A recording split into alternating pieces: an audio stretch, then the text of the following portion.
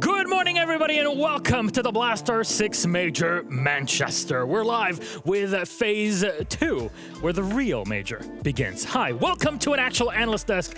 I'm Alistair Medic, your host. With me are Alphama and Fresh. Gentlemen, how are we today? Fresh, you've been casting. Is it better now to be on the desk? I did. They let me loose. They let me loose for just one day casting, and we got a bang-over series, by the way. We got 14-0, the first that's ever happened. But yeah, no, happy to be back on the analyst desk. It's where I live, Milosh. It's where I was once chained, so I'm happy to be back here. Alphama, you're here with us. Welcome. Sois le bienvenu, s'il vous plaît. Monsieur Alphama, welcome to the UK. How you doing today on the desk? I'm doing perfectly fine. I just had to cross the sea, you know, so very short journey. Did you swim? No, I actually have to fly, but Okay. I'm not strong enough to swim all the way through. Maybe Well, that's enough for another time, you know. Something to work on, but of course, we have to go through a schedule for today, so maybe you can kind of plan ahead what sort of swimming route you'd like to take. We have quite a few matches to go through today. Actually, in total, 8 on A stream and 8 on B stream for 16. Quite a bit to follow through, so please pick and choose. Remember to hydrate and get some food today. You can't just sit here and watch and bring out your bucket to go through Siege. First match is Bleed versus Talon and FaZe versus Team Secret happening on stream A, 1 and 2, and B, we'll have CAG versus Scarz and Bliss versus E1 from Brazil. Those are the first 2 games to be shown on A and B. Of course, the latter 4 games that are happening either on A or B will kind of depend on the winners and losers that we have. That's kind of how the Swiss bracket functions, where everybody has to play everyone, and it depends on who's winning, who's losing. But if you want to participate with us in the game, you see this QR code. It's pretty simple. Take out your phone, unless you're watching it on your phone, in which case I guess you're gonna have to screenshot things and work it from there. But scan the QR code and put in your predictions, because you win stuff in the game for free. You literally just predict and tell us who you think will make it out of the stage. Predictions closed in around 13 minutes from this moment, so get predicting right now. But we've said hello to you watching at home. Let's say hello to our teams that are coming to the event. We got stuff to play. There they are. We got stuff to play. Videos in the back. And Scarz are in. Actually, one thing that we heard today about Scarz and in their matchup is that they have consistently beaten CAG for the past 3 years. Yeah. It's been a while. Yeah. And for the right reasons too. I mean, overall, they were strategically better and understood the game a bit better than CAG, I think, overall. Do you know one thing I love about these videos that we're seeing here? How many new teams there are? We saw ITB, we saw Secret, we saw E1, obviously we've seen Dark Zero, new look M80, I guess. So many teams that are kind of new to the major. These guys aren't. They've been here forever. They'll always be OSIS representative. But yeah, no, it's a fun one. Certainly, like, phase 2 of the major and this whole major in general has got a lot of new faces and a lot of new teams, and I love that. And even look at BDS, it's a completely fresh roster. I think all of the teams took the chance at SI to actually rebuild and get stronger, and this is why we see so many new teams at the major. Beastcoast is one great example of this, actually. I'm loving seeing Beastcoast in here, and I know it came as a surprise for anybody that wasn't really checking up on how Stage 1 went, but it's beautiful to see that there's so much diversity in terms of new teams that are coming, but also a lot of new faces on every single team. It's cool. Yeah, it's great. New guard is always here. It's great. It just proves how competitive a lot of the leagues are. Yeah. Like, there is a lot of the same old guard, but in terms of some of the other regions, there's a lot of new guard teams, particularly in Europe, of course. Well, let's cut to our next segment, and we're calling it Panorama. We're going to start off with an overview. Of course, that's what panorama means. You have a view high up over everything that happened. We got 3 bits to talk about: the moment, the monster, and the must-see. And this is kind of focusing on phase 1 that happened a couple days ago, but also what is something to watch for today in phase 1. First of all, the moment, and there's no 2 ways around it. There's a moment that a lot have been dreading. G2 knocked out from the running of the Manchester Major in phase 1. The word of the day is hubris. H-U-B-R-I-S, hubris, Jack. I have no idea what it means, Milos, but sure. I'm going to say unfathomable. It's unfathomable that G2 would go out in phase 1 of the Manchester Major to a team that barely wins at an international level. Like, VRX had won 3 maps over the last year and a half at an international level, and they go and beat G2 in a best of 3. But is it unpredictable? No, because I think G2 have been in decline for a long time at this point. I think it's what they needed. They really needed that. I think overall, you look at 2023, they salvaged their season by qualifying to Atlanta, making a top 4 finish, and then they had a decent run at SI, but they didn't fix their long-term issues. And I think that's really the wake-up call that they need. You even heard it in the interview from Doki. He was, asking himself, do we need changes? And I think this is the right moment to decide right now to have a big change in the team. Absolutely. It has to be, because expectations are high, not just for G2's players, but of course the organization and everybody around them. Though we talked about the moment, let's move on to the monster himself. And he's come here to the bog, to the swamp, and we'll talk about him. It's Fultz from Space Station Gaming. Numbers aplenty for this man, Talon. Yeah, I mean, he is clearly the best player and best rated player of the first start of the major, but overall, I think I have so much respect from him for one biggest reason. In 1 week, it will be 5 years that he's with SSG. It's his first and only tier 1 team. He's always played for them, but he's been able to play on every role, to be a really big player on the team, whatever the role and whatever the playstyle. You know, the first playstyle of SSG was super slow. This version of SSG is completely different, completely different player, yet he's always there, always persistent, always consistent. That's the impressive bit for me, the actual longevity of the guy to be able to play under one system that is at one end of the spectrum and another one that's at the very, very far end, a completely different style. And yeah, he absolutely ripped it up. He had quite a quiet NAL stage, by all accounts. It was Ashen, it was J9 that was carrying them, but in stage 1, he has been incredible. And that's just what SSG need if they're going to have a long run at this tournament. Well, of course, today there's a lot of games to keep up with, but we kind of wanted to narrow it down, right, to one that you must see, and it is, of course, our third piece of panorama. So continue BDS versus Furia, and let's lay it down for you. Quite simple.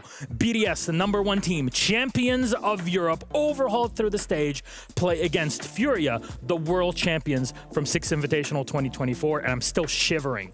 I still have goosebumps from SI in Brazil, and boy, do they as well. Formerly known as W7M, they're still here under a different name, Jack. Yeah, absolutely. I think in my head, I've teed this up as the Dynasty versus the Super Team. Like, I think this match today is one that everyone is kind of hoping we see in the final. Let's be honest. Day 1 of Phase 2, we are getting what could be a grand final in a best-of-1 format, and I'm all for it. I can't wait. If you look at BDS right now, I just feel like they're the strongest a new team has looked in years. Like, literally, this is our best chances since the G2 era to finally have a team that can perform at the highest level international. And now they're coming up against Furia. It's the biggest test that they could get, probably. Maybe if they played against FaZe, but that literally you're playing against the best team in the world. We're so hyped to see that right now.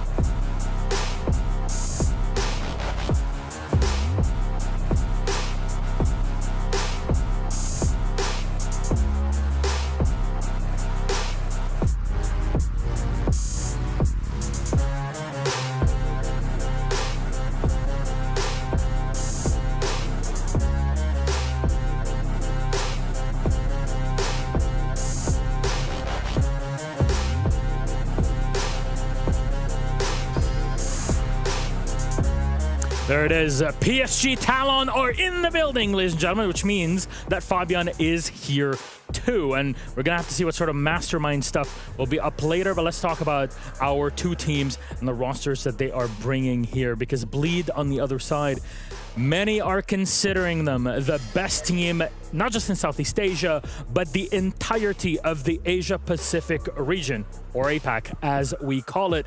It's impressive what they've been able to accomplish, kind of carrying the torch from Elevate in the past. Yeah, and I think in a much more consistent way. I think overall, you look at their international results last year, they were clearly the best team. They were the only ones that were able to go knock down tier 1 teams from the best regions.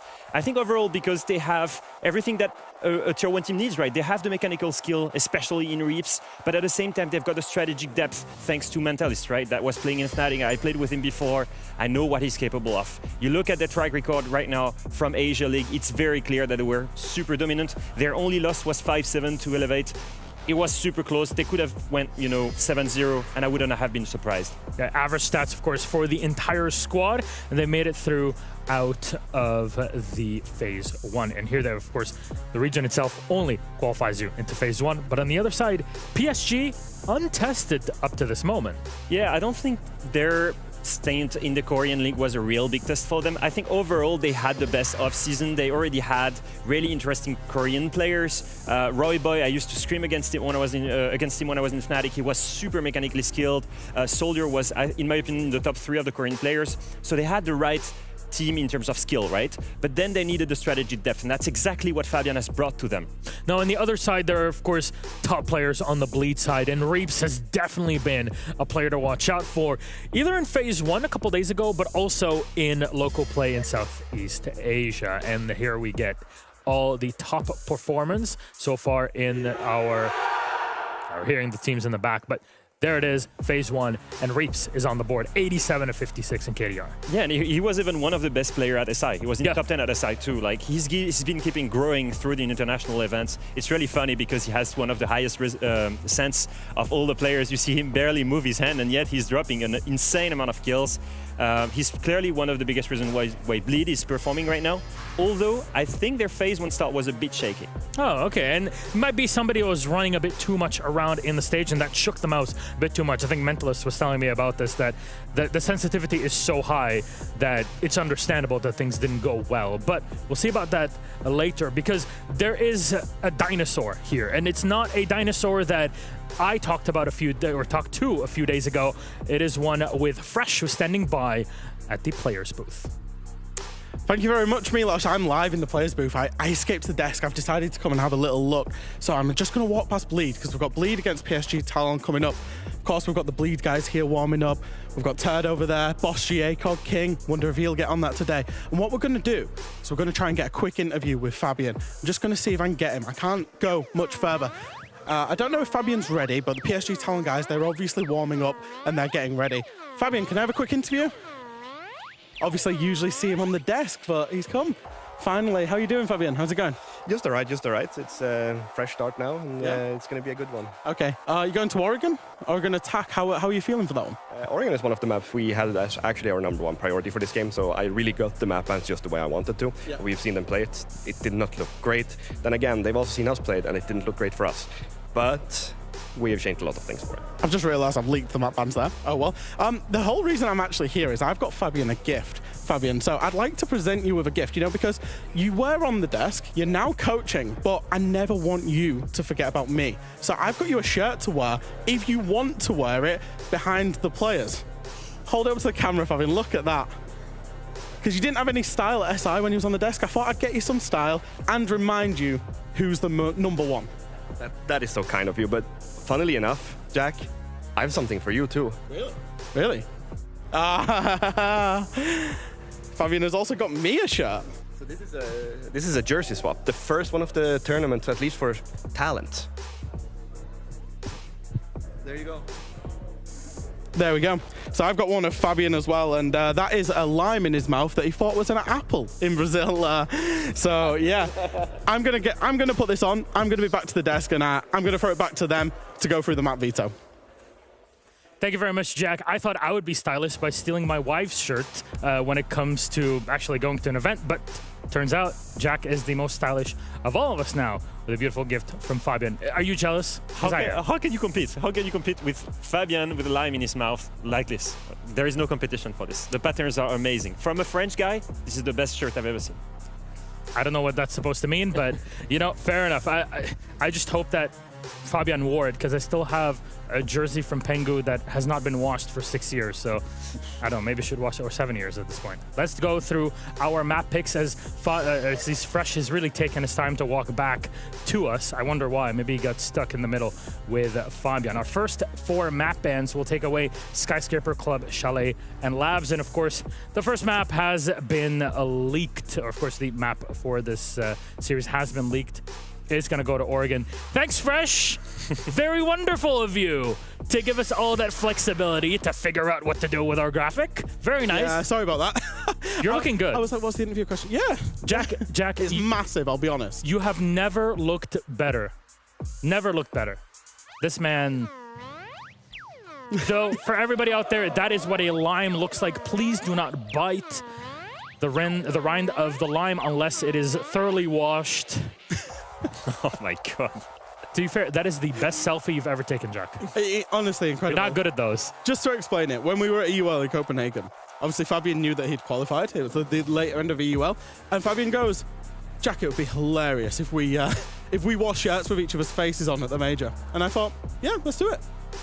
Here we are.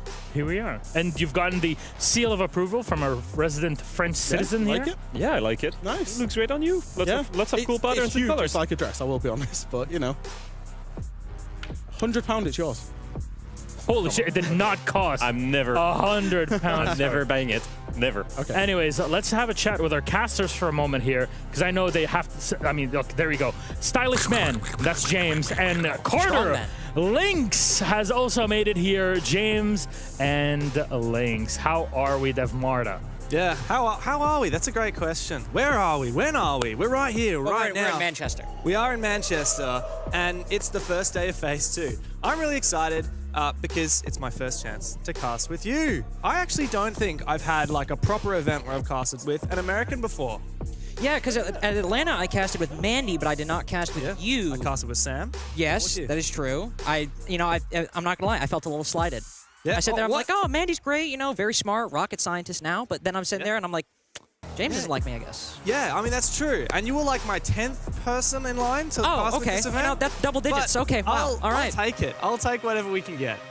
That's rough. I didn't know I was breaking double digits on that one, but that's something I'll have to live with. Something else, by the way, that we'll see if we end up having to live with is a world where Talon knocked down Bleed 0-1 to start. And the reason I say that is Talon are sure, they're a little untested, right, Dev? At least in terms of the Manchester Major. Topped the South Korea League after bringing in Fabian, their coach, and also really kind of revamping the roster, bringing Soldier back from being on loan to D plus Kia, now actually back on Talon. Sure, they've not been tested at the Major, but Bleed have had a bit of a rough go at it. Sure, they've made it out of FaZe 1, but back-to-back 7-0s against SSG. Really close game against Furax, who sure beat G2, but Furax are still not the kind of team that you should be having close games against if you're Bleed, who honestly at this point, being one of the best teams in the Asia region, might have top 8 aspirations in their minds. Right now in Oregon, as we've already talked about, this is the map we're going to. This is a map that Bleed have not played this event so far and have not played in Asia so far this year, whereas Talon love it quite a bit. We'll have to see what happens in the first game of the A stream. Very much so. I can't believe it, but we're getting straight on into the first match of the day here on the A stream. FaZe 2 is underway. We're into the Swiss system.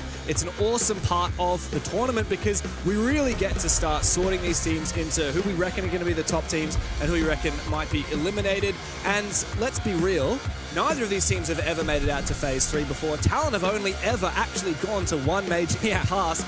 Bleed, of course, made quite a name for themselves in Atlanta. They continued that form into 6 Invitational, and everyone is really looking at them to be the favorites in this matchup. Despite Pengu and Fabian joining Talon and bringing these guys up to the top of Korea, it's going to be a huge ask for them to challenge against Bleed. That's how I'm viewing this matchup especially, is that at least on, without considering the previous results, without considering the forms of either of these teams going into the event, Bleed are the favorites. Bleed are the team that they were one game away from making top 8 in Atlanta. We're up 2-0 at one point alongside GK, the 2 big underdog runs from that event. GK obviously making the main stage, Bleed not being so lucky. And as you said, they go into SI and bringing in Julio, they had that great gun skill in Atlanta. They brought a new level of coordination and good theoretical understanding of Rainbow Six at SI.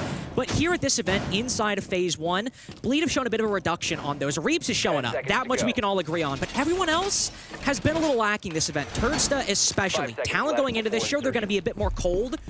Bleed might have the edge on them when it comes to warming up, but if Bleed are showing that same performance and Talon start out hot, especially on the attacking side of Oregon, it could be a little bit closer than I think a lot of us anticipate.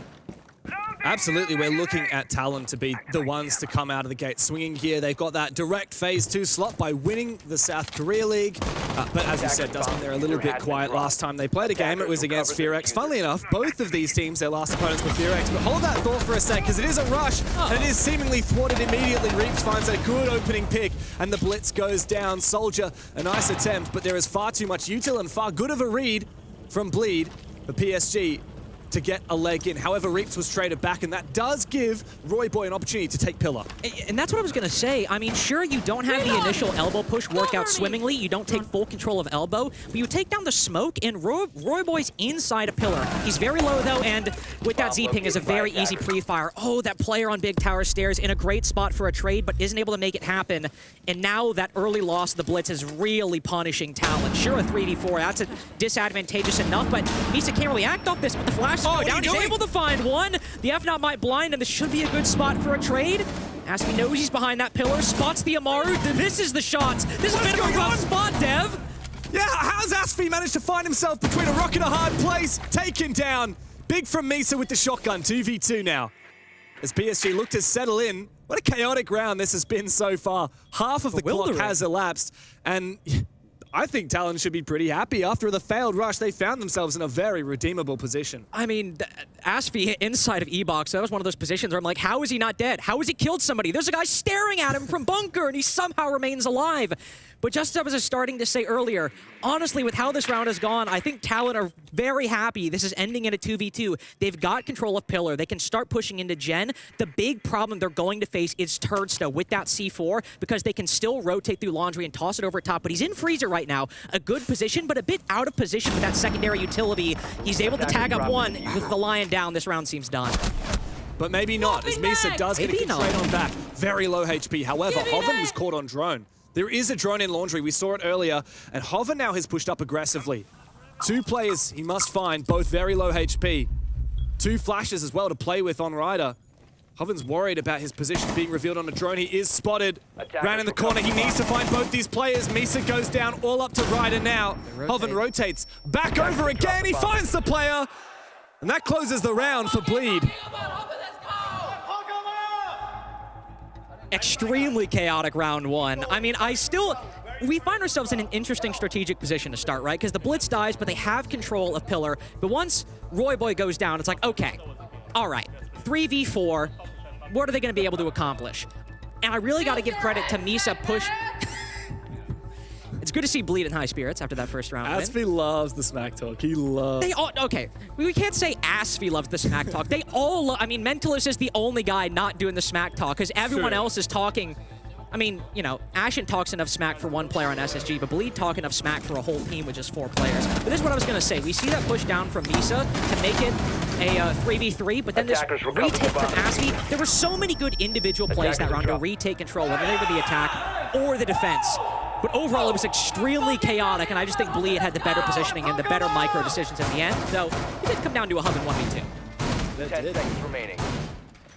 A good start for Bleed, but as we'd said, PSG Talon are the underdogs in this matchup. What's more, they're starting an attack on Oregon, and the basement is probably the most defender-sided bomb site in this game at the moment. 100%. Oregon basement.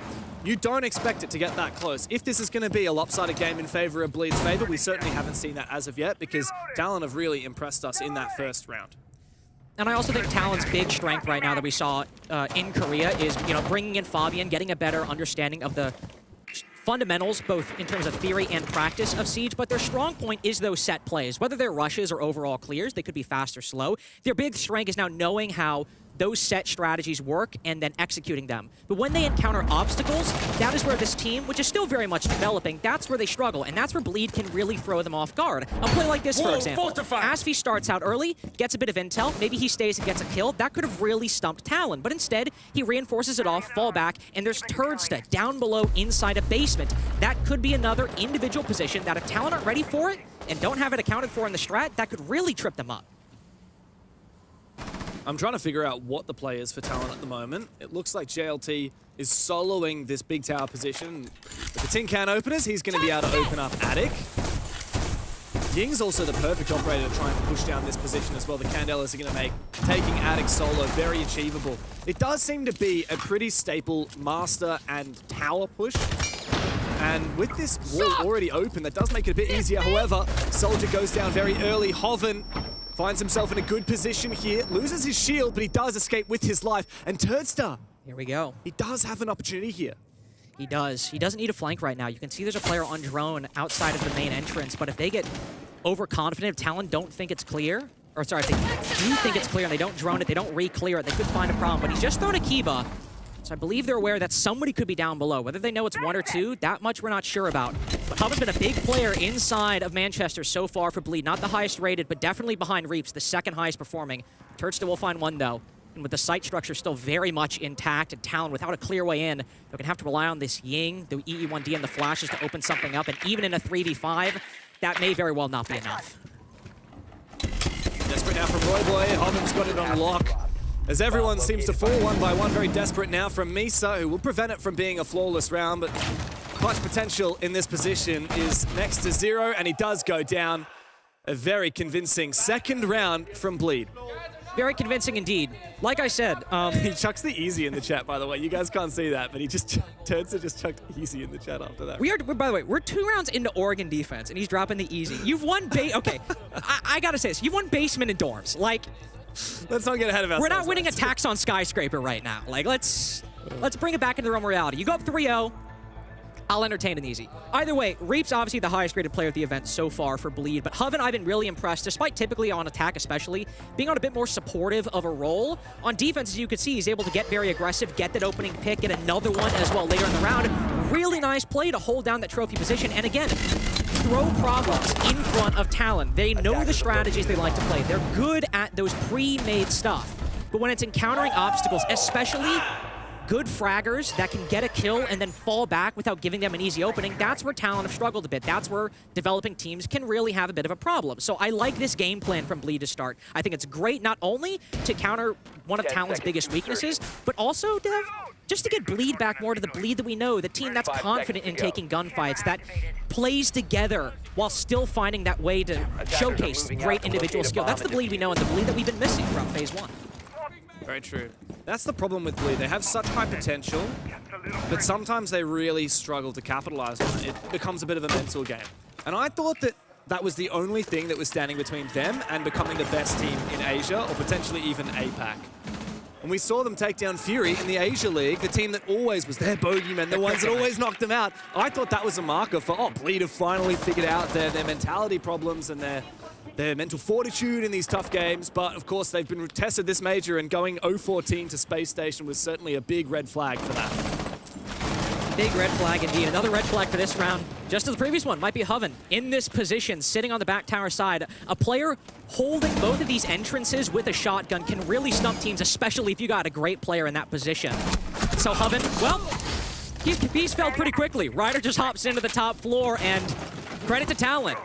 If our biggest concern is how they can deal with these problems, deal with them on the fly, just shooting Hoven in the face and now setting up for this meeting play they're inevitably going to go for. When you see the Osa, and especially the hard breaching, whether it's the Thermite or the Ace, they want to go for a stage plant. They're telegraphing it to us heavily, but I imagine Bleed, hearing that Talon shield just now placed, will know it as well. So Reaps holding down Attic will be a key player to watch, especially any C4s, which the one we had is now gone.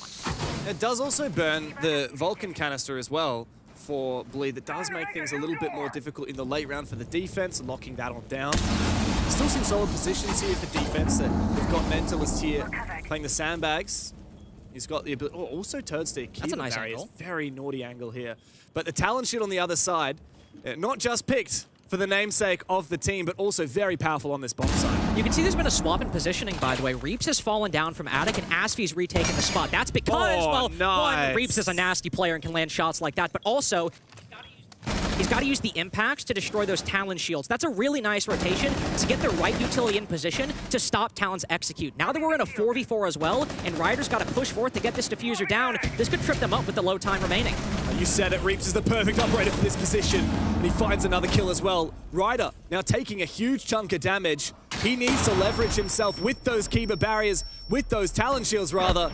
Meanwhile, the Azami is feeling a lot of pressure, forced on back as so no Kiba barriers remain. But Reaps, he is the playmaker in this position, worried about this drone hole, dancing with death as the execute must come on through from Talon. They look pretty solid. Nice. They've taken down the Danger Man, and now this plant must go down. Ryder forces himself into position. Asfi cannot deny the plant. All up to Turdstea and him to pick up the pieces and redeem this round to go 3-0 on their defense. But Talon has sprung to life. Looking phenomenal. They have this round on lockdown. Turdstea has just about no chance of making this one work. Look at the way he's so timid on for this peak. It's just not going to happen, I can tell you right now. That's a nice first kill. 25 seconds to get the next two, though. Bit of information. He's going to have to hit some gnarly shots, but I tell you what, Talon, Defenders have located the diffuser. yeah, they're very, very much in a strong position. They are so cool, calm, and collected, and that is an easy way to lock out the round. And the first one of this match for the Koreans. MVP's got to be Ryder that round. Not only dealing with Hoven so early on by rappelling into T3, but also taking down Reaps behind the bomb chassis. He was walking in with the Talon shields. I do like that instead of trying to plant behind the shield, he went up behind the default spot behind the table, much less exposed. Somebody's actually got to try and retake him. Because Mentalist burned his C4 so early, the impacts can't really get into that position. You're going to need to try to C4 from the hatch maybe, but again, that option was gone because Mentalist used it early. But then he's able to push up and get the kill behind the bomb chassis, and his initiative that round in taking gunfights was really what made that attack work well for Talon. We have a bit of a tech pause right now, as you can see. I think that's good for us, because we have a game on our hands. It's not a dominant bleed stomp like the first couple rounds where, sure, basement was close, but they stopped the rush pretty easily. They held on to dorms with basically no problems. But now that Talon have fought back on the tertiary bomb site, we might have a somewhat competitive half on our hands, as competitive as Oregon can allow. Yeah. Well, you could definitely see a 2-4 split coming out here in favor of bleed, and that would be pretty salvageable for Talon. 3-3 would be fantastic. Like if 100%. Talon, even if Talon lose this next bomb site, laundry supply, basement, and then go and win dorms, and then I guess dorms again. Yeah, that'd be very solid. But if anything, I'd actually have a little bit more faith in Talon winning this basement bomb site rather than dorms, because they got almost flawless on that dorms bomb site, whereas laundry obviously came down to a 1v2 clutch from Hoven. So real shot here for Talon. They've redeemed themselves a little bit, and they are looking very solid, to their credit. Yeah, the fact that they're able to get a win on that third bomb site and have it be pretty consistently good throughout the entirety of the round. You know, they're forcing Bleed to use utility, forcing rotations out of them, and to actually adapt to what Talon are doing instead of vice versa. Really nice stuff on the third bomb site. But of course, going back to basement, we'll have a tactical timeout from Talon. Okay. You know what? Sure, it might seem weird because they just won a round, but think about it this way. We know the game is likely going to be one on the attacking side. Who's going to win more? They tried to do a blitz rush on basement. It didn't really work out, but odds are Bleed are going to be ready for that again. So you're going to have to attack basement a bit more traditionally, which is a very hard bomb site to deal with.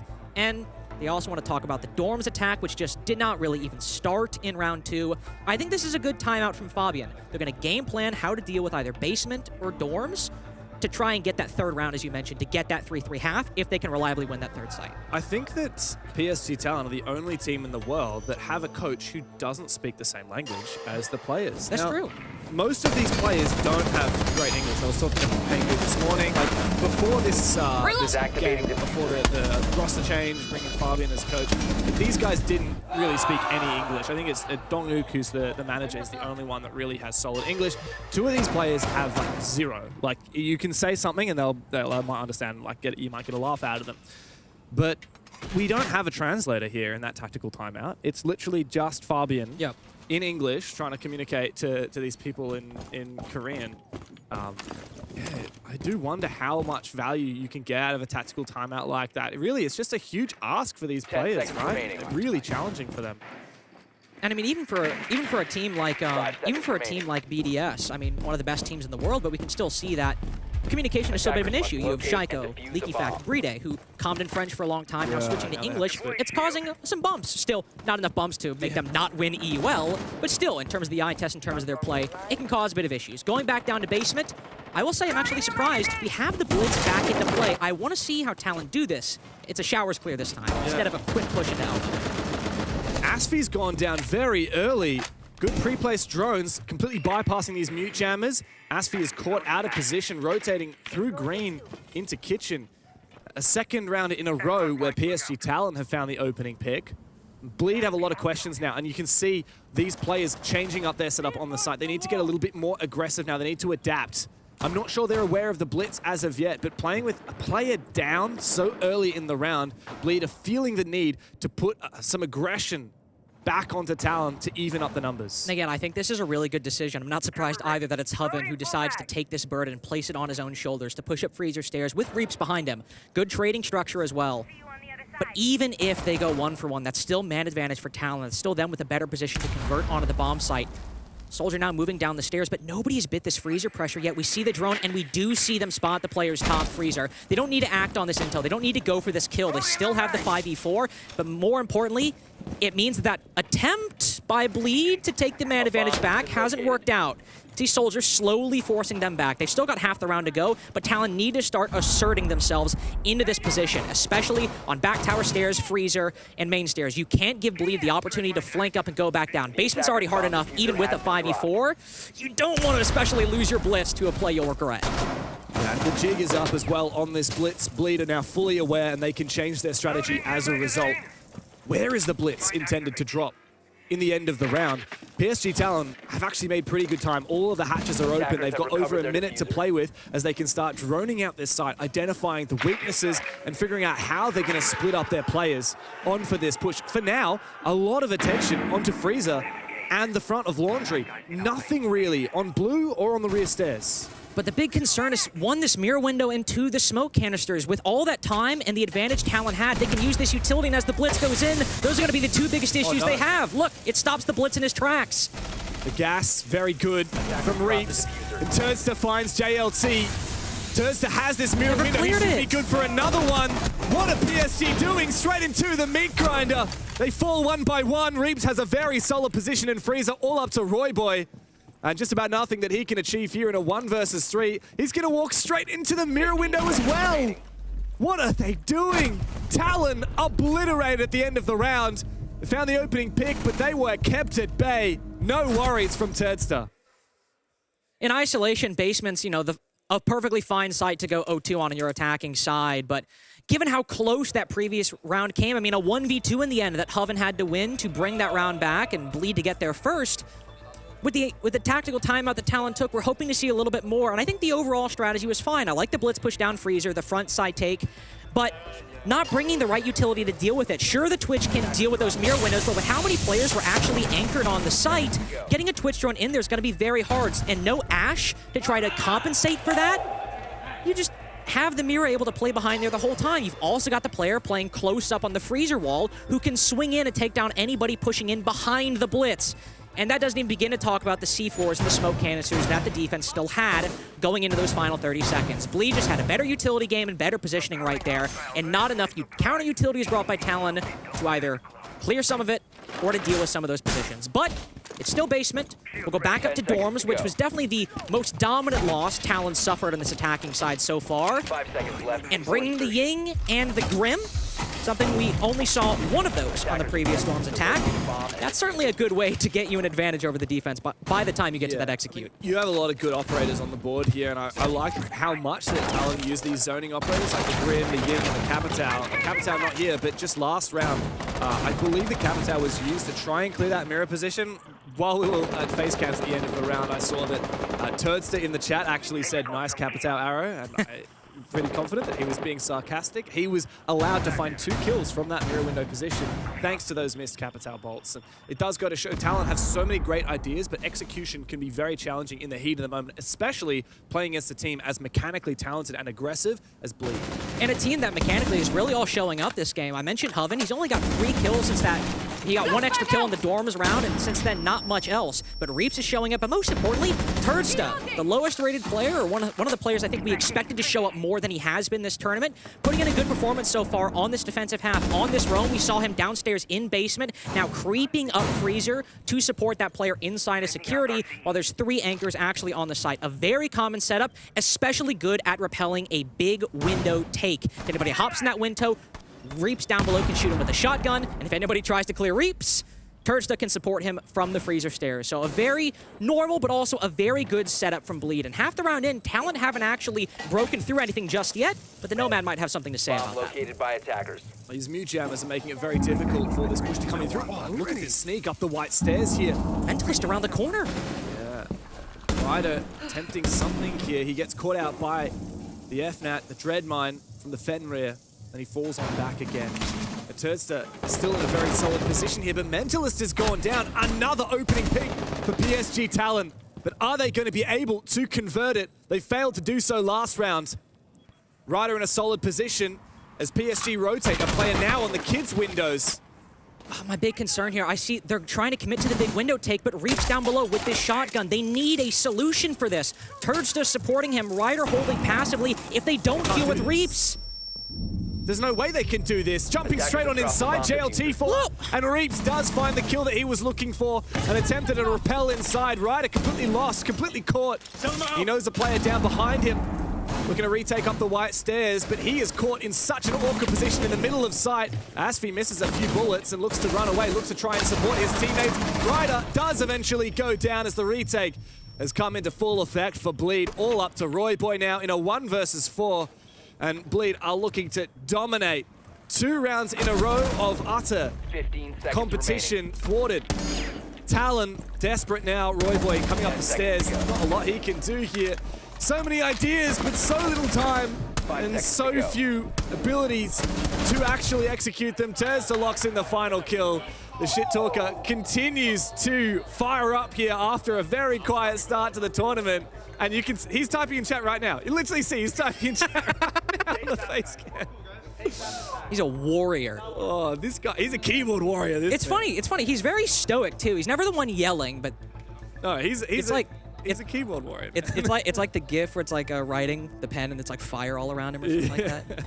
But unfortunately for Talon there, you know, big window takes are fine, and Bleed was certainly not making it easy with how much presence they had down below. But the only even awareness of that position we saw that round, or at least awareness that it could be a problem, was Ryder. Just sneaking up and down white stairs a couple times, and I think that lurk was good, pushing up the stairs to catch Mentalist off guard. He doesn't get the kill. There was an F not there. So there were some all right ideas, but never dealing with the security player, not dedicating maybe a couple Candelas to try to clear it out or anything really.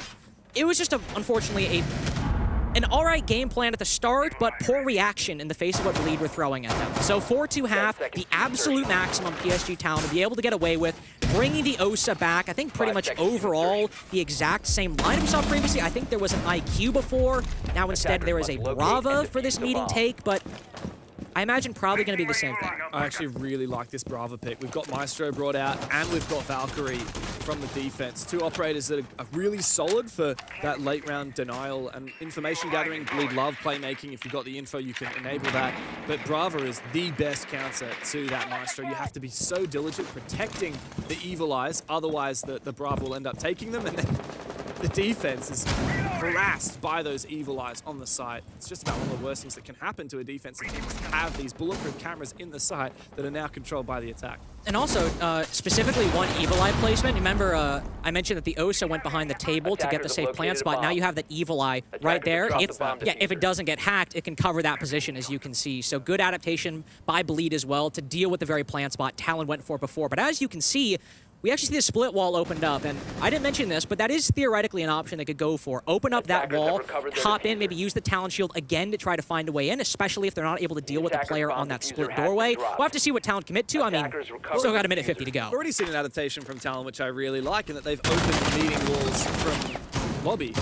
Previously, that was much more difficult because there was a mute on the board, but now Bleed have forsaken the mute in favor of the Maestro. It does also make this breach here on the stage wall much easier as well.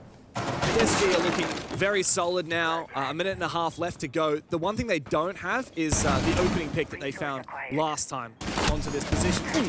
Reaps is really caught in an awkward spot. He needs to stay alive into the late round. We saw the damage he was able to do on this bomb site previously. But this is the last chance for Talon to cop an attack before we switch sides, and they need this. They go down 5-1, and this game is over. It very well might be, and we've been talking about, you know, adaptations and adaptations that both these teams are making, and one final one that I think is the big problem.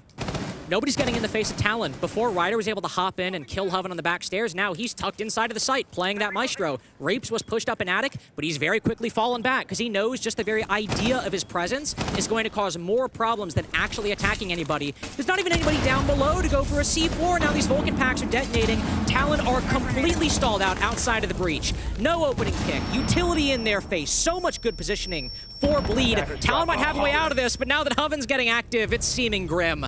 Oh, they had such a good position. They had so many opportunities, did Talon. But it has fallen one by one. Ryder and Misa have gone down. The Evil Eyes still seemingly at large. I believe one has been hacked, but it is a far cry from what they need. Tursta, unchecked, unaddressed, finds another kill and another one. a flawless round to close the half in favor of Bleed as they are up 5-1 on their defense. And unfortunately, that proactivity we saw from Talon throughout the first 3 rounds, specifically that first basement attack and the third meeting attack, it did not translate, even shockingly after that tactical timeout. I mean, the last 2 attacks we saw, incredibly slow, not reading the problems in front of them, not trying to solve them in either consistent ways or effective ways, especially that final meeting round. But to be fair, Bleed are also showcasing that strategic depth. I think in dorms, I'm sitting there thinking, Talon, come on, try to clear the security guy, try to go for it, do something. But in that round, Bleed just played that defense really well. They weren't getting aggressive. They knew Talon were relying on their own mistakes or their own 1v1s to get openings, so they pulled back. Put up utility to deny the plant. Don't give them any gunfights early on. And it completely stumped them to give Bleed that 5-1 half. Look, Carter, I wanna put a little bit of a spin on this. Like, Talon haven't historically had the best results on Oregon. We did see them almost beat FearX on the other day. They lost 8-7. Funnily enough, the exact same score, the exact same map from Bleed the other day. But if you take a little bit of stake into the holistic results of the last couple of months for Bleed, right? This was one of their best maps at the Six Invitational. They played it 3 times. They won it every single time. You don't know the teams that they beat?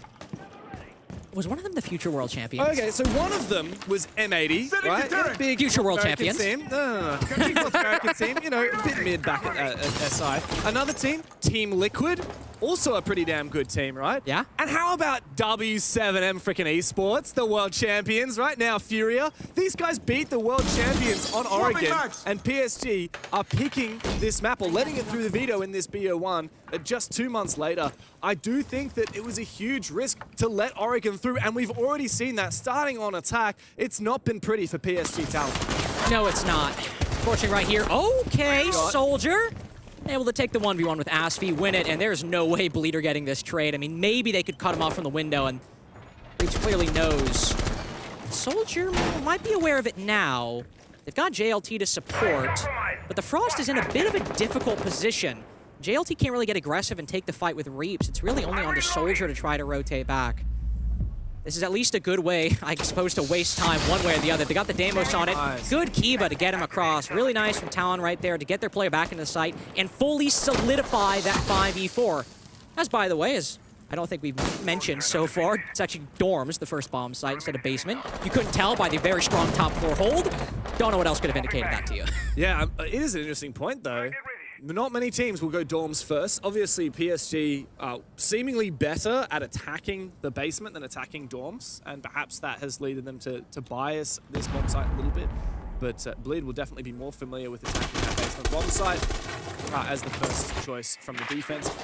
And they have stalled out a little bit. They need to find a refrag here. They need to push for a little bit more. There's still quite an aggressive hold from PSG. Misa being the man of the hour here. The Grim Bees do lock him in a bit of an awkward position. Royboy is also caught deep inside of Closet. I don't think he has a retreat opportunity as well, but Reaps could deal some serious damage if he's allowed to move up towards Trophy. That's the one thing I think Bleed have right now, is if Reaps can get a couple kills on this push into sight, it's a 4v5. You've got so little control, so little progress, but he's already cut down JLT. If they can get one more, if they can find this Azami inside a bedroom, we've got a ball game on our hands. Soldier does find Reaps though, and a good crossfire. Misa springs into action. All up to Turd now from down below. The nades don't find a lot. They do find a bunch of damage. This is an awkward position for him. 1v4. Perhaps this is just a defender's game, Carter. 5-1 on the defense for Bleed, and now switching for Talon. They can find a little bit of confidence back. Turd's oh, what was that shot? Absolutely disgusting. Hello? 1v3 now, but yeah, this ain't happening. Talon can just sit pretty, hold back, and fire up a little bit. Get a little bit of confidence back into it. I like this from Fabian, trying to get the guys to fire up. They finally stem the bleeding.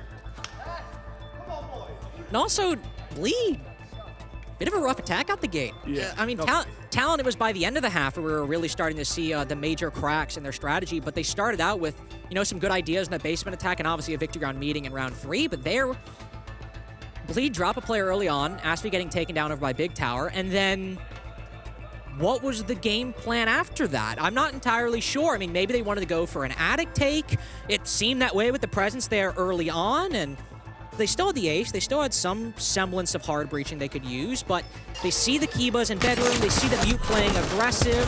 Sure, you're in a 4v5, but there was really not a lot of progress made to clear out any of these positions, deal with the Azami, deal with the Mute. I mean, how late in the round were we still talking about Roy Boy in Closet and the Azami in bedroom as a problem they had to face? All that utility was really not put to good use. And I'll say it is very difficult to clear that. It is, That was an of course. hold, but I think that there are a lot of options that Bleed could have gone for. For one, use your hard breach that you're not going to need on the closet wall, on the wall from Master into top armory stairs, right? We saw that fortified. If that had been opened, there is no way that Misa gets out of there alive. A lot of opportunities for Bleed to look for, I guess, simpler and more effective ways of clearing that, and unfortunately they didn't come up with them and implement them during the round. But of course, it's just one round, still a 3-round lead for Bleed. We go down to the basement for PSG.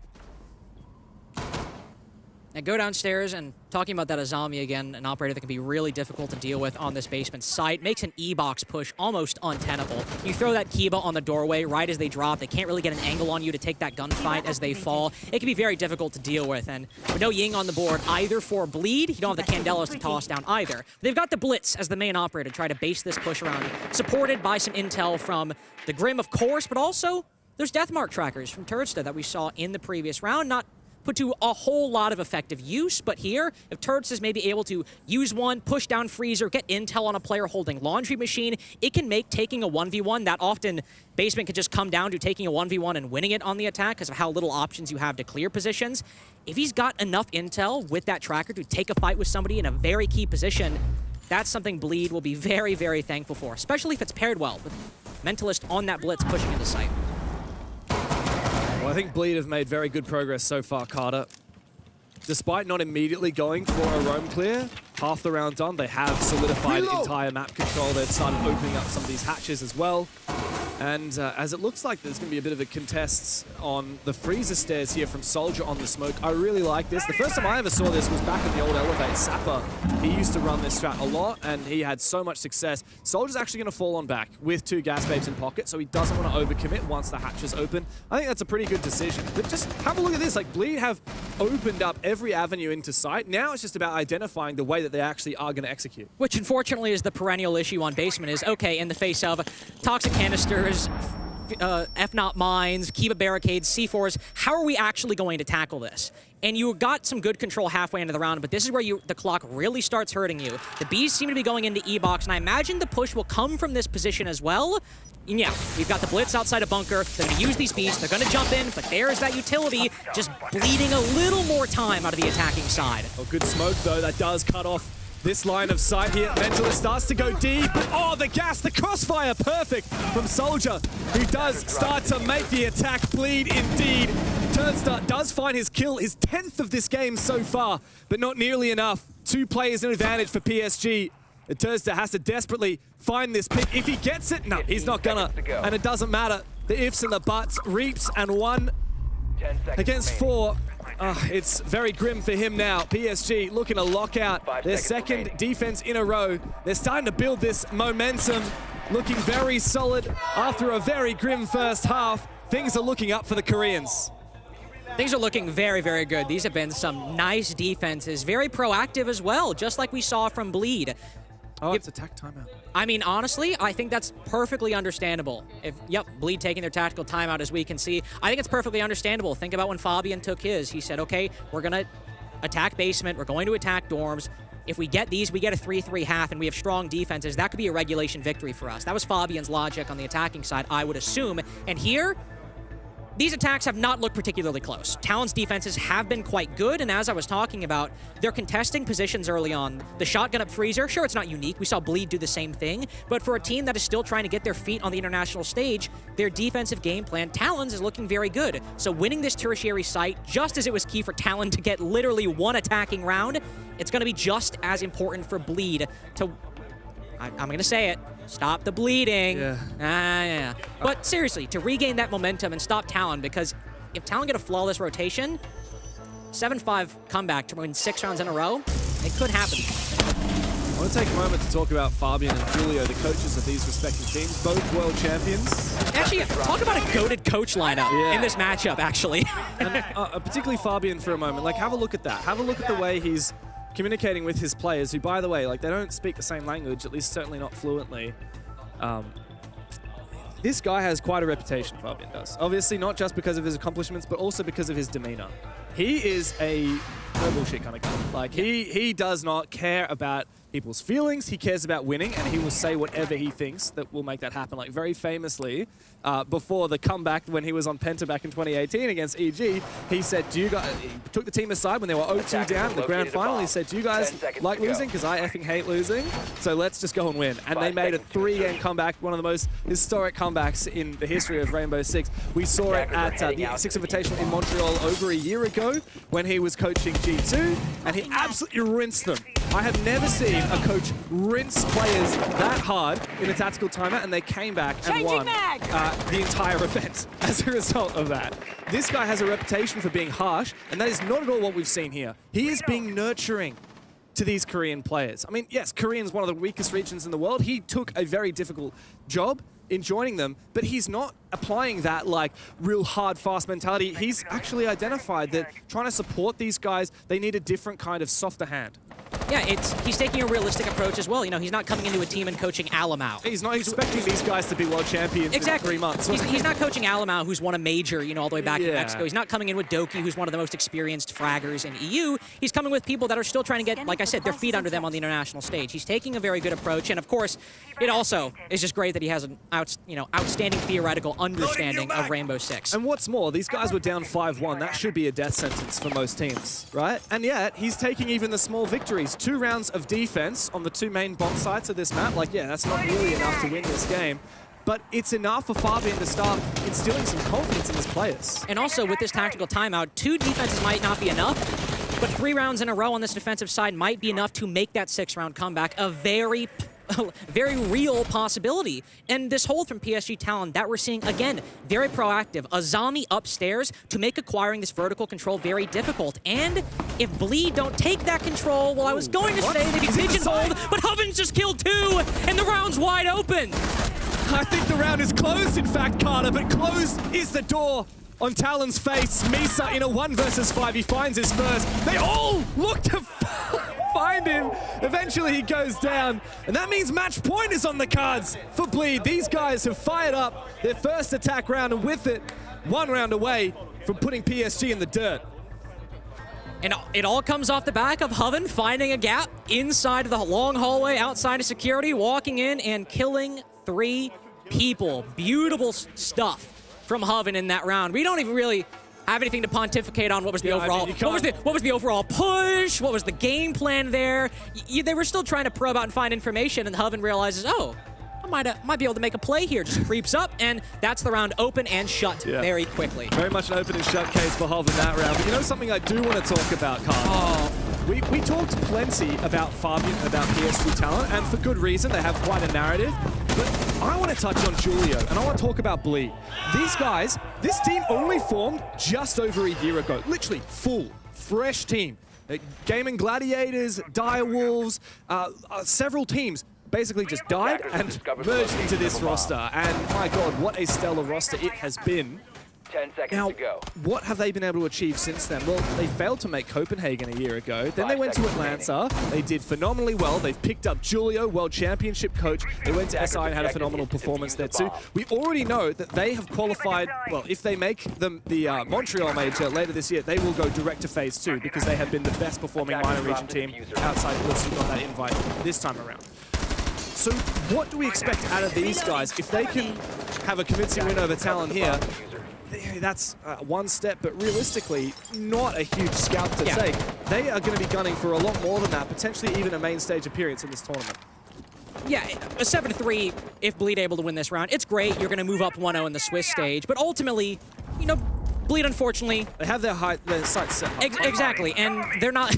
They have the curse of not being the underdogs. Like, we expect Bleed to win here. We expect you to get the dub here. It's going to be that 1-0 and maybe the 2-0 games. But they fight those better teams where Bleed really need to make a name for themselves to come back from that Phase 1 kind of rough performance that we saw. Asfi, able to come back from that initial gunfight. He takes with the player inside bedroom. Misa falling back behind that shield. A minute in, we're running Dorms back, and we're also seeing a different look. Roy Boy not playing aggressively inside a bedroom. He's instead down below playing the very position that We've seen Reaps this played. before, yeah. Exactly, where he shut down that entire big window push when the sides were flipped. We also don't see an aggressive bedroom hold. Instead, it's pulled a little bit further back inside of Trophy. Good new change from PSG Talon, a new defensive strat, keeping Bleed uncomfortable, and once again, forcing a lot of time out of the attack as they try to figure out how they want to deal with this. It seems like a lot of presence is going to be around big window. That's where Reaps is currently sitting, just waiting for a player to cross his line of sight. If he doesn't deal with Royboy, we really will have seen this one before. Yeah, quite ironic because it was Reaps who played that position previously. Who is going to clear that position downstairs? I believe it's going to be Mentalist and Turdster. Now, the Maverick is a really great operator for this position as well. If he's able to get in and start using that torch on the wall into security, I'm not sure it's going to be possible. They've got to worry about the taps. They're trying to engage in a lot of vertical play at the moment, trying to find this player in Kid Storms, but very difficult to actually land a kill onto this guy. It is, and also Talon don't really care. They've got they're trying to find JLT, and he can just walk away. Then Royboy's still down below. 2 minutes and 20 seconds in, guys, and we've got no kill, we've got no control. You're gonna hop into big window. You better send somebody up long haul to deal with Royboy, or else this Dorm's defense is going the way of the Dodo. Activating Glad. 30 seconds to play, JLT. Not going to worry about these flashes. Turdster looks to make his way up the white stairs. JLT's gone down, though. The Mentalist down below. Through the vertical lines of sight, he ends up having success. But Misa elsewhere has seemingly thwarted this push from Bleed. There we go. Finds another one. Royboy goes down. Hovens jumped in, but straight back out again. Numbers are even. The PSG might be able to hold fast on the side. It will need to be explosive from Reaps, and he finds his kill. Traded on back. Mentalist cannot get it done. PSG hold off for just a little bit longer. Able to hold out on that Dorm's defense. Very, very important. Somebody Who's might playing on the B stream? It's Scarz versus CAG, the Japanese derby. It's so loud, man. I can't hear myself think. I mean, right to be fair, if I was CAG and I've not beat Scarz in 3 years, What is the score of that game? Actually, to be fair, it could be 6-0 Scarz, and they're just really happy about a dominant game. I don't think it is, considering how long they've been shouting. 6-4 to Scarz, apparently. 6-4 Scarz? Oh, well. Tag could come back. 2 rounds to OT.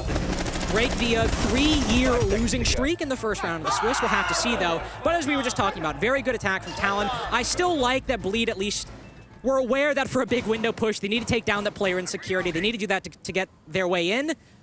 But they're still only pushing from white stairs and big window. There are players. It's an unorthodox way of doing it. It is, yeah, exactly. It was entirely reliant on Mentalist lurking in and getting that kill, and there were still players in Dorms that could retake and take down the player hopping into big window. So there were some better attempts at accomplishing that execute than we saw from Talon on their attacking side, but still very incomplete. 5 seconds remaining.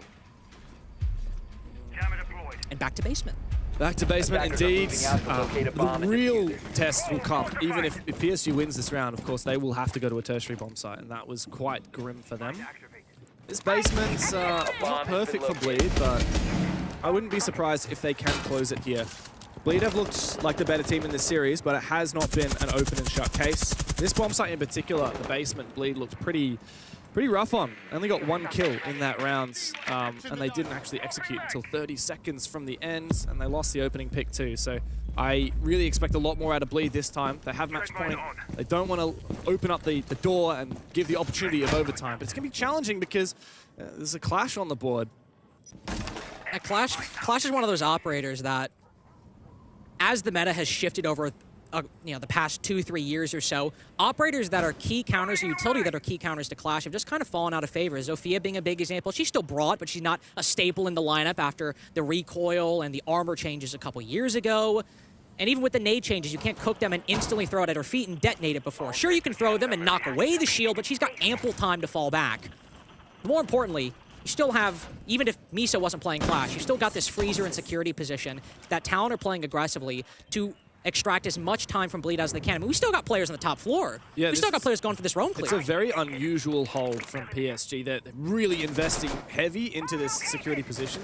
And Bleed have to either hard clear it or dismiss it. And I think that the better option this late into the round is you got to at this point. You can't look to clear that. Like, you need hard breach, you need something to clear the mute jammers, and even then you're probably going to lose a player or two. So they're instead going to go for a full back push. They've opened up this electrical hatch. They also do have the opportunity of making something work there on laundry with opening the laundry hatch. But have a look at this. Misa's fallen on back. Royboy's fallen on back. So after all that, PSG just give it up for free.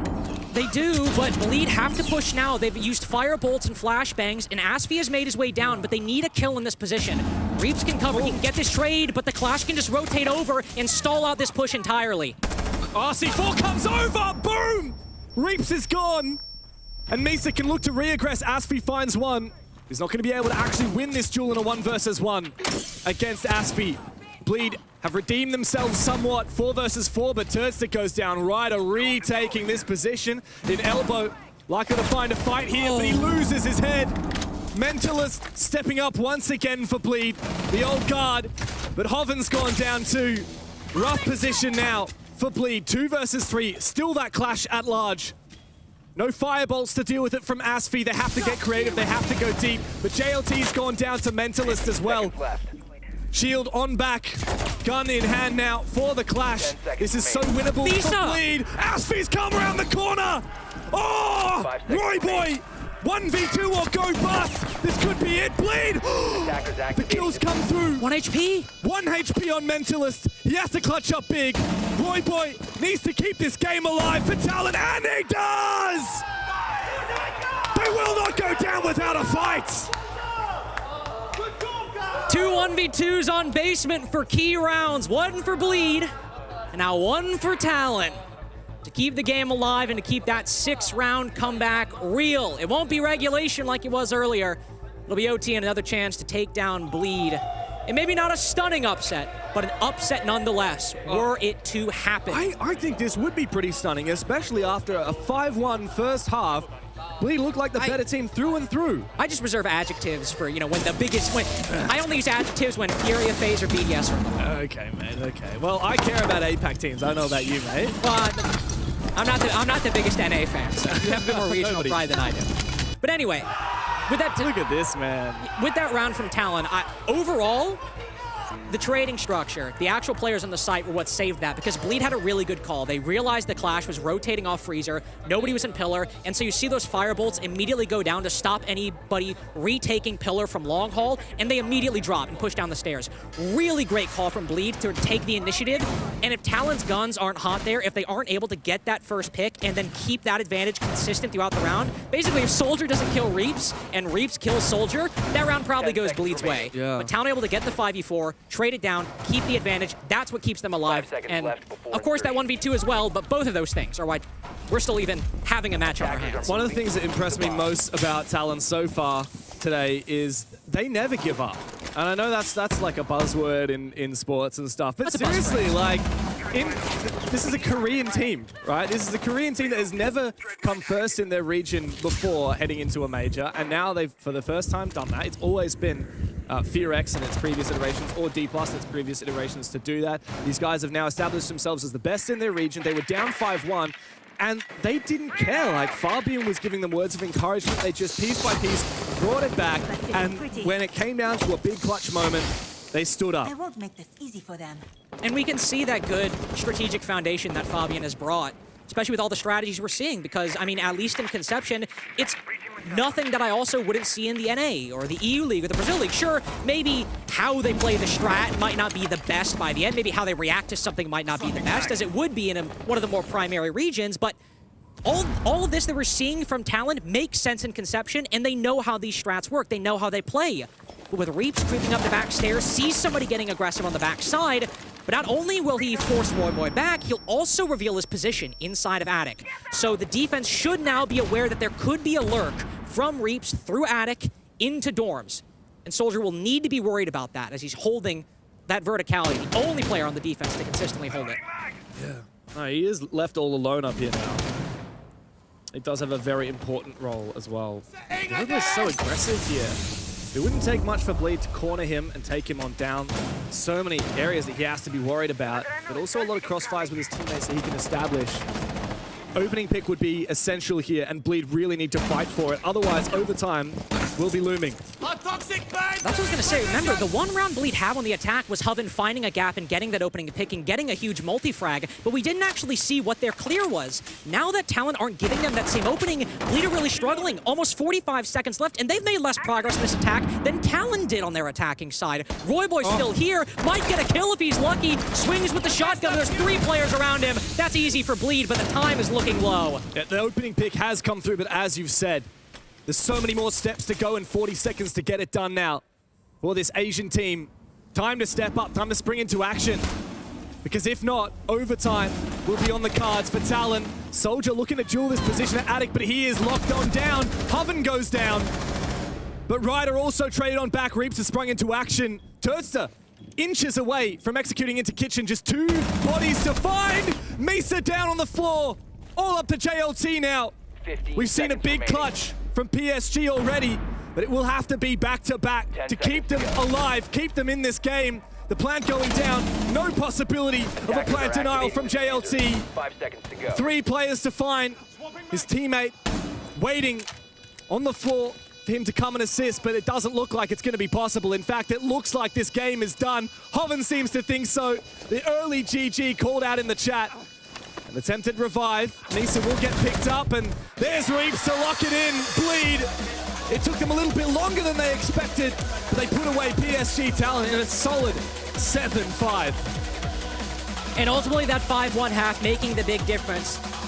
Hoven especially with that huge play on the previous meeting round making a big difference in the long run. A very close game and one where both teams really struggling on the attacking side, but with that huge play from Hoven and ultimately a good clear on that second attempt at meeting that we just saw in round 12 is enough to make the difference. To put Bleed just a little bit above Talon, but now put them very firmly above them in the standings. 1-0 into the Swiss stage where Talon starting out their phase 2 with a loss.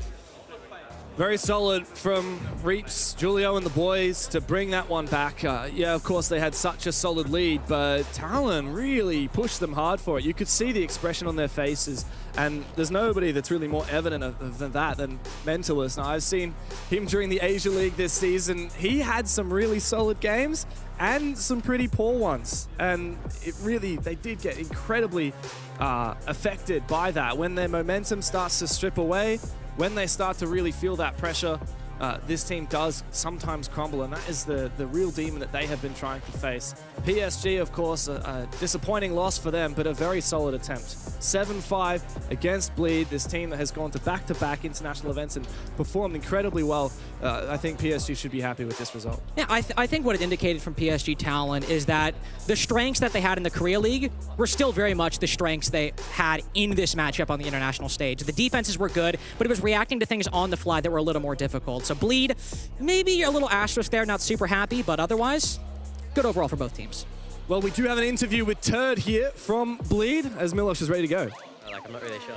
Yeah, we're on it. We're going to talk about this. Turd, congratulations on the win. How you feeling now? Bored, man. That was easy.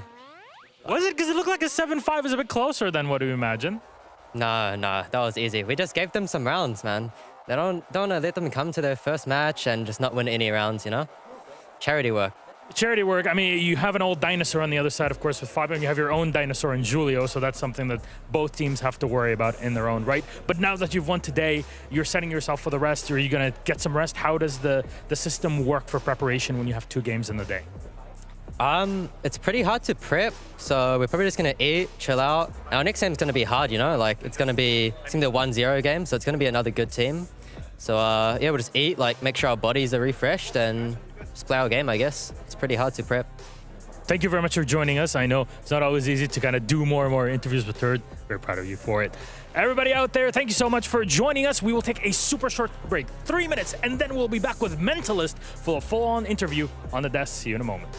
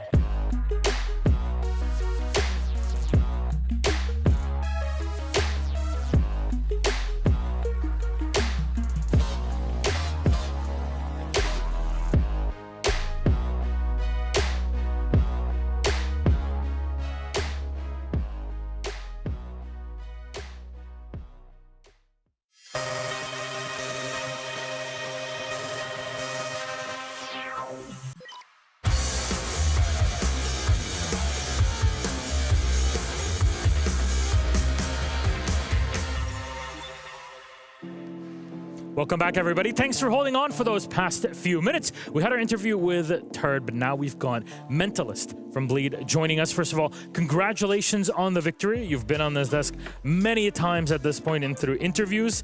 How's it feel like to take down Talon and at least get the first win today in Swiss? I think it feels really good. Obviously, I'm not losing to Fabian. I'm 2-0 right now, so what can I say? But yeah.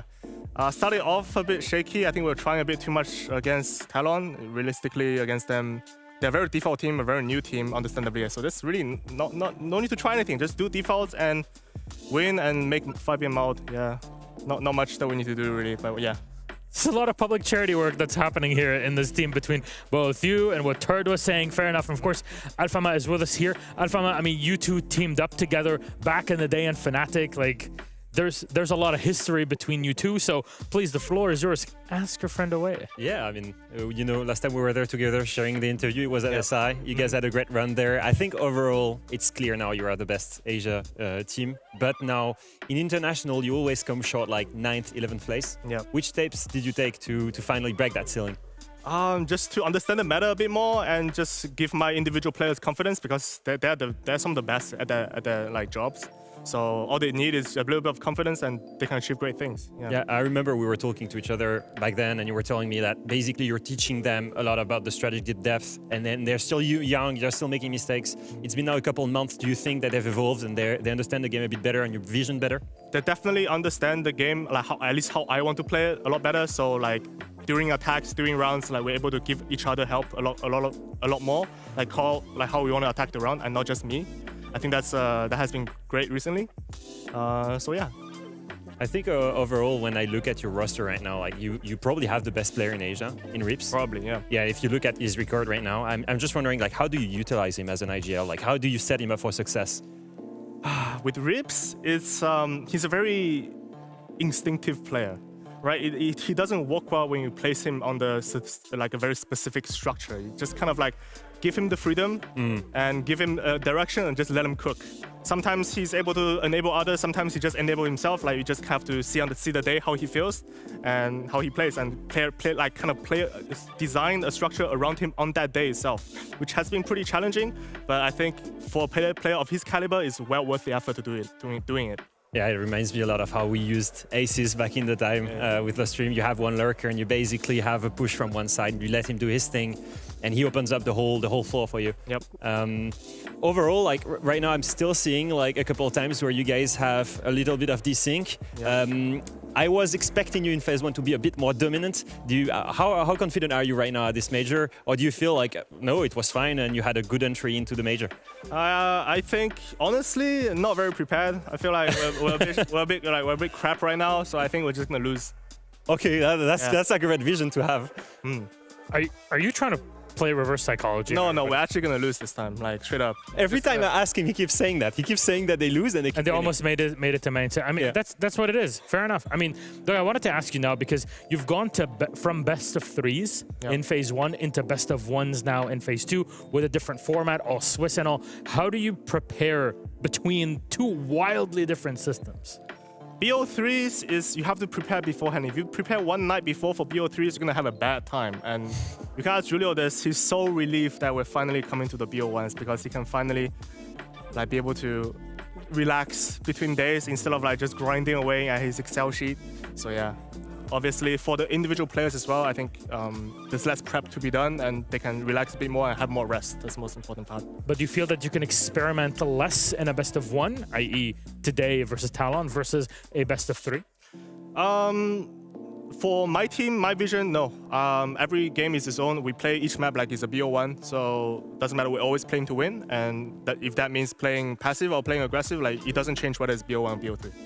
Do you think overall, like your playstyle, the way I see it, the way I see your vision and your skills, I feel like you're really good at adaptation. So I feel overall when you're in the BO1, at this major, you have barely any time to prepare, right? So it's the best team on the day that's able to adapt to what there is in front of you. Yes. Do you think that actually that fits you? That fits your map veto, your map pool, and your playstyle to play these BO1s to upset big teams? I think so. I think as a team, we're a lot better than at BO1s because we're able to, first of all, prepare beforehand more accurately, more precisely.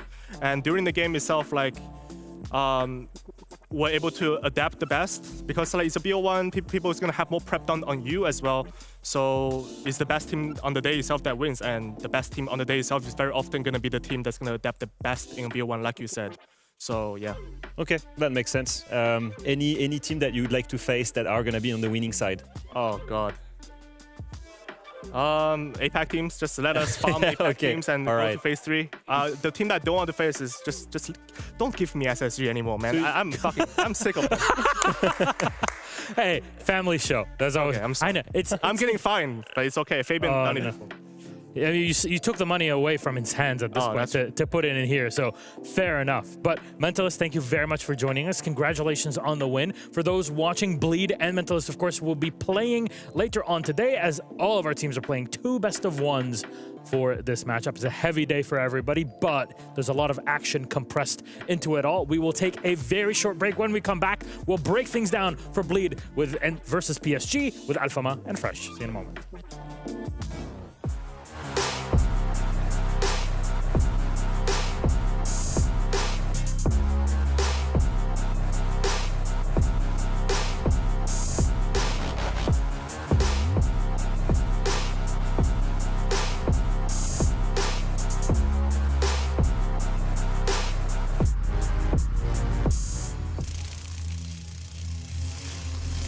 The faint buzz is a warning.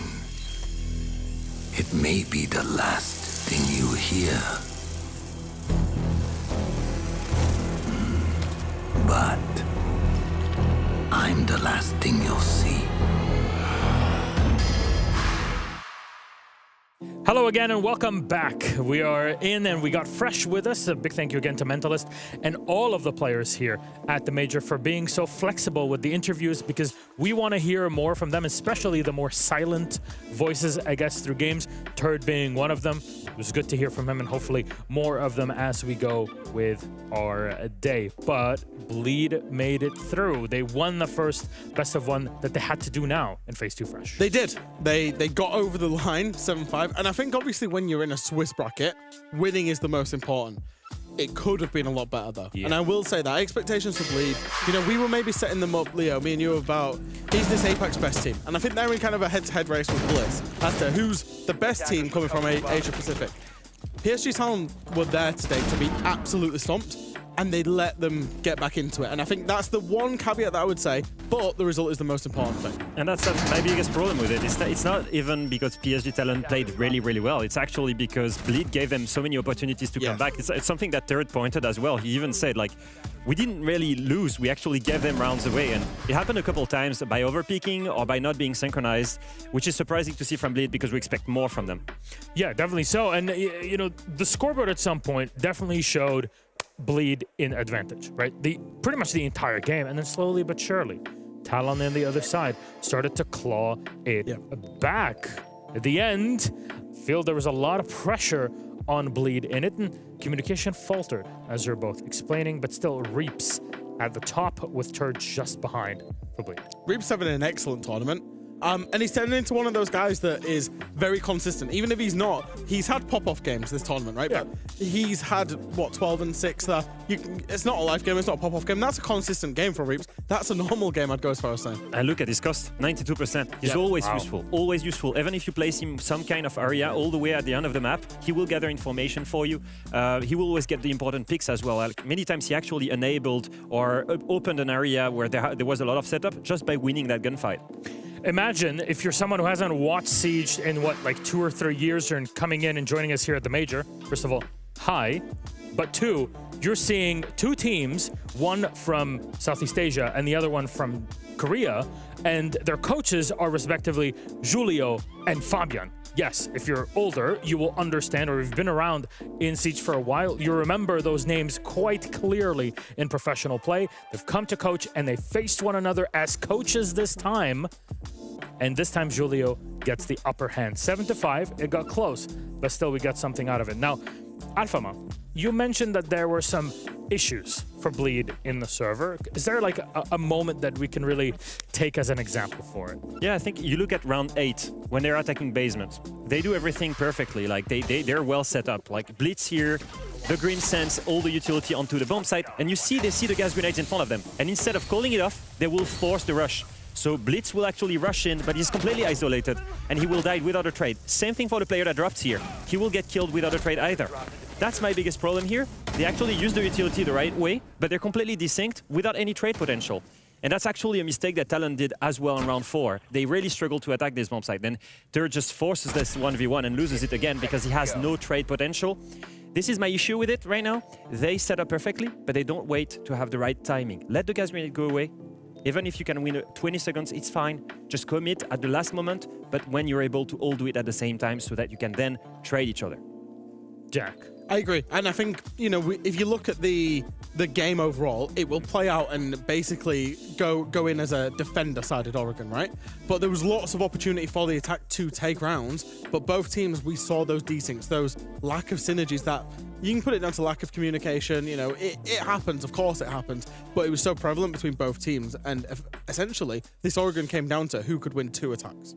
Absolutely. And my biggest worry with this is actually the way that Blitz won this attack. Yes, in some rounds, strategically, they were winning. But in many rounds, actually, they were just winning because Talon would get the picks, and then they would overpick and get killed, and that's how they win the round.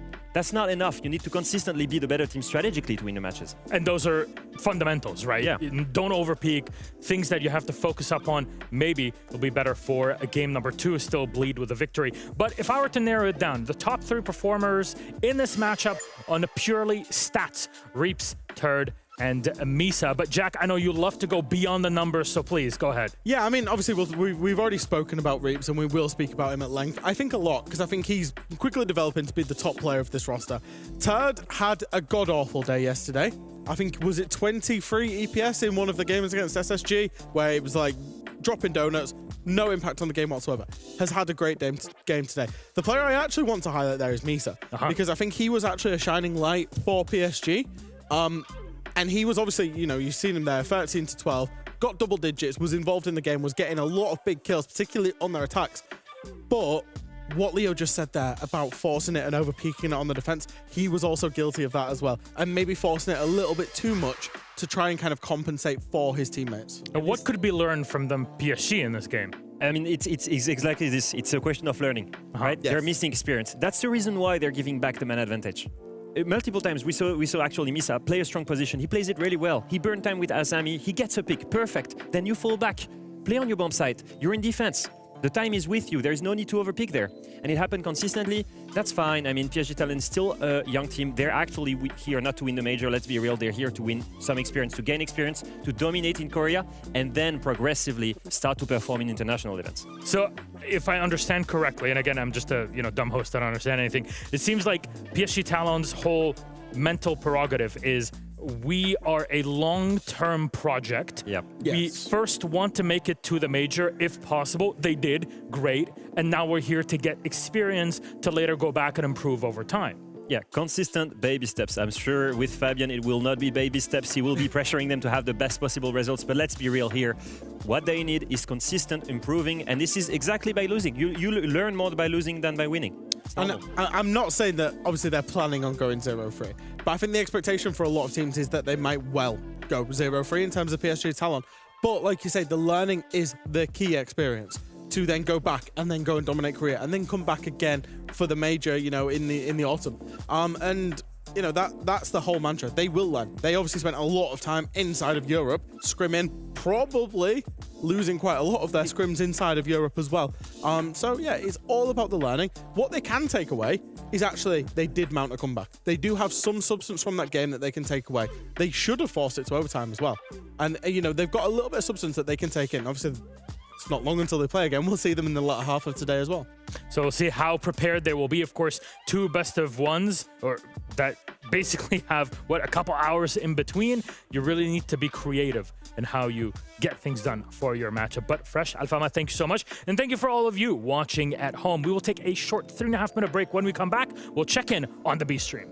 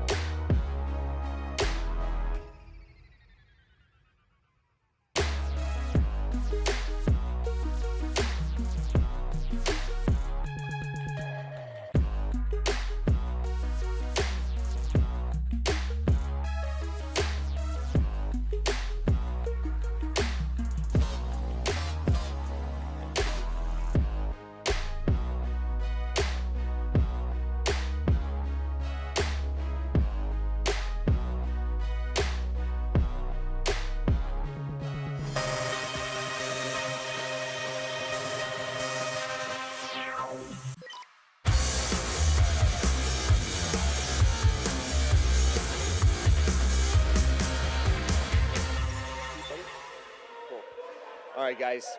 Who sleeps the most at events? Him, for sure.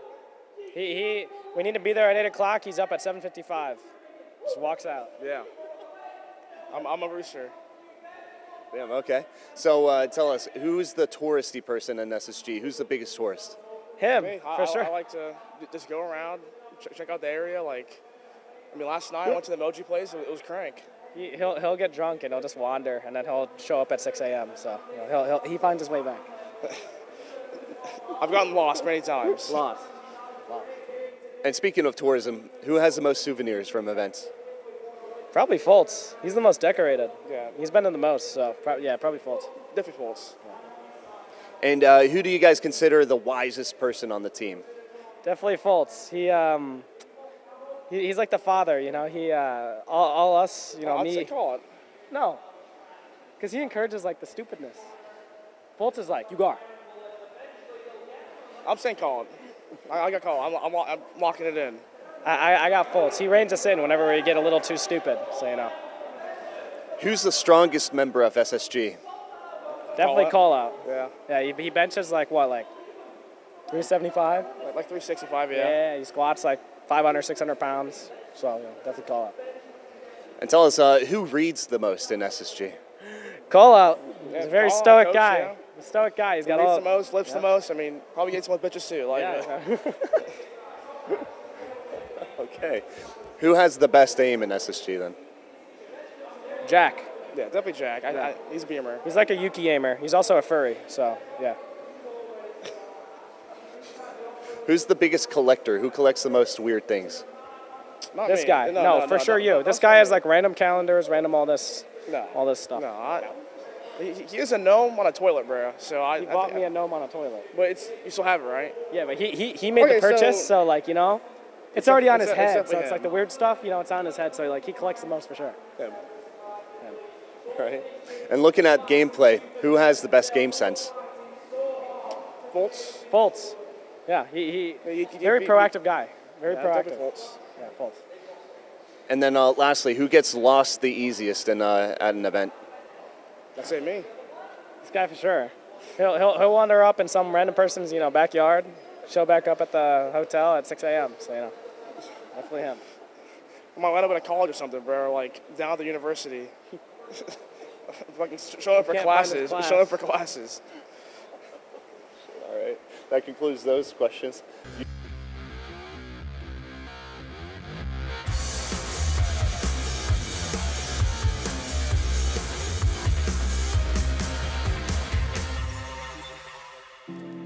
And yes, indeed, that did conclude those questions. Thank you, Mads, for the interviews and all the roaming interviews that you've been seeing over the past few days here in Manchester. Everybody knows Mads. Come on, we don't need to explain too much about it. But you've heard it from SSG, and I've actually seen them at the gym this morning working out. We'll have to see them in competition later on today. But we wanted to check in on the B stream because our game here on A is going to take a few more minutes to get started. So what's been going on the B stream, cutting directly to their action. Throughout the qualifiers, Emps can still dominate rounds. A very mechanically gifted player, relatively new to the competitive scene and relatively new to Tier 1 play. So for me, out of all the players in this lobby that I'm going to be looking at, Emps, not because of his nice hair, which he does have very nice hair. I don't know if you saw, it's luscious locks. It is. Emps is going to be the big question mark for me. If Emps has a good game, I think that pushes E1 well over Bliss and pushes E1 across the finish line. If Emps falls off, I still think E1 has enough depth to deal with Bliss. But Bliss are inarguably the more experienced team when it comes to international competition. But there's one thing that we don't account for all that often, and it's that Brazil plays on LAN. Yeah. The LAN build is totally different than the online build. Bliss knows how to play with ping, they know how to play online, but their experience competing on LAN is not that much better than E1 because of all of the game day reps E1 gets by the fact that the Brazil League is played in studio on the LAN build. So that, to me, is going to be a huge advantage for this Brazilian squad. We're live in Nighthaven Labs, our second match of the day. as we get underway with operator bans, and things are a little bit more normal than what we saw out of that Scarz COG match. Oh yeah, we saw some demos and virtual bans on border, which doesn't tend to happen all that often, at least for the virtual part of things. And this is all meta expected operators: the Dokkaebi, the Maverick, the Fenrir, and the Solis. The only real outlier, if you can afford that, is the Maverick. But Maverick is typically only played if you're expecting a Kaid and a Tubarao. But with Maverick being banned and nobody banning those wall-denying operators, we can probably expect to see Kaid or Tubarao, maybe even both, in the majority of these rounds, because with Maverick being gone, you have to now go on to the Thatcher or secondary MPs and juggle with that. So, let's say this first opening round, Bliss, they only bring the Kaid and the Mute Jammers. Well, E1, they can then just bring the Thatcher. You throw down 1 or 2 EMPs, open the wall, all is good. Next time Bliss defend, maybe they go on to a Bandit. Then you Bandit trick them.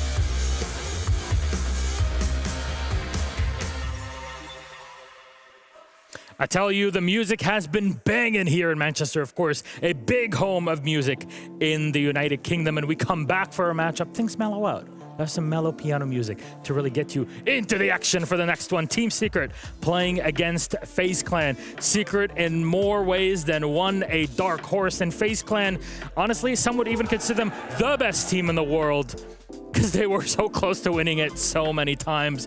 But hey, we're back on the analyst desk. I'm Milosh, with me are Alphama and Fresh. Fresh, please, resident knower of Secret. What is their secret to get to here and perform in Phase 2? Well, Team Secret, they obviously qualified through EUL, and they were amazing. It was a lot of pocket plays, I will say, but a lot of confidence led by the guy at the front, the young 18-year-old rookie, Adrian. If you look at them right now, I think they've rebuilt the right way during SI. They use this time off to really make the team better around the strong core of players. Miracle, Grubby, Savage, amazing players in Europe. And then you just have these two last elements with Jum and Adrian, and you have a perfect team to start with a fresh start at a major. Of course, Jum and Adrian have been applauded throughout the stage in EU, not just, by us, I guess, but also by Fabian. Everybody remembers the interview that we've had that left everybody in tears at the end of it. But that's just the passion and the love that we have involved in Europe, but also globally, because FaZe, on the other hand, have shed many, many tears. How many tears were just dropped in blood and sweat at SI24, where FaZe should, by all means, have won that 5th Nighthaven Labs map. Yeah, I mean, the last time anybody saw this team at an international event, it was KDS and Handine. It was the brother walk around after FaZe had lost the 6th Invitational Grand Final. Obviously, we did then watch a trophy lift, but that will be the lasting memory of FaZe. We'll be seeing them having lost that best of 5 when the hammer was in the palm of their hands. They're back, they're hungrier than ever, they went unbeaten through Brazil, and they're desperate for this major right now. I remember at this time, at the grand final of SI, everybody looked at each other, and every round that they kept getting come back on, I was like, how is this happening? And then after the loss, I was like, how are they gonna bounce back from that? How is it happening? And I was so surprised, happily surprised, to see how dominant they were in Brazil. And they're coming in here, and I'm not afraid to say it. I actually believe that they're better than Furia, previous W7M. I think actually right now, FaZe is the best team in the world. And I think they are the favorite to take the event. They deserve it. It's been so long. Absolutely. I don't think there can be any argument around this. They are the most tested team, and we can talk and shill BDS to hell and back. But we have not seen BDS really play against the top teams in the world. Yes, they've had multi in the meantime, but that's completely different. We're on different levels of competition here at the major. Though, Our focus will be our map bans in this case. And of course, we're playing a best of ones here in the Swiss bracket, but everybody needs to play one another, etc. Here we are. We go to Chalet, our decider picked up by Secret as they had banned Consulate with FaZe on Defense Jack. Do you know what's curious about this, Milosh? We've not seen these teams play this map for a hell of a long time. Both. Whoa. Secret have not played it since, well, they've not played it with this roster, but it was EUL, I believe it was EUL Stage 1 2023 when they last played Chalet against Virtus Pro. And for FaZe, they've not played it, I believe, since the Copenhagen Major. So we don't actually know what to expect. These teams don't actually know what to expect on this map. And what it tells me right now is that FaZe let it through at the first game of their major, which goes to show they actually have a permaban that has disappeared. They've taken all the right steps to have the biggest map pool possible. Right now they have all the maps in their control. They're able to play it, which is super impressive. And I'm thinking, yeah, they put in the work to be able to finally win here. I think FaZe are trying to assert dominance on a map that's maybe lower down the preference order, but if they come out today in a best of one and put a big performance in, it will assert dominance for future map ban phases. All right, Fresh Alpha, thank you very much. Let's see what potentially the best team in the world in FaZe can do against Team Secret, underdogs for many, many months now. Our casters, Dev Marta and Lynx, take it away. Thank you very much, Milosh. This is a huge game, a big opportunity for Secret to look for an upset and a huge chance for FaZe Clan to show us what they are truly made of after being the runners-up, the finalists, and just a single round away from world champions a couple of months ago in their home country of Brazil. Here they are on the other side of the world, and of course, Secret, well, this is the home country for a few of their players. We're here in Manchester, and the debut for these teams, of course, here at the Major. And also, Alphama talked about, you know, oh, look at how FaZe have bounced back, all that stuff.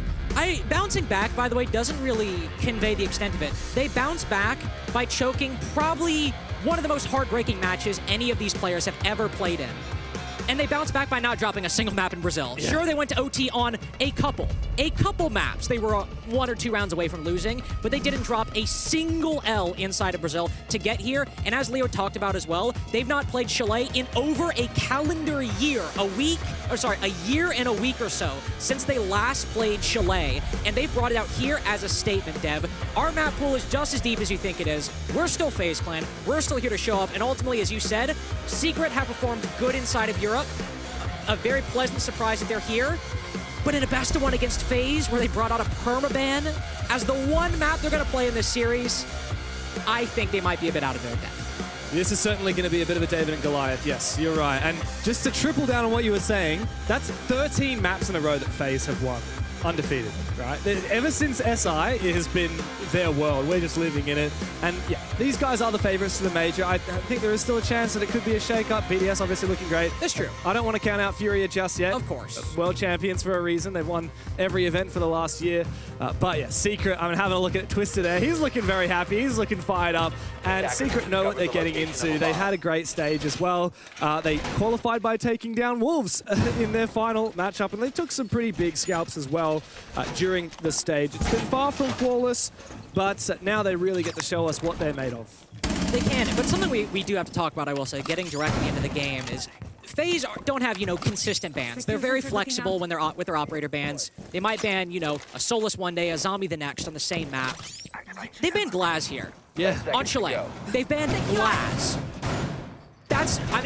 When's the last time you saw a Glaz ban? I doubt if I poured through Liquipedia, I could find one in a meaningful game if I looked for basically to any extent. Yeah, it's certainly not a common ban, and it really goes to show that FaZe have really vodded Secret, and they know that they like these set pieces. We're seeing a couple of set piece operators come out.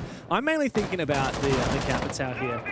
Great on Chalet, just like the Glaz can be as well. But you just drain away some of these complementary operators that combo really well together, like the Glaz, the Capitao, the Glaz, the Sens, and just, I guess, restricts some of the ability on the attack to go for those explosive pushes. But of course, we've gone down to Dining to kick off this game. And FaZe are really just sitting back. They're not having to overextend too much. Secret don't really have any boots in the building as of yet. That just changes momentarily, though, is Joom, Miracle, Grubby all making their way inside. And you mentioned pretty much everybody from FaZe either inside or around each other. What? Cyber! Hello? Did you see him, mate? Doom's right around the corner. Doom's just asleep at the wheel, unfortunately. Cyber rotates literally right in front of the sledge, and he's made his way back. But as I was going to say, FaZe are often 4 people on site or around the site on an extension. Cyber's the only exception. Always the solo roamer, and he's so good on that roll. He's made his way back, dropped down, and it's actually Grubby to find the first pick. Handy cut down, pushed up aggressively inside of Office. And a minute 20 seconds in, Secret are already pressuring Master Bedroom and have a 5v3. This is a beautiful start. Yeah, this is legendary from them. KDS does manage to escape just briefly. He's tempted to continue poising around Solar. Another track stinger does go out from the gridlock. KDS in a bit of a pickle at the moment as Savage takes down Cyber. This has been a dominating start from Secret. Now just looking to consolidate. Don't have to over-aggress, don't have to overcomplicate things. They can sit pretty, wait for the players to peek on out. Savage does spot out KDS. Oh, but he takes his head straight on off. KDS then eventually traded on back by Groovy. And a phenomenal opening round from the Europeans. Insane start. I mean, we single, double, and triple down on how much of an overdog FaZe are. By far and away the favorites, not only to win this match, but obviously go deep into the tournament. We spend like 3 minutes praising FaZe. And how do Secret respond? Basically a flawless round, only dropping 1 player when it was a 2v4 and then immediately trading it out. Basically as flawless as you can get. And overall, it wasn't, even though this is a new map for FaZe, it's about how I'd expect FaZe to play Chalet. You have Cyber on Solus doing his thing on the opposite side of the map, and then you have 3 players holding the extension up above, supported by an anchor down below, but with hatches open to facilitate rotations. 4 players all clustered together, Cyber by himself. That's a FaZe defense on pretty much every map they play, every map in their pool. And what do Secret do? 1, they push in very quickly, they take that control, but 2, before FaZe can actually get that trading structure and position, they're able to take a 1v1 against Handy, pressure them even more, and cause, surprisingly, some mistakes from FaZe Clan. Not crucial ones, but a player to overstep, a player to understep, and get caught off guard. And that's something that we don't see a lot of teams do. It's only 1 round, to be fair. Not doom or gloom for It's FaZe. early days. Not guaranteed Secret will win, but that's a really good start to basically dismantle FaZe's biggest strength as a team. Yeah, and they looked so good at it. That's the real difference maker for me, Carter, is just how convincing this round looked. Groovy found the opening pick. Just great teamwork. Like, they isolate these players. They use the hard breach to open up these walls. They capitalize quite handily on their positions. And I love the energy straight out of the gates. Like, just fired up, ready to go. No fear, as it should be. Even when you're playing against one of the best teams in the world, it's up to Cyber and the boys to lock in now for FaZe. We talked about this map pick, Carter. Chalet is not a common one we see out of FaZe. In fact, it's their most banned map in the last 2 years. Yeah. And they haven't played this for a hell of a long time. It's not Secret's favorite map either, but we have seen them play it far more recently than we've seen FaZe Clan. They had a really solid win over Ents in the Malta Cyber Series. But yeah, not many games for sure on this very map. 5 seconds left. FaZe starting out 0-1, but still very recoverable. You see a bit of an operator change. Of course, we saw Cyber on that Solus in the previous round. She's still here. Souls has instead picked up that mantle. No dedicated Solus player, just because she's left up doesn't mean Cyber will play her. But it does mean, though, that Cyber will just take the Valkyrie and likely play exactly the same as he has before. Going for a roam up around the second and first floor. It is a basement defense, as you can see. So Soul's playing a bit more of a bridge position. He'll sit on the site. He'll allow players to fall back while also contesting that important position, which is the kitchen and dining area. You get that hatch control as an attacker, a wine plant is so much easier. And you can see that seems to be what Secret early on are gunning for. They've opened up the snowmobile wall very early on, and are getting utility in place to clear out this position, and again, take quick control away from FaZe. I like this. Cavitao to come on out. Vidiking does fall on back. He's looking to re-aggress, though. This could be very cheeky. The shotgun finds the kill. Adrian can't trade. Vidiking worth his weight in gold there, taking down a very pivotal player. Miracle elsewhere has been thwarted by Souls. FaZe looking very solid. Secret had a nice little set piece to clear this position, but the Brazilians will not let up. Yeah, these set pieces from Secret have been good these past 2 rounds to get very early control and get a pick, but here, FaZe actually ready for it, able to fight back. They were caught off guard in round 1, but this time, Souls is ready, Vidiking ready to get that 5v4 in the first place. Great awareness from FaZe that Secret already, 1 round in, FaZe are ready for the game plan. All right, they're gonna push quickly, get that control, we'll have to deal with it, but Cyber. Wow. He's had a rough stage so far. Only a 0.9 rating inside of Brazil, to be fair. So not the worst thing in the world, but not nearly the world beater he can be sometimes. And unfortunately, with that missed shot, now a 3v3. Secret, a minute 20 seconds to go. Have a lot of time to adjust, but don't have the advantage. And KDS, Souls, and Handy on the site. I can't think of a more lethal 3v3 to have to deal with. It's true, but FaZe, it is going to be a tough pill to swallow nonetheless. The fact that they were up a player and then lost Cyber far away off site. Ruby is able to get his Twitch drone into sight. He might be able to find that Evil Eye. He actually gets off of it. I just realized the diffuser is cold on the ground the other side. None of these players have it. So even should they find a way in here, they're not going to be able to look for a plant. I mean, this player, I believe it was Miracle, taken out outside the snowmobile breach. I can see Joom rotating. Yeah, it's going to have to make good on this, but I don't think there's going to be a plant opportunity for him. I don't think so. And with no flashes, only really the EE1Ds to make this push easier. Secret are running out of options to find a way to get this round in their favor. He's rotating back again. So this is going to be a wine cellar execute. Adrian, oh my god, there's so much indecision. It's forcing Secret to play against the clock here. 25 seconds left to go. They are going to have no second chances. They have to go deep. And they have to make good on this execute. KDS looks to worm his way forward. Can't find the jewel he's looking for. The cover is there for Secret. It is phenomenal. Back-to-back rounds for the Europeans as they're taking FaZe to the cleaners. And ultimately, we were worried that they were spending so much time to get that diffuser, then to rotate back, but they settle on the right decision, which is okay. If we can get the diffuser in sight, if we can get Joom in the position, in that default spot through that wine breach, we can win the round. Why can we win the round? Well, if they don't counter that player pushing in, if they don't take him down, we've got a guy watching blue, and we've got that long angle from Big Garage, seeing if anybody retakes through connector. So the two positions that FaZe could retake through on the level of the bomb site were covered by Secret. And when they win those 1v1s, it goes from a very difficult and potentially problematic 3v3 to a very easy and well-played round from Secret, making great use of the time they had, well, to come up with that 3v3. They used every little inch of that time that they had. I mean, 30 seconds left to go, and we're still going and rotating to get the diffuser, bringing it on back, rotating positions, but they identified so quickly what they needed to do. It was not a great position when you lose diffuser on the wrong side of the map, when you have to make a call. Where are we going to try and execute? But they had only 3 players. They stapled them in the perfect positions to make that plant work and cover it, and it's beautiful. Now FaZe really are on the ropes. They need to fire up here. I mean, attack is a little bit more lethal on Chalet than on some other maps, so FaZe don't have to worry too much about the fact that they're on necessarily a heavily favored side. But you really would expect them to have a lot more success than we've seen in these last 2 rounds on their defensive Chalet. And I think a big concern that we could have is Cyber, right? I mean, he's one of the best players in the world when he is on, but given the nature of the system, if he's on an island by himself, it could prove to be problematic. But actually right here, you can see he's with the rest of the team, playing behind his shield. There is a heavy hold around Library, pushing into Piano, pushing into Library itself. You can see Vidiking in that sort of death position that, well, a Capitao will often firebolt and try to work that player out. With no Wamai on the board, Vidiking will have to give it up very, very quickly. No dock, nothing whatsoever, so you'll fall back down and hold stock. This is a normal start, a minute into a clear of Baron games, and now falls onto KDS, Cyber, and Souls to hold down this top floor. Handy also supporting Vidiking down below. Very nice, of course, and if Secret buy into this clear, these 3 players on the top floor need to fall. Not necessarily entirely, but they've got to get an advantage, got to get a kill, or at least clear these players out in good time. Good crossfires held, though, by FaZe. Secret is still trying to identify the best way to actually get into this building. They've cleared out some of these key positions, but not nearly enough of them. And without much pressure on the opposite side of the map, it's going to be hard to clear these players at mezzanine. Despite that good little bit of hard breach, Vidiking does find the opener. It's seemingly a form of execute has shaped up. The Cyber is still holding on to display, and it's not looking too hot for Secret. They are a player down, but they do find some form of reply in the form of Joom.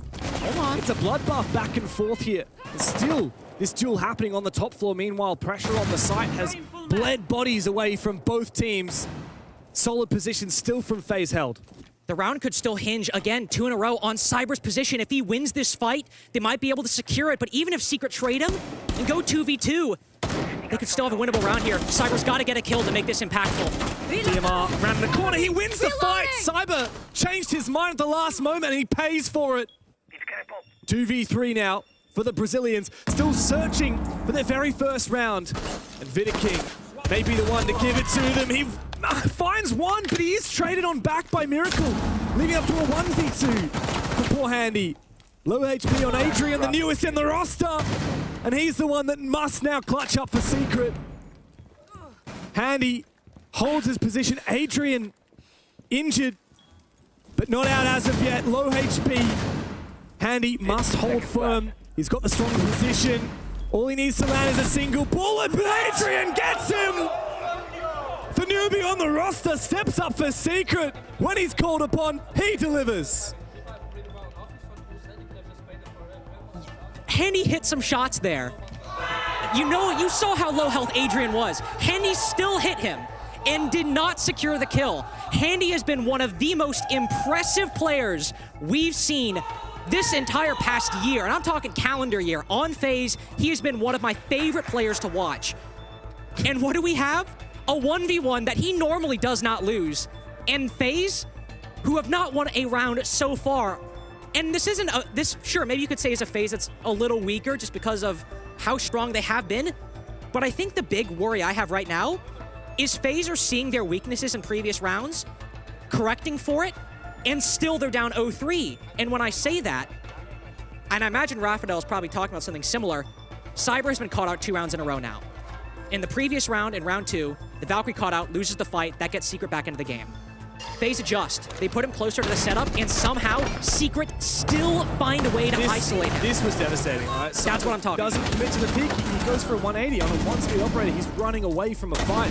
So uncharacteristic. And there's Adrian, the second youngest player in the tournament, and the newest on this roster of Secret. The Polish young gunner comes up when he is needed for Secret, who are up 3-0 against world finalists. How are FaZe dropping the ball like this after winning 13 maps in a row in the lead up to this tournament?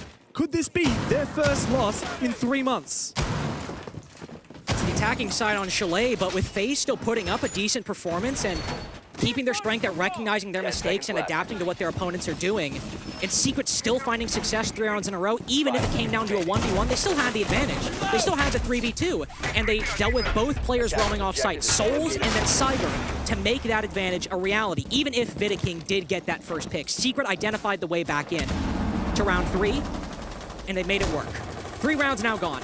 And FaZe now going all the way up to Master Bedroom. It was not a kitchen dining defense the first round, as I thought it was. Still a strong upstairs hold, either way for both those sites. We'll have the 3 anchors once again. Vidiking and Souls up top, bringing in that mirror. We did not see the black mirrors last time, and I like that as a solution to the problems they were facing. To give them vision on Secret if they're going for that library take, but Grubby pushing down below, acquiring that early vertical control, and just from Solar Window. Wow.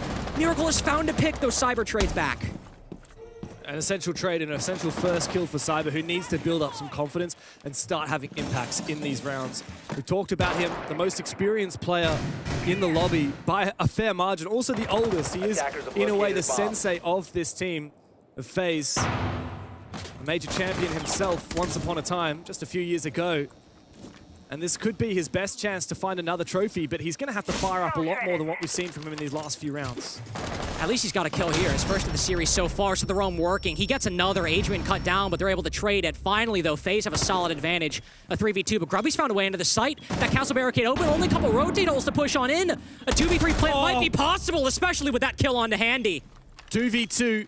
Diffuser is just moments away from being planted. As Miracle has that diffuser in pocket, he looks to try and duel this player. Vidiking's looking to get aggressive, though. ACOG on this DMR. Dangerous, protected by the castle barricade. He's looking for a chance to seep his way back into the site. As Groovy repositioning, Vidiking does find something. The kill that he was looking for eventually found. Miracle will need to perform a miracle to make this 1v2 happen. KDS and Vidiking separated, and that does open the door, just ajar, for Miracle to find something in this 1 versus 2. Something with no flashbangs to throw around. He puts KDS to 50 HP through the wall. But that DMR is so lethal. One shot, even if Miracle had double the HP he has, would likely be the end of him. He's got such a difficult way back in, because once he tries to put that diffuser down to bait out some swings, the castle barricade is his only saving grace that these 1v1s would be a little difficult. And so he starts to force that plant down. Who makes the first move? veto and KDS peek together, and they do so to perfection. The first round found for FaZe. A little bit too late, but welcome nonetheless. Especially with Cyber being the one to get active in that round, because even though Miracle gets the opening pick onto Souls, it's Cyber who finally has impact in this game in a way where he's actually been one of the main weaknesses for FaZe throughout rounds 2 and 3. Here, he gets 2 big picks, but also neutralizes that advantage gained by Secret. One of Secret's biggest issues inside of EUL was actually their poor entry differential. I think like -20 by the end of it overall, yet somehow qualifying but without even needing to go through the LCQ with an entry differential that bad. That's almost impressive. But Miracle smoked Souls right Realize there. that was a one-tap. That's insane. That's ridiculous. But they're 2-2 on the entry so far this game, and 3-0 in rounds. They're 3-1 now. Secret are not facing the same weakness, but Cyber providing so many problems for the attack to deal with, but also Vidiking being the best anchor so far, I think, throughout this entire map. 4 rounds, he's been the best player for FaZe. Hopefully we see more people show up, but FaZe starting to put the pieces together. Yeah, and they really couldn't have afforded to leave it any later than they did. On their defense now, they could make a sweep here and end the half even. It's got to be their goal, but 5 seconds. I mean, this dining bomb site was pretty pitiful from them as well. This was what on the first rounds that they actually played, I believe, was this bomb site, and it was pretty rough around the edges. Yeah, they lost quite handily. They lost top floor control very easily. They just could not maintain their players upstairs. It was quite easy for Secret to pick them apart. I think also importantly, not only was it easy for Secret to pick them apart, but one of FaZe's biggest strengths is their defense. When they get the opening pick, they have a 91% conversion rate. Wow. When they get the opening pick on defense, they almost always win these rounds. In the 2 rounds they have opening picks, they've lost, and Secret are fighting back in the opening duels anyway, depriving FaZe of that advantage entirely. Miracle, 2 rounds in a row now, finds an opening pick, and it's Cyber this time, that player on the roam. The majority of these rounds, he's had no impact or been the way. His impact is giving Secret a way back in. This roam has not been working, mainly because Secret are ready for it, and Cyber can't fight his way out. I'm telling you, this is not normal for Cyber. He's playing so strangely. That was quite a poor attempt at a roam. Thankfully, Handy could take down Adrian, and that does remove all of the Lions utility from the table as well, which does give a little bit more freedom to these FaZe players, which they desperately need, especially with Cyber going down. Oh, very dangerous for Doom. He re-peaks that? Who's re-peaking Handy? He's lost his life, and he's lost the advantage as well that was gained from that opening pick. Now Handy in a bit of an awkward spot, flashed on out, but still survives, and his teammates have locked in this top floor control so far from the site. And still Secret 2 versus 4, very grim, and just going from bad to worse as well. Miracle's down, all up to Groovy now in a desperate 1 versus 4, but I'm pretty convinced that this round is done and dusted. And even though Cyber goes down first, this is still a bit more traditional of a FaZe round. Is sure, Cyber might go down as the opening pick, found out on that roam, but the other 4 players play so well off of each other and pick the smart... Well, I was going to say pick the smart engagements. Handy tries to go for the Ferrari peak wall bang onto Groovy, but I respect it. But trolling is not sanctioned, especially when you're down 1-3. Got to keep your advantages where you have them. But 1 player around the corner. Well, another one over by Piano will put Groovy down to basically... not 1 HP, but a couple bullets away from death. It's not bad, actually. Like, I mean, with that, he could pre-fire. He could potentially take this close fight, but no, he's not going to have the time. Nice shot, though. There is still time to make this work. This was a 1v4, now down to a 1v2. A little bit of shenanigans from FaZe to make this doable. Ooh. That drone as well is going to give away the position. Ruby might have this. Surely not. He's around the corner. This was never meant to happen. How does he get it so close? Thankfully, Vidiking does not let it slide, but still, Secret pretty happy with how close they managed to get that one.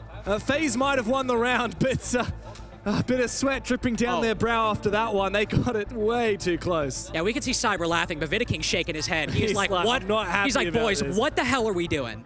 We had a 1v4. Handy goes for the peek outside, and Groovy gets some nice, pre-fires and some reactions, to be fair. But if he's higher HP, he still tagged up Vidiking before he died there. If he's on higher HP, I don't know if that kill was a headshot or not from Vidiking, but that's still a very winnable 1v1 right there. FaZe are making so many of these mistakes, and even when I praise them, that sure Cyber dies, and to be fair, this praise is still valid, that the remaining 4 players are more than enough to win the round. They pick smart engagements. They know when to peek and when not to peek, except when they're in a 4v1, apparently. They just throw. And then they do a little trolling. But generally, that's a strength of theirs, and we saw that in round 5. Just make sure that everything that happened in this final minute and 7 seconds does not happen again. You do need to tighten this up, because Ruby, when given the chance, will land some gnarly shots.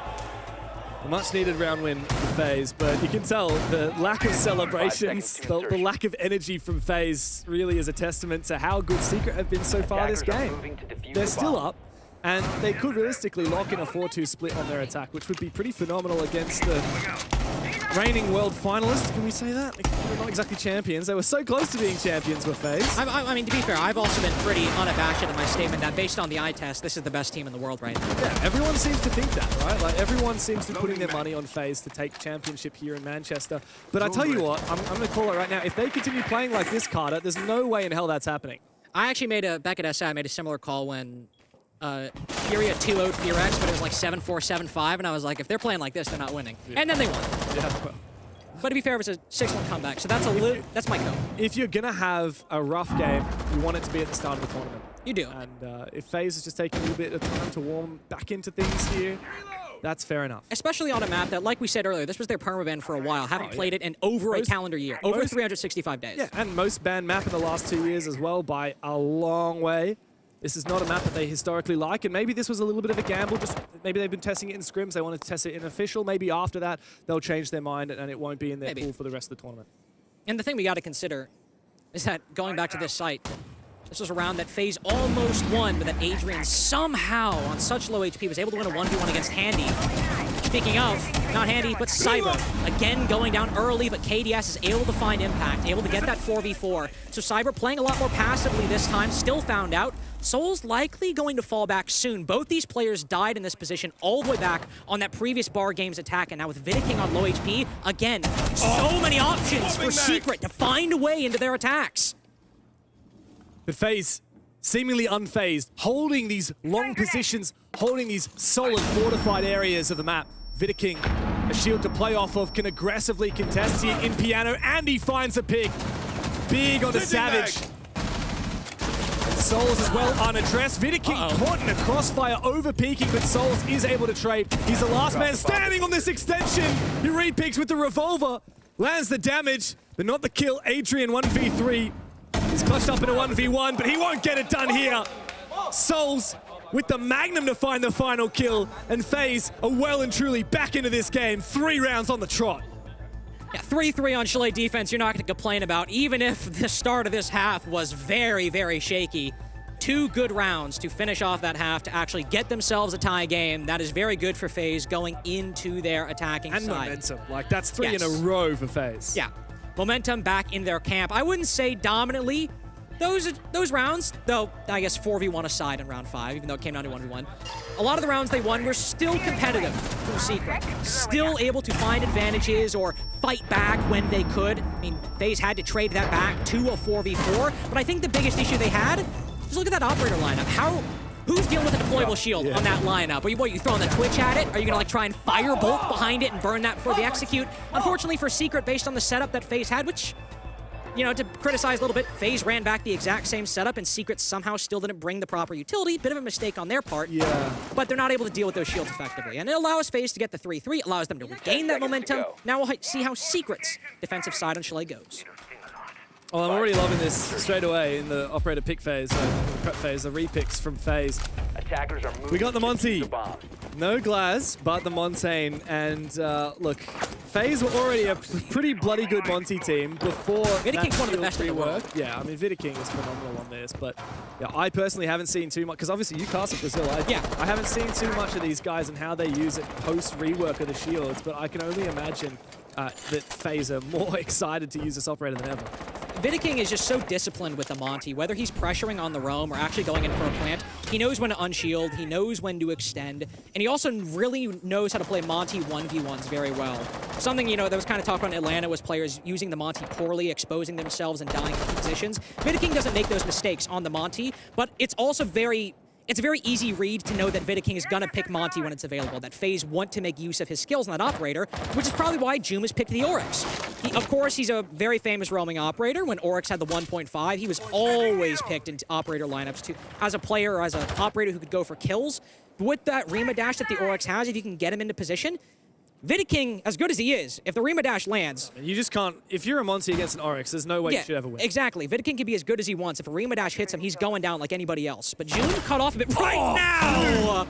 You got to feel for Cyber this game. This has not been his day. No, this has been one of the worst performances we've seen from him in a long time. Cyber has died every single round of this match, and he's the only one in the server who, unfortunately, has that black mark next to his name.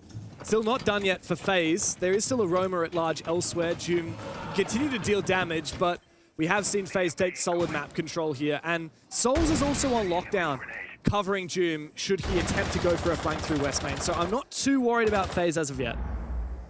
I'm not, but there are still problems. Savage on the Realm, of course, but Joom holding down that Dining Hatch the way in, and Vidiking now down. How? I'm curious if Joom got that Rima Dash down. It is the Orcs with that kill. But now he's stuck. There's two players not too far away from each other. Oh, one's on the other side of the wall. Never mind me. Eventually the trade comes through, but the damage has been done. The Monty has been eliminated. And it leaves Secret in another very solid position. Advanced from Miracle, though. He's caught in a bit of an awkward spot on the pillar. He is. But remember how Secret clutched that 3v3?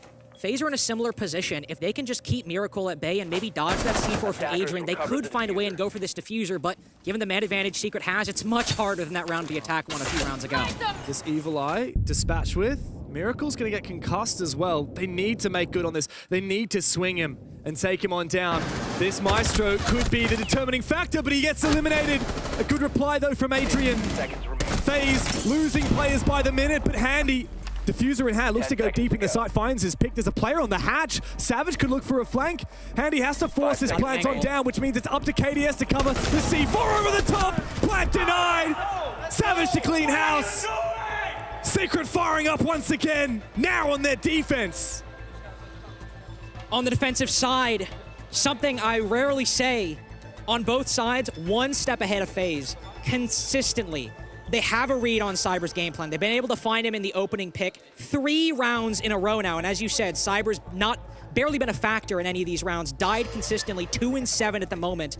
And whether it's the opening pick or in a 3v3, finding Cyber has been giving Secret so many advantages, and there you go! Joom does Rima Dash Vidiking, he's not ready for it. Such a good read from Secret to deal with one of FaZe's biggest players in the attacking side, is bringing that Monty, having Vidiking play him. But even at that point, having control of the Dining Hatch, recognizing the proper win conditions to deal with a wine take, Secret on attack and defense have had great game plans and have executed them really, really well. And if they win another defense in a row here, I'm officially not calling the game for Secret, but they're officially going to be a serious problem for FaZe. 10 seconds to insertion. Oh, FaZe, you're making me sweat. Where is the FaZe that we saw 13 games in a row so far this year? Like, post SI, these guys look like they were renewed with a vengeance. Not dropped a map! Yeah, they have not dropped a map, and that may be about to change. Secret will kind of come out of nowhere. Like, let's be honest, these guys weren't by any stretch of the imagination like one of a favored teams.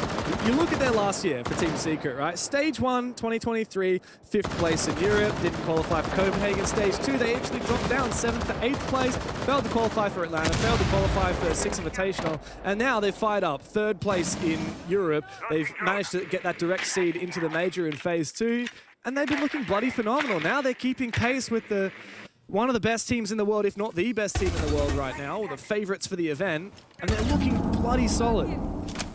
They are looking very, very good. Soul is changing hands, by the way, into one of the players that's looked best in this series. Savage had her in the previous round, but now Adrian, 8-3, the newest pickup. Fresh-faced, 18 years old, to come into EUL for his first stage of pro play. On a roll, he played entry in T2, then goes on to hard support in Tier 1, doesn't miss a beat, now playing the Solus Roam, and it's been Joom, another one of the highlight players, the highest rated for Secret in the EUL, who's been doing so much damage to FaZe on these defenses. Opening pick, Soul's cut down. Thank God it's not Cyber, I suppose, but still a 4v5 that FaZe have found themselves in consistently. And Secret's defensive setup, still very much intact. Going out. FaZe need to find something. One player down, haven't dismantled any of this setup realistically. Groovy has still got Mezzanine under lock. FaZe can't wait forever. Usually FaZe is such an active team. They look at a problem, they say, okay, we're going to use the capital, we're going to do X, Y, Z, we're going to clear it. And we just haven't seen that from them. We haven't. I mean, look at this setup. I'm pretty sure there's just one guy on the top floor, maybe somebody library stairs. Sure, you're in a 4v5, but yeah, Groovy's by himself. He's got Savage on library stairs, but Cyber's found a way into sight. That's one way to open the round back up. And that means they are fully inside the site now. Cyber has control of this mirror window. He does have to worry about the bottom of main stairs. But good retake here from Secret. They've collapsed into sight. They've brought it back into numbers advantage for the Europeans. As Cyber, the buck stops with him, with the captain. Once again, he's got to cover. Adrian low HP. In fact, all of these players from Secret seemingly this is so bad on their last legs. It is very awkward for both teams now. Secret don't know when to push in, when to make their move, but nor do FaZe know when they're going to be safe, and they're certainly not safe with Savage above. Cyber in a 1v2, but both players low on HP. So winnable, especially with a weapon of this caliber in his hands. First kill to Ray. A 4K required. And we all know that Cyber is very much capable. Savage! He is indeed a savage man! And he's looking to fire up against the best in the world. Secret are laughing right now against FaZe. He's walking upstairs on ADS. You know he's up there. KDS just died to him. I understand you don't know exactly where he is. I'm not asking to pre-fire, but you know he's upstairs. He's got Diffuser on the window. I mean, you got to give credit to Cyber opening that round up. He finds the gap inside of the site. He's able to get that kill, a 3K afterwards. Cyber, a great bounce back. It's a shame it doesn't mean a lot in that round, though, in the end, because he's not able to win that key 1v1. And I like that read from FaZe. Don't get me wrong. Because I'm sitting there thinking, why aren't they pushing the guy on site? And what did I and Secret not realize? Oh, shit, we only got one anchor inside of the site, guys. We've just got one guy there. We've got too many people on the roam, too many people off site. But the problem is, they go in to put that Diffuser down, and guess what? They never cleared out library. They're able to retake from the hatch, and Diffuser never went down there. As close as it came to actually moving into a post plant, Secret were able to deny it, and that's what swung the round in their favor. The fact that KDS had to worry about library, because in a 2v3, Diffuser down, he can hop out. If that's not the case, you gotta go upstairs and deal with that hatch player, and the round collapsed from there. Oh man, that is just such a tough pill to swallow for FaZe. The round looked so good for them. They ripped the rug out from underneath Secret's feet. They had control of the site, and piece by piece they fell. A solid retake from Secret.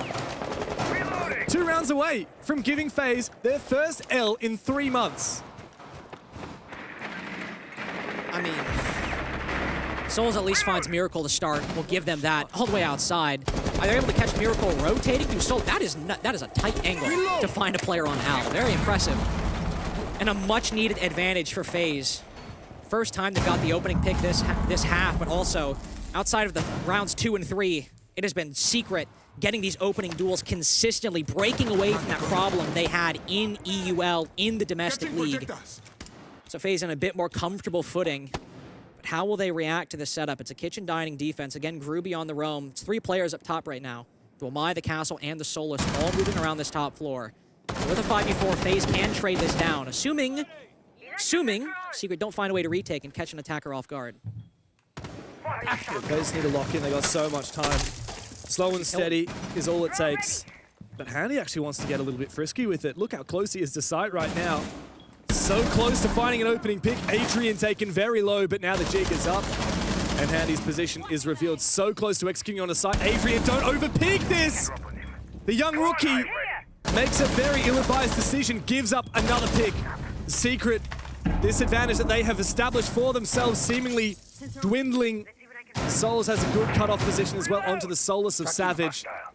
This is very awkward now for Secret. A player down, but they brought it back to an equality again. They brought it back to an equality, and Joom still has the vertical angle, watching the position. Handy wanted to go in with the Diffuser. So FaZe now actually have to clear out this top floor, but they don't have the 5v4 or the 5v3 that was established by Souls and Handy. It's just even, and even with Savage low, the setup is favoring Secret. The intel is favoring Secret. FaZe need to take time to use these drones, because if they just go in to plant the Diffuser, Secret have the angles to deal with it. And as they drop back down, they might just need to win these gunfights, pushing into the bomb site itself, because Secret have the leg up on them in positioning.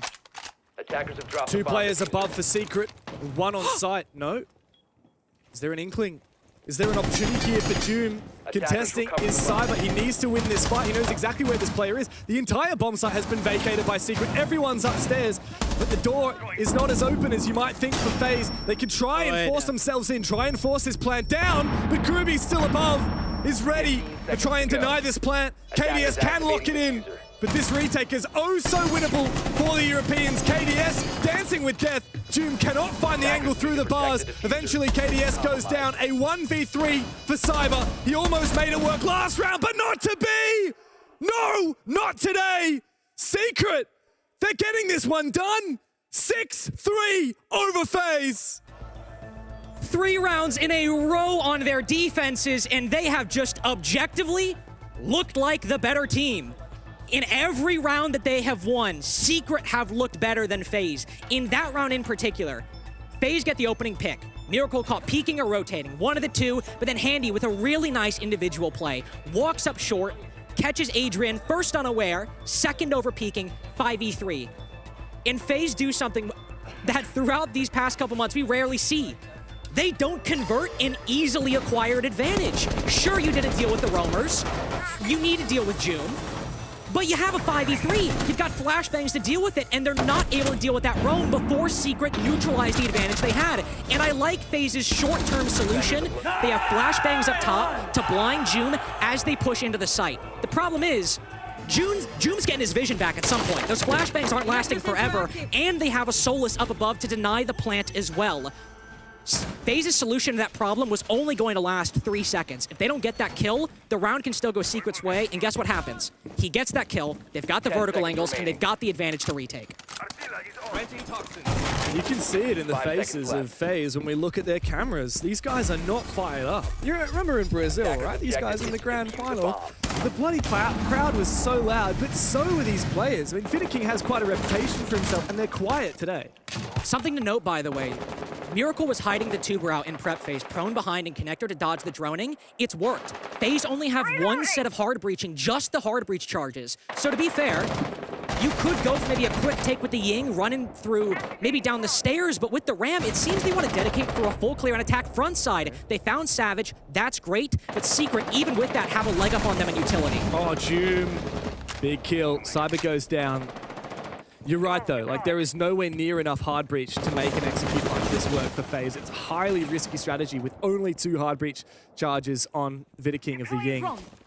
And I guess FaZe can make up for that by having a really strong roam clear and finding an early numbers advantage. But of course, after finding Savage, they lost Cyber. And Joom is still at large here on this roam. Soul seems to have an inkling of an idea of where he might be. And eventually the drone goes out. Adrian's also on this roam to support here in Kitchen. Now, FaZe realistically need to win this roam game, and they need to win it dominantly for a chance at taking this round. But how bad of a position are you in when your win condition has been your biggest struggle so far, getting that opening pick or cementing an advantage for a long period of time? KDS on the hunt, but they do cut Adrian off. There was one more roamer, remember? Joom's still at large. No. But again, both kills of Joom's have neutralized the advantages acquired by FaZe, and he can get away. There might be vertical angles on his position, but nobody's in an exact spot to cut him off, and he's gunning for more. Joom's got to be careful not to overplay his hand. But if he were to get a 3rd kill on this roam, or waste even more time, I mean, we're at 1:15 seconds left. If he wastes 30 more seconds, I don't care if Fitterking has 4 Candelas. They've got the 2 brows to slow down the flood, Vulcan packs on the site to delay the execute. Secret, 1 minute remaining, have a winning hand, and they don't even need to play it yet. And he will drone out Joom, but he can fall back to Sai. I mean, this could not get any better for Secret. You said they've got a winning hand. They've got a royal flush, and all they're doing is now waiting for FaZe to show theirs. 45 seconds to play. Where must this push come through? We're getting vertical. They're just opening this with 40 seconds left. The efficacy of this roam game cannot be overstated. These Candelas and flashbangs have to land. It is the only thing FaZe have to make up for how little time we have remaining. 25 seconds left. What do they have to save this map? World champion caliber players must step up now, because Secret are looking to give FaZe their first loss in a hell of a long time. Joom has been the man of the hour. He goes for more and he gets it. Handy stands between Secret and the opening game, looking victorious. He finds the double, but guess who it's up against? The man of the hour, Joom. And looks to force this down. There will be a 4-second window for Doom to lock in this kill. Handy forces the diffuser down, but there's Doom! They've taken down the tournament favorites! Team Secret, out of nowhere, making a massive statement at this major. And it wasn't even close. Like, that was unequivocally Secret's game. Round by round by round, even the ones FaZe were winning, it was close, consistently. That is as big a statement as a team could make. FaZe Clan bring out a new pick, so confident that they've got a chalet worth playing, that they bring it out in their opening game of the tournament. And you don't just beat them. You 7-3 them when FaZe, sure, Cyber may be underperforming. FaZe looking a little sleepy. They were still recognizing their mistakes and adapting when they could, and Secret were beating them anyway. When FaZe are on point and using their biggest strength, introspection and fixing their mistakes, and you 7-3 them, I guess Secret's on everybody's radar now. They certainly are. 3rd place in Europe. They've already thwarted the tournament favorites in the opening round of the Swiss. And you can see the utter elation on these Team Secret players' faces. They are in disbelief of what they have just achieved. They got dealt the most challenging opponent in the bracket here in the opening round of the Swiss. And the look on Vidaking's face tells you everything that you need to know. He has no idea what has just happened. What a tournament it has been for Secret, and they're only 1 game in. They've already taken down FaZe. Zero, thank you very much, gentlemen. What a game. Who would have expected it? FaZe Clan losing to the underdogs of Team Secret. I'm here with Joom on the interview. Thank you very much for joining us. How does it feel to take down one team that many would consider the best in the world? It feels great, actually. It just feels great. The most German reaction I've ever heard. But congratulations on this. Of course, it takes a lot to prepare for an opponent like this. Is this what you feel has been your secret, that you knew who you were coming up against, or you can plan for it? Obviously, we're ready for that playstyle, and at the end of the day, we just played what we are good at in our confidence playstyle. So we were just ready for them, to be honest. I mean, everybody was popping off. It looked like you were locking down the entire game here. What was the atmosphere in the team through this? Because, you guys as a whole have not had an experience to play against a team on this level offline, ever. I think everyone was hyped. We have 3 people playing their first major in ever. So I think everyone just wants to win and do their best. It's just pure vibes on it. And the vibes were definitely going good, eh? Yeah, it was great. All right, well, Joom, anything you'd like to say to the fans out there supporting Secret? Thank you for the support, guys. Keep it up. There you go. We're going to take a quick break. When we come back, we have an extended interview with Adrian joining us on desk. We'll see you in a couple minutes.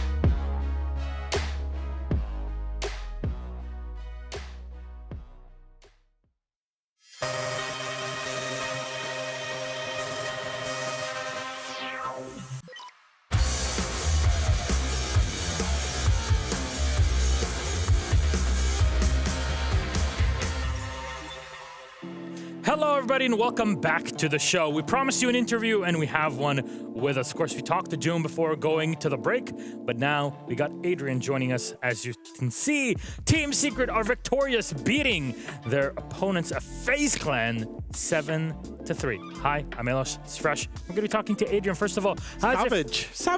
It's okay. God tell me that before you keep talking.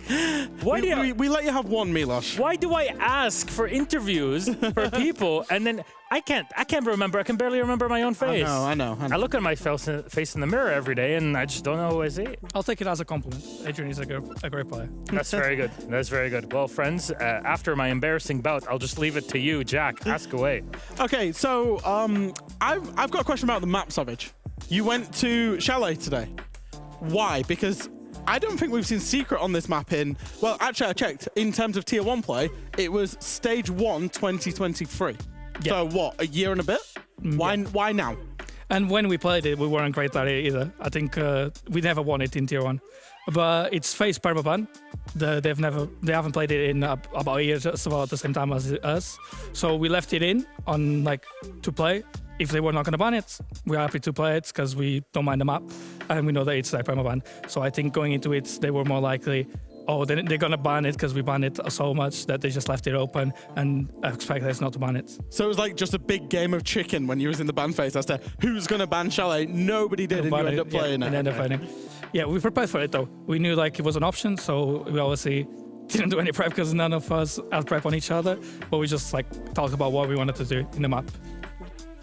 So you're going up against FaZe, round one of the major. What was the game plan for your guys? Because presumably there should be there might have been a little bit of nerves, maybe, and that type of stuff kicked in. How did you prepare for the game? I mean, for sure there was some nerves, especially individually. But the biggest thing that we said was let's play our game. We have no info. It's not like we can go in with a game plan.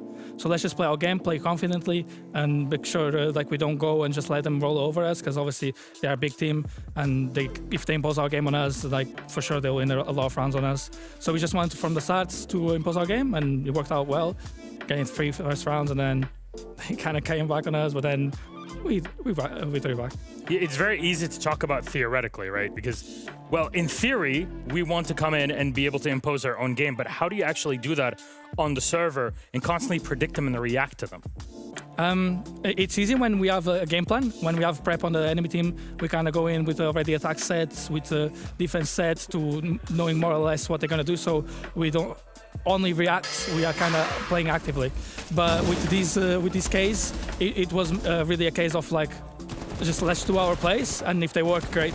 If they don't, then we're going to do in the game some adapting to what they're doing.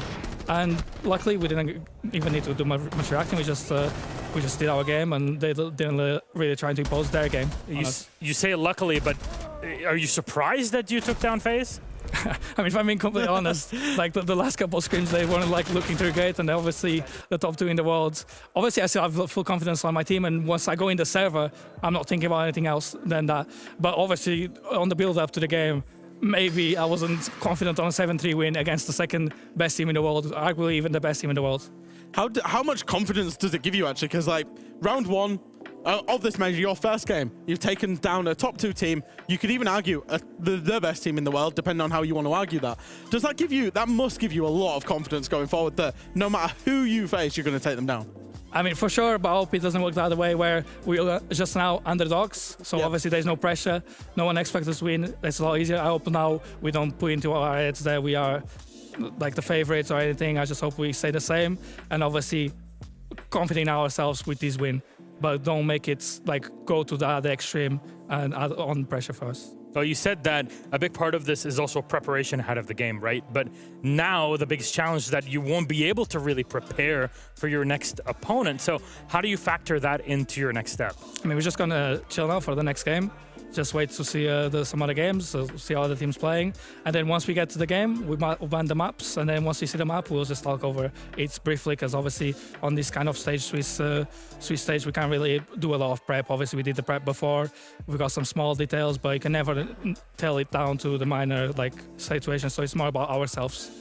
Exactly. That seems to be the game plan for any sort of Swiss bracket, that you focus on what's good for you, what map bans fit you, and then kind of just leave it until the server itself. Jack, any final stuff before we wrap it up? Oh, who would you want to play? Out of anybody, who would you want to play? Don't might come to buy me again, but ITV would be fun. ITV, yeah. You're getting a little rivalry set up between the two teams now, so yeah. A couple of kind of familiar faces, and they've beat us for the major spot earlier, so we are 1-1 right now. Need to get the best out of them, but I'll play anyone. Fair enough. I would love to see more, yes? We just be FaZe, so just Furia, and then who else? Hey, you don't win the trophy by winning it here in FaZe. Exactly. Game by game. Game by game, exactly. Though, thank you very much, Fresh, for your questions, and thank you, Savage, for joining us on the interview. Sorry, kind of happens. You know, you got a lot of stuff. Mistake everybody for one another.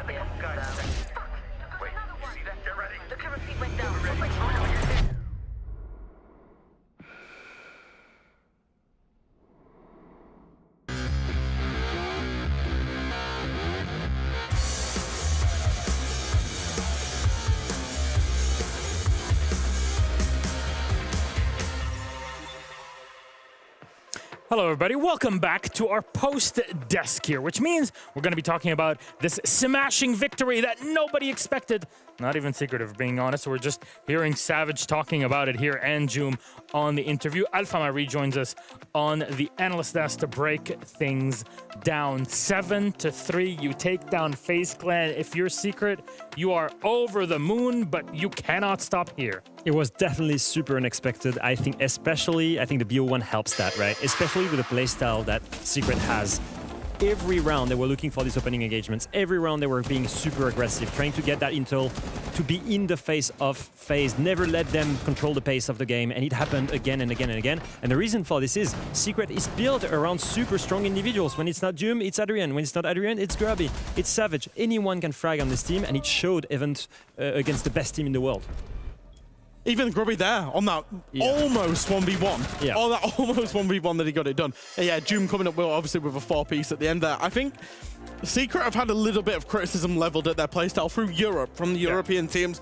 There's maybe a little bit gimmicky, it's a little bit cheesy. Didn't really see none of that today. We saw a lot of, I would say, quite default playstyle, but a lot of team play. It was inherent around the team play, the refragability, and like you say, with some insane skill to back it up as well. I mean, savor this, EU fans, because we're hoping to continue this and not it being the only time we get to see EU victorious against Brazil. Yeah. Right? It's been a long time coming that EU gets back into the running, and what a way to show it here for Team Secret. But what was there for FaZe that could be improved for their next game? Because obviously this Swiss bracket continues. I think generally speaking, they need to be closer to each other. I think many times they actually got isolated by Secret. Okay, it's Secret space isle, but if you give enough space to a team like this to get isolated and then not have a trade, that's on your own fault, right? Yeah. And I struggle to see the adaptation on their side. It's quite clear what Secret was doing. They were looking for these aggressions, right? So you have two ways to play around it. Either you play into punishing that aggression by bringing Grim, Jackal, operators that can crowd control. Either you play more default setup closer to the home site, Turtle, because like you said, we discussed it even together. FaZe, they kept on spreading. They kept on spreading and playing these gunfights. But the problem is you don't have a strong position when you're spread. Jack, does Brazil, or specifically any FaZe fans, do they have to be worried after this? No, not at all. The last two games that you've seen your team play, they've lost to Team Secret in the Swiss stage of a major and played the grand final of a Six Invitational. The quality of this team is there for everybody to see. A hiccup in a best of one in Swiss stage means nothing. Yeah. We would still expect to see FaZe there.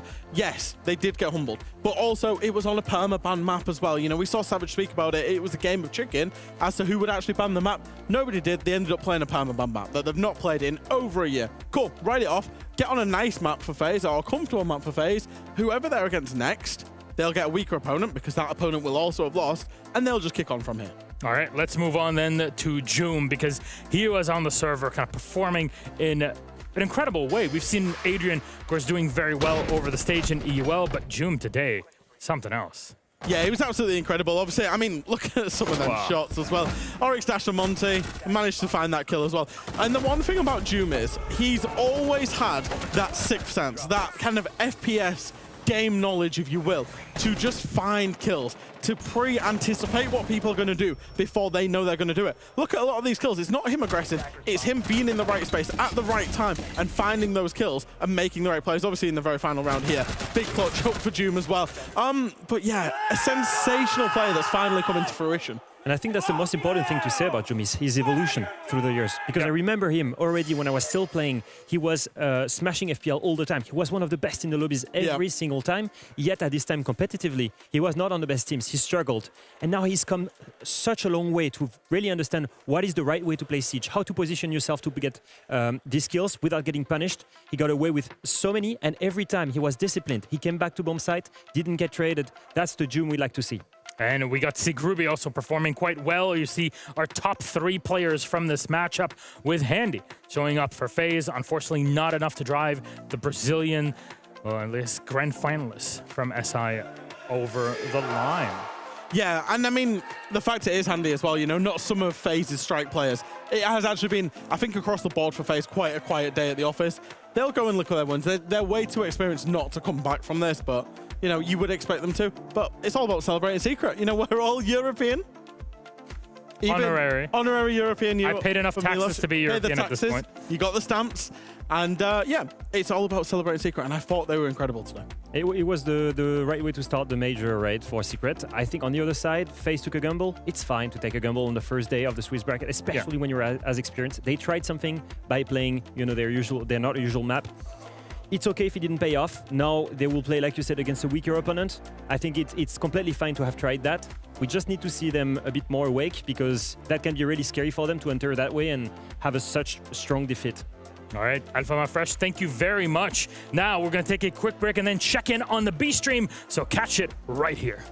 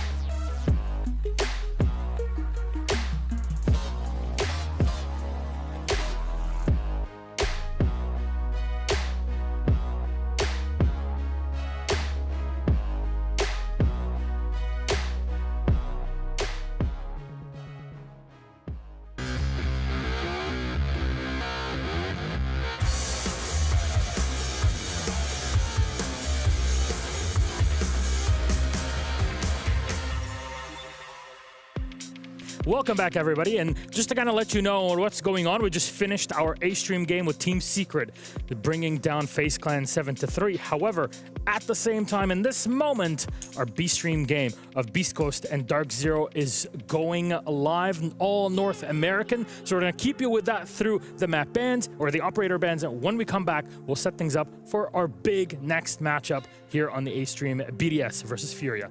Enjoy. Against final ban coming in, gonna be the Azami.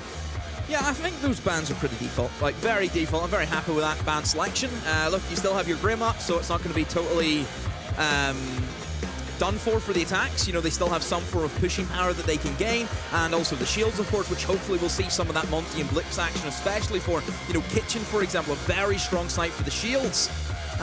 Defense band, yeah. Two would probably be best defender bands you can go for in this map. I think the only one you could probably argue is maybe the Solus as well, because there is a lot of vertical play on this map. So being able to see, you know, where that diffuser being planted and try and deny from below, yeah, massive thing. But yeah, look, Azami gonna be, she's that power operator that you see inside a piano, for example. And to remove that, it just makes that attacker's job just a lot easier. And yeah, Fenrir, like you mentioned, speaks for herself, just how good he is. Yeah, whenever there's a lot of windows and you can try and hold on to an area like piano, Azami is an incredibly good option. And for Dark Zero, they love playing a little bit of Solus. So it isn't something that they are going to choose to remove. And in fact, with them starting off on the defense, they do get to reap that benefit right from the get-go. They're going to take us to mid-floor site here. We're going to be down in Reading and Dining, one of the more popular mid-floor sites. We don't always see the old dining and mining side of things. The Reading being a little bit more popular. You do extend, however, into mining and train, and of course you need that upstairs pressure as well. Quite a bit of information kicking around with those Maestro cameras. That's definitely something to keep an eye on, and it will need to be dealt with here on this approach. And of course, as I already mentioned, you've got that Solus, you've got a nice little bit of denial there in Nath on those Vulcan canisters as well with the Goyo. So plenty of things going for Dark Zero here. So Cafe, attack. One thing that you always need to make sure that you can do on this map in the first opening 30 seconds is stay alive. I know that may sound, you know, very, what do you mean stay alive? Obviously I'm going to stay alive. Not on a map where there's about 20 million spawn peaks, so you have to be very, very careful of getting into the building. And right now, Tommy getting into the building, Diffuser's almost trying to walk into that mid-floor, but absolutely shut down by Canadian. Sitting inside of the train. Big old LMG. He's as happy as Larry. I don't even know who Larry is, but I know he's happy. Do you respect the push? Do you respect the chance? I think Diffuser maybe got a little bit too hasty there. Obviously, he's got a bit of support with him. Gaveni now going to hop in and get put to 1 HP. Canadian's got an awesome long line of sight there. If he jumps into the Maestro camera, he can quite easily finish him off. Gonna get taken down elsewhere by NJR. With Gaveni on 1 HP, this isn't looking too good. Oh, the remaining 3 players just clogged up in towards red stairs. Obviously, they went for something very quick. They've tried to gain control of Train right from the get-go, but Canadian has not let them in, and Canadian also has a Maestro camera supporting himself that he can flick onto. And don't forget the HP that Gaveni's on. He will die to 1 zap of that, and oh dear, NJR gives himself up, gives a kill back in favor of Beastcoast, but here comes the Monty. Can unextend the shield, can run in now just like he's a Blitz, but the coverage is great from Dark Zero, making sure that Canadian can stay alive, and Spirits is all by himself. He's inside the mining, Diffuser cold in the floor right in front of him. Flashbang to try and keep Canadian at bay, but we know there's 2 hungry roamers ready for him, both of them stacked up inside a pillar. Another flashbang, here comes the swings almost. There we go, finally, Bolo, with that long angle, using that ACOG, picks up a quite big kill there, just to get that first round over the board. You know, that first round, Ollie, we talk about it all the time. It's so important, especially at LAN. This is one of the best things about watching a Dark Zero game with Canadian in it, because you just know there's going to be a lot of shouting.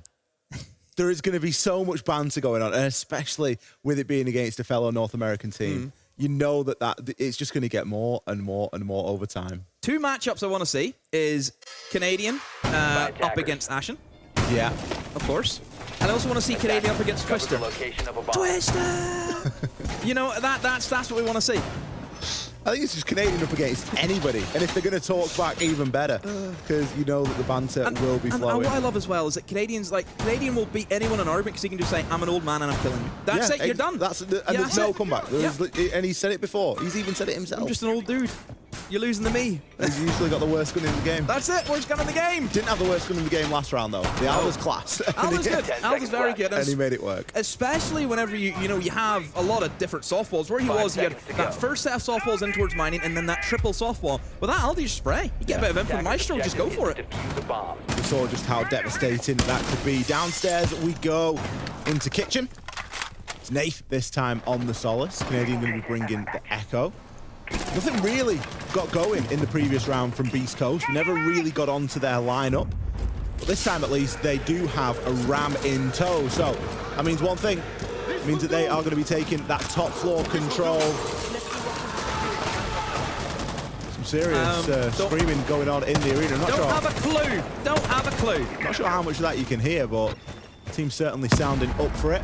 That top floor control, very important here. Of course, we've got Gunner. He's going to be rocking that Ram, and Gaveni going to be on the Jackal as well. Bolo kicking things off with a kill onto Diffuse. That's the second round in a row we've seen him open and picked, and more importantly, Demo, not traded. No, and the opening pick that's happened, it looks to be he's just tried to slip and get an easy kill, and he's been punished both times because of that. And this seems to be a very similar round as what we've seen previously, where there's just bodies dropping from Beastcoast, and nobody's really responding to that. You know, nobody else is there to try and kill some of the players from Dark Zero. Did you see an echo cam just in the air? I don't even know what's going on there from Canadian, but he sacrificed an echo cam. He got a little bit of information, but I don't know about that one.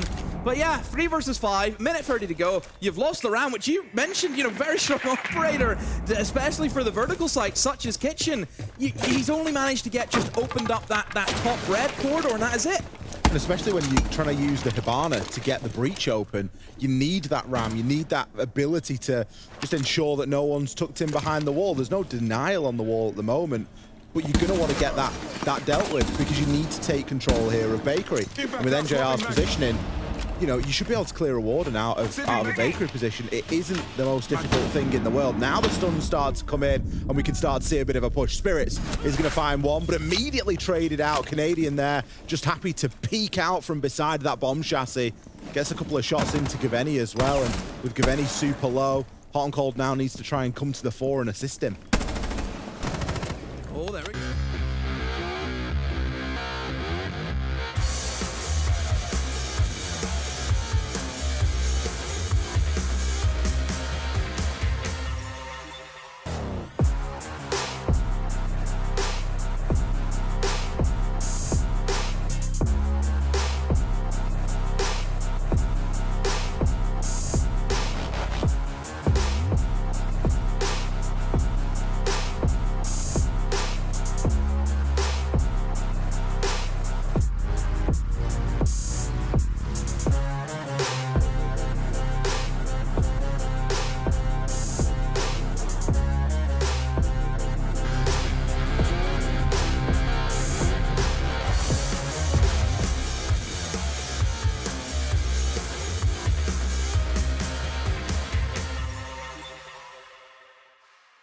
Step right up, come up folks, one and all, to the Circus of Dreams. Welcome to what could be a grand final in any other tournament, but here we're getting this quality BDS versus Furia right here in Phase 2. And they're playing against one another to kick off game number 3 of our best of 1 heavy day 1 of Phase 2.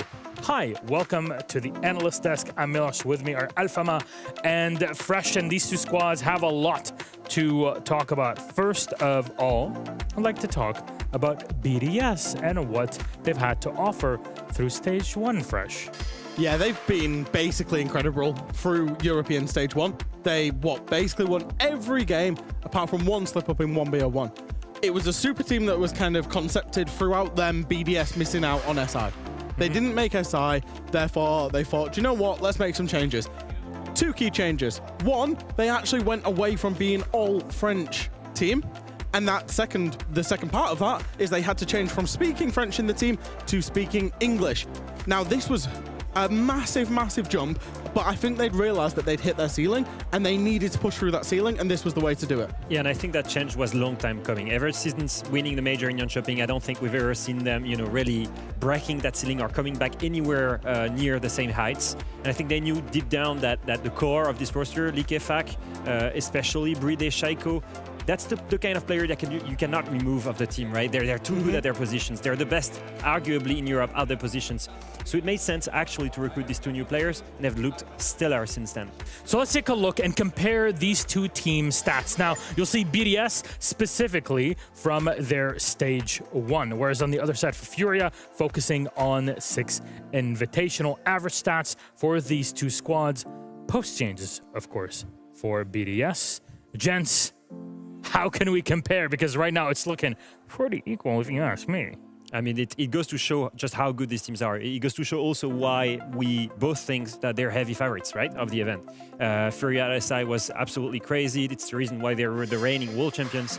And obviously, BDS looked extremely dominant in Europe. And that's why all of the players had amazing stats. But there is a narrative into that.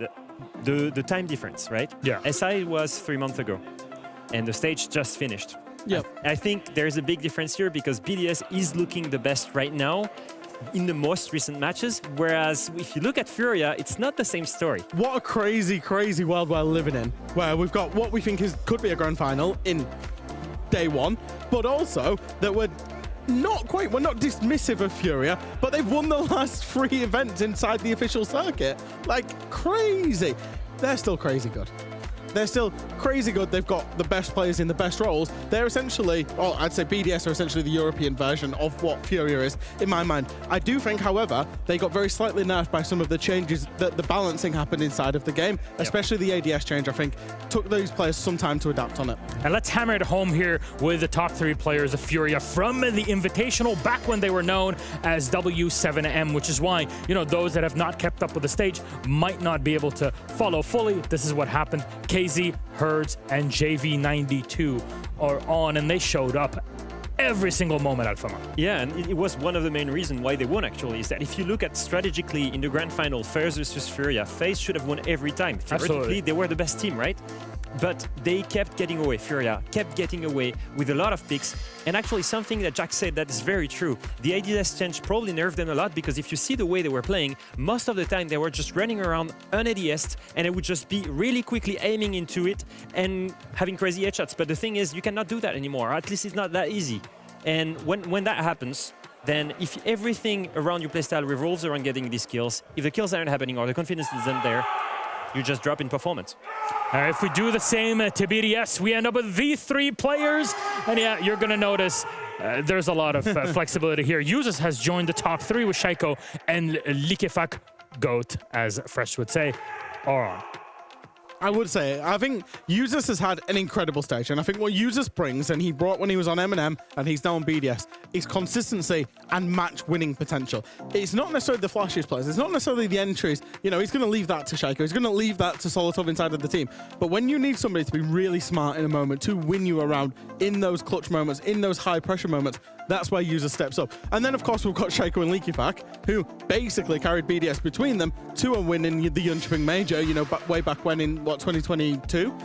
So, yeah, it's just both teams, but even BDS full of star players right now. So we're talking into the ether at this point because there's a lot of theory involved in crafting all of this. But if we look at the vibes-based economy that is Twitch chat, what do we get from people watching? Social predictions give us 61% currently for BDS, the 39 to Furia. Of course, this is off of, I guess, our official Rainbow Six stream. Not surprised, a lot of EU shills, including myself, in the chat that are voting for the Salfama. And I have statistics to back that up, actually. I think the Twitch stat is right. If you look at the past stage, right, and you look at the straight win rate, very simple statistic.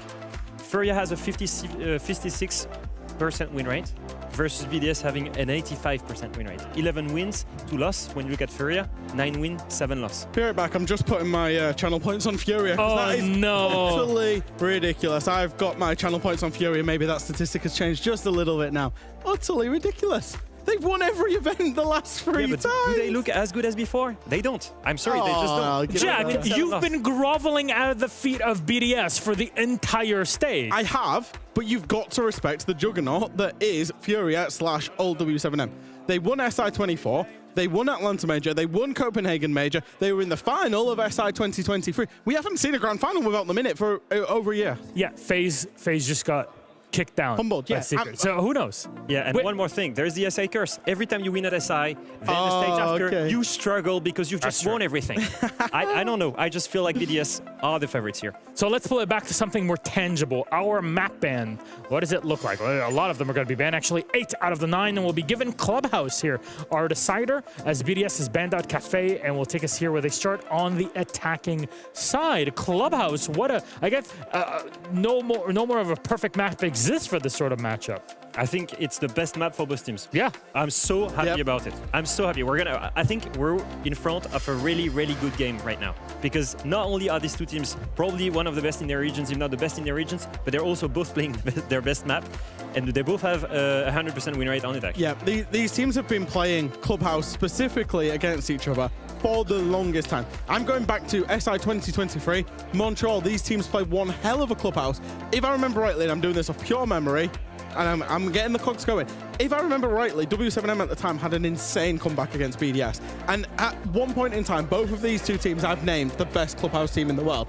So we've got the best of EU, we've got the best of the world currently on both of their best maps. This is like, you have to get excited about this one. And you know what? I think we're going to pull the excitement also towards our casters. They're Alpha Mafresh. Guess who are being joined by Dez, who has finally made it back to the homeland in the UK, and Ace rejoined by his duo and pair. Gentlemen, you're both here. We got BDS versus Furia. It's going to overtime, Dez. I hope so, Tim. Almost. It's got to be, hasn't it? It deserves it, surely. The major don't start until you say that line. At least that's the way I look at it, Milosh. But I'm going to save it. I'm going to save it. All right. To see if we get there. All right.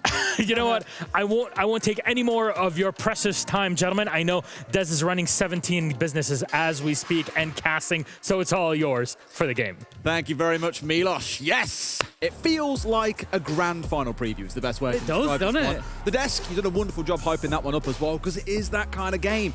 It is very early on. Everyone's still got that chance where you've got to lose 3 or win 3 to see yourself either out the tournament or progressing.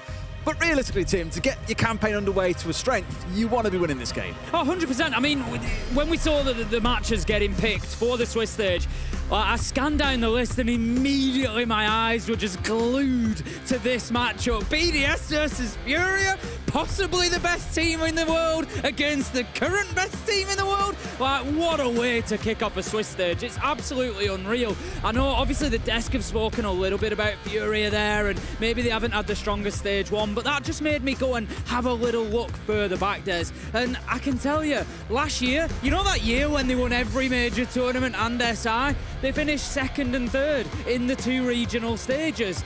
They come into tournaments, they're a little bit slow sometimes. We've seen them have losses in the group stages of majors last year.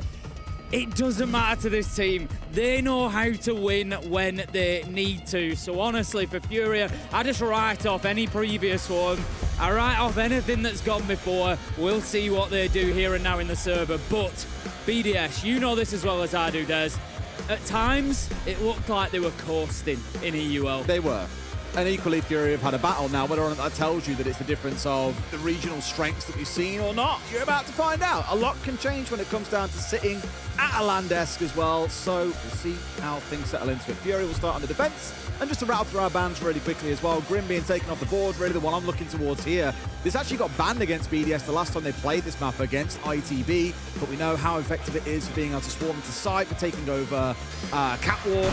Normally you see things like a Capitao coming out here as well, so we wouldn't be too surprised to see that employed when we're attacking on towards Cash and CC. But as we're starting things down in the basement here, really the focus is going to come on BDS to get control of those hatches, start looking for an execute. And I always think back to old school BDS, and admittedly a long time ago, but they were the kind of team that would be attacking this site with over a minute still left on the clock quite consistently. Now, Furia are not going to make it easy for them, that is for sure. But if BDS are confident at attacking any map, Tim, it's this one. they've both got a similar recent record. They've both got a 3-0 recent record on Clubhouse. Like, I love it when this happens. I've said this the other day. You come in and you get a map both teams love. Sometimes you'll get maps that, you know, they pick because the other team aren't great on it, but maybe it's not their best either, and you kind of end up down that line. But this is definitely the positive. Look at this, Solotov straight into Garage. Don't be caught out by the silhouette. Hertz was heading down blue stairs, getting himself back to a little bit of safety, but look how quickly Furia have been chased back to site. It's the confidence there as well, because BDS have done the prep work there during the droning phase. They've got themselves in, they've figured out, okay, Garage is safe to push through, there's no one to shoot us from above. So what we can do is try and cut off that blue rotate back towards site. And look, 40 seconds in, Solotov is already posted in what is normally an end-of-round attacking position for someone. So already in a spot where he just narrowly, I think that was Hertz, who went past him, a second player as well. Has to be careful now because they're aware of his presence, and all the last thing he needs is a shot to come through from Church and find him through the soft wall. For now, no one going down. But the thing is, Tim, it's attention soaking. Solotov is now going to draw 2 or 3 players in towards him, have them watching this angle relatively consistently while the rest of the team gets to work inside a kitchen, gets the bar hatch opened up. Again, just the pace. 60 seconds in and hatches are already being opened up. It is lightning so far from BDS. Yeah, it is. The thing is, usually on this site for the attackers, time is a big factor. You're looking towards the end of the round, you're thinking it's going to be a final 20-30 second drop. In all honesty, I can't see that being the case here for BDS. If anything, they're going to get to a point where it's like, right, well, we have to push that. We've nothing else left to do. They've done it all that quickly. Well, we know the pressure coming out of Solotov, so you've got Shaiko now on the hatch, hoping someone steps across into blue to challenge on towards him. So again, it's the adaptation that's coming out from BDS in this push forward. And really, for the first 90 seconds of this round, it has all been about blue. We've had those 2 players focused in here, while the rest instead are getting themselves working in towards kitchen. This is really more of a backstab threat coming in, and Solotov has rounded himself in towards oil and pushed on forward. Traded through the soft wall, but KZ almost falling as well, down to just 5 HP. I mean, how often do you see a push coming in towards site with still a minute left on the clock for Church and Arsenal? The thing is, BDS don't need to rush this. They've got Brede down there at the bottom of the Church wall. He can start opening it up with the Maestro, with the Maverick, sorry, but he might not need to as Shaiko finds the gap. Picking up KZ, that's going to give them a little bit of, not control of blue, but it's forced JV92 to sort of retake that ground, and it's spreading Furia thin. However, they've got an answer. Nade picks up a big double. It's useless. Leak effect taken down. 2 versus 2. It really didn't start to look like this was going to be a cruise control round coming out for BDS, but Nade has turned that entirely on its head. The first mistake, you might say, coming out the other side. But look at that. All the attention on blue now. Everything is going in towards Church. Brede is going to be able to finish. They've got Shaiko inside of Moto. 2 players that I would be terrified to face down in the 2v2. Brede's going to plant. He's going to find himself 2. Nade on for a potential 4K. It's him coming up against Brede, who's got 2 for himself. Knows that he's planted in the back corner. All he's got to do is find his man. And Nade, it's a 4K in round 1. The quad comes out, the defuse will come through, and what started so good for BDS has been completely upturned. Furia landing the first blow in this matchup then, showing that current best in the world, maybe Trump's possible best in the world, coming out and getting a great round there. But what a showdown between the 2 teams already. We're only in round 1. We've got Nade having to hit a 4K to get Furia back into it, but managing to hit the 4K. Absolutely brilliant stuff. Brede Shaiko, big round from them as well. Both teams really looking like they're going to show up today. This one is a mouth-watering prospect. Honestly, the main thing about the round, though, is up until that 2K came in from Nade, BDS, like I said, it felt they were in cruise control.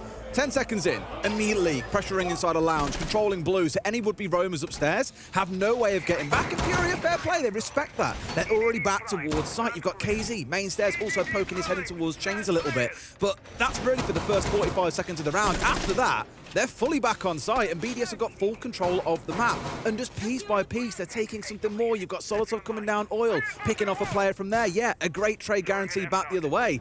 So that was kind of BDS's round to win. And as we've already said, Nade was the one to cause the big upset there. Now they're on the top floor, though, the map should feel at least a little bit more opened up. It's Solus down in the basement for Leapbox. We know exactly what he's going against him. Get rid of as many of those drones as possible, and hopefully get a bit of a backstab later on. I'm going to say what I would usually say after a round like that. However, given that it's Furia, I'm going to add a little asterisk. And that is, you can't rely on hero players as a team. You can't rely on having to have a player pick up a 4K to turn around. It's not always going to happen.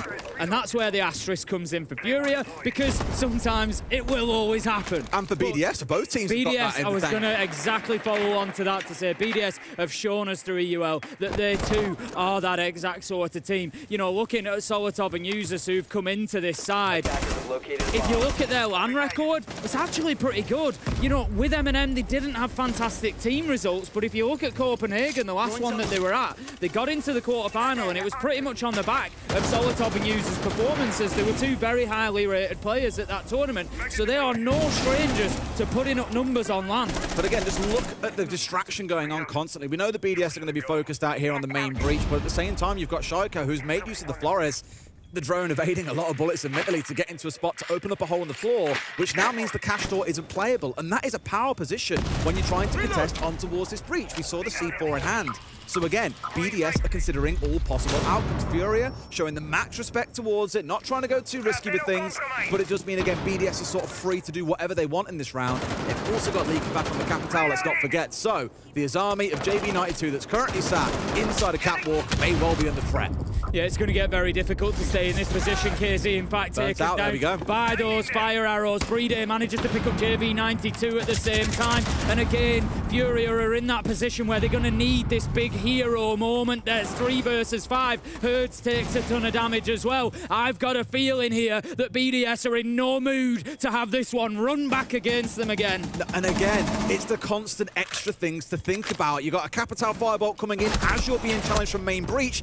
A player can't look in both directions at once. Sure, they might hit the occasional 180 flick, but I think, as you said, Tim, BDS mean business in this round, unless we see something mammoth come out of Philippox, who so far has struggled to make a big impact on this Solis. He's got a 1v5 to win, Tim.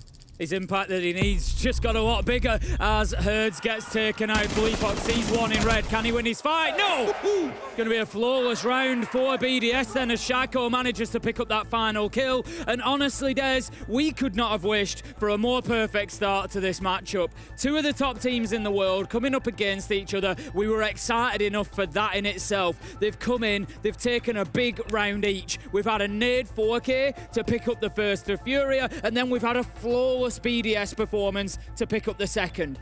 I was a little bit unsure about the site choice from Furia there. CCTV cache has fallen to more of a third choice. Gym and bedroom was open, so it's not a huge. You've got to play it though, right? You've got to As play part it. of the rotation. It's not a huge thing, but it just goes to show why there's that difference. Because BDS, they didn't do anything special. They got the breach opened up. They took the catwalk with Capitao. Like, they didn't do anything overly special because you don't need to on that site. And BDS, great round from them. The way I look at it, it sounds bad. It's like playing against robots, and not in a way that they look like bots, as we might normally describe them. It's again just, you give them an inch and they take a mile. 2 of the kills that came in there, Furia, okay, you've exposed your beams to the drone hole, you've punished for it. You've left a pixel of an angle between the walls, between sites. They found you from the breach as well. 2 kills there that Fury were never going to be able to partake in when it came down to a gunfight, and BDS are just going to take everything for free. But for me, again, I'm most impressed by the constant, there's a piece around like attention as a pro player as well, right? You've only got so much attention you can give to something at once. If that attention is being tested and pulled in 2 or 3 different directions at once, you can get overwhelmed. We've all run into a room in ranked, for example, where you suddenly see 3 targets and you're like, oh my god, which one do we shoot? And ultimately you shoot none of them. And you stand there thinking, man, I could have killed 3, but I was just overwhelmed. And I think that's what BDS are really exploiting in this game, is giving Furia far too much to think about in a moment. And the one angle that you ignore is where you end up getting punished from. Beautiful stuff so far. Flores gets in and will get away with this, and no one's down below, I don't think. Will he dare try and trick it? He is going to try at this point. That's 1 exothermic that's going to be taken away then, as they don't have that downstairs control. Ballsy play coming out from JV92, but the wall stays closed. The thing is, if you want to win this game and you want to get things off to a great start, then it is going to take those big moments, those big plays, that little bit of risk sometimes, gamble paying off there. We've had a lot of excellent bandit tricking, go down so far, to be fair, and I think we will see more of it as the tournament goes on. So really well played so far from Furia. They've burnt out almost half of the round. They've still got a presence out in Garage. They've still got top red. They've still got cash. BDS struggling struggling to break them down a little bit this time, Des. They had Capital last time around, which made this a lot easier to get control of Catwalk. Without that here, you're really looking at the 9 flashes they've got in back pocket to make this happen, but he sidesteps, and the trade I was going to say is there, albeit a little bit late. Shoko is in, expecting the swing to come in. It's not going to happen, and JV, Shoko steps back, but Philippox collects it. Again, great team play now being shown by Furia. There just seems to be a real lack of intel from BDS as well. Not 100% sure where everybody is. Don't know that they're being pushed at top red, for example. JV92 managing to pick up a double. Philippox finds one. And BDS, they walked into 2 kills blindly there. The first one was Solotov into Garage. Didn't realise he was going to be swung from top Catwalk. I think he was just maybe a little bit ahead. Shaiko hadn't quite got onto the angle to watch it at that point, so Solotov gets caught out. And then your man walking into CCTV, they're just unaware that that top red player has pushed up onto the door, and they get punished again. And BDS, they cannot be giving players away like this against the Furia side that will punish you every single time you make a mistake. I think the battle there really being the site obviously was very different to where the action took place. It was that extended hold. They didn't really have tools for the extended hold itself. Like I mentioned, no Capital on side to really punish. They had a few other things like the Lion there. However, all that said, let's talk about what's going on right now, because Furia are the ones that have called in attack timeout. And you might be looking at that and thinking, wait, what? Like, they're 2-1 up. Why are they taking attack timeout here, guys?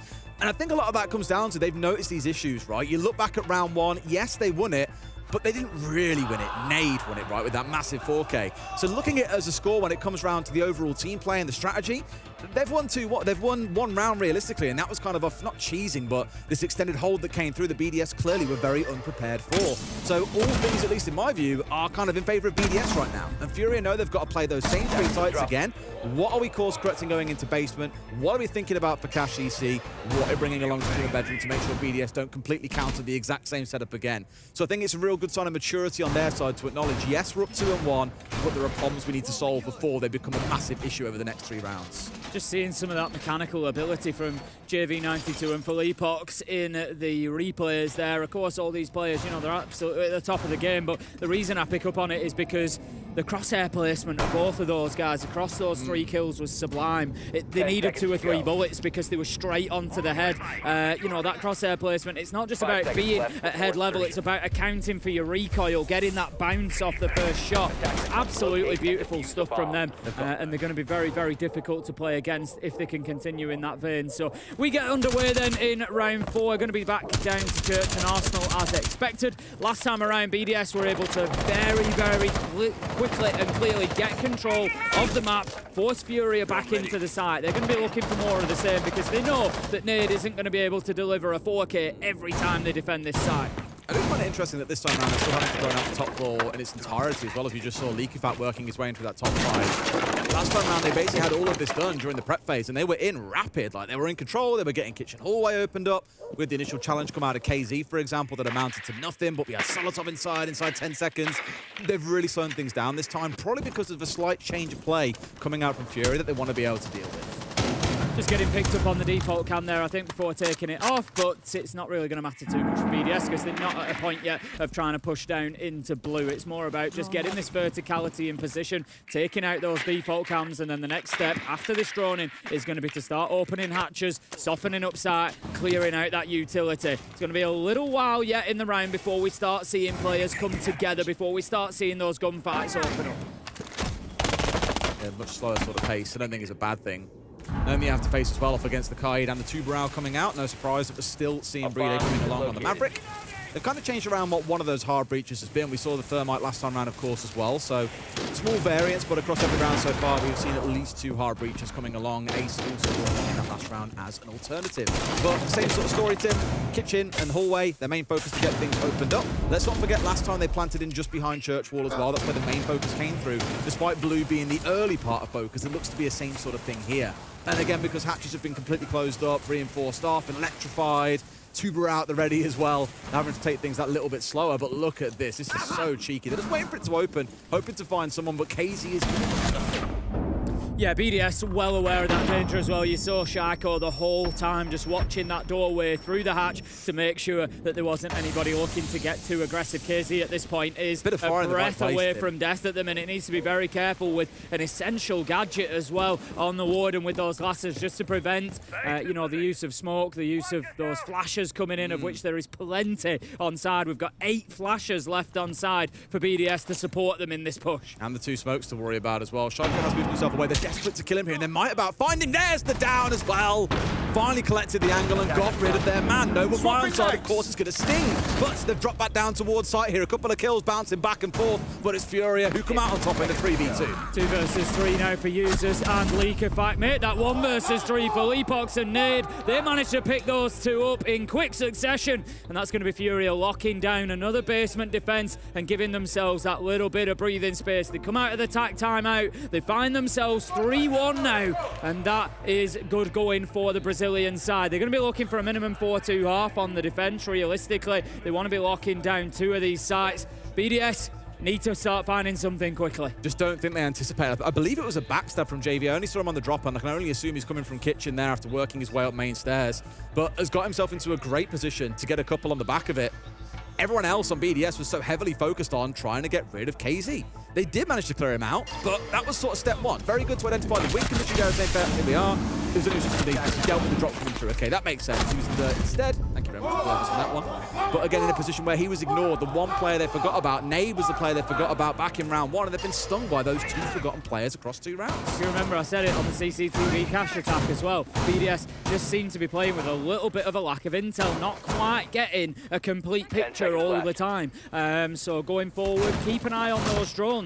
How much are they being impacted? What have they got available to use? Because at the minute, I just don't know how effective and how efficient they're being in that intel game, because Furia just always seem to be able to hide somebody away. As it is, they've lost 2 on the prep phase, still 8 drones, so I want to see BDS really using them, getting themselves that clear picture. I have been keeping an eye on those. They've been pretty good with drones, but very rarely we've seen them go down below 5 as we come towards the end of a round. I think it's just not using them. They can't check everything, I guess, especially when there's a mute on side as well that's slowing you down. Somebody's going to sting in the same way. But talking about this round, though, look at it. We've got the Blitz, we've got the Glass, we've got everything on side, we've got the Sensing, and they are into him. Solotov leading the charge on the way through, at least impeded by the Fenrir temporarily, but they've done enough here to get the control they need. JV finds 2 from on catwalk onto the breach. That'll take the wind out of BDS's sails, but they find 2 more back on the other way. Shield is still up, they've still got the Sense on side, not anymore. They're down to just 1 more. Breeday's got to win it all. It's not going to happen. I love the way that Furia have approached this game so far, Tim. Sitting quite far back, not trying to get too aggressive, but when they've got to flip the aggression on, my God, do they go from 0 to 100 quickly. I almost shouted it out as they went in through the breach. As Solotov raced in on the Blitz, I could see a silhouette out on catwalk, and I thought, oh, this is a bit of a risk here. You know, you've not dealt with that player. And it may well be that they were just trying to, you know, you can hold an angle, you can prevent him looking across, you can just get yourself into top red. It's fine. It's not a major problem. But it is when you don't have that cover properly in place, and JV92 is able to step out and get a double. It just completely breaks the back of the rush. And as you can see here, he just gets himself 2 there. They tried. They knew he was there. Completely breaks it. So yeah, again, you know, ineffective in, like you say, they recognise the problem, just ineffective in dealing with it, BDS. Yeah. And this is where I think some teams, people can look at games like this and be like, oh, what was that, BDS? That was crap.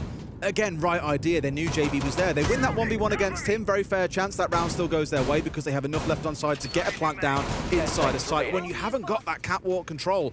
And they chose to kind of forsake it and just go for a gunfight to win it out. If they had a Capital on side and dealt with him first, that becomes far easier to actually execute inside a CC itself. So it was a risk they knowingly took. They knew the player was there. They tried to win out a trade on it, but just couldn't quite find the man. And that's the beauty of Siege. A team can have the perfect idea, got all the info in the world, feel like they know exactly what they've got to do.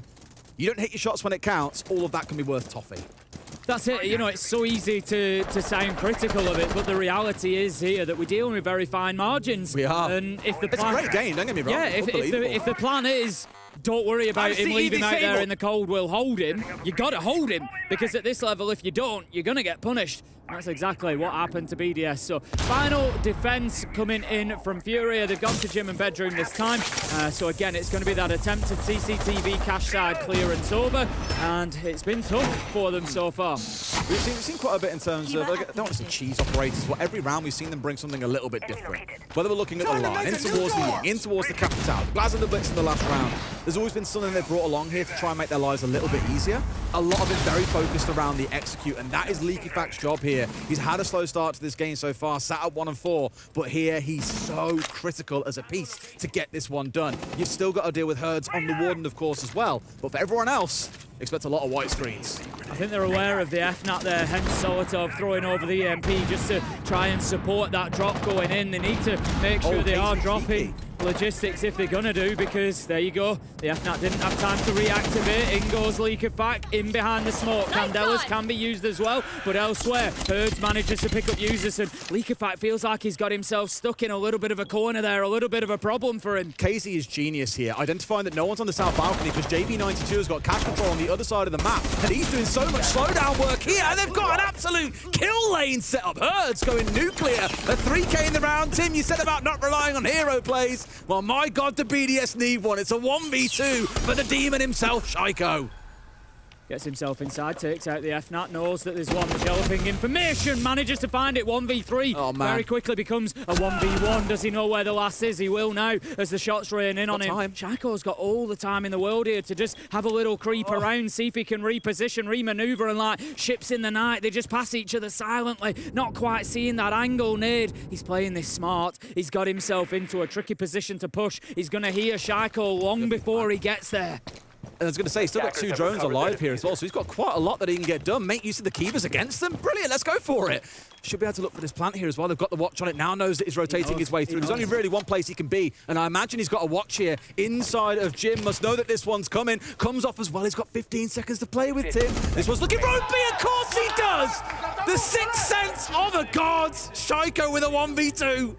BDS have never needed that more than now, I don't think. They were desperate for Shaiko to just stand up tall, get that 1v3 locked down, and it may just pump that little bit of energy into the team that they need. It had been a tough half for them, and a 5-1 start was not what they were looking for. 4-2, I'm not sure they'll be happy with it, but they'll take it. It's certainly better than it could have been. It's so split on the entry. I mean, 3-3 between the two teams, 2 back and forth, and yes, Furia have come out with that sort of round advantage, largely built off that first round. I think the 4K coming out from Nade, huge. This is what I love, though, when we saw the initial rotation coming in, but I think it was KZ again. They acknowledged that JV had got control of CC. And this is why this part of the map is so crucial to control and why teams often extend out that way. If you have control of CC, you control the south balcony. And so in that case, KZ acknowledges, okay, they're not going to be contesting inside of Gym. I know that the doorway is blocked off by a castle. I know that behind me no one's on the balcony, steps across, opens up his own castle barricade, and then can stop bathroom being opened up. And it's just these small things that teams at this level will realize they can get away with, and they will do it. You see teams trying to do that kind of stuff without information. They look like idiots doing it. But Furia is so knowingly there in half a second, made a brilliant decision, and it did slow BDS down. Problem is, again, if you don't hit your shots, you're going to lose. And Shaiko tends to be one of those players, Tim, that hits his shots. I think as well, Furia might actually, and it's something to watch over the next couple of rounds, Furia might start finding themselves actually having similar problems to those that BDS have had there. So BDS a couple of times have found themselves getting hurt by players that either they've chosen to do nothing about or they've not been able to do anything about. They've not really had a choice. And they've gone in, they've been hurt by Herds there. We saw JV92 from the catwalk. And really, you've got to hand that to Furia to a degree as well and say, you know, they're a quality outfit and they are creating these situations whereby they've got the man over, whereby they've got the additional man. Maybe because they win a gunfight, maybe because they create a pocket of space for themselves. I think now that BDS are on the defense and they play in their own setup, we're actually going to see the same coming out of them. We're going to see their players start to shine and them always feeling like they've maybe got the man over, or, you know, there's always that extra little bit of space for them. And so Furia, that's something they're going to have to deal with. And to deal with that, it's going to mean some disruption. It's going to mean moving those players out of those positions before you push in. Looking at the setup coming out from BDS as well, again, we're seeing the Solus that we saw for pretty much the entirety of the first half of the lead box as well, brought that along an awful lot. You still got to contend with the fact that your drones may get chewed up if you get a little bit too aggressive with them. Sure enough, the read coming in, main stairs drone taken away. But similar story to BDS, even with the Solus on side, we've not seen tons of drones removed away. Only 4 dead here, that's still a lot of information for the rest of the round coming out for Furia. And it's that same kind of stifling element of control that I think we're going to see from Furia, similar to what BDS did, where actually BDS won't have tons of room to move around. They've got to turn it all on at once, though, as soon as the execute starts coming on through, and that's when you get to go aggressive. KZ getting the red ping onto the player in blue. I don't think it was necessary, not too necessary when you're playing BDS. You know Shaco's going to play behind Generator. That's a given. But just confirming that for his team so that they are aware. JV92 going to be using the Moto hatch for the time being. In goes a couple of those flashbangs, just trying to, again, make it a little bit uncomfortable. But Herds is going to take a ton of damage here, and Shaco looks like he's ready for a fight. But is he ready for it coming from Oil Pit? KZ just on a creep down. Shaco is still positioned to his left. This is going to be a freebie. I don't think he knows that he's there. Absolutely no idea. KZ with a beautiful kill, but Solotov there for the trade. And this is what BDS need to do. Users leak. In fact, they've got to find those kills, and they continue to do so. Right, Fleetbox is in. This is very similar to our last position. Oh, and he's just stepped through as well, straight around the corner into an IQ nade. How the hell has that happened? Solotov's on the deck, so in essence here, Tim, it's a 2v2. And like back in earlier rounds, we've got the plant down in on Church Wall. It is almost an exact mirror of round one. They know that he's playing inside of Church. Users is going to send out the Nitro, but it's not going to be able to creep through the little Maverick hole. Brede picks up for Leapox. Time is ticking, but surely they can get this done. Hurd, he manages to down one. Can he find the second? He's got a little bit of information. He knows where the push is coming from. Shaco, you can clutch, but so can Herds. Whew, we said this back in after round one. We said it. You can't rely on these big hero plays, but round after round, we're seeing it. Lord, across 4 of these rounds now, of the 7 that we've played, I want to say we've had players going absolutely nuclear.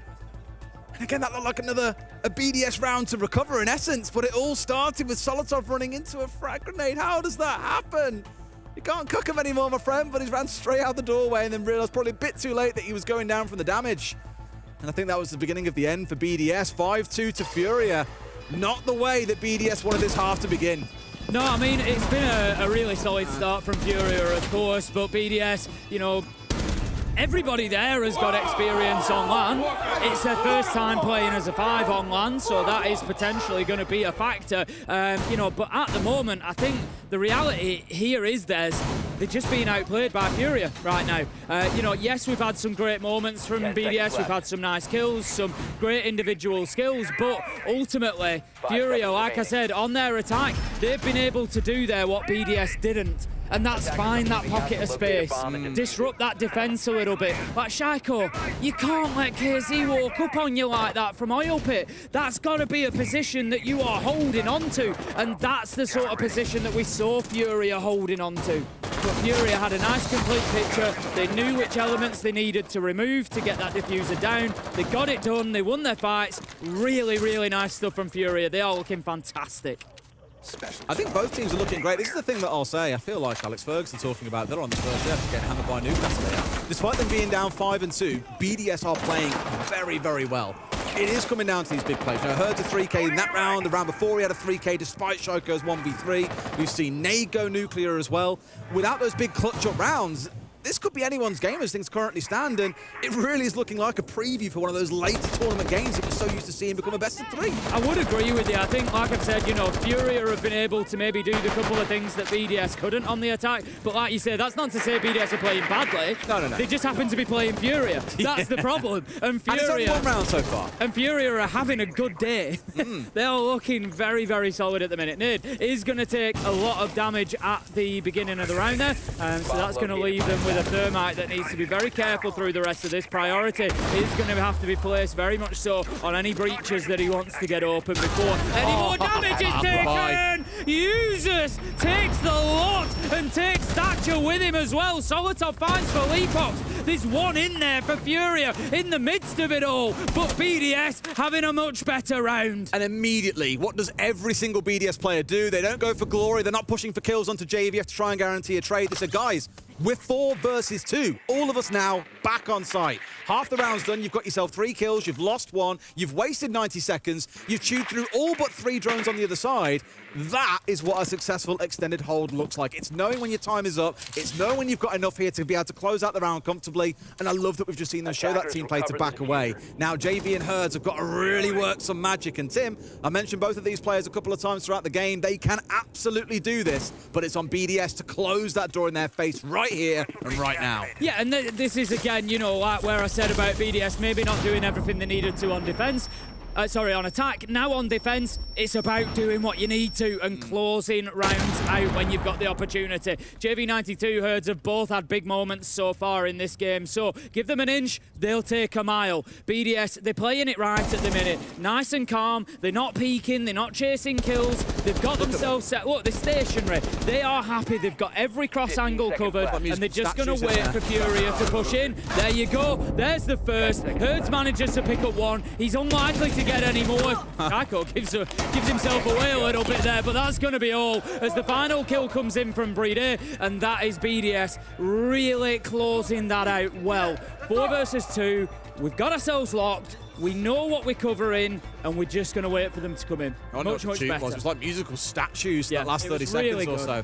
And again, that's the composure that I think some teams give away. They go for a swing when they know someone's on construction door with no real reason. They could be holding the angle waiting for you to go for the swing. So instead, waiting for them to push in, knowing that at that point, everything's kind of out of their control. They're exposed, they're in the open. You can get crossfires onto them.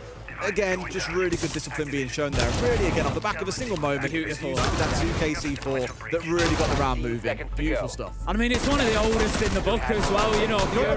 That reminds me when BDS played against Wolves on this map, actually. If you remember, Wolves always love rushing in through the breach on Jacuzzi, every time. And so what I think we saw Brede do once was chuck a C4 out there. He got a 3K on that C4, knowing that Wolves would rush.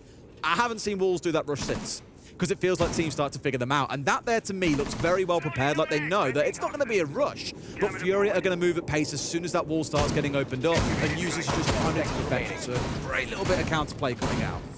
I think all the neutral fans out there at least would love to see BDS make that their momentum shifter here and have a little run back into this one, level things up maybe. I think we're all desperate for as much of this matchup as we can get because, let's be honest, it hasn't disappointed so far. It's been a game absolutely littered with big individual moments, great team play.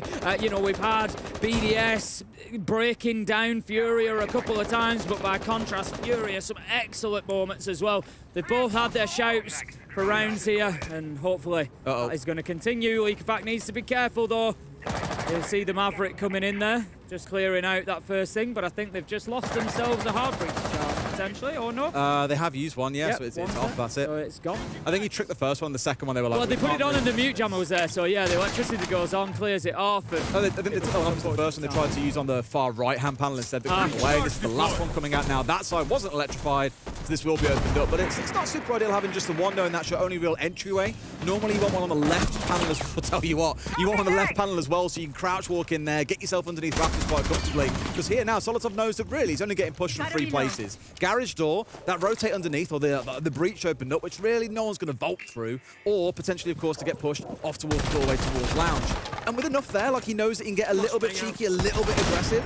So far, finding nothing for it, but they are wasting a good bit of time here, Tim. Half the round's gone, and Furia are still looking at trying to clear out Garage. Yeah, they still don't really have the answers. They need to be getting Philippox around here, really. We've seen the power of the Capitao and the asphyxiation bolts in clearing this position out. Herds underneath on the IQ, just going to be clearing out all that gadgetry. A couple of bandit batteries gone, which will allow Nade to open up. So now is where the Garage push will begin, because they've got that breach opened up. So next step is get that catwalk, and then you can think about getting on into site. It is the beauty of attacking on this site, I think, is you don't need tons of control. Like, sure, it's nice to have lounge control, to have some pressure inside construction, but with just 2 kind of directions, you can make things work. And here it's going to be the Garage, and it's going to be the breach. Problem is, you've got 2 players in there ready to contest and challenge the C4. Maybe not quite where Leakyfact wanted that one placed. Oh, what a shot coming out as well. Nade falls down. They do get the kill across onto Solotov, those behind him. And now Leakyfact's got to be so careful, but he's evaded the breach of Brede. Again, beautiful team play. Swings out as he knows his teammate is exposed, and that is what Furia are looking for, and they get the connect. Herds is now kind of staring down into a very barren wasteland where very few of his teammates are still able to step here. Furia have got to rescue this round. The problem that they've got now is the potential for the plant. They've only got 1 nitro in order to deny this. If they can get in there with the diffuser and start planting in behind the server stack, it's going to be tough for BDS to do anything about it. Furia just needs somebody downstairs to hold on to lounge. Herds is going to be there, but Brede manages to get the clear out. 1v2 though, he's going to play for the vertical denial. Is the perfect operator for them to have left. He has the nitro in hand, but he doesn't know where. Or does he? Yes, he does. Picks up JV92, prevents the plant, and wins the round. Breedy, 1v2, and Des, the big moments just keep coming and coming. This is ludicrous because you've got a beautiful strategic game being played, strategical, tactical, whatever you want to call it. But at the same moment, we've had so many massive multi-kills coming out at such important times. The JV92 was on a 3K there, and I thought, right, that's it. They're closing the round out. But how can you discount Breedy in those moments, man? Absolute demon at the best of times. I saw that C4 when he was playing top red, and I thought, could use that below, so you can sit here and toss it over the top of the stack when the plant's going down. But I just love the recognition on their side. We really want downstairs control. And I think for a second, I forget which player it was that was downstairs there, they didn't think about the possibility of a second player coming down red. If they were going to come down, it'd probably be with a trade off the back of the first attempt. But no, there's a good 3-second gap. He's turned his eyes skyward, and Breedy has got a freebie there. Beautiful stuff. Wicked clutch. Wicked shot from Leaky. It was beautiful. I've got to say, that was, I think, a little bit of an error from Furia there. The fact that they let Leaky escape. Yes. He gets his kill. They managed to pick up Solotov at the same time, so there's a trade there. But then the fire arrows come in. Leakafat can't be allowed to escape from there. He can't be allowed to move back through that rotate and continue on in the round. The thing is, they want it. You know, you really want to get the player making the cross, but as soon as you see Breedy step out, you're like, oh, crap, got exactly that. But this is what I love, these little micro moments of team play that you don't always on get both to see. sides. Yeah, you don't always get to see or like appreciate when you're watching the chaos of a round unfold, but both of these teams throughout the game continuously, it has been these little 2- or 3-man moves that are producing such delightful siege to watch. I've got to apologise to Breedy a little bit, you know. Why is that? Somehow, surprisingly, I'm not sure I was familiar with his game. 30 seconds to go. They're about to push in for a plant, and I'm saying, well, they've only got 1 nitro for denial, as if that wasn't going to be used as surgical precision. JV92 manages to pick up Solotov there, though. That's a great start for Furia. However, BDS are ready to fight back, and it's that man Shaiko picks up KZ, gets a drone, and then escapes. Again, like Solotov's gone for a 1v1, immediately there's a push in from West Window to get the trade out there. Hers gets rescued, then downstairs, Shaiko's making a 2v1 play with the lounge player to get the kill in towards Garage. Team play, time and time and time again. It's no longer about like a rat play from an individual anymore, it's about a team rat play. It's a rat pack, Tim! It's just becoming really fast and frantic, is this? You could see the F-Nats just being changed on the fly as players try to get back down to side. And Leakafak is there on the cover, can't quite save Shaiko, but can at least find the trade. And it's now all up to Philippox. Normally I'd say that this is unlikely, Des, but we've seen so many clutches. However, not in this moment, as Leakafak is there to clean things up. That's Philippox gone. That's Furia done in the round, and that's BDS back level 5-5. And this is exactly the matchup we were desperate to see. We get all 12 rounds of regulation to see out, again, what was probably the most hyped up fixture of the day, and it is delivering. We spoke about it a few days ago. With these kind of games, you get 1 or 2 outcomes. It's an absolute barn burn like this one. It goes the full distance, or one team barely turns up, and it's an absolute rollover because the other team is so good, like 7-1, 7-2 territory.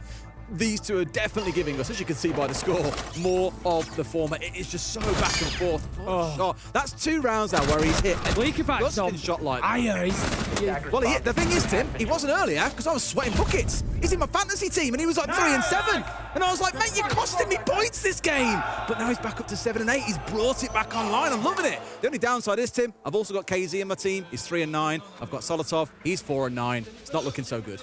I mean, you're ahead of me, so it's looking fantastic right now. Hey, look, we hold the top 2 spots. We are the top 2 spots. If you need some help with your fantasy team, hit up Designates Consultancy Services. We've got you sorted. Who'd have thought it? Who'd have thought? Let's get into it then, round 11, and we are at the sharp end of what has been potentially one of the best matchups, certainly of the day, if not of the tournament so far. And we've seen some absolute bangers. The G2 Liquid game is loud in my mind still, but Nade, he's going to be loud in Leakafak's mind as he manages to find him, trying to pick up a little spawn peak, and that's the Solus gone. Big loss. I respect it, because both teams, I'd say, have been relatively conservative in their gameplay so far. Like, looking back at the first half, Furia, very defensive, giving over large parts of the map. Absolute beauty there. Back in that first half again, Furia gave away large parts of the map to BDS. In the second half, we've seen BDS get a little bit more cheeky, but never enough for a spawn peak. So I actually like mixing the tempo up a little bit, hoping to catch Furia off guards. But at this level, teams are very rarely going to make a simple mistake like giving away a spawn peak to a very standard position, a doorway, for God's sake. Nothing too cheeky about that one. Given the bandit tricking that we've seen so far, Furia just going with the technique of Selma on one side, Exothermic on the other, and the little creep up main stairs. BDS have got no idea. They've absolutely not got a clue. Herds is just going to sit here and wait, and as soon as the Fenrir moves across, he should have had his man, but his reactions just weren't quite quick enough, and they managed to escape. But elsewhere, Brede gets taken down. KZ on a double. Solotov meets his maker. We've had a bloodbath one. The panic knife gets used as one, but he can find no more as KZ's there for his third in the round. Furia will be the ones with the chance to close this out on Clubhouse. Why did it scream? I've never felt so connected to a player in my life. I feel like internally users probably did the same. It's definitely one of those panic knives where you come around the corner like, ah! I screamed for him. I know he's a pretty quiet guy. I'll do the sound effects. Don't you worry, my man. Furia up to 6 and 5, though. One more round. They get that dub over BDS. They go into that 1-0 bracket to face off against some, I don't want to say bigger and better teams because there's not really much better out there than BDS, but Furia might just be about to close things out by a narrow margin here. Gym and Bedroom going to be the battleground once again. BDS really believing in this. And Tim, they haven't used their timeout yet. They're seeing this all the way through from start to finish.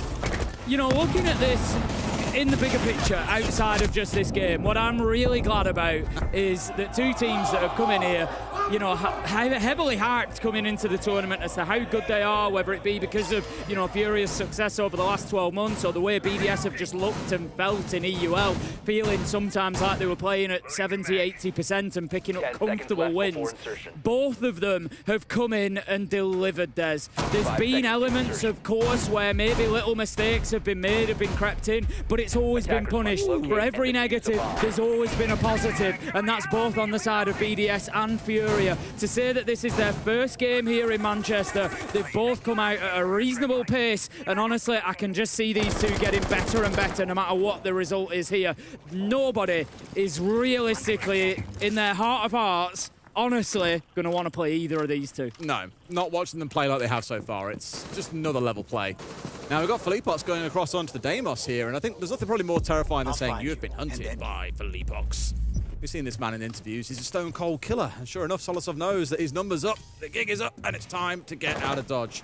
Back on towards site he goes, and Herds is quick behind his trail here, as well as worked his way up towards this Cash CC side, leaking back under pressure again. Two sides being pressured at the same time here. He's got to run, but top red protected momentarily by the FNAT coming out, and KZ wants his man, but Shaiko's got one. Tim, are we going to see a mirror of how this went in the first half as well?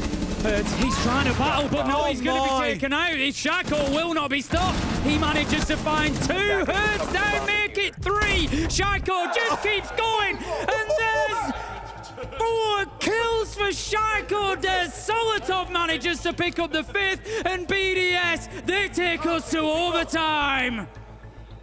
Wow.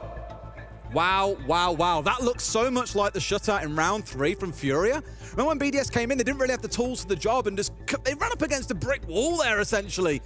It's happened again in round 12. We've had a couple of rounds. Think back to the plant on Church Wall back in round 7. Like, the mirrors and the contrast between these halves have been so stark in either direction. Almost exact mirrors down to complete opposites. The Shaiko's had a field day there. 4K that he picks up. Barely moves. Wow. Barely moves, gets a 4. For a second, I thought it was an ace. And I had to double check the kill feed because obviously Solotov gets the 5th. If only. There's an S at the beginning and I'm like, is that just like Shaiko over and over? Just look, 1, 2, 3, 4, 5, 6, 7, 8, 9. 9 multi-kills in this game. A multi-kill being 3 kills or more. This is bonkers. And again, given the level of strategical play that we're seeing between these two teams, that kind of stuff shouldn't be possible. But these players are just so damn good that they keep on making it happen. Down we go, Church and Arsenal, Furia on the defense. We've seen the 4-2 split so far. Defense has had the advantage, but anything can happen in overtime. Honestly, at this point, all bets are off. It wouldn't surprise me. The thing that BDS were missing last time for me was finding that space. I keep talking about space. We saw Philippox when attacking Church and Arsenal, able to get in, able to get that diffuser down. BDS did that in round 1, but then Nade just hit them for a 4K and closed it out. They have to avoid that this time. Create your space, get in there, get the plant down, hold it from above, do everything you need to do. We'll also give a nod to Furia here. This is the third time they've played in this site, and also the third very different comp. They haven't changed just 1 or 2 operators here. Like, at least 3 have moved each time they've played on this site. 3 different strats they bring along, 3 setups that BDS have to figure out their way through, and that's going to sting Leaky Fat. We know about this one, my man. It's 2 at a time. Ouch. I mean, he's down to 10, Tim. It's not great.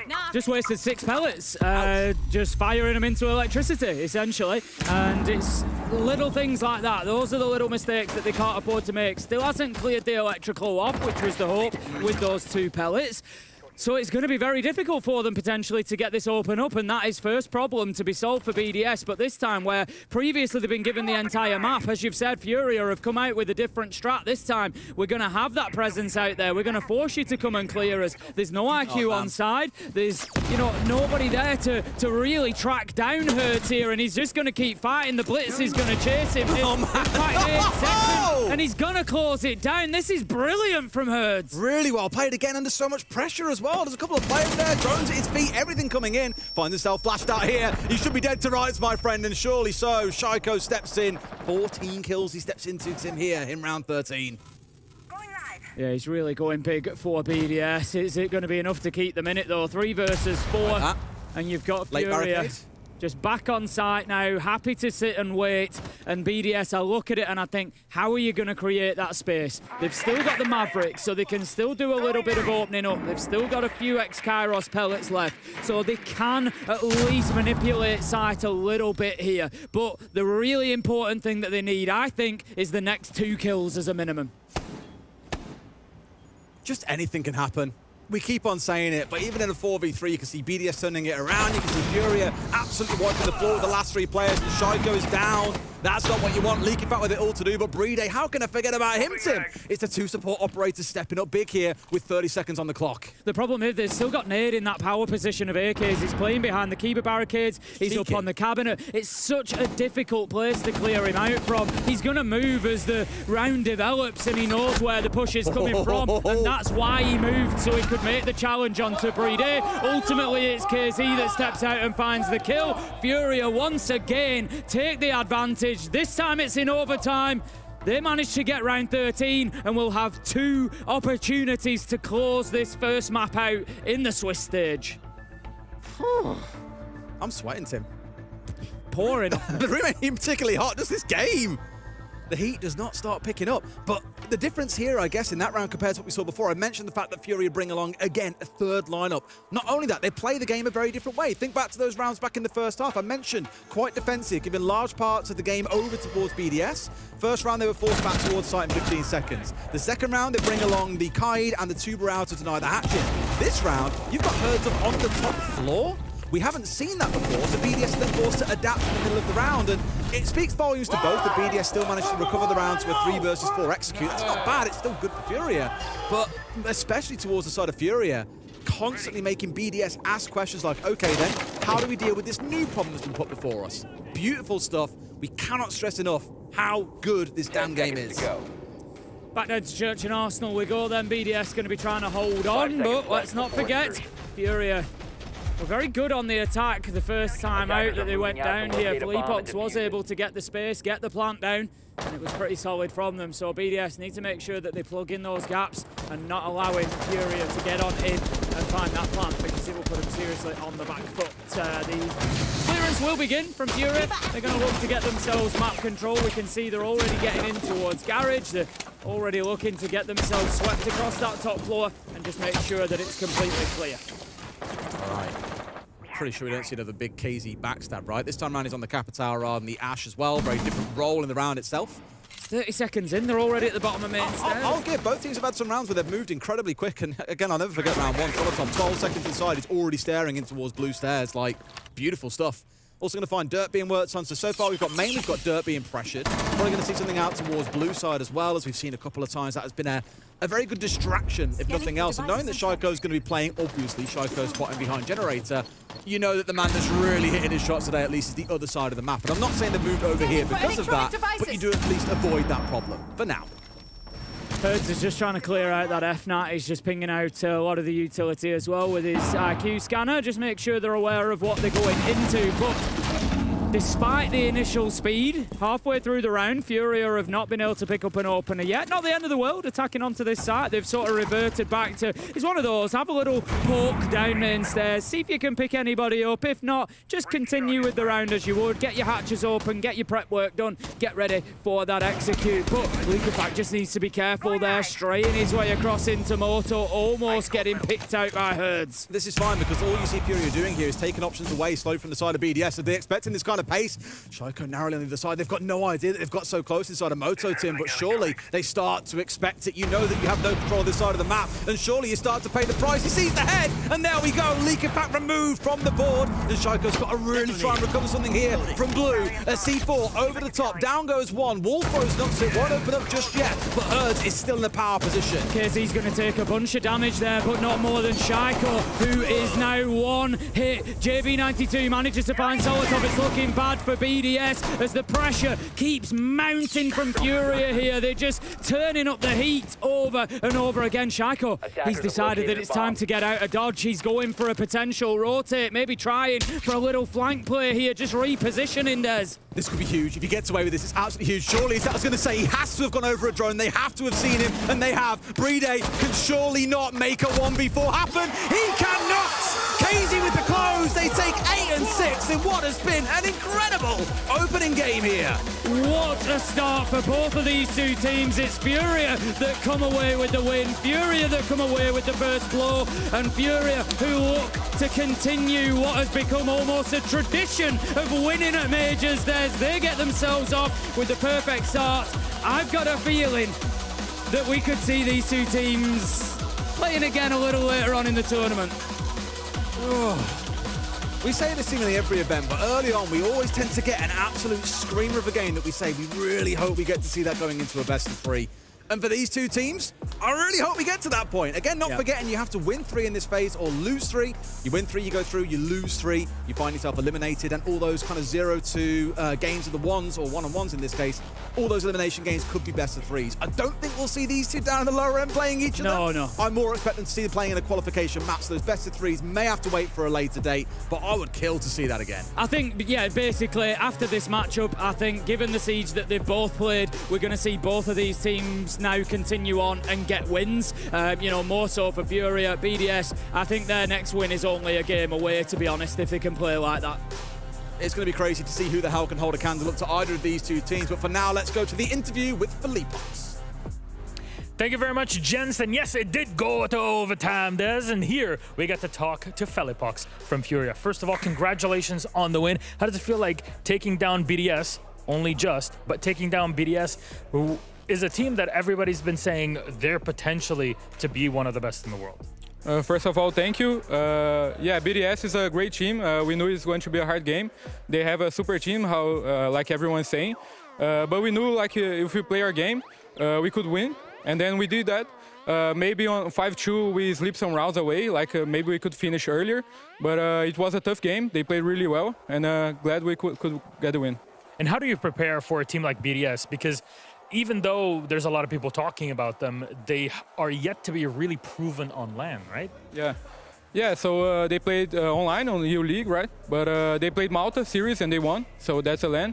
And they have a super team, like I said. I respect each of them guys, but today it was us who got the win. Absolutely. Everybody looked kind of activated in here, which during the stage, if you'll allow me here, Furia sometimes did not look great. It was only recovery later on in it. What do you feel you've been able to focus on and change going from stage 1 in Brazil to now the major in Manchester? It was really difficult for us to adapt to this new meta. So we weren't playing really well on the stage, during the stage. But during this bootcamp, we had like 15 days of bootcamp, 20 days, I don't know. And we saw that we were playing like really, really better. Like we weren't playing like ourselves like in the stage, and now we are pretty confident, like in all nine maps. So now it's another major for us. And now, I mean, you're still yet to figure out, you know, who you're playing against officially later on. Is there anybody that you really want to play against in Phase 2? No, not really. I want to play everyone. Like to be champions, we know that we have to win against everyone. So no specific team. All right, thank you very much for joining us here. Congratulations on the game. You'll be seeing Felipox and Furia playing later on today. We're going to take a quick break. When we get back, we'll be on the desk for an interview with Likefak from BDS.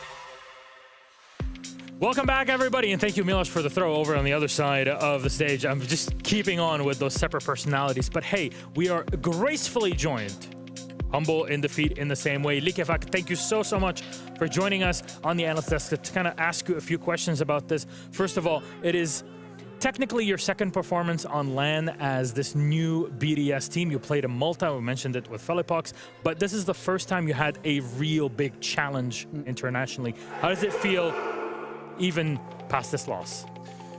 To be honest, I feel a bit disappointed because we took too much time to go in the game. The machine was too long to start, and after like some miscom never happened in UL or even in Malta.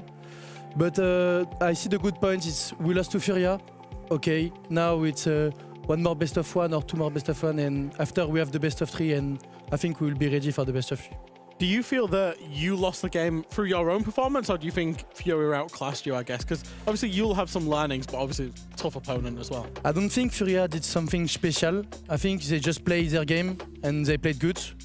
I think it's more on our way, played the bad communication, miscall, like I said. Yep. But we'll fix this mistake, and if we go to best of three, we'll play again the club. Okay, nice. Speaking of club as well, how come you chose to go to club against Furia? Because I think, you know, your roster, when you've played against their roster a lot, it's been on Clubhouse a lot when you've played them. Why that map specifically? We feel confident on club, and as the first match in the major, we wanted to go on good map for us. But club is really good club team as well, and we lost multiple time with the last lineup. Yep. But I feel like it's not the same lineup anymore. So okay. Now it's 1-0 for Furia. That's it. Yeah, I mean, now you get to mentally reset, but going into Furia, you have time to prepare, you know your opponent. Now that things are still kind of in the air, how do you reset from this first best of one into the unknown of who is your next opponent? To be honest, we will like have 10-15 minutes maybe to say, okay, we were bad, and then just go back on the next game. It's best of one, we aren't eliminated already. So to be honest, after if we lost the last match, the third match, yeah, okay, we can be mad. Now we can't be mad, and we have to focus on the next match. Absolutely. Likivak, thank you so much again for joining us here. Being fresh to ask you a few questions through it all. Hey, commiserations on the loss, but hey, hopefully you can pull it back later, not just for BDS, but for EU. We're all strong behind you. But standing by at our telestration station is Alfama. And Alfama, you want to talk to us about something specific? Because Furia, they play together, but especially under pressure. Thank you very much, Miloš. And indeed, they always play together. That's what actually got them the extra edge. Now, if you take a look at this, it's a basement defense. And I especially want you to look at KZ. He's holding blue. Blue is the backside, right? It's the back of the side. It's a very important position. But Captao, Shaiko, is on the blue hatch and will fire him off. Now, how do you win a defense like this when you just lost the key to blue? Now, Philippox can hold church door. That's fine. Nade, and this is a very good decision, can hold blue because KZ just died. He will hold blue. And they understand and recognize that the hatch drop is to execute. JV, who was holding dirt, understands that nobody will come there, and he can now challenge the hatch at the same time as Herds. They do it together. And that's the key here, because JV gets a first pick and a second pick on the hatch. But it's not finished. I want you to take a look. All the action is happening on the left side of the bomb site, but Nade, he doesn't give up on his objective. He's always holding blue. He's always holding the back of the site, and that's where we get him this very important pick. If he dies here, if he doesn't get this pick, it's the end of the round. Now, it's 3v2 for Furia. Any team would stop here, but Furia always plays aggressive and always plays together. So instead of staying like this, Philippox will go in, rotate through Moto, play aggressive towards the two last remaining player. JV wallbangs through Armory Wall. Nade can then support them from long. And take a look at this. Amazing triple pitch toward the last two players of BDS. They're pushed into long, stuck in a triple crossfire, and they die from this. Whatever happens, even if it's under pressure, Furia plays well together and always has this micro plays. Back to you, Miloš, on the desk. Thank you very much, Alfama. And yes, as we wait Alfama to join us back here on the desk. Honestly, if you ask me, Jack, Furia had it at some point. Yeah. They let it slip, and a coin toss could have completely changed the outcome of this game. And I think that's what you see when there's the quality of the two teams on show, right? Yeah. Ultimately, you know, we did just speak to Likivak, and he was upset that they lost. But had they come up against most other teams in this tournament, they win that. Furia were just that good. Their fundamentals, as Leo's just shown on the telestration, was just that good. Under pressure, they make the right decisions. And that's what makes these two teams, you know, and I'm going to celebrate both of the teams, because it was an overtime result and sure, Furia came out.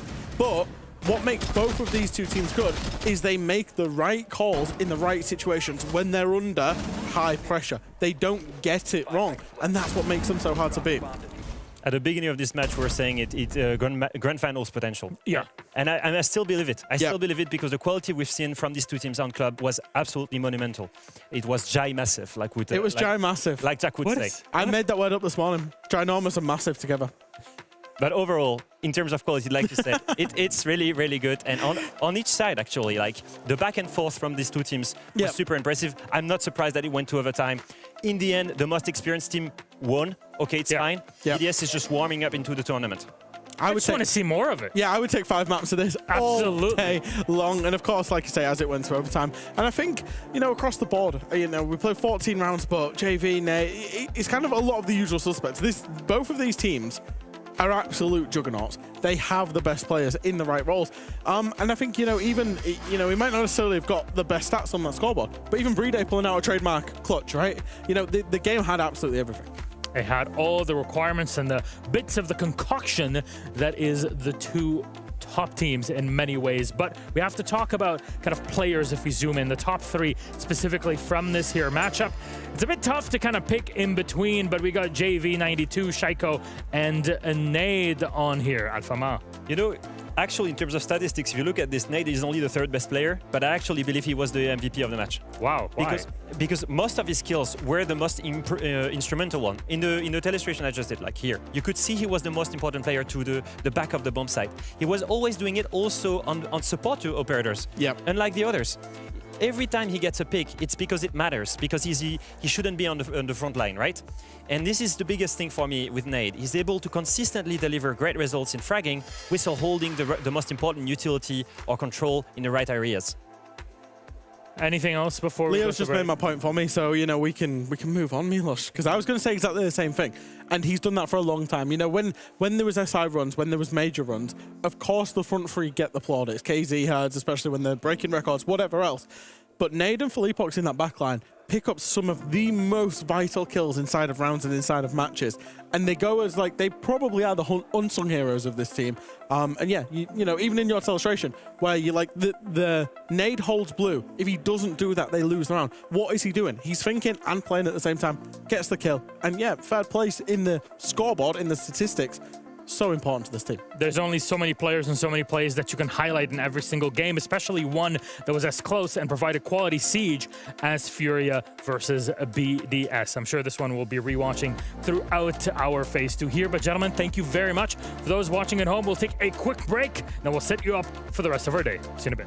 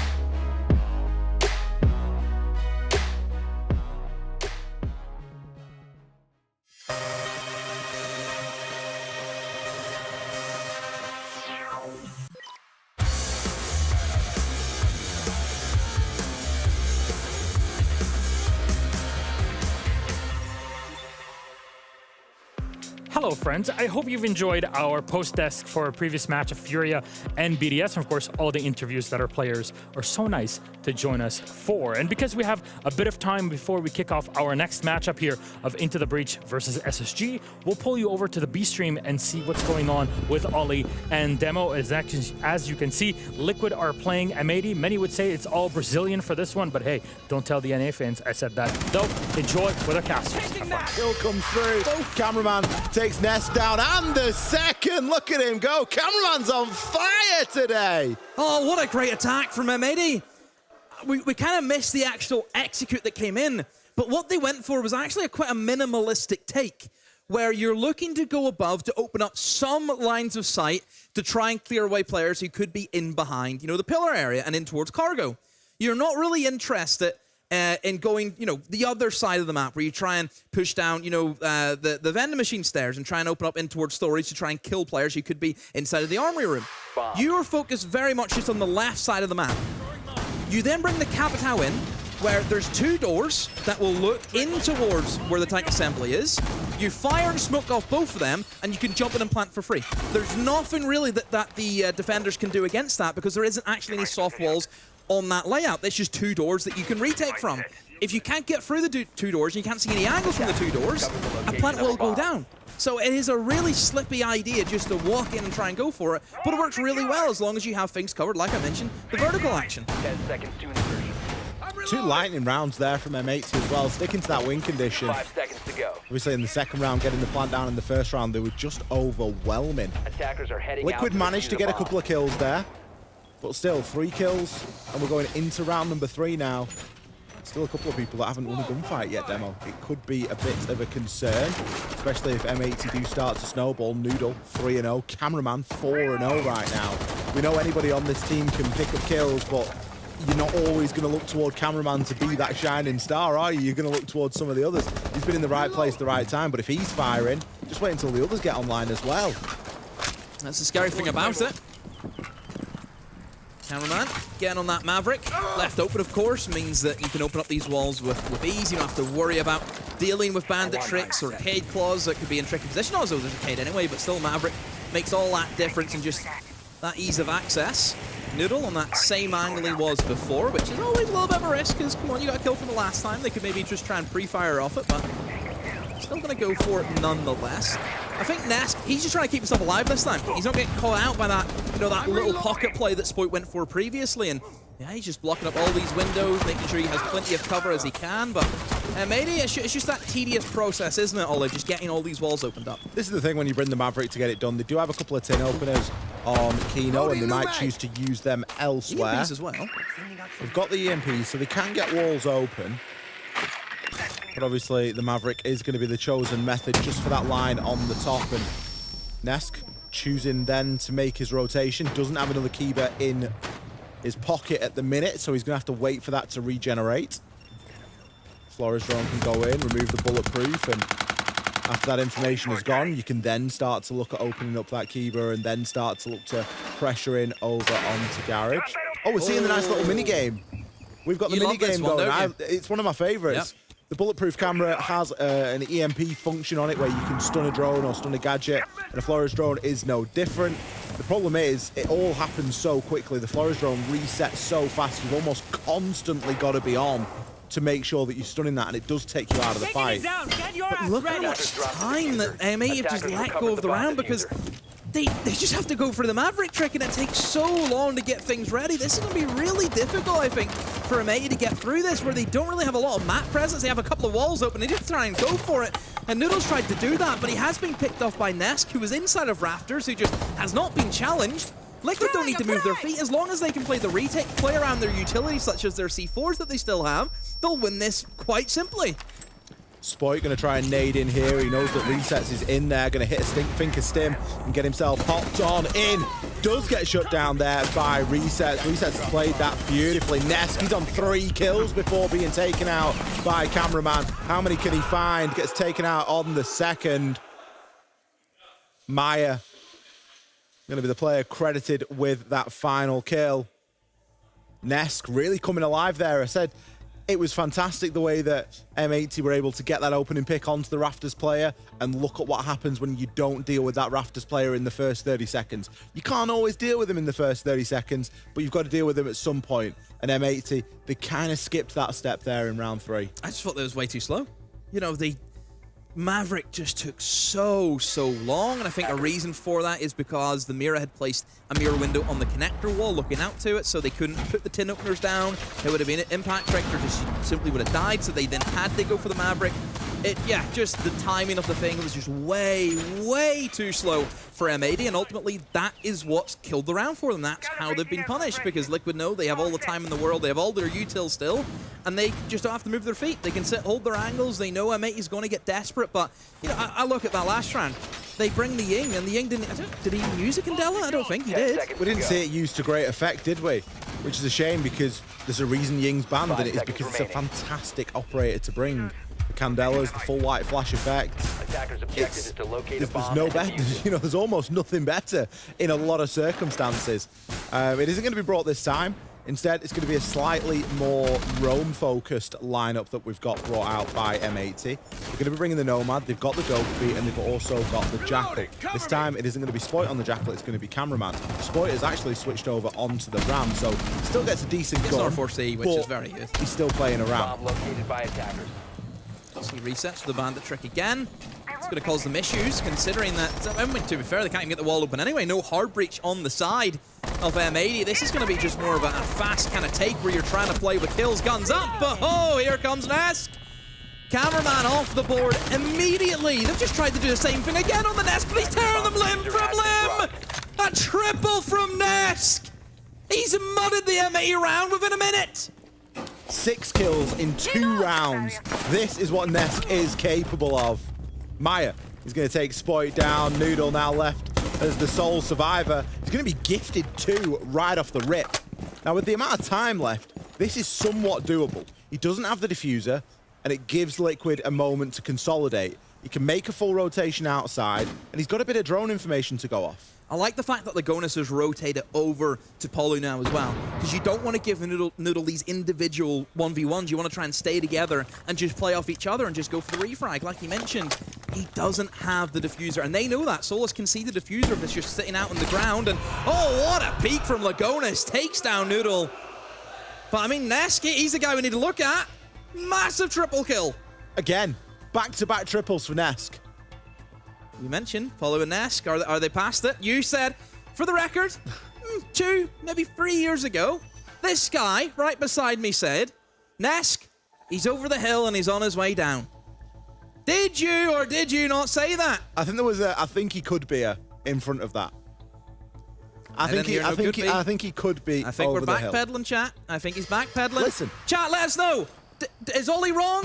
Is Nesk finished? Is that what Ollie thinks he's finished? Is he finished? I don't think so. From a statistics point of view, he was going downhill. From a statistics point of view, from the heights that we've seen him at events like SI21 and that sort of era. So I do stand by it. But in this round, or in this game at least, he's shooting. He's 6-4.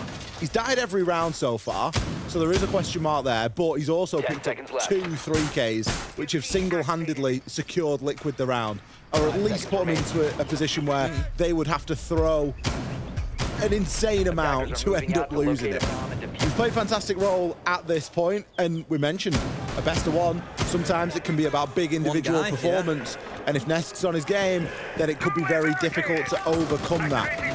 Not a lot you can do. If one guy is just killing everything that moves, don't care. You could be the best player in the world, the best strategic mind in the world. There's nothing you can do. He will just win every engagement. I think everyone has been in that situation where you're against just that one guy. May it be in any, casual, right, whoever it is. You just cannot kill him. Every engagement, he has your number. Maya. Maybe thinking about a little bit of a hop out of the window here. He's on the Solus, so he does have that benefit of information. He'll be able to see Cameraman is on the drone outside, but he's choosing for a bit of a slower approach at the moment. The hatch above the site will get opened. One of the only sites in the game that has got an exterior hatch that can be reinforced from the top. You can run out after the prep phase, reinforce the hatch, barricade back the window, and it is like you were never there. And you can typically get it done quite safely as well. There's no risk to doing it. There's no ability to get spawn peaked in that time. It is designed as such. Opening pick this time going to go in M80's favor. Spoit takes Maya down. We saw Maya. He was creeping in and around the window. I wouldn't be surprised if he'd gotten a little bit too aggro on it maybe, or just caught out by Spoit. Oh, Lagonis has ripped down a barricade downstairs, but his cameraman heard that. Looks as though he has, and he has him down to a T. Lagonis puts his head in front of that Magnum, and down he goes. Palu, you gonna join him as well? Cameraman's just doing a great job just at taking players from upstairs down to the basement. It's a distraction It's a tactic gulag down here, isn't it? It really is. Palu's seen that and he's going to want no part of it. That's 2 shots from the Vendetta. He's nearly done Palu in. And now he's stuck on exhibition stairs. He might be the warden, but that's going to do no help against the nade that comes through, and the shotgun comes out. I tell you what, cameraman's up for the fight today. That C-key is constantly being checked. He must be relishing going up against Team Liquid here. A hatch drop to finish it, and Spoit to find that final kill. Cameraman. Oh, he's ready. He's getting vocal now as well. He's up for it, and people, if you don't know the history of Cameraman, he used to be on FaZe, the major winning side FaZe back in 2021. And if you don't know the history of FaZe, it was one of the, one of those early teams alongside Liquid and also NIP. Those were the 3 main organizations that came into Brazil way back in 2018, and they're still here to this day. And, he was on that FaZe side for a very long time. And how many times have we seen Cameraman up against Nesk and Polo? It happens all the time. The statistic for that match is something unbelievable. It's one of the longest derbies that we have in Siege. Probably the only derby we have in Siege. But the actual difference in between, at least the last time that I checked it, the wins and losses, there was still like 3 games in it. Do you know what I mean? It's not like one team streaks ahead of the other throughout a real long time period and throughout a heck of a lot of different players and rosters. It is still one of the most coveted derbies that we've got in Siege. So if you see Cameraman getting vocal today, it's his FaZe roots showing Red through. versus blue. That's as easy as we can make it. So, yeah, look, Cameraman, if he's up for a fight, boy, you better be ready. He's 7-2 right now. He's top fragging the server. There's no one competing with him KD-wise. He's having a fantastic game, and you don't always expect to see Cameraman in that role. There are other players that are stepping up on the side of M80. We commented on Noodle earlier. He's now 5-2, and we're in round 6. Is this something similar than what we've seen the previous time, where they're going to try and be very minimalistic, get that single wall open as quick as they can? I mean, it is a very heavy extension from Liquid, where they have at least, what, a triple roam set up upstairs? We see the bandit trick come in, and it will be successful for Lagonis. And there isn't really a lot of hard breach other than the ace. There's none whatsoever. They've been able to get that single wall open, so they still have a way into the site. But I would say, based on what happened to Liquid last time, they're not going to allow M80 to have that vertical pressure that they need for that particular attack to work. Citizen scoping things out on the shock drone at the moment. Just looking for any Fenriers, any beepers. I haven't seen a lot of Fenrir considering it's open, to be honest with you. I'm surprised it's taken to round number 6 to get it brought out, but a great shot there. It's not just all about aiming with the gun, sometimes aiming with the utility is an important aspect as...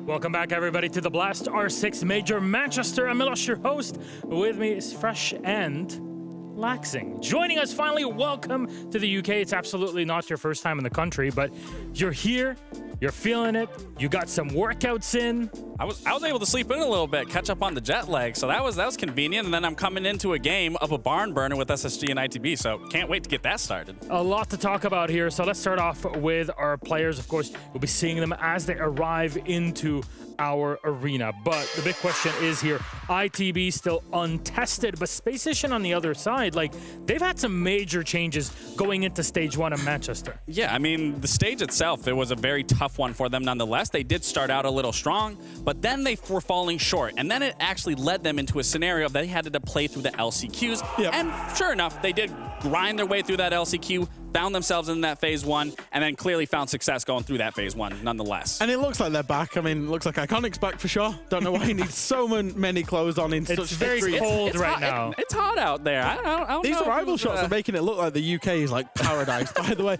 But yeah, now SSG were great through phase 1. I had the privilege of casting them 2 days ago. They got back-to-back 7-0s against Bleed to go through to phase 2, and I thought they were genuinely excellent. Well, ITB on the other side, I mean, Jack, we kind of followed this team through, and their meteoric rise where, despite the fact that they're not maybe the best individual players together as a team, they look incredible. We keep talking about this ITB team as a project, and this is all the way back, I think, probably before Kangaroo Kenny joined, but as Kangaroo Kenny joined, and the changes they were making in the team... what did you just call him? Kangaroo Kenny. That's his name, Kangaroo Kenny. The coach. Not Kendrew. No, There's two Kennys. I've not just made up a nickname for Kendrew. Are we just making a name up for Kendrew? Okay. But when Kangaroo Kenny joined in the coach, and then the player changes since, has been a project where they've got better and better and better. Was this major come probably one stage too early in my expectations for them? Yes, but they're going to take it into their stride and enjoy every second. Let's take a look at our top 3 players from, well, stage 1. Let's put them up. Phase 1, actually. We got them up, and we're going to see here, it's Fultz up way higher. I mean, this man is on a different level, Lax. So yeah, throughout stage 1, I was talking about Ashen a ton, and I was talking about Jack here and there. But now you're here at LAN, at the stage, at phase 1, and Fultz is putting up the numbers. This is the numbers that we used to see Fultz puts up way back in the day when he was playing those entry roles or playing those flex roles. Now he's doing that on a support role or a secondary support, and he's playing phenomenally. And this is so important for a pivotal piece such as Fultz to be putting up a performance like this with the likes of Ash and with the likes of Jack as well, and having 3-star players shining. If they can continue that, I can see SSG going pretty far throughout these phases. That's the big point for me. Any team that wants to go deep inside of a tournament, you can't just rely on 1 or 2 players. And I know that inside of the NAL specifically, Ashen was kind of the guy that SSG were relying on. Fultz kind of popping up, and J9 is consistent and probably one of the best LAN players in the world as well. If they've got 3 players who can all pop off inside of SSG, that basically is the ingredients for a team that could go deep into the tournament. Our map bans, let's put them up on the screen. Of course, here in CG Sports, we function on a 9-map pool. And since this is a best of 1, teams will ban one after the other until we hit our final map in this lobby, and we'll get Consulate. All right, interesting. Why are you oohing here, Lax? Because I talked to Call Out, and he specifically told me that he said it was going to be Consulate. And sure enough, we got Consulate. They got the exact map that they wanted. Call It said they were looking for this map specifically. And this isn't a map also for ITB that's one of their best maps. I'd say it's a 50-50. But SSG does like this map. However, they might not be the best at it, but they do like this map, and they do know how to work the map in their favor. ITB have been developing this map is what I would say. We saw them in UL where they had to win 6 defenses in a row to beat Wolves because they couldn't attack it. That's been a big issue for them. They'll start out on the defense, so we'll feel comfortable. But yeah, it's a map that's in progress for them. Many would say there may be a lot of surprises in this game, and I think there is a surprise in who is also casting this match. So let's say hello to our casters, and of course our surprise guest, it's Doke. He's lost a game and then he's immediately on the casters. What's going on here? New career, right? I've just thought, you know, can't play good, so here I am. We just saw him wandering around this morning, so we were like, come on. I tell you, this is a nightmare for anyone that's not like a native English speaker. They've got to deal with your accent, and now yours as well. Scottish is the worst as well. I could really go full accent if you want. Do that. Yeah, go on then. No. Maybe a little bit of something on those lines. But yeah, Consulate, we were talking about this upstairs, and you were saying, oh, I'm a genius on this map. Why are you a genius on this map? I'm a genius on Consulate, guys. No, I mean, I was probably blowing my own whistle a little bit. But I knew he'd mellow out his back down as soon as we got on air. I knew he would. No, but I think for ITB, I think what Lax said, it's a middle map for them, right? And it's one of SSG's preference maps. So I don't know. I think this is going to be a good game, but I think the defense side from ITB is going to have a big big play. It makes me wonder whether ITB have leaned into it a little bit though. If it's a preference map Yeah. for They'll SSG, take it. you can kind of bait it a little bit. Like, look, we're just going to leave it there. You take it if you want it. It makes you feel like maybe they've prepared for it specifically. I'm ready for some damage control here, I think. I think for SSG, like, I look back to the recent events that we've worked at, and they've not quite been the potential was there, but not quite at the level to really go on and take on the world. And it feels here, at least, they've come in hot, they've been looking good so far. ITB are coming in fresh. They're the great unknown factor in this game, so I hope that SSG don't come in thinking, damn, Matt, this is easy for the taking, boys, because that overconfidence may be what comes back to bite them. Now, I'm sure you can tell us loads about bans, though. Can you talk us through this? I mean, the Monty ban, like, Monty, since the buff, it's just crazy, right? Like, that's an obvious one. But I think more about what you said. Like, ITB have had more time off as well than SSG, because SSG came from the LCQ. So I think that, again, is going to play a big factor into the game. But yeah, I mean, Monty and Ying, it's just defaulting it at this point, so... What's there more to say? Not much to talk about here. Looking for a Valk ban? Valk ban, guys? You want a Valk ban? A lot of verticality on console. I like playing the Valk on there in rank. Get the cams up above, particularly if you're in garage. Get them in and around Piano Expo. If they do take that ground, then you're looking for nitros, you're looking for fights. Plenty of work that can be done, like you say. But it's going to stay up, so we might see a little bit of it. Fenrir's, I mean, the bans don't get any more default than that, right? I mean, Solus is Valk's cousin, I guess. Info operator. So I was half right. You're really trying to give yourself credit for getting a ban completely wrong. Concert genius, as I said. Wouldn't be surprising if we do see the Valk getting picked up, and equally on the other side, some IQ being marched along. I think especially once you start looking at the, this kind of level of competition in the part where D2 isn't present, you start thinking about IQ, and a lot of teams will bring that along. They don't mind bringing it in specifically to deal with the Valkyrie. Please tell me you caught that, by the way. Yes. Thank you. But to be honest, like you said, IQ is one of these top picks now, especially since all these nerfs that came in last season. But one thing I like about ITB here is they've brought the Vigil along, because Deimos is so powerful on this map, like 3 floor verticality, a lot of roaming going on. Deimos is like a really key operator, and what counters Deimos? Vigil. So I'm loving that. Freed's playing it as well. It's straight from round 1 as well, right? It's like no hesitation. Let's go for it round 1. Why not get straight into it? And I do expect we'll see quite a bit of roaming around the map here as well. Not like you're going to find ITB wilting away. Of course, we had that banger between BDS and Furia earlier. They did see quite a lot of sites sitting and waiting for the executes to come through and then looking to counter in kind. Whereas here, I think things like the Decay being brought along last second by Ashen. Smart idea as well. Now they've identified there is a Vigil on side, and Creed is playing. I tell you what, I've seen so many clips of this rat spot. Laxing is the worst for it. Laxing's the main perpetrator. He's just speaking my language right now. It started a contagion, it's a problem.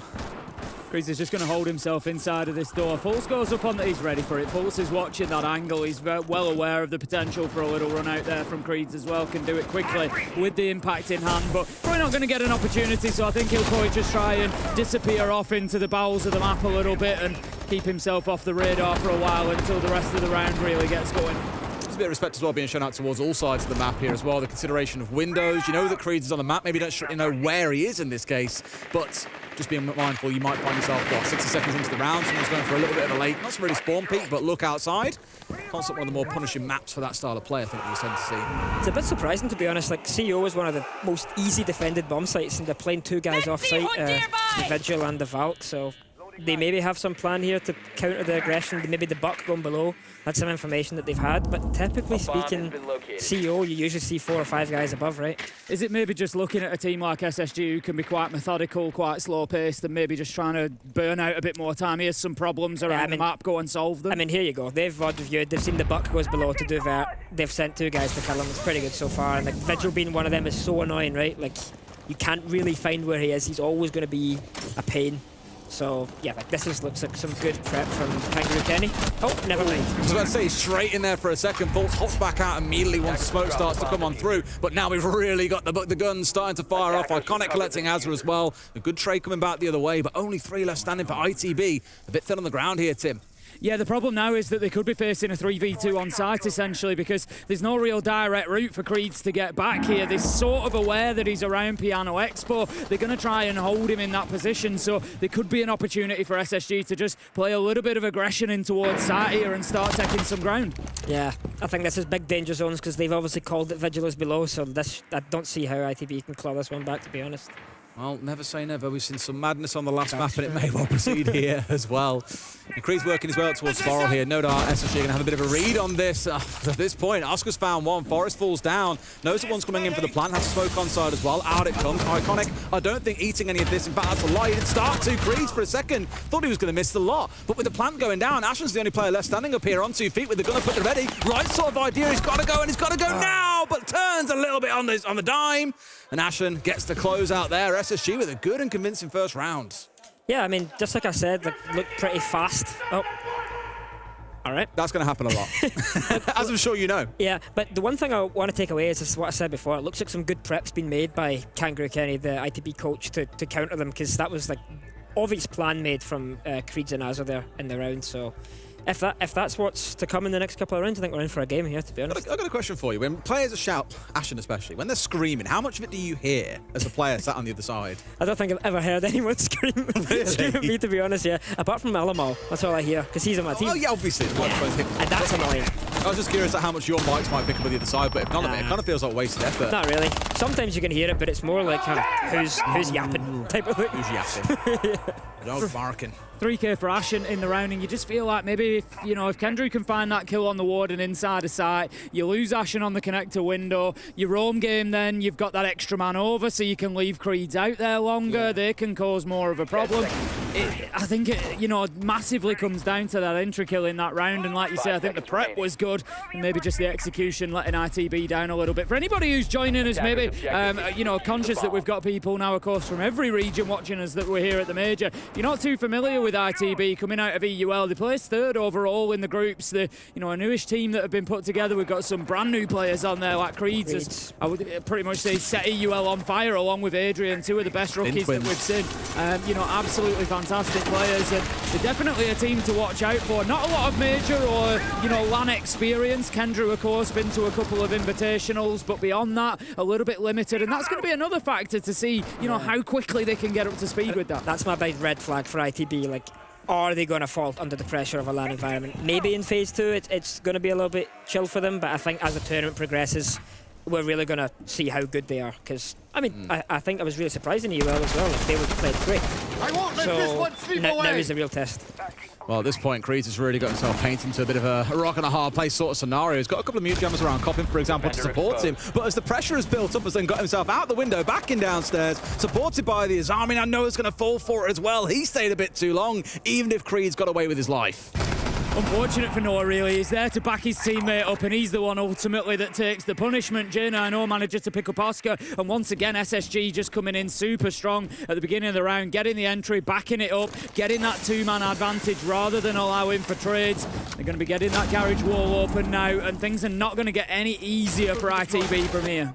Yeah, they now need to make a decision. Do we stay and we fight the 3v5, or do we go back and try and use these 2 C4s? Well, no, 1 C4. They've just wasted one. So, this round is looking pretty rough on the side of ITB, to be honest. So much vert coming in from SSG as well. They're going to rip up the floor, and it's going to find really hard to play on site here, so I think they've got to go for some coordinated flank here. And they've still got so much utility left as well. I'm looking mainly at the Decay call in back pocket here alongside the Capital, of course, on the Jackal track as well. When there's 3 players left, it's only going to be even more potent.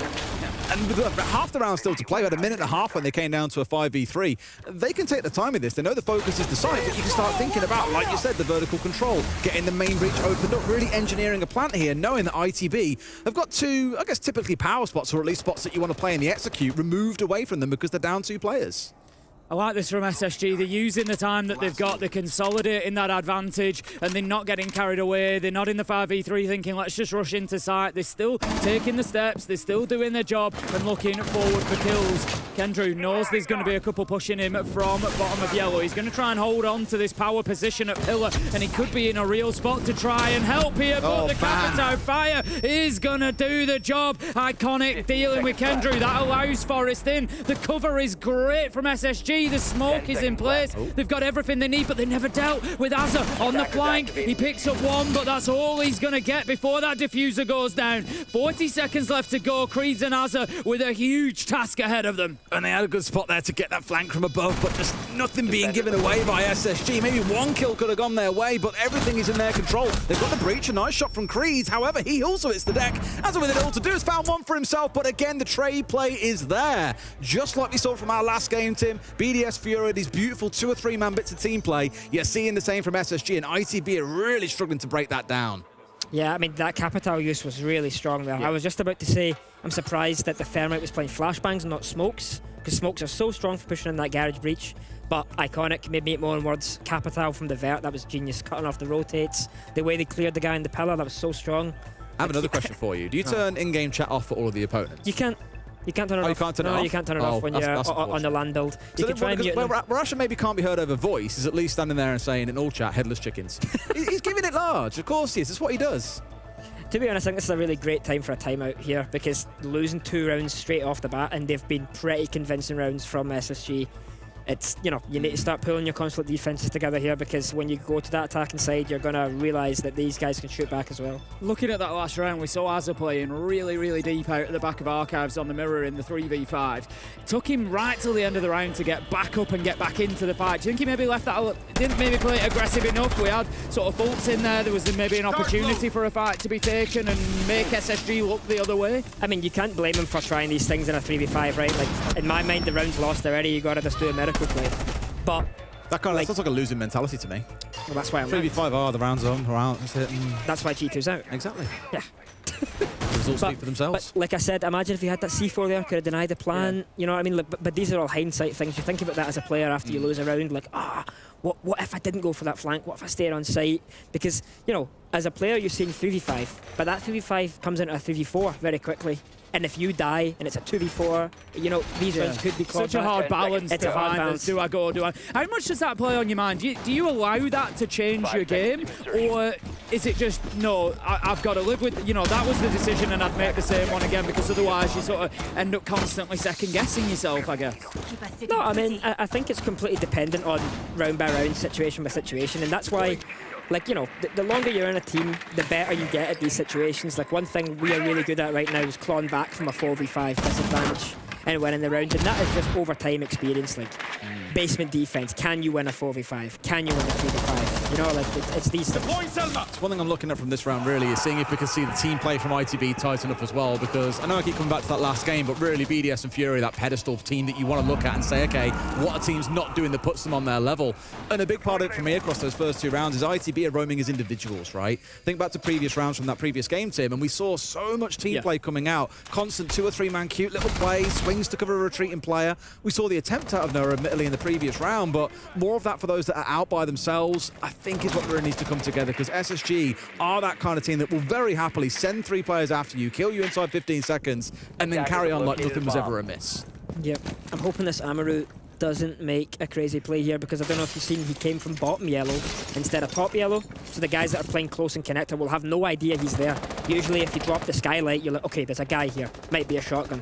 Like, these guys are totally unaware for it. So if Ashen plays his time right, well, yeah, if Ashen plays his time right, I think he's going to pull off a backstab here when the guys go for a plant. Could be really dangerous for that shotgun. Has got 2 bearing down on him, mind you, at the same time. You've got Kenny with the shield in hand, and Noah also playing across here, as you can see. But sure enough, he's found him and waited and really let Kenny be the one to step across, takes his freebie and backs off down yellow. That now is going to be a little bit of a panic station from Noah, who could get pressure from seemingly anywhere. Oscar getting at least one back onto Iconic, 4v4. Noah's going to keep and try and hold on to this hatch and the verticality above SSG. At the minute, not really choosing to necessarily go and completely clear him out, maybe looking confident that they can actually just hold him from below. All they need to do is create a pocket of space inside a site where they've got that bit of safety and they can get that diffuser down. A lot of patience being shown is the way that I'll give it to Ashen, to be fair. Like, hasn't got impatient here and tried to make anything too crazy happen. And piece by piece, SSG will just keep on collecting scalps. Already again back into that same position as before, 4v3, becomes a 4v2, down to a 3v2. It's a lot of work for the boys of ITV to get done here. It's not looking good, Doki. No, I mean, like you said, Ashen doing nothing is his best factor right here because this happens. If the guy that was playing top yellow, I think it was the Warden, he's so scared the whole round. Is Amaru going to push? Is he going to push? Is he not going to push? Like, this plays a complete mental game. So the fact that he played that really safe and he only backstabbed when he needed to, he was able to pick up that kill on the guy and meeting it, ultimately completely won on the round. Trying to get into a spot to get rid of Forest here as well, but he's so tucked in and also protected as well that it can't be ignored. He's tried what he can do, but it's going to get completed, Tim. 3v1. Yeah, a lot of work here to do. One Nice try. 1 versus 3 doesn't even make it through the door as Ashen's there. Another great round from Ashen. We've seen it a couple of times now. He had the triple kill in the first round. He's come in there and, like you said, just played that Amaru absolutely beautifully. Just every element of it, even entry into the building, positioning, timing, you know, that mental game towards the end when he's just playing back and forward on Noah. Great stuff from This happens all the time. Yeah, Fultz. Now Fultz is in chat saying pants are getting it shat. It may be true, to be honest. If I'm ITB, this is not looking good at all. Consulate, as I said in the pre-game, when you pick the defense, you should be winning your 4 rounds, your 5 rounds, you know what I mean? Like, these things should be coming together, and when you're looking at the enemy team, like 6-0 after 3 rounds, it's not looking good. The thing is as well, just coming on to LAN, we've said about, you know, how is that going to impact ITB as a team? They maybe don't have that much experience, Kendra being the, you know, the main part of that experience. You come in, you're against SSG, who've been here, done that like countless times, you know, 3-0 down. How much is that playing in your mind as well? You know what I love about this, by the way, real quick side point. You've got the player pose on lock even when captured. Oh, sorry. Well, you can see me. She'll do it then. How's your exact alignment of this? It's left over right. Yeah, that's my player pose. That's it, cool.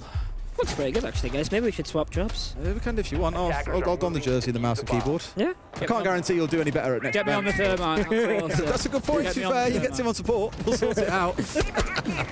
But again, more of the same chaos being brought along. Again, that the KB's been ever present as well. The Grim on side here. Everything to me is starting to scream, at least with this comp, very execute focused. But also really good from ITB. They've went away from that roaming below and they've changed the vigil to an Azami. Super strong to play in the baguette area around bathroom window. Can really cause a lot of havoc for the attack there. So it looks like they've got a grip of themselves and realised that SSG are playing really fast.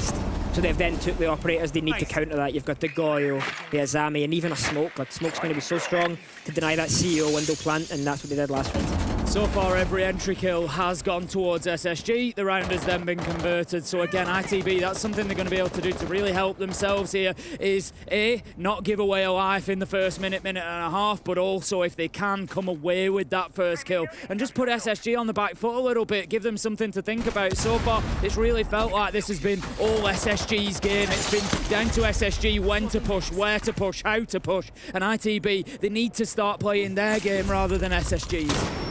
I think it's very much that. They've realised that almost playing the roaming game also hasn't worked out too well for them. What if we dig in a bit deeper, as Loki said, and slow things down against a team trying to go fast? And fast they are trying to go. A couple of kills. Creed is out there. Finally gets traded out, but it did take 3 players to bring him down in isolation. Oscar also hitting the deck as Forest is also picked up. A first time go here, I think, for ITB, where they're finally looking in control, Tim.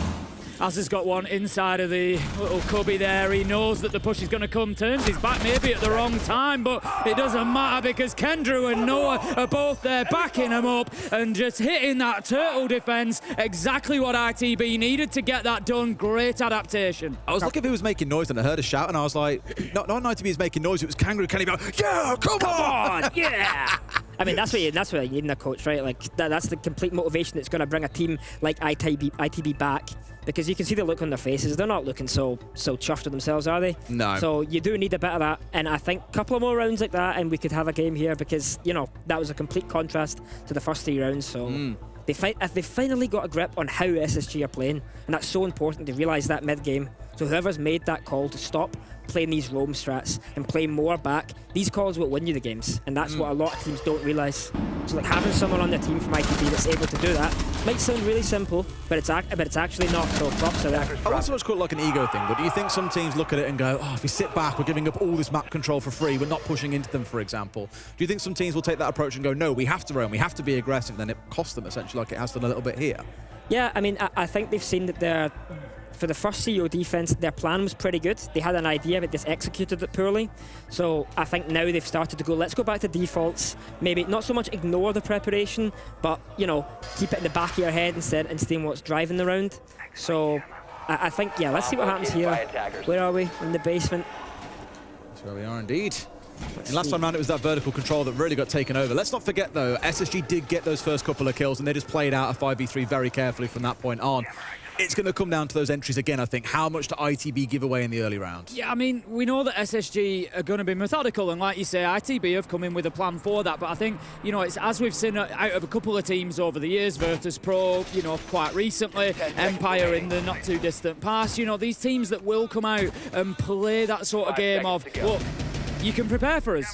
You can know what we're going to do. Yeah. But the thing is, we're just going to do it really well. We're just going to do it really well. We're going to be really tight, which SSG are at the minute. They're not really making many mistakes. No. They're not giving ITB many opportunities, as we saw in the first round. They didn't give anything up to the roamers. They're also not needing to make mistakes. No, exactly. ITB are making them for them. And so like you say, I think maybe trying to lean into, right, we've got prepped, we've got counter-stratted, maybe isn't going to work because SSG are just doing what they do too well.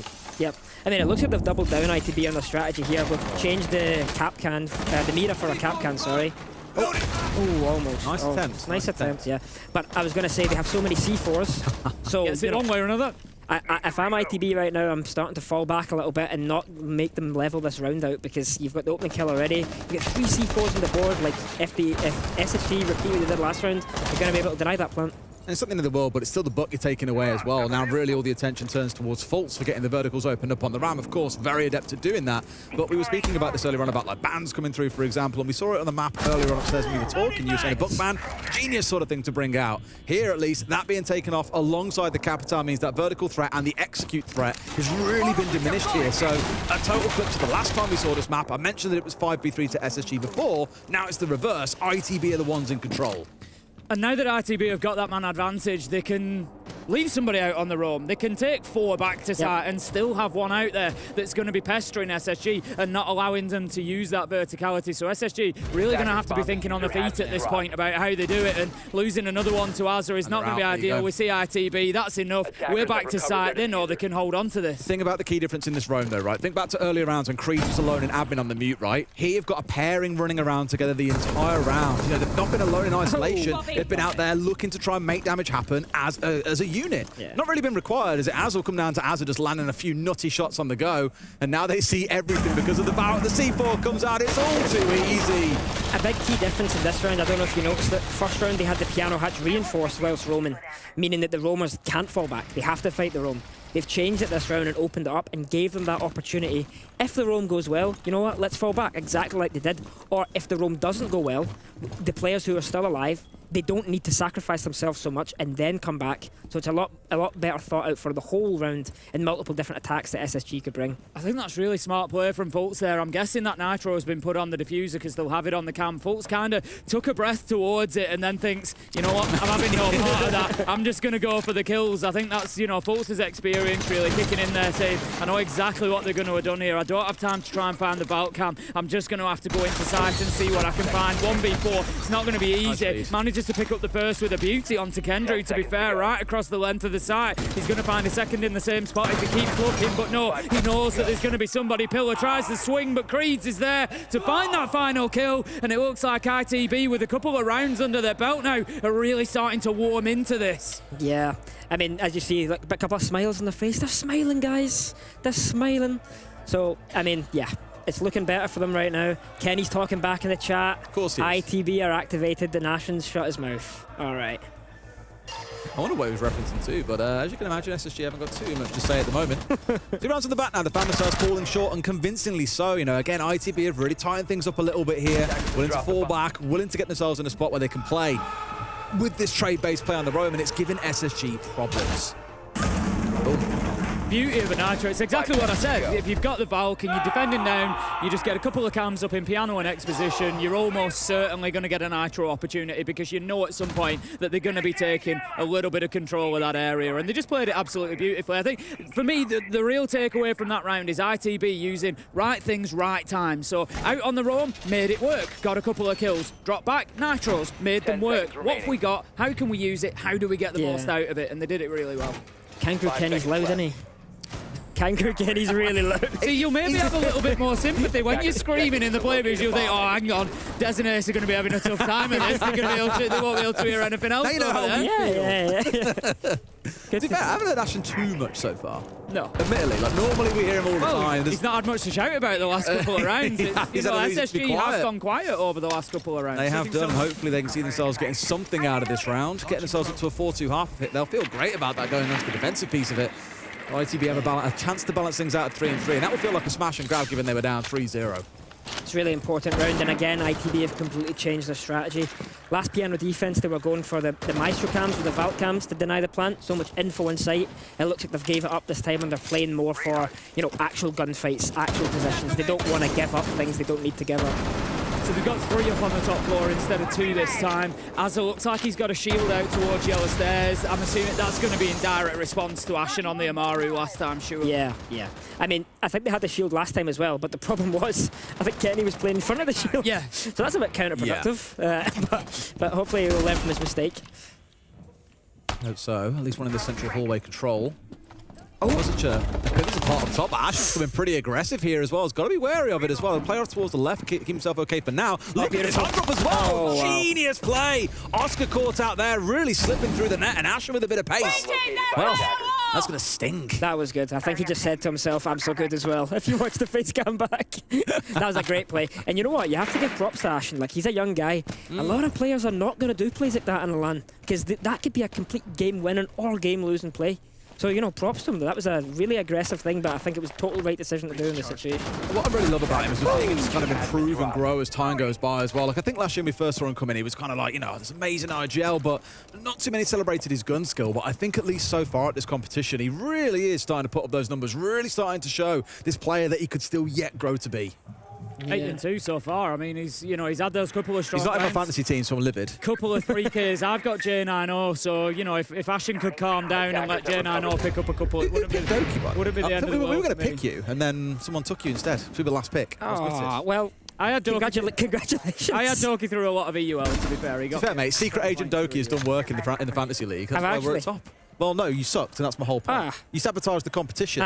So me and Tim are now at the top. We didn't pick any G2 players. You're welcome, I guess. Thank you, mate. Really appreciate it. Doing the Lord's work. Iconic's going to be getting the diffuser down. They've managed to create a little bit of space inside of site here, and the verticals aren't working for them. Kenny with the nitro down the hole, though, finds his man. Creed's onto J90, and ITB have just shown the importance of that verticality. 10 seconds left to go. Forrest, he's going for it again, but he's going to be successful this time. However, the verticality comes in on top. Creed's down the hatch to find the kills, and ITB all the time in the world to disable that diffuser. So Leslie just like, drop a C4. Oh my, that was a very, very close C4. The bomb was almost planted. There was a fraction of a second remaining. We'll see it on the replay, I'm sure. I don't We'll see know, how maybe close they it didn't came. realise it was going down or where, I don't know, but it was definitely very late in the process. I wonder how they knew how he was there. They didn't have any info, I don't think, on site. It must have just been a complete, like, C4 the smoke situation. They've smoked the floor, C4 it. I don't know. That was well played from Kendra, at least. We'll see on the replay in a second, I imagine, exactly how much time they had left on that plant going down, because it did come down to a matter of milliseconds. Things that you love to see as viewers, maybe less those players in the game, I can only imagine. Well, it's always got to be painful, I'm sure, you know, when you know that you're sort of a fraction of a second away, but that gives us a completely even split to kick things off then, and what a way it's been. Space Station come in with a really solid start, 3-0. They were very loud about it in the game as well, and ITB, this is the ITB that we've seen in EUL. They're a team that aren't scared if they go behind. I think they've got a lot of belief in the system, a lot of belief in the process, and they're happy to just trust it and just carry on with what they're doing regardless of what's happening on the other side. And they've fought their way back in, 3-3 at the split, and they now move on to the attack. Creeds as well, man. Like, we saw him go nuke here. Take this out. Like I say, just into the smoke. Yeah, maybe a little bit of a sound up there as well. I can hear the diffusers going down. It must be somewhere there. And the thing is, you know, if the nitro's inside a smoke, it's going to get the job done. I wonder if he realised how close it was. Yeah. Probably not quite, but my God, has it done the work? As you say, that 3-3 half is what we love to see. Onwards we career within a very even scoreline.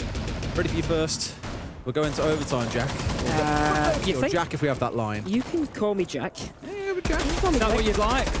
I'd like that. You see, because people I hate saying stuff like that, but people when they cast with me seem to get quite excited about it. They're like, oh, I've been hoping you say it because they want their name in it, you see. So I'm quite happy to do it. I've heard my name in it enough now. You can say someone else. Doki or Jack, whichever you prefer. Pick a random name. To be honest, I don't mean to burst your bubble, but I don't really care about going to overtime, to be honest. Yeah. Just looking for a good game here, so yeah. The player's always about the game. Here he is. Killjoy. I think this round is really important for ITB, because it's like, you know, if you lose it 3-4, slowly becomes 3-5, and their game starts to slip away. So they've done a good job getting the 3 rounds on defense. I think could be better, but you know, now this is the LAN. They've got to have their first attack together as a team. It's always going to be the hardest part, seeing what kind of communication, coordination we have. So let's see what they have in store for us. He's just waiting off Jane, I know, for the right sort of idea. Skylight challenge at least there for a second, but never exposed himself too far towards it. It's enough again to kind of put the Warrior thing in ITB. Okay, then that's not a fully protected and locked off angle here. Got to be mindful of that. But more than anything else, it's about trying to get to the site with as many of these alive as possible, especially Oscar on this Capitao. Whenever you see that Capitao, so essential when it comes to an execute, I think. That gets picked off early. A lot of the wind is taken out of your sails, and it's again, okay, then what do we do now? To go back to basics and try and make this work with guns up? So really, I think keeping themselves alive in the early round is the pivotal part. They've done it for a good 2 minutes, but haven't found anyone on the other side just yet. Ashen always going to hold on to that angle. He's, you know, a smart player. He's got the shotgun. He knows he's going to take it on the close encounter and manages to get his man count. He is there for one of his own, though, just to at least keep that man count even. 4 versus 4. But time is going to start becoming a factor for ITB here because it just doesn't feel like they've got enough control yet. Planting smoke. I don't know how Oscar's been able to go on top floor. I mean, he's got away with it, and they've also got the cover coming through as well. Another one falls down, and sure enough, this one gets stuck. Like Kenny just walking in, dropping a smoke in the middle of the room and going, yeah, this one's mine. Nothing to be done on the vertical. It's enough distraction upstairs that Jane O can do nothing about it. And now there's a very precarious situation for SSG to win back. They need this top floor, but even with it, Tim, they can't do enough. No, it's going to be very difficult for them from here because you've got now that 20 seconds for ITB to set up the post plant as well. They're not just having to fight reactively. They've got themselves into positions that they want to be in. Oscar manages to pick up one, Kendrew onto the second, and these kills speak to what I was saying. They were there, they were ready, they pick them up. Azza with the final, and that's great from ITB. They've just seen an opportunity there, Doki, and they've just gone in and taken it. But if you watch that back, Oscar has went through meeting with Capitao.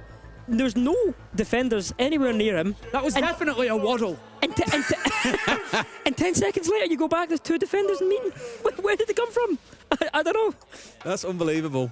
And more the round end is what got me. Like, Kangaroo Kenny's a really charismatic guy. I love speaking on interviews, but he's never struck me as a loud guy. And when you said you were worried about how they were going to respond when they got to land for the first time, he's giving it large. He's up there. I think it's just the name Kenny in general. Oh, it's Kangaroo Kenny. They're both going for it. Look at him as well. He's going to scream at them. There's a bit of me really hoping that ITB play Dark Zero at some point. Oh, mate. Kenny versus Canadian. Yeah. Woo! I'm here for it. I'm living for it. But back to the round there, like, how do SSG sort of allow ITB into the middle of site like that? They've got the warden upstairs. They're able to plant inside a smoke. There's a couple of mistakes there. Yeah, I mean, it looked like ITB were going for like a kind of split theory, kind of split play. Like sorry guys, sorry. Like 3-2, like two groups of people working together, and it seemed to work. Like two groups of people were working to take above control, or at least bait above control, whilst the rest of them. Whilst the rest of them were working for more of a site execute, and then 3-2-1, everything just worked together, and I guess that's how Oscar slipped through. So it's kind of just make a lot of noise over here, whilst we've got the real thing going on down here. Pretty much. I think he's generally at the angle as well. We saw it when he had the floor opened up, and on the warden he can see through the smoke, but if he's being pulled over here to take a gunfight... That's the thing, it was smart. And that's why I was confused, because I don't know what pulled the warden away. Like, realistically, he should have been there the whole round. Or was he watching a different angle, not expecting someone to waddle into sight and drop down a smoke? So much waddling going on. Got a waddle com. Des loves a waddle. I hate the term, but Fresh made it stick in the stack. Now everyone else says it. I've got no choice. I've got to roll with a waddle. Do you guys say waddle? I've never said waddle. Well, now you said it now. You said it several times. I've said it. You're so welcome. You're in the waddle club. Very interesting to see the clash here, and a very unusual position for him as well in the middle of CEO. They're just trying to kind of deny what... I wouldn't say it looks like a default, because normally you'd see a Ying for this, but obviously no Ying on side. But I'm seeing the Green on side, for example. Of course, seeing the vertical power of Noah playing off on the Deimos. I wouldn't quite say it's a full ability to pull off like a window execute here, but the Clash at least has the ability to ignore a lot of the things that would otherwise stop you being able to play inside a CEO. Yeah, I mean, the SSG are also playing with people below. I don't know if you've seen the piano is reinforced. So I guess their plan is to use the Clash to bait people into sight and do the work from below. Oh, baiting complete. As are taken offline here on the ace. Oh, Kenny's making his mark. Sure, they really want to see a push, and they're making it happen. However, a couple of kills come back the other way, despite Creed finding the one for himself, consistently finding himself, traded out here. So yes, Creed is finding the openings, but SSG are making sure he can't roll that into 2, 3, 4 kills very quickly.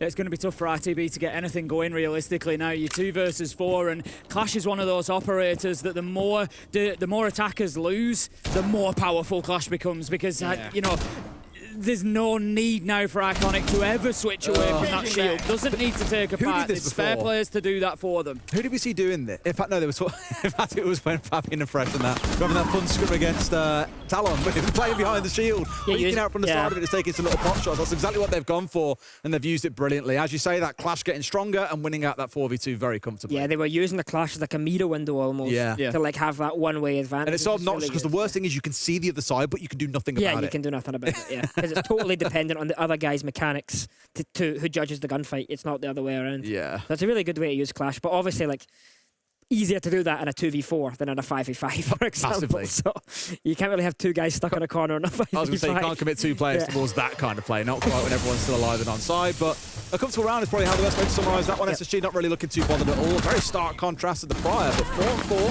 things still staying as tight as ever, Tim. Yeah, these two teams very evenly matched at the minute. I think there was maybe I don't want to take it away from SSG, because I think in the first 3 rounds SSG played super well. They were really on it. They didn't make any mistakes. They didn't give ITB anything, and I think probably along with that, little bit of nerves for ITB, first match on LAN, everything, and they just weren't in a position to break down such a strong SSG. But I'm glad that they've found their feet now. Both teams are coming together. They've found a level that's very, very similar, and it's proving to be a really entertaining game between the two. And honestly, at this point, you just don't know who's going to come away with it, because, you know, a couple of rounds ago, round 7, we have ITB having a great round. They wander in, they get the plant down, it's all good. And then SSG come back with a round that themselves is fantastic, and ITB can do nothing about, and this is not going to be an easy attack onto the basement for them. No, I mean, that's the thing with Consulate. Compared to other maps, you don't really have a weak bomb site. It's just totally dependent on how you play every situation. Like, you know, when you go to other maps, let's say like Clubhouse, you can say that CCTV is kind of hard to defend. Or it's, you know, here, this is the new impact change, that you can't impact the thermites on the breach anymore because the radius is smaller in the last patch. So I don't know why SSG are going for that. That's a completely impossible thing to do. So that might just be some bad preparation. I don't know. You fancy part-time as a coach for the week? You'll be their 19th analyst if you want. So I've done playing. I've played this major. Yeah. I've casted the major. Yeah. Well, I now need to coach the major. Host the major. Host the major. Take over Milos's job. To be honest, yeah. I can do it all. Analyse. I really can do it all. We'll just put you in charge of the whole event if you want. You can be security on the door. Produce. Security on the door, maybe not. That's maybe the one thing I can't do. I mean, so you know your limits. That's fine. I mean, my limits might be quite small, to be honest. But you know, that applies to all 3 of us, maybe. Yeah, we do love to try. So very good, very good. Right, see how the march on this round goes then. Halfway through already. No early deaths, and it's one thing I'll probably remark on the last few rounds. Haven't been those kind of crazy early jump outs or early aggression. It has been a little bit more measured between the two teams. And I'm looking at SSG's lineup here, as I say, they're halfway. That's huge. Nice. But looking in towards like the Capcan, in towards the Legion, in towards the Ella, everything is just about trying to play this very trap-based game, but they've got in, and the plant is going down. They're in smoke yet again. Kendra comes out, but it's not quite going to catch Kendra enough. It does a lot of damage, but he will then be downed as Iconic pushes through, recognising that he needed to make a move, but Noah is there for the trade. 4 versus 3. ITB have used this aggression well. They've gone into side. It's not quite gone to plan. They've not got the diffuser down. It is now down inside a side. Oh, but Noah. they're finding the kills on the back of it. Noah, he's like a hot knife through butter at the minute.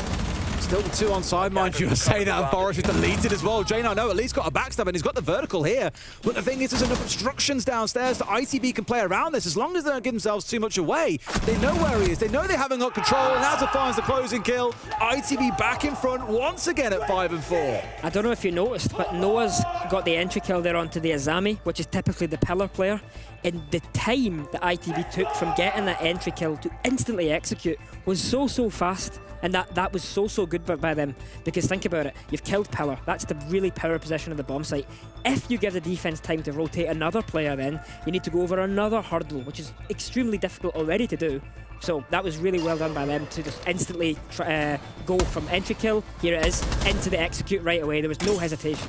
And is that the sort of thing within a team that sometimes you'll have as like a preset? If we get that kill, we go for it? Or is it like more of a spur of the moment? That's like maybe, you know, your RGL just calling that and saying the opportunity's there? Yeah, I mean, probably different for all teams, but I think it's more so the second one that you said, like...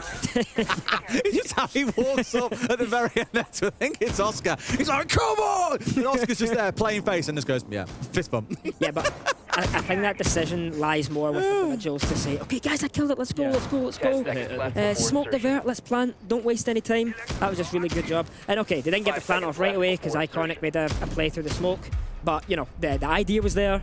They executed it pretty well.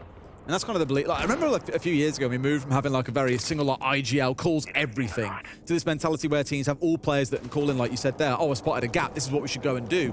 It's that belief and trust in all 5 players to have that decision making, right? If it makes a bad call there, everyone runs in and just dies, and you're doomed. And oh, Ashton's at least started things off. It's the ram taken away as well. Again, the vertical play fully removed here, almost in its entirety.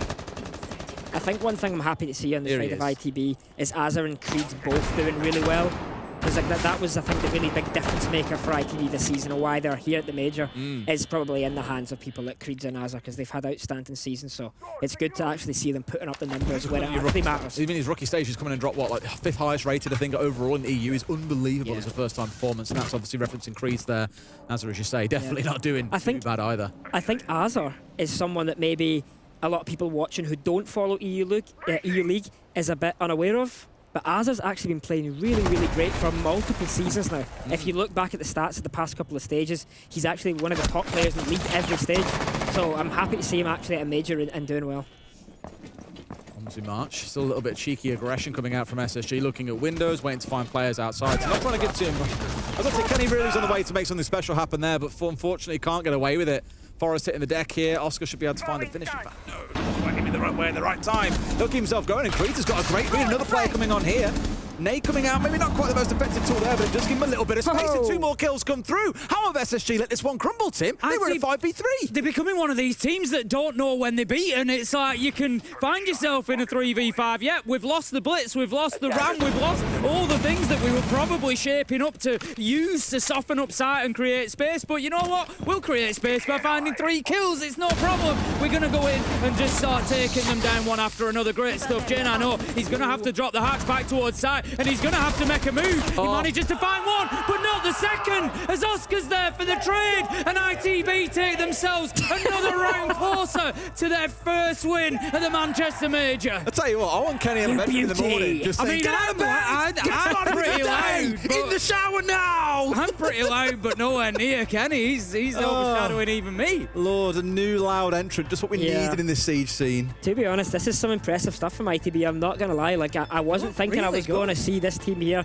Yeah, like, again, they've lost the entry kill. Azza's been spun-peaked by Ashen. Ashen's typed good night in the chat. You know, he's confident. But they're able to rotate that 4-man into a really direct push and really fast again. I'm sure that wasn't their initial plan, but they've rotated into it and said, you know what, we can still do it with the guy dead. We can still do this as a man disadvantage. And that was beautiful, so that was great. Their adaptability's been fantastic. Like you say, that ability, we saw it with the push, you know, we've killed Pillar, we've got the smokes out, let's go. We've seen it there again, right, we need a plan B, let's go. And, you know, whether those are preset or whether they're being called on the fly, either way, it's working fantastically. And, you know, this team are looking super confident at the minute with good reason. Interesting little stat. So Ashen picked up the entry kill back in round 1, and SSG won the round. He's then had 3 entry kills since then, in round 5, round 6, and round 10. And every time he's got the entry, SSG have gone on to lose the round, and that's specifically when Ashen has got the entry. There's Also, no real reason for it, but... Stats-based analysis there can be like, Ashen, stop getting the entry kill, Stop mate. getting the Stop entry trying kill. so hard. It's, You're costing for one your team reason or rounds. another, it's not working. No, it's just an interesting little coincidence there. I think if we look at the lineup here from SSG, it's not the best decision to run the same strat back. They've got the clash back again, and knowing how ITB operate, how we have... Oh, what's Des doing? We're on camera. I'm Paul Freshin. Another Jack joining It's another Jack. Another Jack on Castillo, mate. You can say hello. Hello. There you go. Just getting ready for the desk. Yeah, go on, enjoy the desk then, mate. We'll enjoy the rest of the cast. But yet, knowing how counter-heavy Kangaroo Kenny is on ITB, and just off the back of a timeout, you can be assured that Kangaroo Kenny has said to ITB, guys, if they go CEO and they do this clash strat again, do this, okay? And that is looking kind of what they're doing. They've got the Buck and the Deimos on sides of ITB. That's going to mean they're going to go below, try and clear this roam below of the guys that are going to play in the C4s off the clash. And then after you've done that, the clash becomes useless, because you can then kill the clash from the vert, and then you can plant the CEO window. So pretty good counter here, and I think really stupid decision from SSG to run the same strat twice. Well, you tell him, Jack. Yeah, sorry guys. Stupid decision. That's what, maybe that's my coaching role. That's your coaching impact for the week. That's So he's my doing impact, coaching and casting at the same time here. There's obviously can't hear it. He's not used to the power of the caster curse yet, though. So you, you say these things, and then you see the exact opposite happen sometimes. Yeah. Well, time will tell. Time will tell. SSG will be hoping, because at this point they need it. There's still 2 rounds. They've got to pull back. Oh, but Even it's forces looking towards like overtime. Doki's right. It's looking like he's right. Is he right here? That's why I'm the concept genius, guys. I told you before. Okay, okay. Creed is going to be working his way up to that piano door in a second. He's just getting that information fed back in from Kendrew now that he knows that there's somebody in closet. The choice is his as to whether he goes in for that challenge. But look at this, they're coming in from multiple sides, and it's as easy as that. Creed is not the threat. It's Azza who manages to pick up Fultz, but J9O is there for the trade. SSG keeping themselves in this one. They don't want to pick the fight with Ashen, with the shotgun on yellow stairs. They've already learned what happens when they do that. In fact, Ashen changes to the SMG. He's going chasing. He's looking for his man, but Noah manages to just back out in time. That was close. It's actually quite scary watching this as a player. Because we see this all the time. We're like, you are pixels you away. don't realise how close it is. Yeah. Oh dear. Take this back into the game, mate. Yeah. You see, like, this is the Clash what I'm talking about. They have below control. Clash can't really do this. You're going to get shot from below. But ITB have made a decision to leave. Oh, okay. I don't know how that's happened. Okay. But, okay. And shot from below at the same time. Yeah, and shot from below. So, guess who was right, Des? All right, mate. Let's see who wins the round first. God, get this on one cast. The only hope in grace is you have Ashen on the smoke, but he has none left, so they could just plant here. They got him from below, then that's all they need is those 2 kills to come on through. Forrest has got it all to do, and based on how today has gone, it's going to be a hard job to shut these boys down. Tries to get in close, air jabbed away, diffuser is stuck. This one looks like a closeout for the EU side, a dominant 7-4 victory over SSG.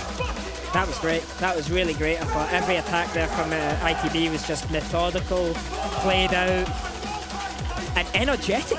Look at these guys. Oh, they're absolutely pumped at this point, and it's no surprise. Of course, ITB's first performance at a major.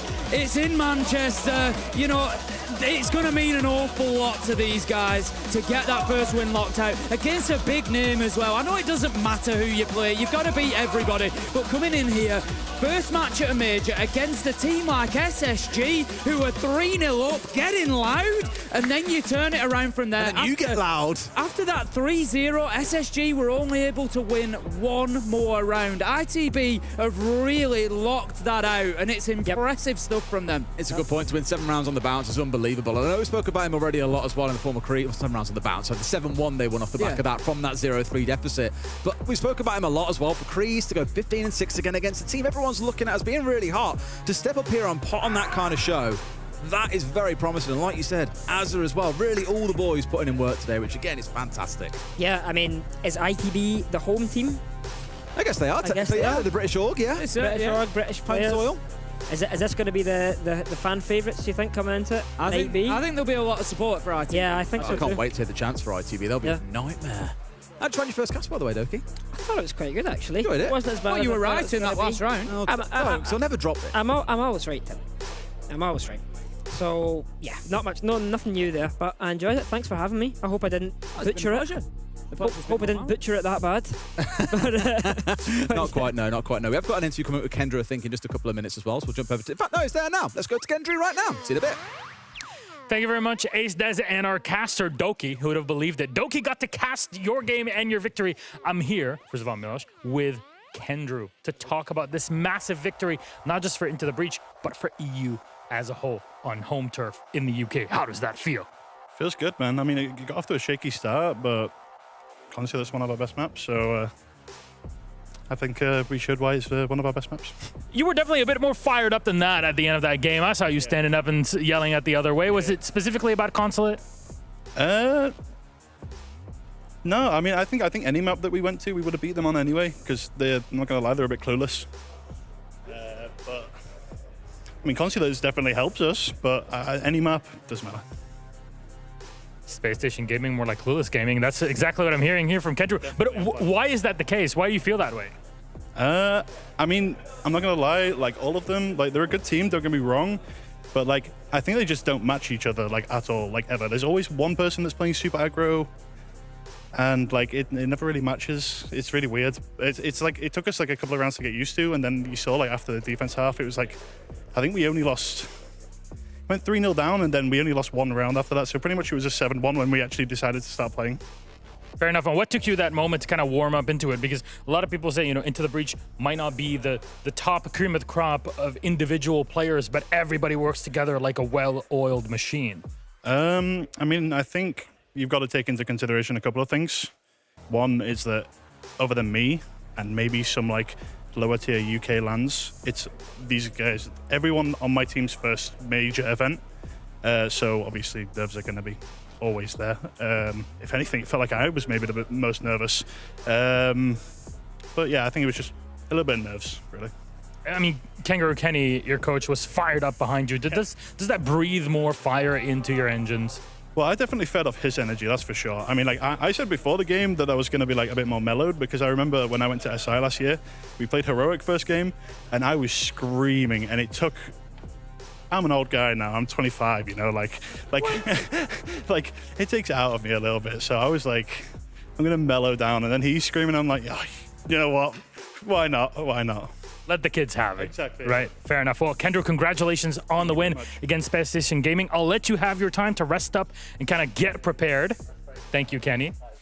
To get prepared for your next best of one, but it's a good thing that I actually stepped in. Kangaroo Kenny, coach of Into the Breach, will join us on the analyst desk in just a bit. We'll have a chat with him and break things down. Again, congratulations. We'll see you in a few minutes.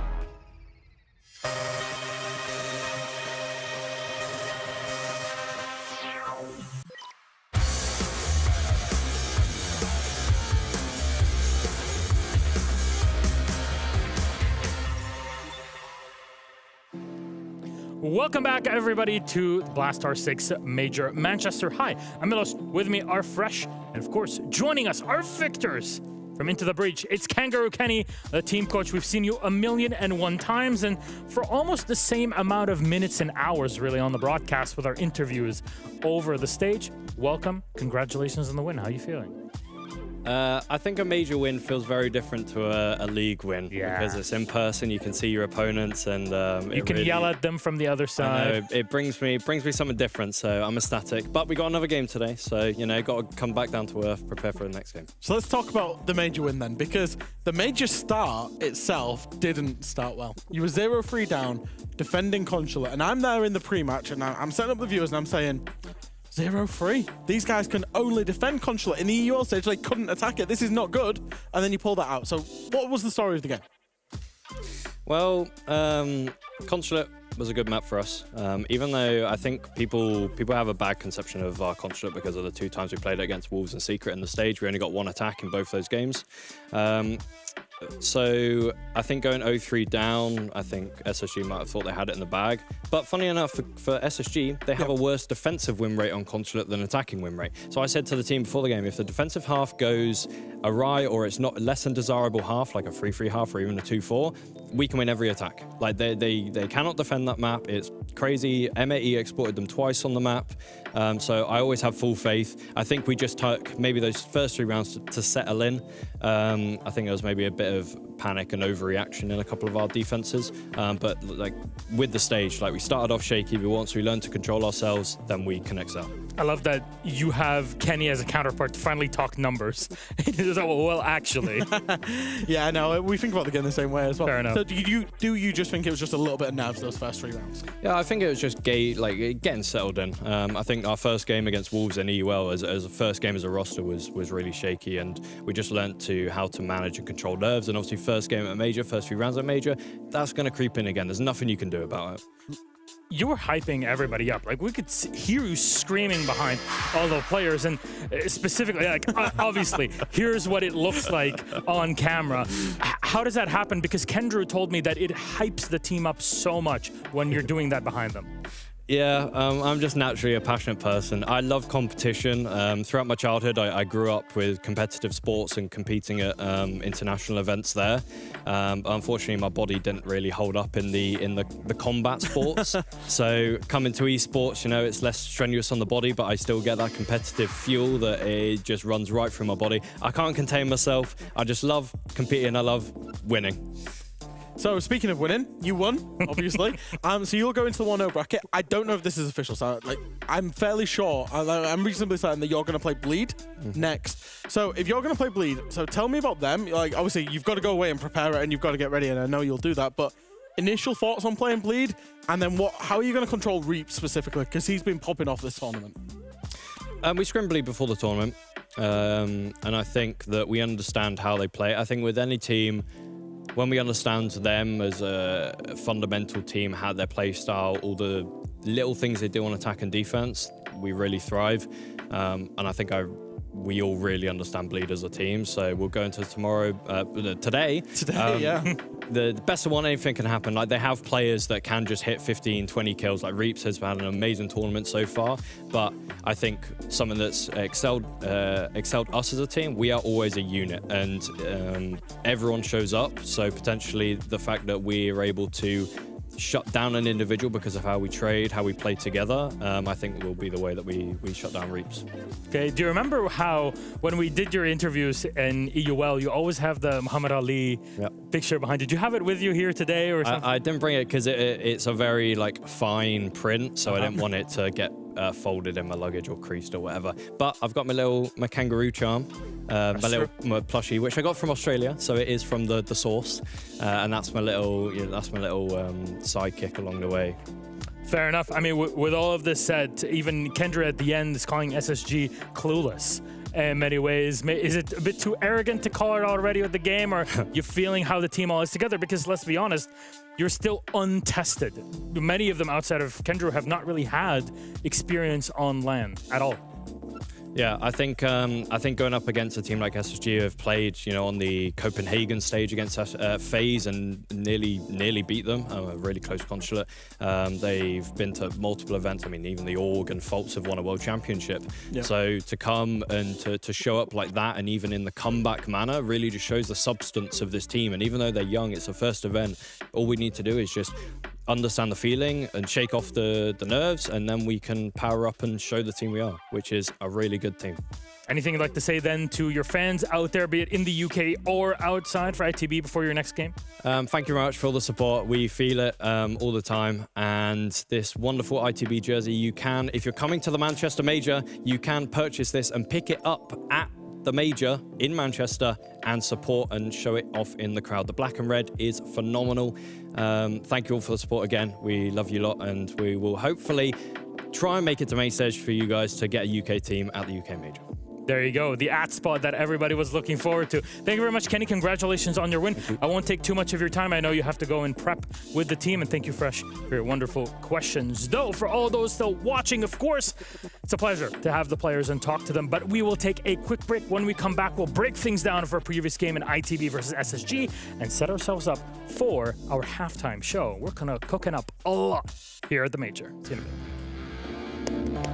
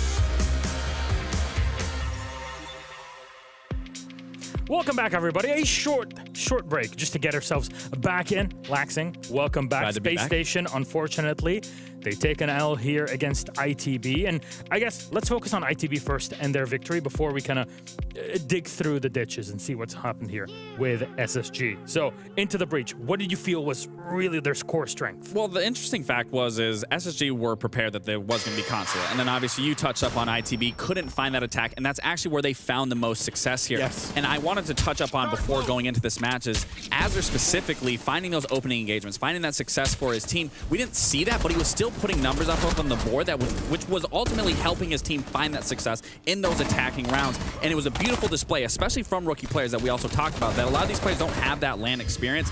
And like their coach just said, that, all these players are finding this experience, and there is sustenance to this team. So if they can find that success throughout the phases, that we are going to see a really good performance from ITB, but it's a matter of they have to get this consistency down. They have to keep pushing that going forward. I think those first 3 rounds in particular, they went 0-3 down consulate defense. Literally never happened. You can see it on the timeline there.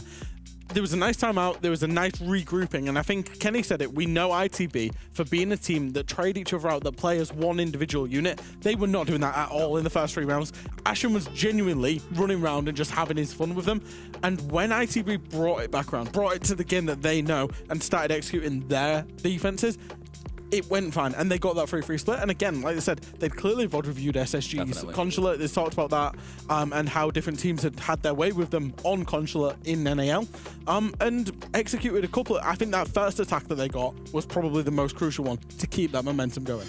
I mean, Creeds has been incredible. We talked about him throughout the entire stage in EU, but to come in at his first experience on LAN and hit those shots, I mean, you've had plenty of experience over the years, but you've gone through the shakes, Lax. Yeah, I mean, it's important important. Obviously, you don't just want to be a regional team. You don't want to be the team that just looks good in your own region, but then when you get to international play, whether that's a team perspective or a player perspective, so the fact that Creeds can come here, do it regionally, and now do it internationally against an NA team, again, I want to see the consistency. I think it is important nonetheless for this team to find that success early on, but still, there is a lot more games to be played, and there still is a lot more consistency that we have to see going forward. Keep having these like proud father moments. Like the first day of EU League when Adrian and Creed, and I'm going to mention them together because they were in the same tier 3 team together, made their rookie debut inside of EU League. I was like, oh, I'm a proud father. Then they qualified to the major. Great. Then they play the major. And, you know, obviously Creed was top of the scoreboard today. And I went into the player area mid-game and I was just like having a look at the players. I like to do it, see what the coaches are saying, see what the players are saying to each other. Creed is just sat there and he's like a Cheshire cat. He's got a massive grin on his face and they're losing. I'm like, Creed. And it's just, I could just tell he's just like, I'm just happy to be here. I actually couldn't do a smile wide enough if I was trying to imitate it, but yeah. So he's enjoying playing regardless. And I think that showed in the server today as well. He was very confident. Yeah, that's something that's really important to keep that energy up. But, you know, proud father moment. But what about SSG? Is there any disappointment after this game? I mean, you got to be pretty disappointed because they were confident they were going to get Consulate, and they got Consulate. And SSG are no slouch on that map specifically, so the fact that ITB could turn it around, do the VOD review, work on their attacks, and find that success where the defenses where they lack, that's a massive strain on SSG just to show where they were lacking on their defensive half. So going forward, I think SSG really, sometimes, and SSG is a team, they do start out slow sometimes. They do need to get put against the wall to realize where their problems are, and I have no doubt Callout's going to realize and pay attention to where the problems were in the setups or the strats or the plays, whatever that is. So I have no doubt going forward, SSG is going to fix what they need to, because looking at the LCQ and looking even in phase 1, they were looking flawless. This is now a bump in the road. Big question, how do you reset and refuel from this? You don't. You just go again. I think that's all you can do. You know, in the matter of literal hours, you're going to have to be going again. So you've got to forget about it if you're SSG. Just don't worry about game 1. Worry about who your next opponent is and beating them now in terms of that next opponent. You wipe it off. You don't think about it anymore. And it's important that no one is being sent home after the first loss here. So there's not a lot of pressure. I don't want to say you don't have any pressure on you, because you obviously want to perform and you want to make that upper bracket. But nonetheless, there isn't a lot of pressure. You just wipe it off. All right, gentlemen, thank you very much for kind of breaking things down. It's great that we have a North American analyst and a European one to talk about both SSG and Into the Breach. But we have reached the halftime of our Playday, which means it's time for the halftime show. And before I send you to break, let me just tell you, for all those that are subscribed, great. Get your questions ready. For those who are not, make sure you do. You got 5 or so minutes before we do it, because we have a special guest coming up on our halftime show. When does Bolo join the halftime show? It's just in a few minutes. Told the guest. And you can ask. No, I can't. I need to tell them. I need to tell them, because you want to ask him questions, and you should. And we want to learn how he plays, what physical kind of utility he has, you know, from mousepad to how he actually works with the monitor, but also the preparation at the gym or anything like that before you get to the game. So anything you'd like to ask, our team will filter it, and I'll be asking it. That is after the break, though.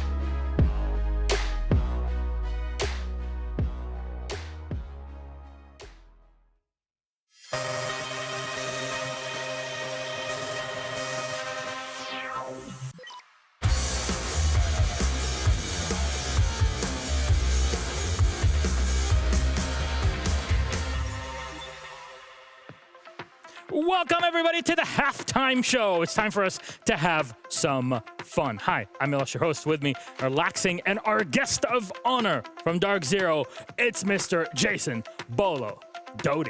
What's up? How's it going, guys? It's good. I mean, I'm so happy to finally see you on here with us on the desk. I feel that you should have been on here before King George did, which he did at SI. So. Okay. He was on the desk at SI. We did a little. Yeah, a little bit. Together. Not with me. No KG. You weren't invited. You weren't invited. My fault. I just had to stay in the green room and kind of listen to Carter yelling. That's fair. Which is usually what we get in the green room. Anyways, we're here to discuss a few things, but also to get questions from the chat. So for all those in the chat, if you're subscribed, great. If you're not, do so, because then you can ask Bolo questions, and I have my questions populated on my tablet here by our wonderful staff over at Blast. So the topic of conversation is, how the hell do players set up and play on that desk? Because some of them, good God, their claw grips on the mouse is weird. The way that they're so close to the monitor. I'm looking at you, Joystick. There's just so many ways for people to play, and I just wanted to ask you first, before we dive into it, if you could introduce yourself again to all those around. I think that this is your cam. Yeah. Go ahead. Yeah. So I mean, I guess the main topic, right, is just about the setups and whatever. I'm not like a setup guy. I don't got the tape measure like I think Doki. Yeah, Doki. I'm not too specific on that, but I just kind of roll up, see if it kind of fits, and just kind of go from there. I kind of go raw on it, so it's not the worst thing. Yeah. I mean, do you go raw to the point where you never wash your mouse pad, or? Am I outing you here? Never that washed a mouse pad. Okay, so typically, I usually just get a new mouse pad. That's what I do. I think it's kind of nasty. Like, why are you washing your mouse? I don't want to fill up the tub or anything. Yeah, Plus, we got some good orgs representing us. So if we need some new peripherals, we always get hooked up. Yeah, I'm just a caster. So not a caster. Have you washed your mouse pad before? Yeah, I have had the same mouse pad since summer of 2016, and I love every bit of it. The only it is great to wash, but of course you have to keep it clean. Though I will say, I do not regularly clean my keyboard. Let me tell you, that really it comes a knocking. You're loyal though. That's all that matters. Loyal to the pad. Loyal to the comfort that the pad brings, right? I was gonna say, I feel like once you wear and tear it, if you're washing it, you might as well just get a new one and get that brand new feeling. But you can get it. It's a limited edition, developer only one. So that's why. All right, there's some history behind that. Makes sense. Yeah, I actually do have a mouse pad with your signature on it. That's the most important one. Yeah, but it also has a bunch of others. So not mine. Not mine. No, you weren't even playing back then. Sure, pal. Sure. This was Pro League Finals, so Season 2 of 2017. Yeah, it wasn't. Games call. Yeah, you're being accused of cheating in ranked. Yeah, I wasn't there. That was that time. I was still what, 15 playing ranked. I remember I thought you were cheating. You killed me one time on Chalet, and I was like, yeah, this Bolo guy's definitely cheating. Yeah. There he is in Pro League. Gets an ace, I think, first game. First game of your career. Oopsies. Did your mouse grip change since then? Can you talk to me, how do you usually grip the mouse? Well, I mean,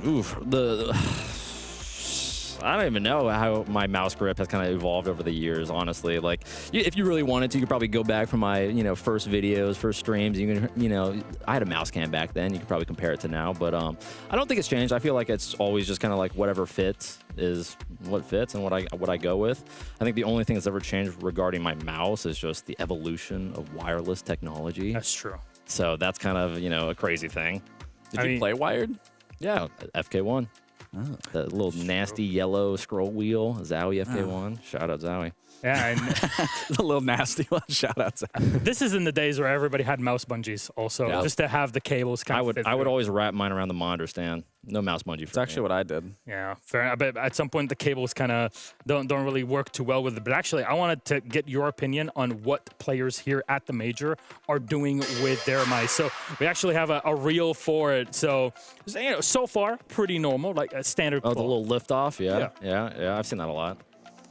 That's the drag and drop. Angled on the keyboard, too? I'm a fan of the angled keyboards. Ah, all right. Okay. It's a bit higher up, right? A bit more raised on the back. Reaps is in here, right? We'll get to him. We'll get to him. Sorry. What about middle? There it is. Wow. That's the Grim Reaper. You can't discredit He's that. Still wired. That is insane. He's got the waterfall mouse pad hanging off the desk and a wired mouse. Yeah, I mean, everything's kind of seeming normal here. Do we have like a zoom in on the Reaps one or like a slow-mo of it? Because it seems like it's the most epic one of them all. And just to kind of give some info on it, this is because his sensitivity is like 3 gorillion. Yeah. I don't even think that's a number. But that's what I mean. It's insane. Yeah, I mean, it's impressive. It's honestly impressive that he's using that little of mouse pad. Like, he definitely doesn't have to wash it. That's like he's only using He just did a 360. A percentage Yeah, of no, that. he can just switch out the corner whenever he wants just- to. Like every 2 months, he just switches it to the other corner, hangs the other one off the mouse pad. 100%. The desk, yeah.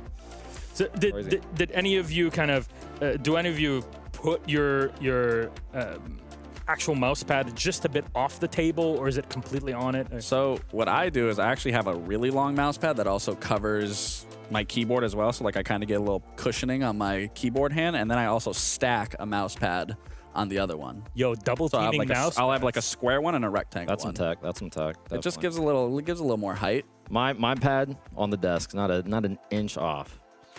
So it's specifically only for the mouse. You don't have anything extra for the keyboard with it. No. I've tried that.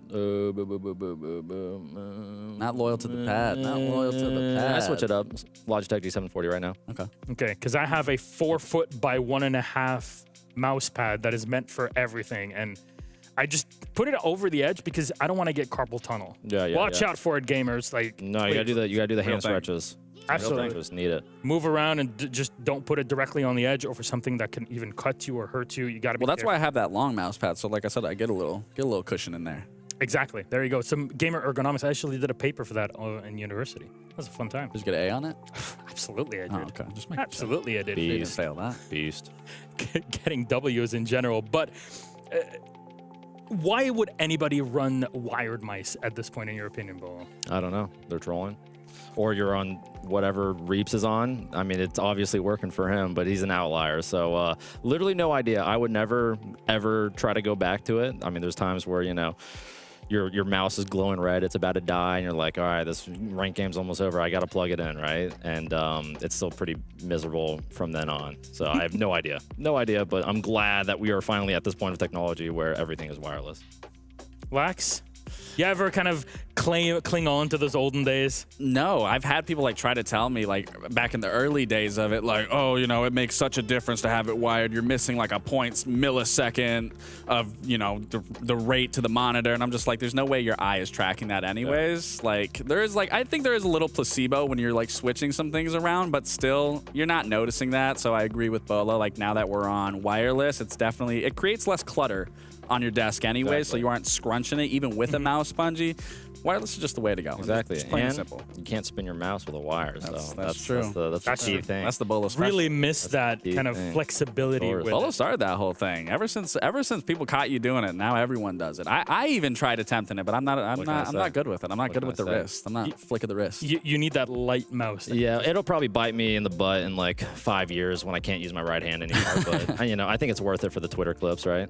Fair enough. Fair enough. We have some questions actually from the chat, if you don't mind. Lovely. We have here from Remudo PCHS. What's the best way to improve at the game? I've been watching you since year 1/2. You're amazing mechanically. Thank you.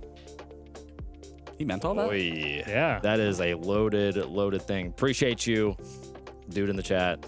I mean, I don't even know. I get asked this all the time, and my answer changes literally every day. You just got to grind it out. I mean, watching Pro League is always nice. You know, you get to see what the top dogs are doing in the game.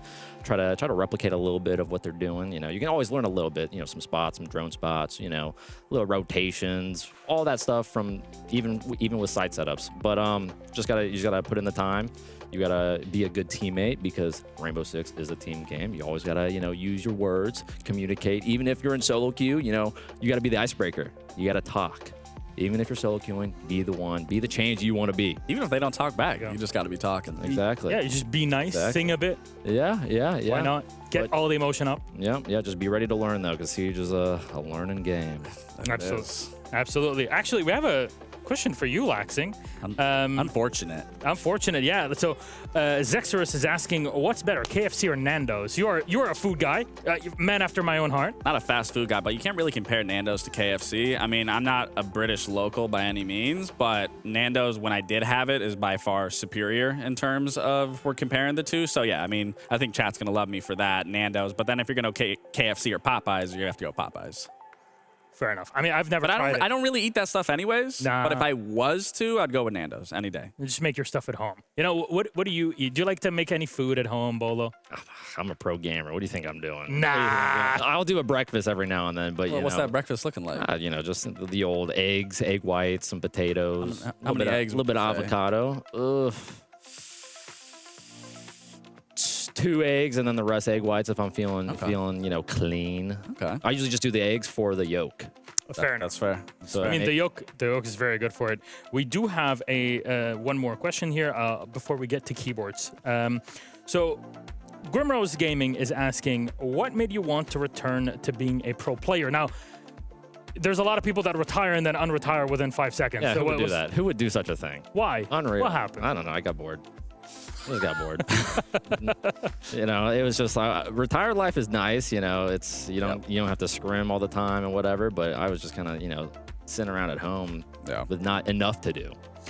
And from Curse Fridge is asking, which team you're looking forward to facing off against from this tournament overall? Which team I'm looking forward to face the most? Yeah. Ooh, I don't know. Whoever's in grand finals. Yo. Doesn't matter. Doesn't matter. Gauntlet has been thrown, friends. Got to beat everyone. No. You want to be champ? I mean, you've lifted the biggest trophy that there is in the game. Yeah. You know what it's like. Still want to keep lifting trophies though. That's the thing. That's why you came back. Yeah. That's another thing. The passion. Can't beat Passion, the desire. It's like the song, you can check out anytime you like, but you can never leave. And that applies, I feel, in many ways to Rainbow Six and to esports. That was deep. Yep. It's nice to lift the trophy, Eagles. but you miss the feeling a little bit. You do miss the feeling.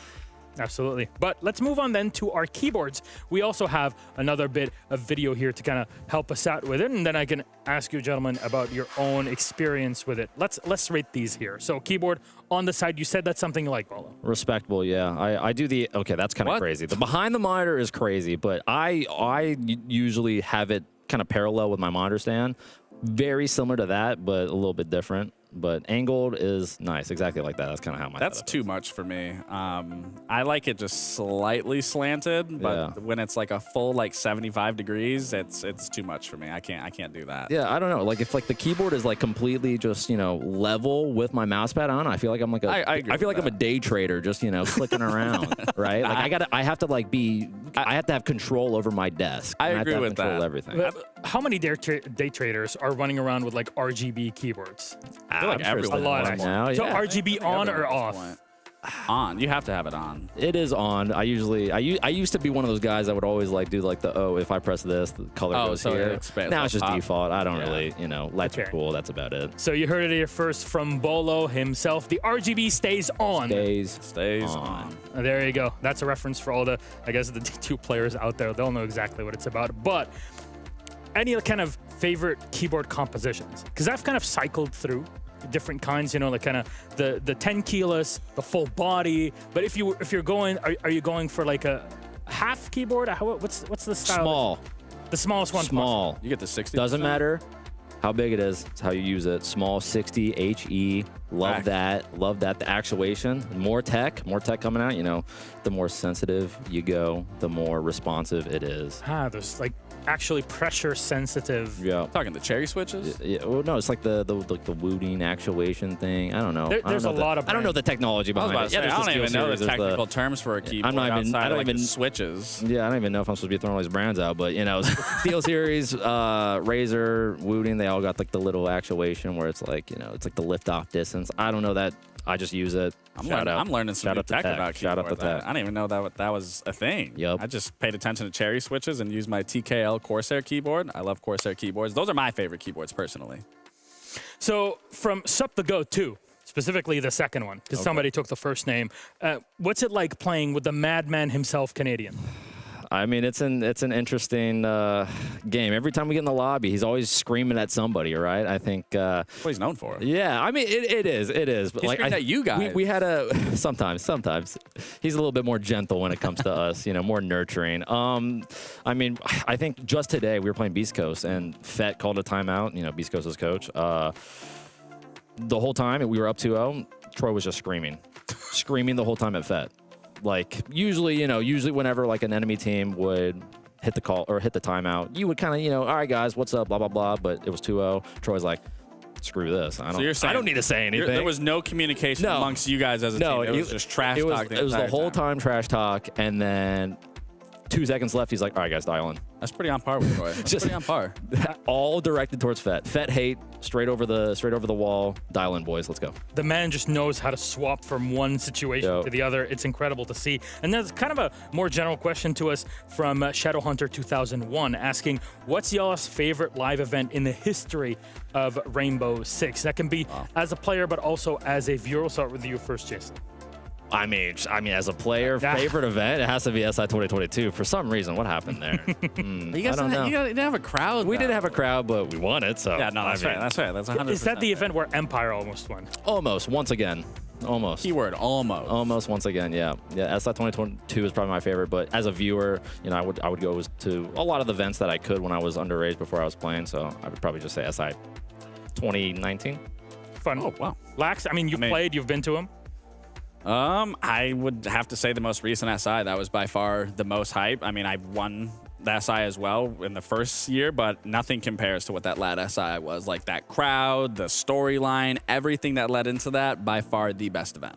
I don't know how unbiased I can be because I've been to a lot of them. So I would just say, yeah. Is it being biased at that point? I don't know. This is my 27th Siege event. I've done 27 of these. Wow, that's a lot. That's a lot. You're old. I turned 30. I'm balding, man. Every time we're on the cameras, like, man is balding on camera. Yeah. Listen, I just turned 27. I feel ancient. I feel ancient.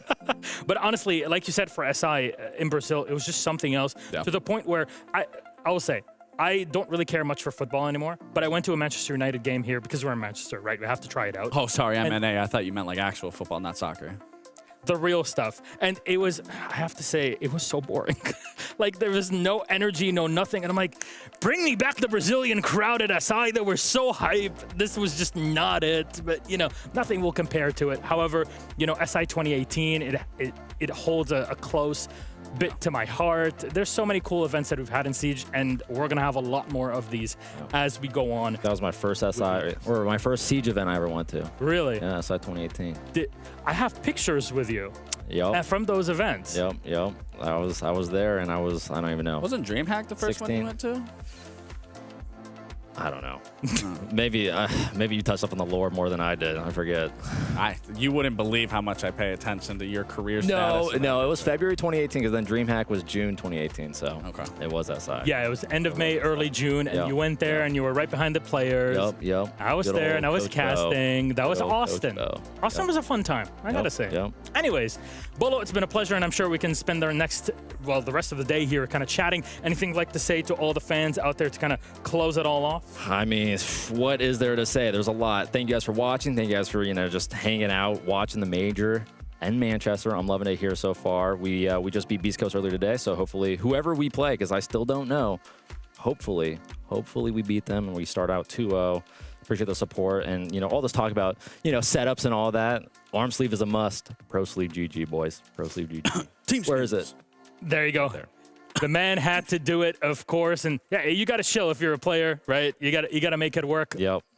God knows we have to chill in our own way. But Bolo, it's been a pleasure. Thank you for taking the time and joining us here on the desk. Thank you, Max and Gabe. It's always a pleasure to have a chat with you here. It's like two old dudes just talking about the things that they love the most. We're unks now. That's very true. But you know what? This is it for me for today. I'm gonna take the rest of the day off because my bones are starting to hurt. And at 30 years old, there's not much that you can do. However, my good friend and I'd say to some extent cousin, I don't know, Jeannie Kulthum will be here with you for the rest of the day. She's here? She's here. She's going to be great. Everybody's going to love it. Jeannie will be taking over the desk and the interviews for the rest of the day. So I hope you all have fun. You're in very good hands. We'll see you in a bit.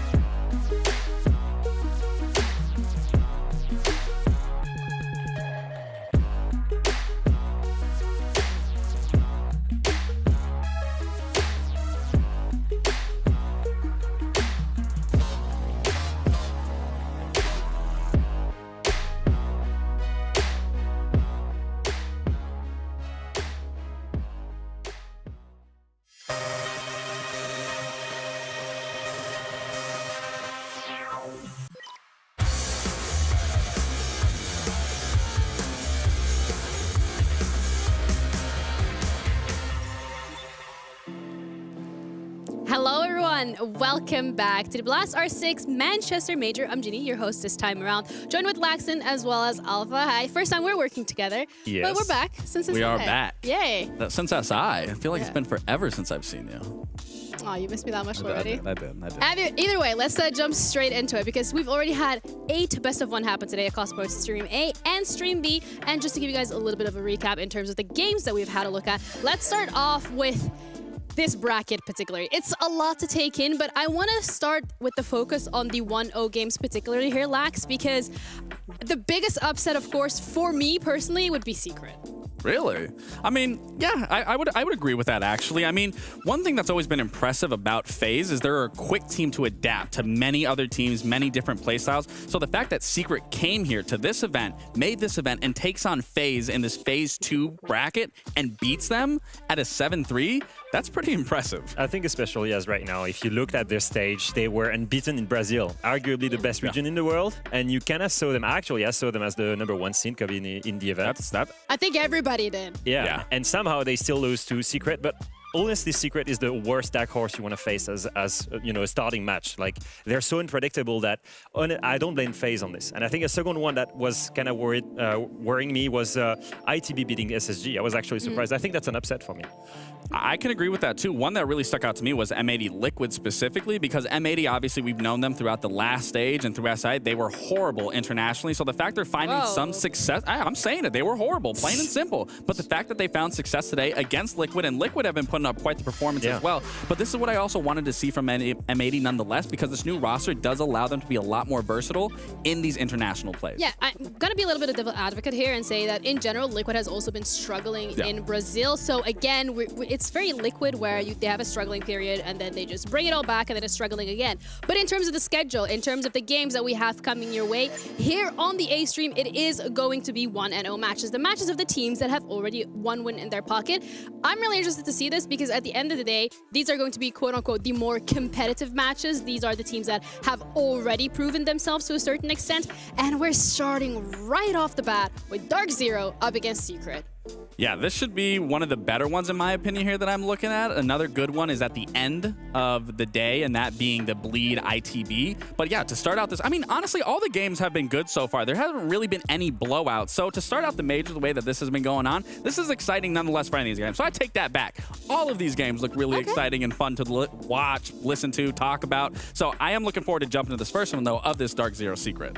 I actually just noticed that SSG lost to ITB, and now they're facing BDS. One of the worst teams you could ever face in 0-1. Yeah, that ain't looking too Are you great. saying that because you're an EU representative on the desk? No, come on. I'm not biased. I'm not that biased. Come on. I'm biased. I'm totally biased. No, I was actually thinking BDS versus the team they played against. I just blanked out. I don't know which team they played against. They played Furia. They played Furia. I was like, I thought that's the grand final. Forget about it. Yeah, no, but I was like, it's gotta be FaZe or it's gonna be Furia. But yeah, these two were like, in my opinion, like grand final potential. Yeah. So BDS is starting 0-1, but they have a good reason for it. Yeah, you know what? That's on the B stream. That's something to be looking forward to as well. But here on the A stream, the first game that we're going to be looking at is going to be Dark Zero going up against Secret. So make sure you stick around because this one has all the potentials of being a banger.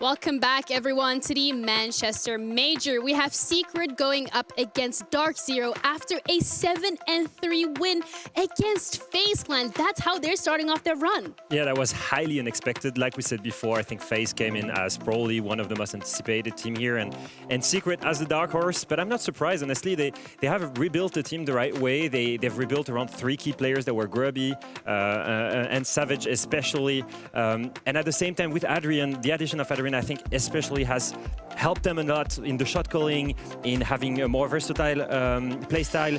And it's not only about having highly skilled players anymore, they actually played as a team. And Joom especially was stellar against FaZe. It's a real clash of theories because they don't play at all like Dark Zero.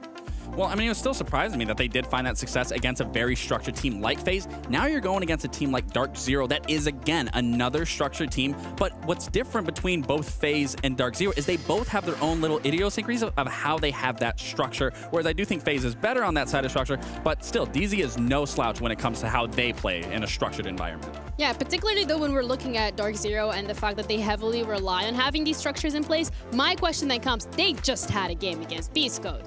Yeah, and the game against Beastcoast, that's a familiar face. So they come into this playing someone that they're used to. They obviously find that success. They do find that win over them. But now you're playing against a team like Secret that you don't know. You also didn't have a lot of prep because they literally just finished, then just found out who they're playing against, which is Secret. So there's not really a lot of prep for a team that I talk about that is super structured, that needs that prep. I still think that they will find some success here. But again, they don't have as much prep that they probably would have liked going into this. Yeah, I think if Dark Zero runs with their defaults, they have all the chances to take it. In my opinion, Secret beating FaZe is mostly because they were finding these opportunities, because FaZe was spreading around. It's not at all the same playstyle for Dark Zero. They're not going to leave them opportunities to seize. So I think for me here, the biggest ceiling for Secret is, are they going to be able to open these opportunities when they're not given to them? Yeah, and that is something that we're going to have to wait and see. But first of all, what map we're actually going to be going to. What's going to be the playground for this best of one? You snooze, you lose, and I think that puts a very heavy emphasis on where we'll be going, and it will be Bank. So this is a good pick or end up for Secret nonetheless. I mean, DZ, they are a structured team, but this is a very big map. That is a lot of space that you have to clear and work together, so that could play into Secret's favor. But on that same side of that note is DZ will be playing together. They are going to be very focused and drone heavy at clearing. So if they find you, you are going to need to buddy up with a teammate and try to get that opening engagement going in your favor. Yeah, do we have a favorite then for this matchup? Yeah, I would say it's Secret still. But Okay. EU bias. EU bias. Okay. I'm not biased. I obviously Secret. No, but the reason for this is I actually believe it's one, if not their most preferred map. Actually, in the map pool, they have a 71% win rate on it. And like you said, it's a really big map with lots of opportunities to play aggressive, to fall back to the bomb site, to find different paths, not get punished by Dark Zero. So I think if they play the same way they play against FaZe, they have all the reasons, all the tools to beat them. That's completely fair, but I will say, I'm not an NA bias, but I do have to go with Dark Zero here because they are very concrete in how they clear these big maps. And again, they are very confident in how they clear this. They take map control, whatever that is. They like to put that pressure on teams and make them get a little overzealous. And that's where I think Secret might fold, where FaZe doesn't necessarily apply pressure that way. NA and EU on the desk. We have NA against EU in the server, but we also have NA and EU on the caster desk. So let's head over to Pengu as well as Intera to break this one down. Thank you so much, and great to see all of the new faces on the desk. New, of course, for this event, not new in general, because all of you are very experienced, just as all 10 players in the server have been experienced at LAN events now that they've at least played a single game. Obviously, more experience on the side of Dark Zero than we see on the side of Secret. Both of these teams fighting, grinding, getting here. That Secret match might just have been one of the biggest upsets of the day. Yeah, I was sitting there watching it. Oh, you know, Secret might get 1 or 2 rounds against FaZe, and that'd be pretty good for them. They got a lot more than that. He's laughing because I dabbed. You dabbed. I dabbed.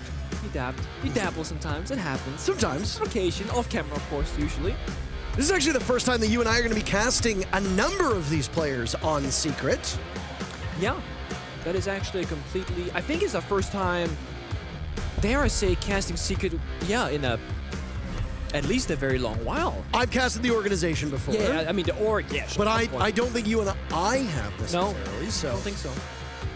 Always nice to get a new look at new teams. As fun as it is for you as a viewer to see these teams do battle for the first time and see teams from APAC and Brazil go up against one another, it's equally exciting for us to be able to lend our voices to teams and players that, well, we've never had that opportunity to do before.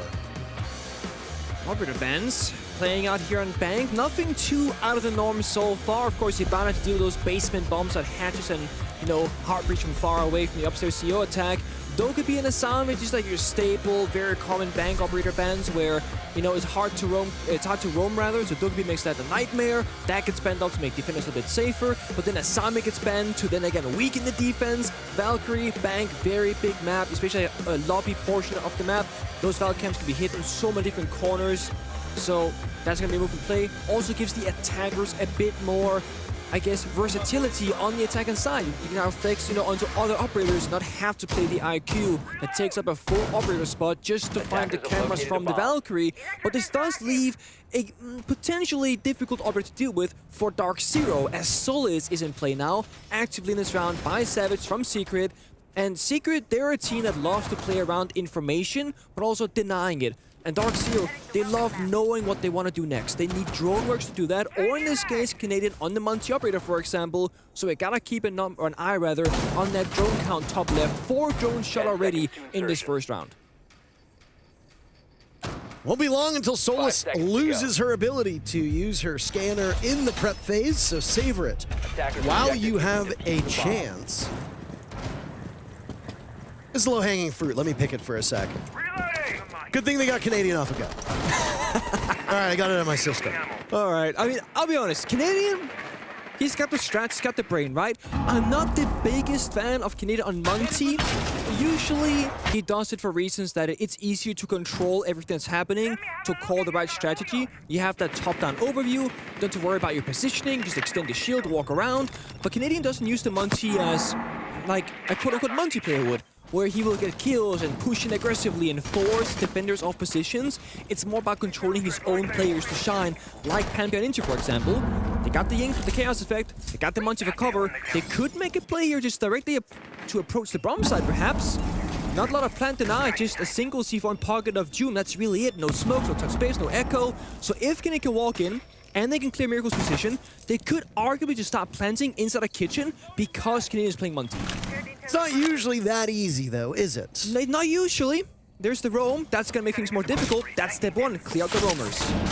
Impacts will soar over the head of the Montaigne to try and dislodge whatever Selmas have been applied. And, well, it works out. Nape softened up as Adrian takes his licks, too. Pambazoo dies. NJR taking some damage as Groovy looks for the flank. It's a Claymore down, and Groovy can just skate around it, but unfortunately for him, NJR is in a great position to greet him.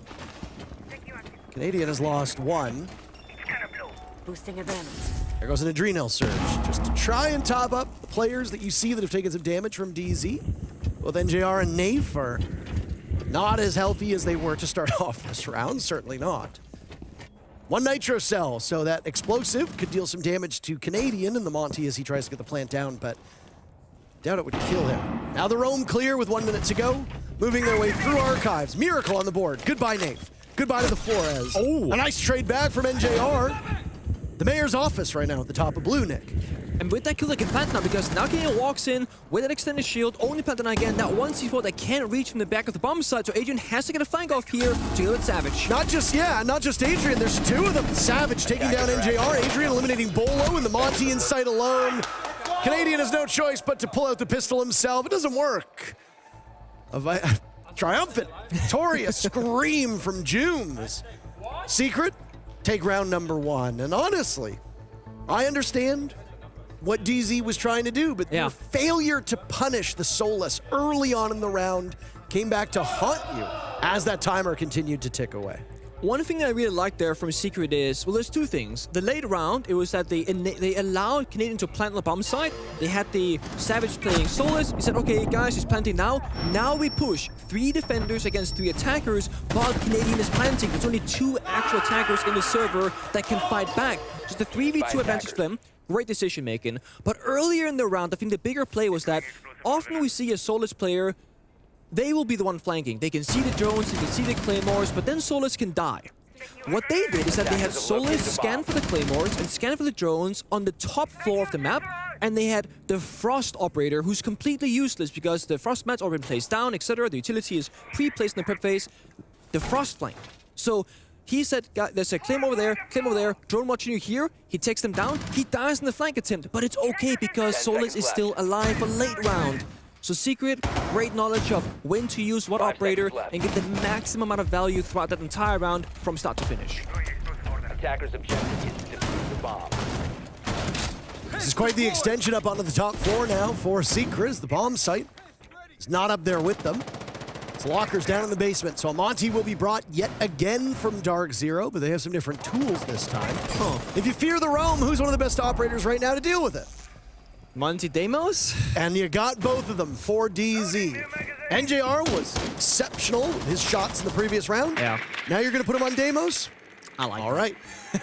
And that's also like when it comes to Dark Zero, what Nave has allowed DC to do is be more flexible as a team, because now you have Nave, NJR, and Canadian playing all these kind of different flex operators. Pambusu can be entry and box, sure, but can also play Ying and be an entry on that kind of execute operator. So DC can now do a lot more than with the previous iteration of their roster, but they are up against a Secret who is strategically, I think they have a really high level understanding of what operators to play at what point and how to utilize them. For example, in this round, they're playing Clash, heavily counters the anti-roam of the Monty and the Demos. You can walk in people's faces, you have good clean intel, and you have really strong gunners in Tomb, Adrian, Savage, and Groovy who can play behind the Clash to make plays as well. So I like this kind of counter setup against Dark Zero, and it's looking pretty good so far because half done is burnt, and DC have only just entered the building. Hostile tag. Can't help you notice that there's a couple FaZe clan charms on the side of Secret. I don't know if that was done earlier or in response. You what? You're dead. He's dead. No, don't say swears like that. The Clash burnt to a crisp inside of servers, and honestly an excellent counter from Secret if Miracle had been able to survive. But look at the lineup on the right side of Secret. There's nothing to stop a Capital. Wamai obviously the main counter to deal with him. The Clash just killed off. Not much you can do. Unsurprising, by the way, NJR's using Demos to find Adrian. So where's the Soulless? Find that out. Now you've got great information. There's only 3 more players on Secret whose locations you might not know where they are. Yeah, they have no C4s in pocket. It's just 3 Toxic Blades from Doom. There's 48 seconds left, so statistically right now for DC, just walk in, bait out of smoke, rinse repeat 3 times. The 4th time there's no Toxic Babes, you can plant down that diffuser because you have the Monty. Secret had to go for a flank or hit some ridiculous shots on the bomb side to get back into this round. Canadian's gonna try it. Joom gets picked off. A nice shot from Savage. Next one up. Savage doing some serious damage. It's all up to Groovy left on site. Now Pambazoo will join the party up on top blue. Gets the read on to Savage. Diffuser down. Canadian will watch over that. You have a Monty in this position. It's so challenging to deal with it. Bolo peeking around the corner. Groovy reduced to 1 HP to get the kill. Now if you're Dark Zero, all you need to do is play the waiting game. Diffuser past the halfway point. Groovy's whereabouts continue called by Canadian, and it's the skeleton key to actually get the job done. Good read, and well, I mean, there wasn't much HP on the side of Groovy, but at close range, the skeleton key can do a deceptive amount of damage. In that instance, you could have sneezed on Groovy and he would have died. 1-1, the scoreline. I do think that that entire round kind of falls apart the moment that Miracle dies on the Clash alone instead of server, because the whole idea there is that Clash can play server for a very long time and just burn down the timer on the clock, but then Clash dies to a single capital fire right there. You're stuck in a corner. Okay, 2 fires. Stuck in a corner, no one can help Miracle whatsoever, and then the only plant deny are those 3 toxic canisters, and when there's still 48 seconds left, it's not enough. The flank didn't happen. I mean, defenders still open area control, but the hatch was reinforced, so it doesn't really matter. Dark Zero didn't have to problem solve that much off the map. It was just take server, deal with the Clash, start planting, and then just lock down the flank with drones and manpower. And that's what DC did it really well. Because Savage, when he flanked late round, he did find the first kill through the server staircase, but there was 1 or 2 more players from DC and a drone on the flank watch for backup, because they know the only way they lose that round is if they get flanked or if they literally start whiffing every single bullet in their magazine on the bomb site itself. Canadian is on Blitz now. So we've seen a slow, methodical, I would say not even slow, a good paced, but on the slower side version of Dark Zero. We might see one of these rare moments with DC, they go fast. Some very real accountability from their matchup against Beastcoast on Cafe. We're just going to put them on shields where shooting isn't really quite as important. Bank has always been traditionally a very friendly map to shields. Even before their effectiveness, was improved upon, as you see now with the current meta.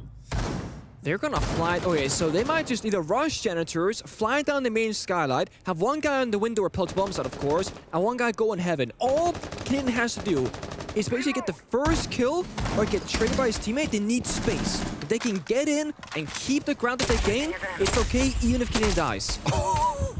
Just about everyone at Groovy's Magnet is found out, but Savage in a spot that lives up to his namesake. Canadian goes for the dive on in. He face plants. Savage torn apart.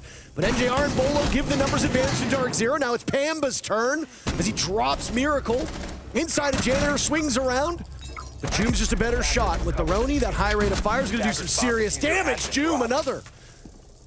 A 2v2. B's going out. And another for Joom, who's just unstoppable in this position. So little light, can't even really be spotted. NJR will now tussle with Groovy. Look at the HPs on the side of Secret. Very, very limited. 2 bullets from NJR, but he's gonna have a reflex test. Try to draw him out. Down goes Groovy, not anticipating the reposition. Joom's looking for the cross! And he gets siege timing as NJR switches to the secondary. Secret answer back after dropping the previous round. 1 HP on 2 separate players stuck in really poor placements on the map there, and yet they still win out. NTR, you know, just had to stick that primary. It's easy to say in hindsight, stick the primary, keep your gun up, 1 bullet also matters. He was like, I want more bullets, switch to secondary. It's fast and reloading, but with the right timing, Joom can swing and get a freebie in the 1 versus 1. I think DC's play there was actually pretty good from a top-down level of analysis, but I think there might have been one small oversight, but I'm not entirely sure because we didn't see it. Basically, there is this interaction with Solus and Blitz, where Solus can see exactly where Blitz is at all times, because whenever Blitz has his shield out, it counts as an active gadget because you can press the flashbang effect on the shield. So unless Canadian had put that shield on his back from the very beginning of the round on spawn, they knew exactly where Blitz was coming from, which is why they were waiting right below the skylight, pre-firing the moment that Blitz went for the execute. So that might have been the case, and if it was, great use of Solus by Secret, and DC not really playing around that particular super small specific circumstance of interaction. Bomb site rotation starts anew. Despite the fact that Secret dropped that Locker's CCTV site down on the bottom floor, it remained open. Secret opted to go to CEO upstairs and will now head back to open area. This is where things went quite well for them. Small changes for Dark Zero. They like the Deimos. They'll bring it again. This time, Pambazoo will ride along that operator. And if you're one of the defenders, you got to worry about the destructive capabilities of those 3 boogies being brought by Ram. Operators here as well, like the Oryx now, not necessarily for flank of the counter Canadian Monty, but just like it's nice to have. Canadian can't get in your face too aggressive now without a gun behind him, in fear of Oryx dashing, of course. So I like, again, Secret, good understanding of what do they want to bring, and they have counters for the same particular operator of Monty, but in different ways. It can be a C4 below, it can be an Oryx, it can be a Clash. So Canadian and Dark Zero have to constantly problem solve the what-ifs and the possibilities, the potential different dangers, and it's hard to keep track of what is actually happening each and every single round when it's a different scenario every single time.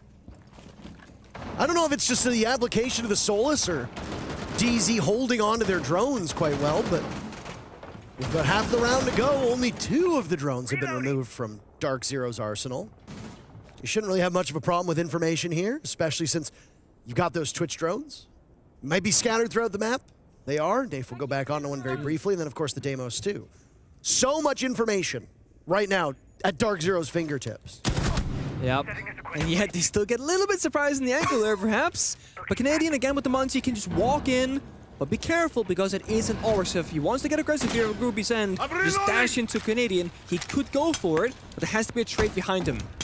Grenade used just to zone Groovy off of his position, but while he has the dash, the other benefit of the Oryx is the ability to jump up. Nave needs to secure both of these picks and does so. They both dive right into him. Say goodbye to your Oryx, say goodbye to your Solus. Fender still on the board, allows Canadian to be nearsighted. As you know, Adrian's position in the corner. He seems wise to it now. There go the boogie drones above Canadian, who looks for some assistance. Everybody is still upright from Dark Zero. The hatch is gone as It looked like he needed a quick escape. Miracle and Joom, the last two standing for Secret. Nobody from Dark Zero removed just yet. Joom will retake from above, a flawless round, disappears as Bolo is removed from this round. NJR, one of his own, Diffuser running away against Secret. And Miracle will look for kill number 2. The Monty was coming at him in a hurry. Nafe, a third kill in the round. That's another for DZ. Back and forth between these teams. When you allow Dark Zero to do what they want to achieve in a round, that is the outcome that you see right there. It is a scary team to work against because they were a bit slow in the beginning. You think, okay, they're taking their first gunfight about halfway through the round. That's a very slow Dark Zero. We don't like it when they're going slow because they always run out of time. But there's a big kind of, well, this is the reason why. Nafe had to get ready in the basement with 60 seconds left. They forced Groovy to, drop down the hatch with the grenade. And then Secret that, okay, they might try and catch him off guard downstairs. So they send the second body and help him out. Nafe gets both kills. That right there, that mini play that Dark Zero they put into motion from the beginning of the round, that gets them everything that they needed. Once they get those first 2 kills, they have main stairs control for the flank. Canadian can walk with the Monty, rotate a guy on the exterior window to get that long line of sight. So the only real side play with a C4, kite by the hatch that we saw, and that's it. You just play it. It's game over in that round. So Secret almost need to disrupt Dark Zero more in these rounds. It's the same thing when they DC won their first round of basement attack. DC took server, DC planted, round was over. Secret need to get in the fray earlier in the round and try and stop Dark Zero from achieving their goal. Otherwise, DC will start picking up more rounds as time goes on.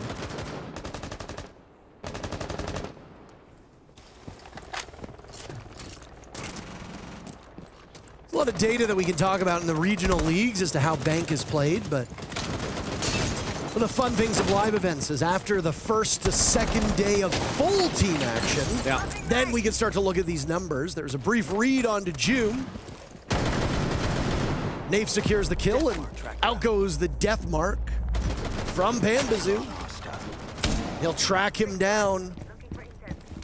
Teams tend to get their blinders on them. Right, you gotta realize there's 4 other people, or well, 3 technically in this case, on the map when that death mark is out.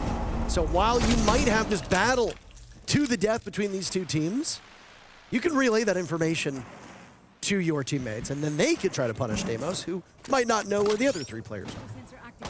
Gotta be careful, that's for sure. And this is the thing, Secret, they want to get in the fight early, they lose smoke.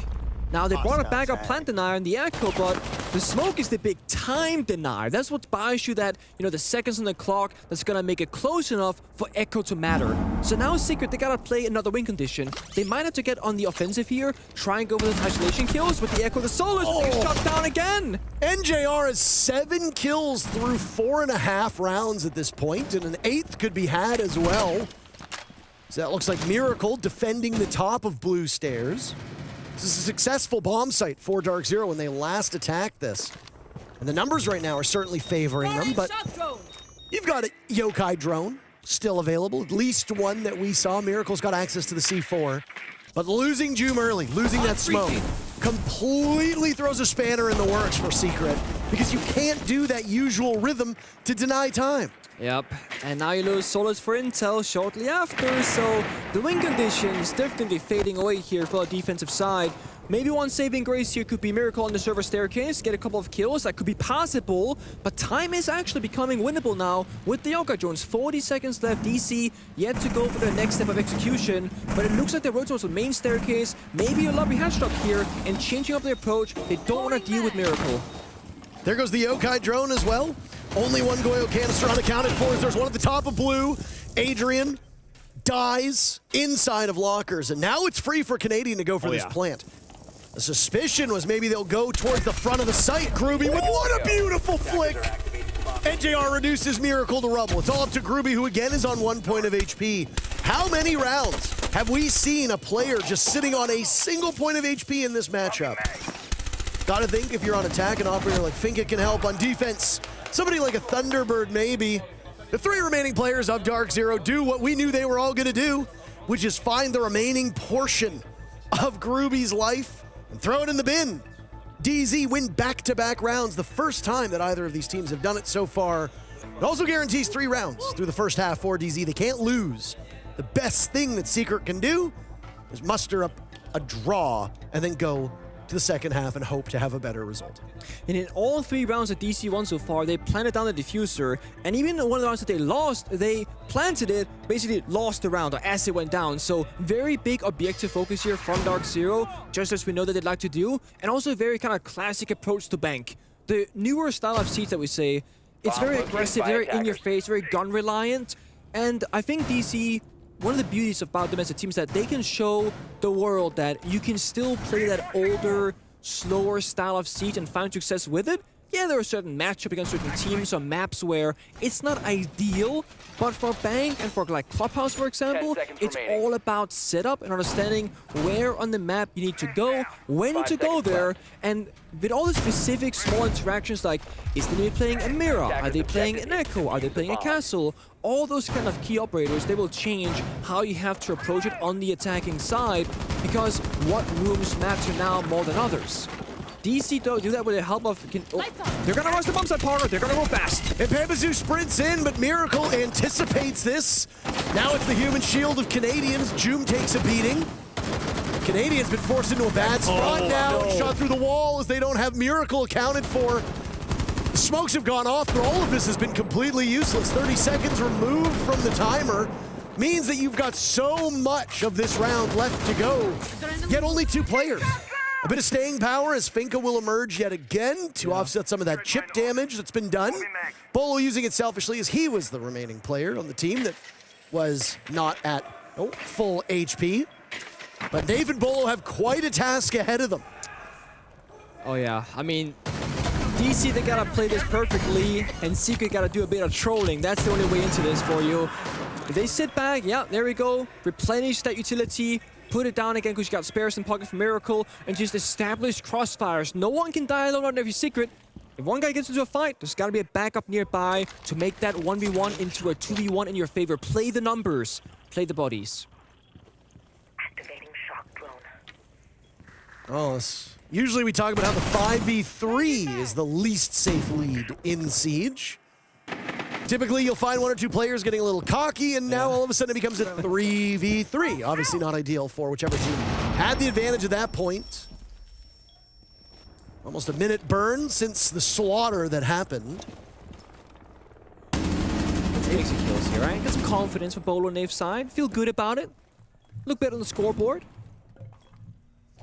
Lion's share of the kills for Dark Zero in the hands of NJR. Those are in the grave at the moment. Canadian yet to find a kill, but he's been playing these utility operators with the exception of Capitao previously. Yeah. It's been all shields for the team captain. Oh, they've seemed to have given his position away, and Joom was a bit delayed to react to it. Bolo wants to draw somebody out, but he can't find what he's looking for. Maybe drop a nade over. Bolo inching his way towards the site, Nick. What do you do here if you're DZ? You swing right, you flick left, you hope you hit your crazy shots, time it together. Nope, just pulling a 1v4. Well, I mean, he got 1 kill. Takes down Miracle, but Savage has the trade and just simply too much for Dark Zero to do given the time. Miracle really, really excelling.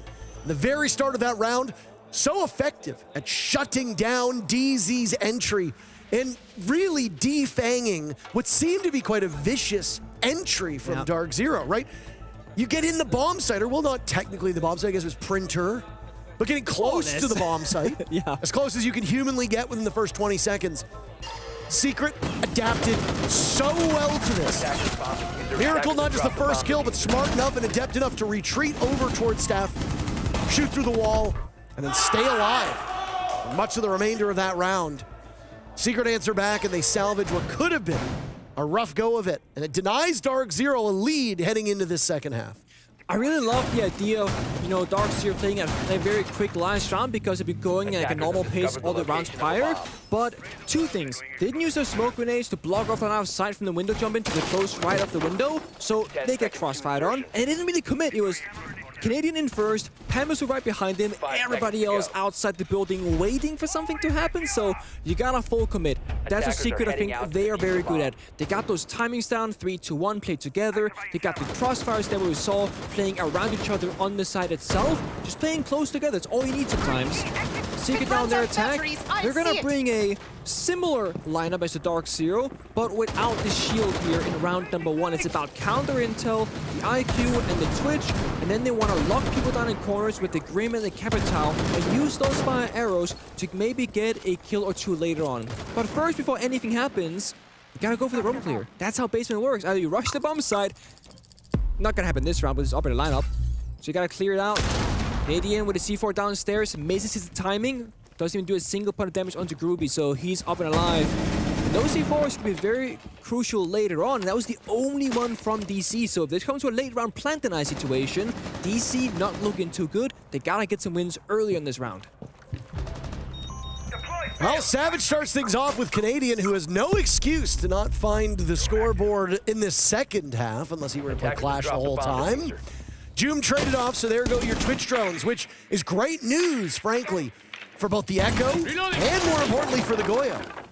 If those Goyo canisters have yet to be popped, Bolo is going to be in such a good spot now that the Twitch drone has been removed, because when you look at Bank, usually your primary focus is a Twitch. Take out the Goyo canisters and maybe get mirrors if there's a mirror on the board. Yep. In this case, Echo, of course, as well. Also, nice thing here from DC, they put a bunch of mute jammers on the server staircase, and it's just like they're not playing there at all, but it's taking Secret like 30-40 seconds. They're not even cleared it yet, actually. I don't think they know that server staircase is clear because of those mute jammers. So they're spending all this time opening the hatch, droning, getting jammed, droning, getting jammed. They don't really know until recently. We just got a good look at it. The Goyo canisters are still set up by the door on the table. So you've bought yourself a lot of time. Each of those canisters lasts 20 seconds. Well, you pop one canister, you stagger it well enough. There goes one. There's another. Trying to get shot by Secret. And there they go. They get the vantage point. But that last canister went off at 46 seconds. That means if you want a default plant, you can't do it until there's 25 seconds left on the clock. Yeah, you got Yokais and 3 talks about to do with Secret here. Likely gotta go for a deep plant somewhere else, not by default, or explode around the bomb site on in the cell to take some couple of kills there, but Bolo swings first and gets punished for it. Nade goes down, and while NJR doesn't have to worry about immediate death, it's on him, and he backs away now. All those fires have stopped. Toxic Babes to be thrown out, littering the site, but he's actually missed the default spot. He absolutely has to nail this one. Hard to tell if he did. Miracle stumbling off of his position. Both teams coming to blows, as now Miracle will attempt yet again. Nafe looking for it, but the IQ might have just saved the round. Pambazu and Nafe will need to shoot them their way out of this position as Savage bails off of that spot. Pambazu's retaking from above. Diffuser not working in DZ's favor. And Pambazu doing his best, but it's a huge round from Savage. Nafe hops on, and he won't be able to stick it. A 4K from Savage to give Secret their first win on attack, and through the first round on attack. Not only 4 kills, he shot both Echo drones, and the second one, of course, it's so well read from Secret. Where sure enough, it's not that hard, there's one Echo drone left, they all know it, but in those really tense moments, you're gonna cover the plant with your primary. No, Savage goes out for the scanner on IQ, there's 2 seconds left on the clock, and Dark Zero, Nafe, who is playing Echo, you can see it in the player positions. He said, do not swing, I got the Echo drone, don't risk your life here.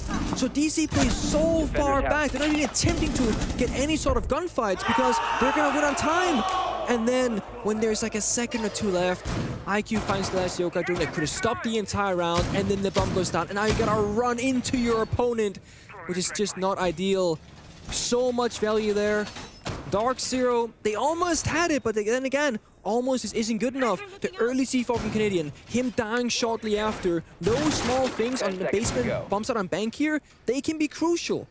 And that's one of the big notes that I always have when we prep for a Dark Zero match. Will the opponent isolate Canadian and take him down early? Because it is a very common trend. The Canadian is going to roam somewhere on a Pulse, Valkyrie, Solis, or a C4 typically, below or above the bomb site. Usually very much isolated.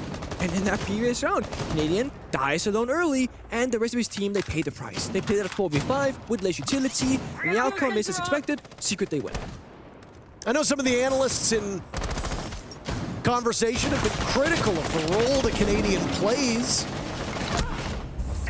Looking to strike and eventually get onto the scoreboard. Not yet, but Savage's entry from over towards Square has met the hands of Bolo. Changing mags. A hell of a shot by Bolo. Lots of players know exactly what it's like to be on the receiving end of that. Ready to engage. Candela's now over towards that stock trading doorway, but nobody's taking the bait just yet. Bolo engaging the smart glasses in case Ying decides to focus on that part of the map. Right now, all of the forces from Secret are split, almost as if they're playing completely independent of one another. It might say that's a bit disorganized, or it could be a team that really trusts each other to get the job done. Adrian looking for an opportunity and just might get it, as now Nave's position is somewhere else. Players seemingly not hearing this, by the way. As Chaos now breaks out, Bolo swings in. He's got both kills for DZ so far. Secret drawing even into a 3v3, and now it's Bolo's turn to fall off and seek some safety in the open area bomb site. Yeah, it was isolation alone there from Secret, but they struck from so many different angles with the same overall objective. Take top floor control from Heaven Skylight, stock window, and up the lobby staircase. And honestly, because they lost Savage early on, it's now a 3 versus 3. But they got 2 kills at the cost of 1, so it's a positive trade for the attack inside. But I will say, this position right now in the map still favors Dark Zero. They can lock down the bomb set for now. Secret, those beasts gotta get some immense value right now. The last one in pocket of Groovy, all they gotta find a pick. Groovy gets himself in harm's way, dealt with by NJR and Pambazoo, as it's not just Bolo to get these kills, but Miracle clutches it anyway!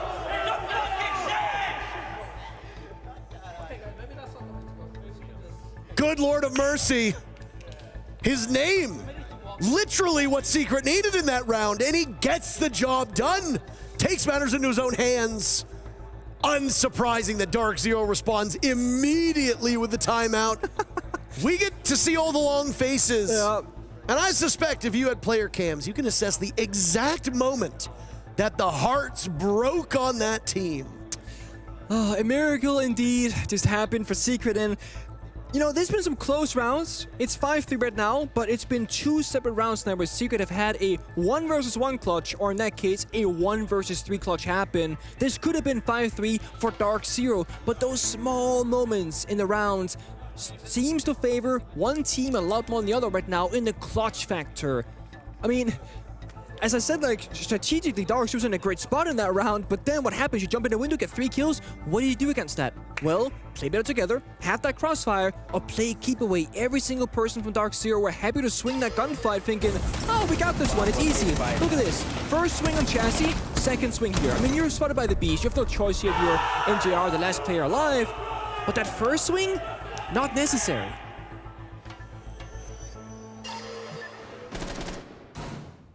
Me oh my! Accountability is something that is well practiced by Dark Zero. And I'm trying not to beat the same drum all the time, but Canadians' inability to affect these rounds in a score perspective, because nobody with any brain in their head would argue that his leadership doesn't affect the rounds. But the fact that he's unable to get a kill this deep into the match. Yes, we can hand wave away the first half because he played on shield. Yes. That's fine. Yes. But you're now in round 9. You've had multiple opportunities on defense to get a single kill. You've been unable to do that. And yet he often plays on these high-value operators because, as he's put it before, when he's able to play somebody like Solus, he gets a lot of information on him. Yeah. And it's hard to argue against that information helping his team, but you gotta get kills too. Not just that, but I've been actually looking at it because whenever Canadian dies on defense so far, it's like you can die alone, nothing happens, or you die and teammate gets a kill. Canadian just kind of dies and nothing comes after. That base round on mute dies, no trade. Previous round, he died, and sure, Bolo got a kill, but then a whole nother player across the bomb side. Speaking of the devil, Canadian got his first kill on Adrian on the rappel and lobby. Great shot from him. He's now on the scoreboard, but it comes in round number 9. Claps in the chat. It's a 5v5. We need some claps in the chat, please. So it happens. A very high-profile target. Yeah. That's your main hard destructor. The only hard destruction that's actually present, because if you look at the secondary lineups, none of these operators have brought the can opener. Yeah. None of them have a secondary hard breach. And there goes the shield. And with it, you've got to suspect that this severely hurts the chances of Secret. A run out by Canadian, and Miracle gets him. But that was a relatively easy kill. Yeah, I mean, when Monty dies like that, I mean, the very simple phrase you can use it's so over. I mean, the whole, like, strategical point right now for Secret is out the window. It's just like last round in open area. You gotta just go for broke, get those kills, go crazy, and have that clutch factor. You've lost Adrian on Heartbreach, rather, and the Monty who's gonna enable the entire team to thrive, and all you've taken down is the first line of defense of Canadian, who still only has that singular kill. Now, use your Candelas, walk up a staircase, and you have a triple-man crossfire staring you down. There is no easy pathway in. DC, they gotta show their discipline here, and that they can play together as a team. I mean, it's also the best player to lose for Dark Zero. It is, absolutely. I mean, it's a Rooney as well. Yeah, I mean, it's a Rooney. It's an operator with a good gun, but it's on a player who hasn't really been living up to his killing potential. And he got his one. Yep. So you get a kill and then you trade off, and now there's 4 much more worrisome adversaries that you have to deal with here. Secret cannot run behind this clock for too much longer, as there's 30 seconds left in this 9th round. The gap that they have worked so hard to enlarge is now going to shrink with a loss in this round. Bolo positioned in a spot where he's very familiar with. Down goes Miracle. Groovy, 1 kill. He's dropped on the stairs. And Pambazoo will get the final kill onto Joom as Dark Zero keeps this one close. 1 round away. And it's an immediate successful conversion on DZ's timeout. Yeah, I mean, that's, again, basic case scenario, right? You have that tough round when enemy clutches against you, call a tactical timeout, and then you win the following round. You buy yourself a little bit of breathing room now if you're DC, thinking, oh, guys, we still got it, and a little bit of surprise, maybe, actually, Secret will also call their tactical timeout, neither just to finish this right now, because you call it now when you're ahead a little bit, or you call it in 1 or 2 rounds because then it's 5-5, or worst case for Secret, it would be 6-5 because DC, they win the following rounds. So they want to get ahead of the problem right now, and this also very likely, knowing Twister, the coach of Secret, this is very much a strategical tactical timeout. That's one of his big things right now. He knows the game at a very high level and is able to convert that to his teammates. There was this like fun stat at like SI, I think 2 years ago, where whenever a coach would take the tactical timeout, somebody tracked the success rate afterwards, if you won or lost that following round. And I think it was Goddess and Twister were both like top 5 or top 3, if my memory serves me right. And of course, there's no like true meaning to this, like, oh, Secret calls a tactical timeout, they always win afterwards. But at the same time, if it's such a common thing that they do well afterwards, there has to be some valuable things shared from the coaching staff to the players they can convert into round success afterwards. So wouldn't be surprised to see a relatively big change up, or maybe it's just micro decisions, micro mistakes, also possible. But we know these pro teams, they have these kind of pocket strats cooked up where they work for a single round. And you gotta pick the perfect round and the perfect moment to do it because it only works once. That surprise factor, the enemy won't be ready for it. We're seeing Monty and Blitz in this round. That is something that you cook up saying, guys, we have this double shield strat where we rush third into side and start planting or something crazy like that because they're playing Thermite, Monty, and Blitz. That screams direct attack for me, not a roam clear. And they're all spawning server side. Monty and server, Blitz gonna go server staircase. This is a pocket strat. It could be a quick one as well if they get the all clear. Server walls are soft and a very similar defensive setup that we saw from Dark Zero previously. Maybe not as much of a rush as we had thought, but still gaining information. Dave is gambling this yokai and Canadian dies through the... Did he wallbang him? Wall? Or was he playing server stairs? I didn't see where he was playing. He was shooting through the soft wall. He was inside, he was wallbanged. On a smoke! On a smoke! Against 2 shield operators, it gets worse. If you're Dark Zero, you're doomed! Yeah, you are. Oh, so he sees the yokai. Nah! There's no way! And that was a one-shot headshot through a wall. Yeah. You have some opinions on that. I do. I don't think that should be allowed. I think it should do a lot of damage when I just take you out clean like that. But that's just my opinion, okay? But I'm sure Canadian who died to it agrees with me. Ooh, Chad, boo. Why are you booing me? I'm right. A really damning loss for Dark Zero there. Yeah, and I wouldn't even say that's Canadian's mistake. Like, he got information that Munch was on the staircase, likely was going to go there to throw a toxic bait to smoke it, which is arguably the right decision to slow down their opponent, but he dies to that wallbang. Who in their right mind is a Munty sees the Yogurt drone and starts tapping the wall? Miracle's a genius. But look at this DC, they're closing in, but they're losing their gunfights again. Now Pember's off of the count, 3v5, favoring Secret. I don't know how many Yokais Nave still has available. I think the one might have gotten away safely, but the other, who knows? That's one. Bolo still has those Goyo canisters strewn about the bomb site. You just have to play for time here. This is a winnable round for Dark Zero still. Sure. Even though things look so bad, it's still very winnable based on the utility they have. But you've got to start winning these fights, and I mean, now it's not winnable at this point, actually. NJR destroys Miracle. Groovy is next. Revolver out. 13 kills for him. As there goes a smoke, and a reload is the smart play. Now around. Destroys June. Savage and Adrian is the last two remaining. Savage has been the best gun so far for Secret. He's on the blitz. It'll all come down to Adrian on the coverage. The 1v5. They had everything going! There's no fucking way he does that! 1v5! Are you having a nightmare? Wake up! Wake up! It's a nightmare! Come on! A successful re-election campaign for the mayor. He's back, baby! Are you having a nightmare? Wake up! Are you having a nightmare, says Canadian. He haunts you in your sleep. Once again! Twist of the arm! And it all started here. One. He's still going. Attackers dropped the diffuser. Attackers recovered the bomb diffuser. I will say this with no exaggeration and no hyperbole. What might be one of the best clutches we have ever seen in the history of this game.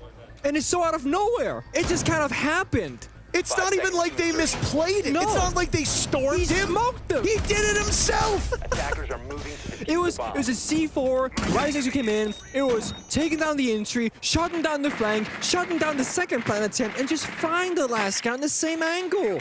I mean, I have said this many, many times. I think NDR is super underrated. Not that he is a bad player, we think he's a bad player because he's not, but I don't think he gets the praise he deserves. He plays support role for Dark Zero, but he puts up ridiculous numbers. His clutch potential is always there, and he's a phenomenal anchor player as well. His decision-making and positioning is one of his strongest parts of his skill set, but he also makes good decisions as well, and has the good gun skill to back it up. He's like a really full-rounded player. 5-5 now. Things are very much tied up. Secret starts clutching. DC the answer back in a bigger fashion. And now it comes down to, I think, the mental game. How many more strats do you have? Iterations, different ways of doing the same thing to keep it new and surprising, but also losing around like that. What does that do to you mentally if you're Secret? It's 1-4 on trade, still even a round score. This fire's gonna do some damage to Pepazoo as well. There were some long faces on that bench of Secret, but they were at least laughing towards the end of it, and you have to keep up the mental at this level. Nice swing by Savage as he hits both of the goo mines that were laid out by Pambazoo shortly before his death.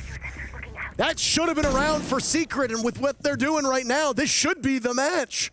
But it won't be. Dark Zero have earned themselves at least one more opportunity. Savage has been wonderful so far for Secret. He has been the entry, the flex, he's been denying the intel. He can pretty much do it all right now.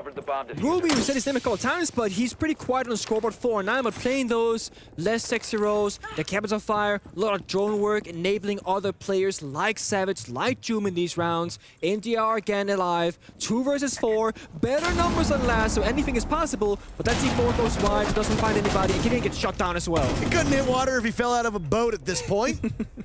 NJR with 16 kills. He just pulled off a 1v5, and the odds are better this time. It's a 1v4. Maybe not on the operator, best designed for it. The P shooter of the MPX. Limited recoil, I mean, hey. But how many do you drag down with you before you go? They're bleeding him out right now. Look at this. Like last time they were running toward him, they're bleeding him out, right? Adrenaline surging, right? He's so ready for it. Time. It's actually a strategical thing you can do in like a 4 versus 1. And now that's gonna leave his body, he's gonna shake, now it's gonna be over. Smoke going off. Too many targets as they've closed in on him as the soft walls do him no favor. And Adrian ends it. The Twitch pulling out the sidearm to get the job done. Secret should have just won the match. But they have one more chance to close it up. NJR throwing his team a lifeline in the previous round. Dark Zero in dire straits. Bailed out by their performers, not necessarily by the team itself. You can tell that there are some young players on the Secret roster. We just saw Adrian, who is Adrian's a player that if you're an EUL, like, I think any team wanted this kid. He was straight out of rank, playing in some dev stacks, playing some like minor tournaments, etc., like Gold Course and whatnot. I played with him myself as well. Phenomenal potential player. We saw his player cam right there. They won the round. He was shaking. And I'm talking adrenaline, right? You come from playing in your own, at your own home, probably at your parents' place, playing ranked. You're a really good player, but the stakes are, you're just playing for ELO for fun. You're a champion, like what's the point, right? Now you're playing in the big leagues. You're up against someone like Canadian who, if you're any Pro League player, you have at one point, that probably still do to this day, you look up to someone like Canadian, like Bolo. I mean, the whole damn roster of the Dark Zero at this point, right? You probably look up to some of your own teammates, even. You're sitting here, actually beating FaZe in your first match for Secret. Now should have beaten Dark Zero, still fighting for it. There is no feeling like it.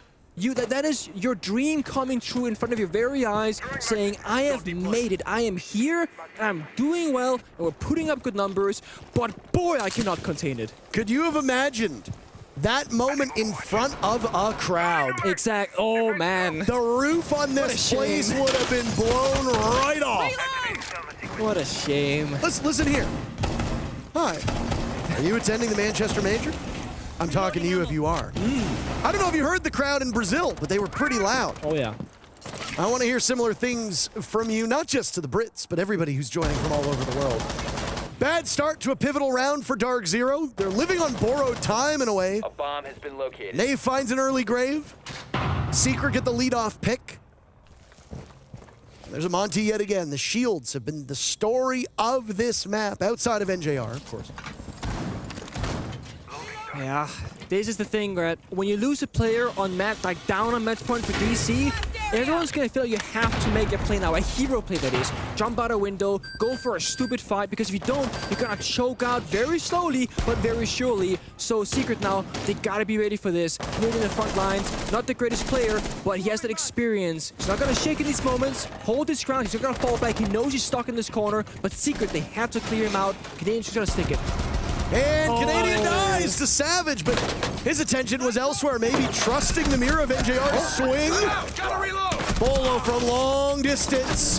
But this one's not going very well for them at all. NJR now gone off the board. It's all up to Pan Bazoo. But it's Secret who will have the party. NJR might have bought his team some time, but it didn't change the actual result. Secret, the better team through and through. They topple Dark Zero 7-5. Taking down FaZe, taking down Dark Zero, and doing it, I want to say, a convincing fashion, both in the micro things like clutching in small moments, but also, again, top down. Their strategies, their orbiter flexing, when they do what things, it's excellent from them. And this is Secret that is a bit like unknown, you know, internationally speaking. Who are these guys? Well, they're here to play. Yeah, I mean, it's a statement match, that's for sure. A 2-0 day for Team Secret, as now they're done. The remainder of our matches will be teams that have already competed. Was it Fresh who tweeted out that Adrian might have been one of the most slept-on players after map number 1? Well, Adrian didn't really have as much of an influence on that matchup, but Secret's depth allowed Savage and Miracle to take hold. Groovy had a couple really good rounds. Yeah. The thing is that the whole team showed up. Can't really say the same for Dark Zero after that second match. No, I agree, and it's a matter of like, I mean, Adrian held his own. He's like 7-7 or 8-7 in the end there, so 1-1 basically. But what every single player is doing to enable others, that's the thing. Canadian, he has experience, the leadership, and the calling. But when he plays in a position where you have to probably get a kill to make that worthwhile to play in those positions, and he doesn't, that's where he falls a little bit flat. That's one of the only like true big weaknesses I think for Dark Zero right now. They don't have 5 full players in gun positions. I mean, you have to think there were a couple rounds there where even 1 or 2 kills from Canadian could have turned the tide, exactly. right? And when you've got a matchup as close as this, goes to all 12 rounds, 7-5 is the tightest scoreline you can get until you get to OT. It might have actually been the very first 8-5 we've ever watched, if you consider that round they should have ended up, that they probably should have ended up winning. But even just a couple successful rounds, that's all it would have taken, or a couple successful kills, and that could have turned even 1 round, and it would have been Dark Zero going out of the day 2-0. The good news for fans of Dark Zero is they still picked up that victory earlier against Beastcoast. Yeah. Right? Starts to be a bit concerning when you've lost a couple games and not just one. Yeah, and I just want to make that final point about Canadian is that it's not even that he has to get the kills, but when he dies, something has to happen afterwards, right? He trades his life, a teammate helps him, whatever, something has to happen. Well, one of the stars of the show was Savage, and we've got a post-game interview to hear his thoughts on their match against Dark Zero. Thank you guys so much for that cast. Congratulations, Savage. 2 wins in 1 day. First one against FaZe Clan, now against Dark Zero. What are the emotions right now? I mean, I couldn't hope for a better start, really. Didn't expect it either, but we still take it game by game. It's still the same as 0-0. We still need to win one more game. We could still go 3-2 down, so we just need to be calm. But yeah, really happy right now. A bit excited, still the nerves going, still the adrenaline going. But yeah, it was a really good win. I can tell there's still adrenaline. You said this wasn't necessarily expected, but you're so close to that main stage at this point in time. What are the expectations moving forward? Because you've proven yourself not once, but twice already. I mean, as I said in the last interview, I hope that we can stay as underdogs in ourselves, in our minds, even though we are 2-0 up, still take it game by game, still not like have us as favorites to win. We still came here with lower expectations than to go 2 up. So I hope like we just take it game by game and still no pressure on our side. But yeah, I don't know how it's going to go. But yeah, hoping for the best.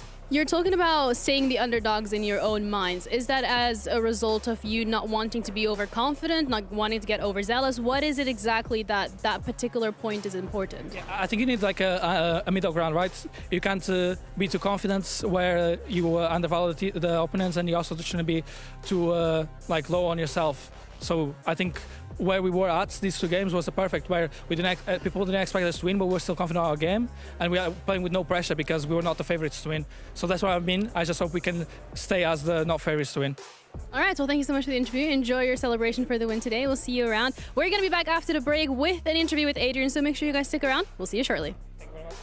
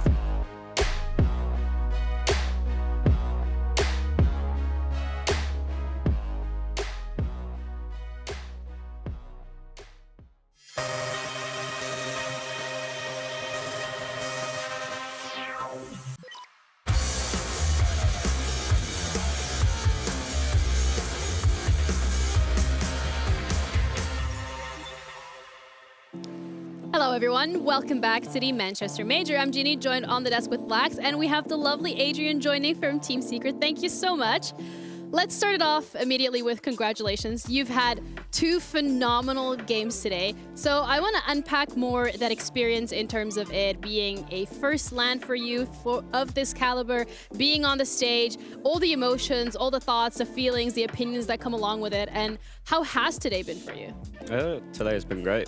I'm happy, obviously, we won. The whole experience of obviously individually winning our matches to being 2-1-up is great, but I'm like trying to take in, obviously, something brand new to me. First time being next to other teams, obviously, at LAN. The game feels like kind of different, so I'm just trying to take it in as much as I can, ready for the top 8 teams. Ooh. There you go. Well, I got a question, but Alfama also had a question for you, so I'll ask his question first. Is obviously you guys made it here. That's important. That's huge in itself. But now you guys find yourself 2-0. Is there anything that you guys are going to do differently going now to possibly make that 3-0 and secure even further into this event? Or are you guys going to continue to keep doing what you're doing right now fundamentally? I think we carry on doing what we're good at, what we like to play, not try and focus on other teams or how they play. Just keep it how we want to play, and I think that's how we'll end up being 3-0.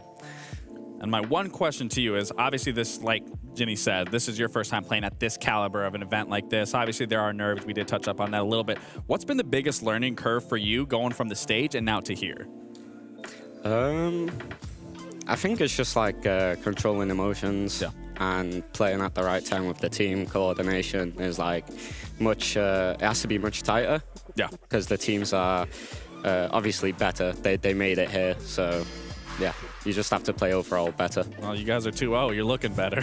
I want to further dissect a point that you brought up earlier with this being the first time that you're playing next to other players, you're playing on this LAN environment. You went up against Canadian. Alfama was telling us a horror story that, well, not a horror story, but a really funny story of Canadian just like getting in his face and shouting at him when he was a brand new player. You've now had that experience as well. He just went off. So how does that impact you? I mean, I heard someone shouting. It was most likely him, probably. But I didn't really understand what he was saying. So it can't really impact you if you don't understand what's going on. So I think it had like no impact. So basically, you just don't really care. Yeah. You just, I mean, the 2-0 speaks for itself. Pretty much, yeah. He was trying his best, right, to get under your skin. It's a mental game. It can be, but when you got nerves like Adrian here, it doesn't really matter what you're throwing at him because you guys are coming out on top regardless. Yeah. So you now have had that experience of day one here. You've already played a couple of teams. You're obviously, I'm assuming the goal here is that main stage to be able to play in front of a crowd. When you're thinking about that being your goal, is that how are you dealing with that? Because again, it will be a first time for you. It'll be a different experience. Does that make you a little bit more nervous? I think it's like I said before, like there is nerves, but I think it's like the good nerves. Like you want to make it in front of a stage, and like once you're there, like you just want to like take it in and like use it for yourself, like try and play better for the viewers that are here with you or like the ones at home that are watching on the screen.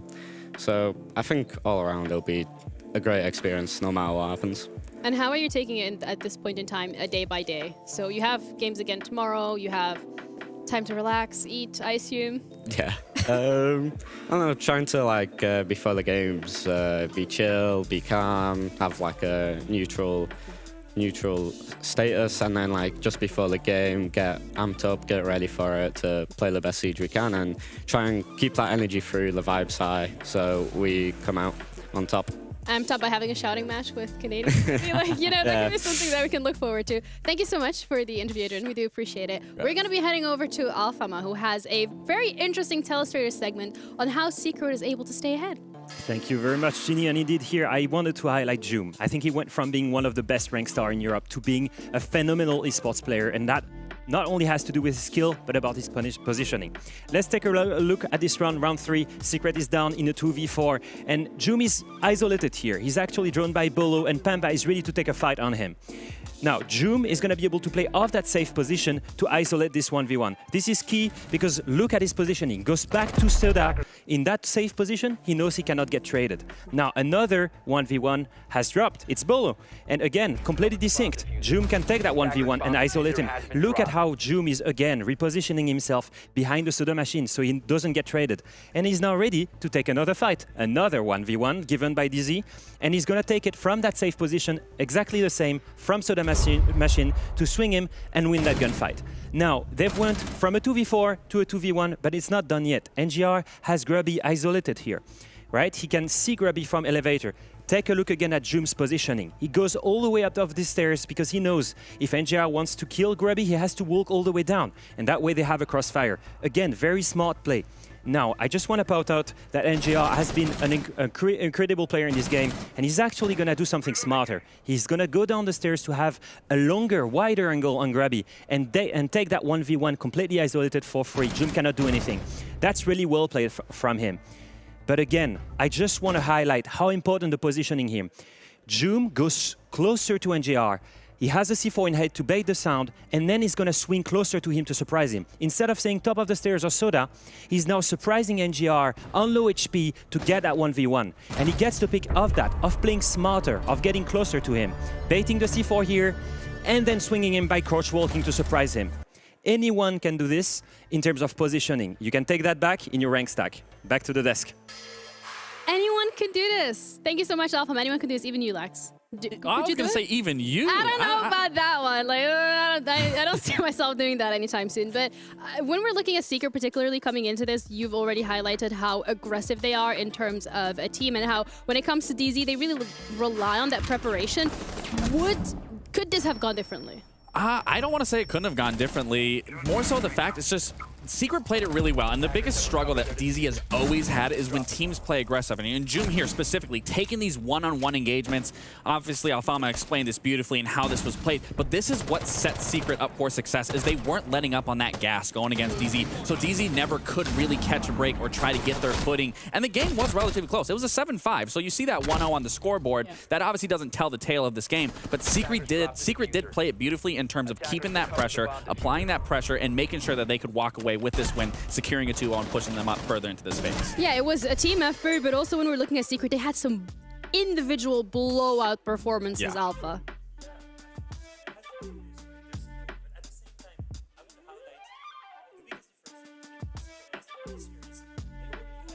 Players, but this time they're able to do it together, and that's the biggest thing. How do you manage to have such great player individually able to have these crazy clips, but at the same time always play towards the same objective? That's what making them so good at this event, and I have to be honest, I did not expect them to be meshing that well, to have that level of chemistry coming into the event. Yeah, when we're looking at these players individually, there are always going to be a couple who have surpassed expectations and who have done incredibly well. When we're looking at the top 3 players, or at least a player particularly that you're looking at, Lax, and you're going, this one has just, he's that guy. Yeah, I mean, it's NJR. You have to talk about him. Obviously, it couldn't find the win here, but the performance that he put up, I mean, a 16-8. I mean, we've talked about NJR through multiple stages, throughout multiple lands. This is a player that is constantly consistent and keeping up with those numbers. And then we go into that second player of Miracle. He was making miracles happen. I believe it was round 8. He jumped into that server window or that open window and ends up netting a 3K, bringing that round back from a 1v3. So he was creating miracles.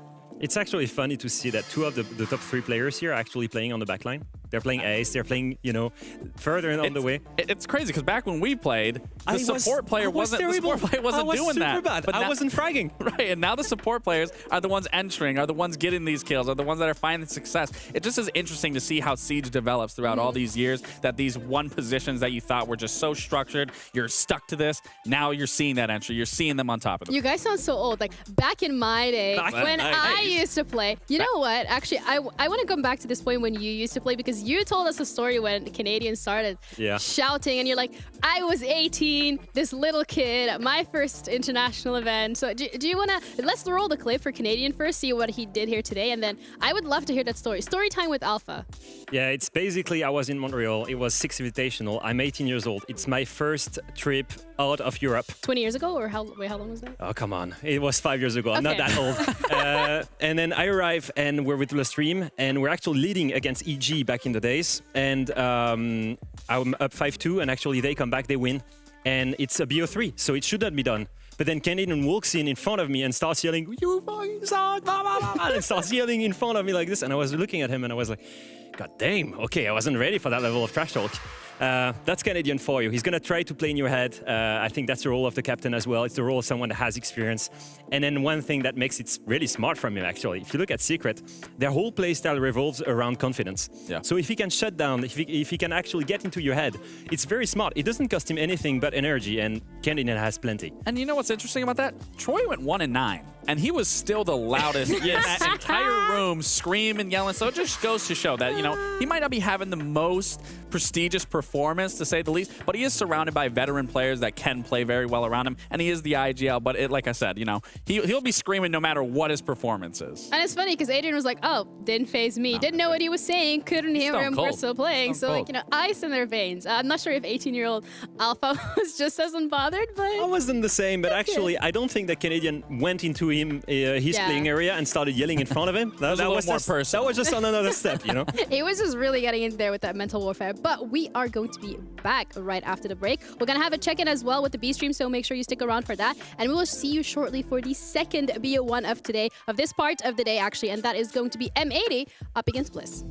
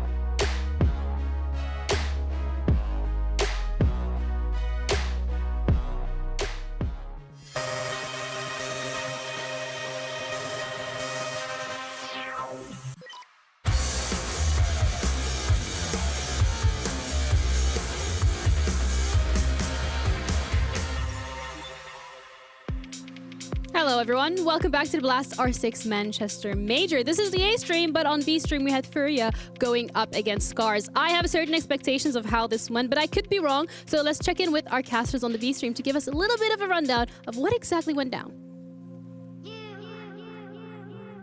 By the way, it's been about a year since I worked with Ginny, so always nice to have another very short person on the broadcast. Speaking of, Carter, what a game we just had. It was really close at the start. Scarz gave it all that they had. As soon as it switched into the second half, it was all Furia all day long. That was my biggest issue with that matchup, was we were hyping it up. We're like, oh my god, Scarz are going 3-3 against the world champs, their attacking side on one of Furia's best maps. This is gonna be close.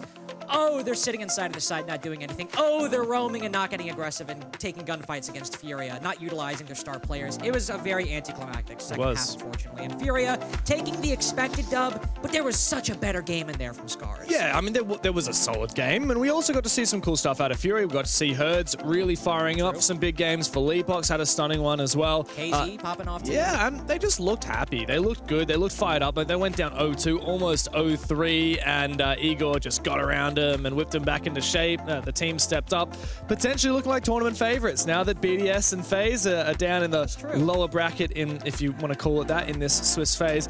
I feel like Furia, who in my brain I still want to call them W7M. It's hard. They are feeling like the best team in the tournament so far. Yeah. And especially after that loss FaZe suffered earlier, Secret also beating Dark Zero 7-5 on the A stream as well. So that FaZe game, not just a fluke, Secret doing it against two opponents all in the same day. I mean, it's hard not to call Furia tournament favorites at this point. With FaZe and BDS both 0-1, potentially one of them could be 0-2 by the end of the night if, say, against Liquid, Nesk has a pop-off game and Maya pops off. FaZe could very well find themselves down 0-2. We'll see what happens, though. Furia is certainly up there right now. Secret 2-0, and right now, the game we have coming up, of course, ITB and Bleed also fighting for a 2-0 spot. That is true. We, of course, have ITB Bleed on the B stream, but if you guys are sticking on the A stream, stick around as the desk will break that one down, and we'll get into that just now. If you are staying on the B stream, of course, we've got Bleed. These guys have made a huge statement at previous events, but coming into this event, they have a big team to go up against. Into the Breach, of course, one of the European teams that everyone is talking about. In the absence... In my opinion, it's Hugo, our coach, because like he works better at like midnight or 1 a.m. So yeah, in my opinion, it is Hugo. Yeah, I agree with Hugo. He spent the night like seeing VODs and studying our adversaries. And that's it. Adversários, falei em português. Our enemies. I said in Portuguese because... Adversários. At least it's funny, but okay. No, yeah, that's good, that's good. And who's the biggest tourist on your team? Who likes to see the sights? So in my opinion, it's Maya, our new player on the team. Like, he went through all the restaurants, at least the restaurants that has some hamburgers, so he loves it. So yeah, Maya. Yeah, Maya likes to go to the street and have some walking, so yeah, that's it. And who collects the most souvenirs when you guys travel? Nossa, difícil. Eu diria você. Eu? In my opinion, it's Resets. Like, he always buy a souvenir for his family or for his own. So yeah, in my opinion, it's Resets. Yeah, probably because every time I go to a new country, I always bring some souvenirs for my family. Yeah, that's it. All right. And then looking at sports, who's the biggest sports fan? Sports fan? I'm pretty sure it's me. Before I turned a pro player, a professional esports player, my dream was to become a tennis player, but I got injured. Because of that, I started playing video games. So yeah, I think it's me.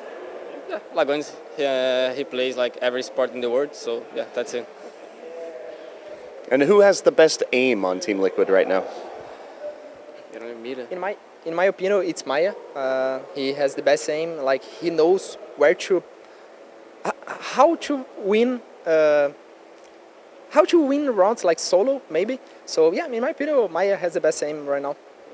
For me, it's Nesk because like he's the GOAT of the game, so. Are a little bit old, but still the GOAT. Nice. Speaking of being old, who's the wisest on your team? We don't know what is. What? Wise is like being you know, like Gandalf the Grey is wise and a wizard, you know, very... Essa responde. Eu não sei quem que é o mais sábio. Vai dar sua interpretação. It's a hard one. Eu vou falar o mesmo. You are talking about like inside the server or like at all? Just everywhere. So in my opinion, like inside the game, I think I'm a little bit smarter because I am the IGL, so I need to study more the game. But outside the game, I think Rosette is very good. Like he knows a lot of things about history and these things. So it's very nice to have a chat with Rosette about history. So yeah, that's it. Yeah, I am very like in the school. I was very great. So yeah, probably me outside the game. All right. And who is the calmest person in the team, just outside the game even? É mais engraçado, né? No, calmest? Ah, the calmest. Mais calmo. Ah, okay. For me, I think it's Lagonis. Like he's a very chill boy. So yeah, I think it's him. Yeah, I think it's me. Like I'm a little anxious before the matches, but at all, like in the day by day, I am very calm. So yeah, I think it's me. And who has the weirdest hobby? Hobby mais esquisito? I don't know if like one of the players has the weirdest lobby, but in Brazil we love go-karting, so we drive a lot. Me, Reset, Nesk, Maya. So it's not that weird, but we love doing this in Brazil. So we spend a lot of time on this. Like after the practice at night, we love going for drive a little bit of kart. For me, it's Nesk. When he was younger, he likes to dance like freestyle, and for me, it's very weird. So yeah. Well, that concludes that. Okay. He dances? Yeah, very good. Like, yeah.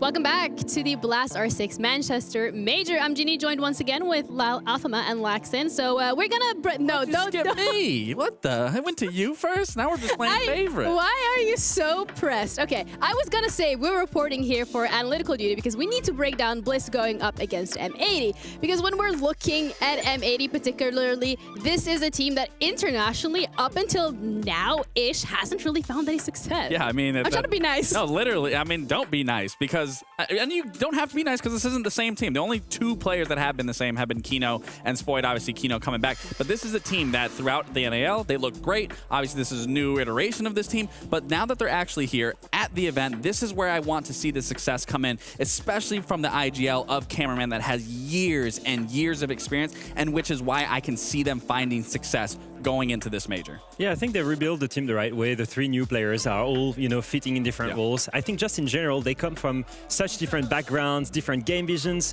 The clash of playstyle must have been really hard at the beginning to really define their identity. I think they're still looking for that identity, and this major is basically here to cement that. Yeah, exactly. And this is that trial by fire in terms of like being on that international stage and having a chance to prove yourself. But then we're looking at Bliss. And this is literally a team that you cannot think of an international event and Bliss is not there. It's true. Bliss is a team that is slowly but surely making a name for themselves. And as we've talked about APEC teams throughout many years, it's about the reps. And Bliss is constantly coming in, getting more and more reps, looking more and more stable as a team. And I think this is another event that we can see them kind of push a little bit further. But still, I'm not convinced enough that we're going to see that going into a possible phase 3 of a main stage. If they do, great. That's awesome. But I still think that it comes with more time and more reps, that they need more international experience. Yeah, it's always the weird thing thing with them is actually you take a look at the stage. They look super dominant, but it's still OCE, so you never know what to expect at an international level. But on the other side, I just love how it's a complete different take on Siege. It's literally 5 players that play as a single unit, and they're sending a really strong message, I think, to all fans or viewers watching this. As a group of friends, if you grind Siege, if you play it the right way, if you have the right synergy, it can get you really, really far in top international tournaments. Because their players, they're not as shiny as M80, but they have the power to beat them still. Yeah, absolutely. At the end of the day, it's not just down to these individual players and them showing up and that power of friendship, as you'd like to call it. It's also down to the map that we're going to be going to. Every single map plays to different strengths of different teams, and this time around, going to Bank once again seems to be what we're sticking with for the rest of the day. This is where we're going to be starting, and this is where, once again, the BO1 will take place. So you have one shot of making it work. So this is an interesting map for me. Both teams, I would say this is a little 50-50, maybe a little more heavy-sided, more towards M80, but specifically talking about Bliss here, when you look at it, they do have an extensive history of playing Bank, but in terms of the quality that they played against of getting those wins, to me, it's not really a good serving size that M80 has up against teams like SSG, winning with one of their favorite maps. So for me, it's going to be coming down to a situation of these initial gunfights and who's going to be walking away from those initial engagements, of who's really going to be walking away with these rounds. Yeah, and with that, we're ready to head into the second game of the second half of today. That's going to be Bliss going up against M80 for a chance to both go 2-0. Let's head over to our casters, Intaro and Pengu. Why was there hesitation? And did you think that it would be somebody else right here? And who else is that guy? You know, how... These guys! These guys. You know, when Jeannie and I first met, she had no idea who I was. Even when I said Pink, I was like, that's usually not how people react. They're like, oh, I know you from somewhere. You know, you maybe played a tournament or whatever, you won something. No, she had no idea. She was, who? Hold on, let me react like most people when I see you. Oh my God, are you Pengu? Oh my God, Taro. Such a I love your cast for SI and then other final, the other final. You've cast like every final ever. Oh my God. You're my biggest model. You're so good, Pengu. I'm so nervous, I'm shaking. That's when I met you for the first time. I was like, oh my God. It's a terrible. Not even close to true. It's not, no. We met each other in Sao Paulo for the first time. And Penta did not like me. What do you mean we didn't like you? Penta did not like me because I was rooting on your downfall. Remember, I put on... Yeah, okay, fair. You were playing Black Dragons, and I put on all of the Black Dragons merch and appeared on stage. I respect. And then when you lost, I walked over to Fabian, and he's like, let the Brazilians have their fantasy. Let them have it. And then they didn't end up winning anyway because Ents ended up winning. So it's not like Brazil did particularly well. But we love it. You lost and you got humbled. That's all that matters because you bounced back and won SI very next. We're going to Bank. We were just on Bank. If you were here for the DZ versus Secret matchup, well, there's a specific highlight I would encourage you to go back and watch because one of the players on the team did an excellent job in one round. I'm not going to say anything more than that. He's underselling it so badly. It is one of the best moments I have personally ever cast. And I agree with you. But you still undersold it pretty hard. You gotta go back and watch it though, I agree with that. You must. Yeah, you must. You have simply must. Bliss, victorious in their matchup earlier today, defeating a Brazilian team of E1. Yep.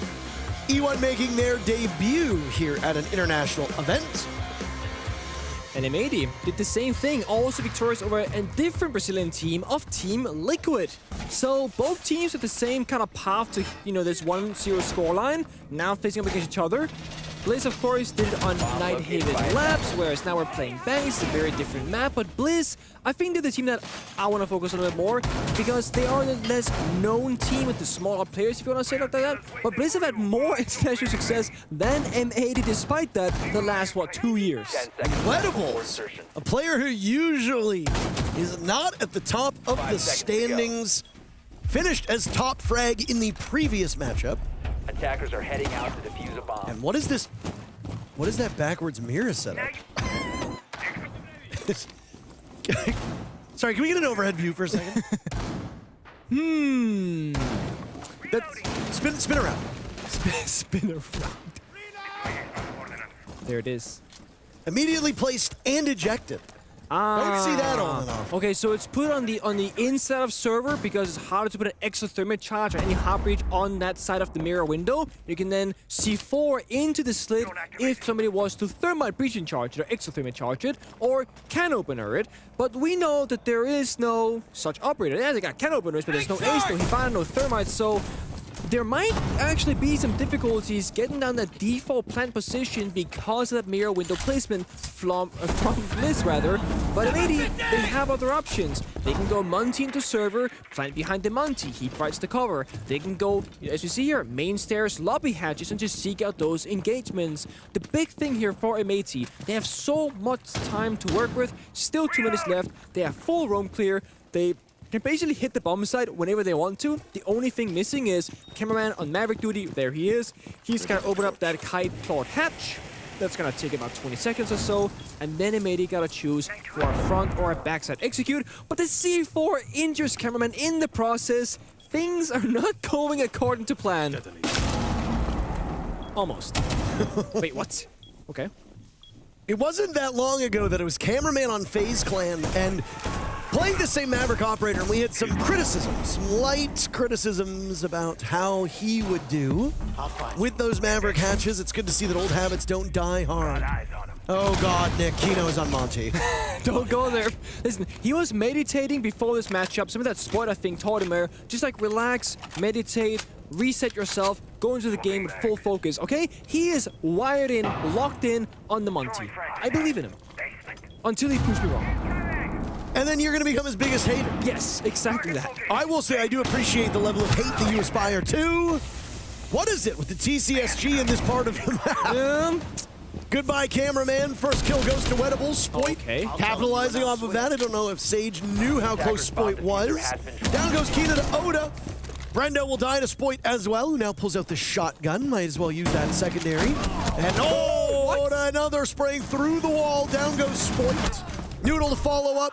Citizen kills Fisho guy, but it's Wedles and Oda to collect, and Wedles yet again off to a good start. 2 kills in the first round. Oh yeah, he was on fire in the earlier match against E1, but I gotta say from the side of M80, it was Spoit going in really aggressively, very deep in towards the bomb side, but no real follow-up. We also didn't really see what the plan was with the Monty in the round. Nothing really happened with the operator pick, but this is round number 1. It's a lot about feeling out your opponent, the pace they're setting, what kind of playstyle they're opting to go for, because normally when we see Bank being played out, defenders will roam on that basement bomb side and get out across the map.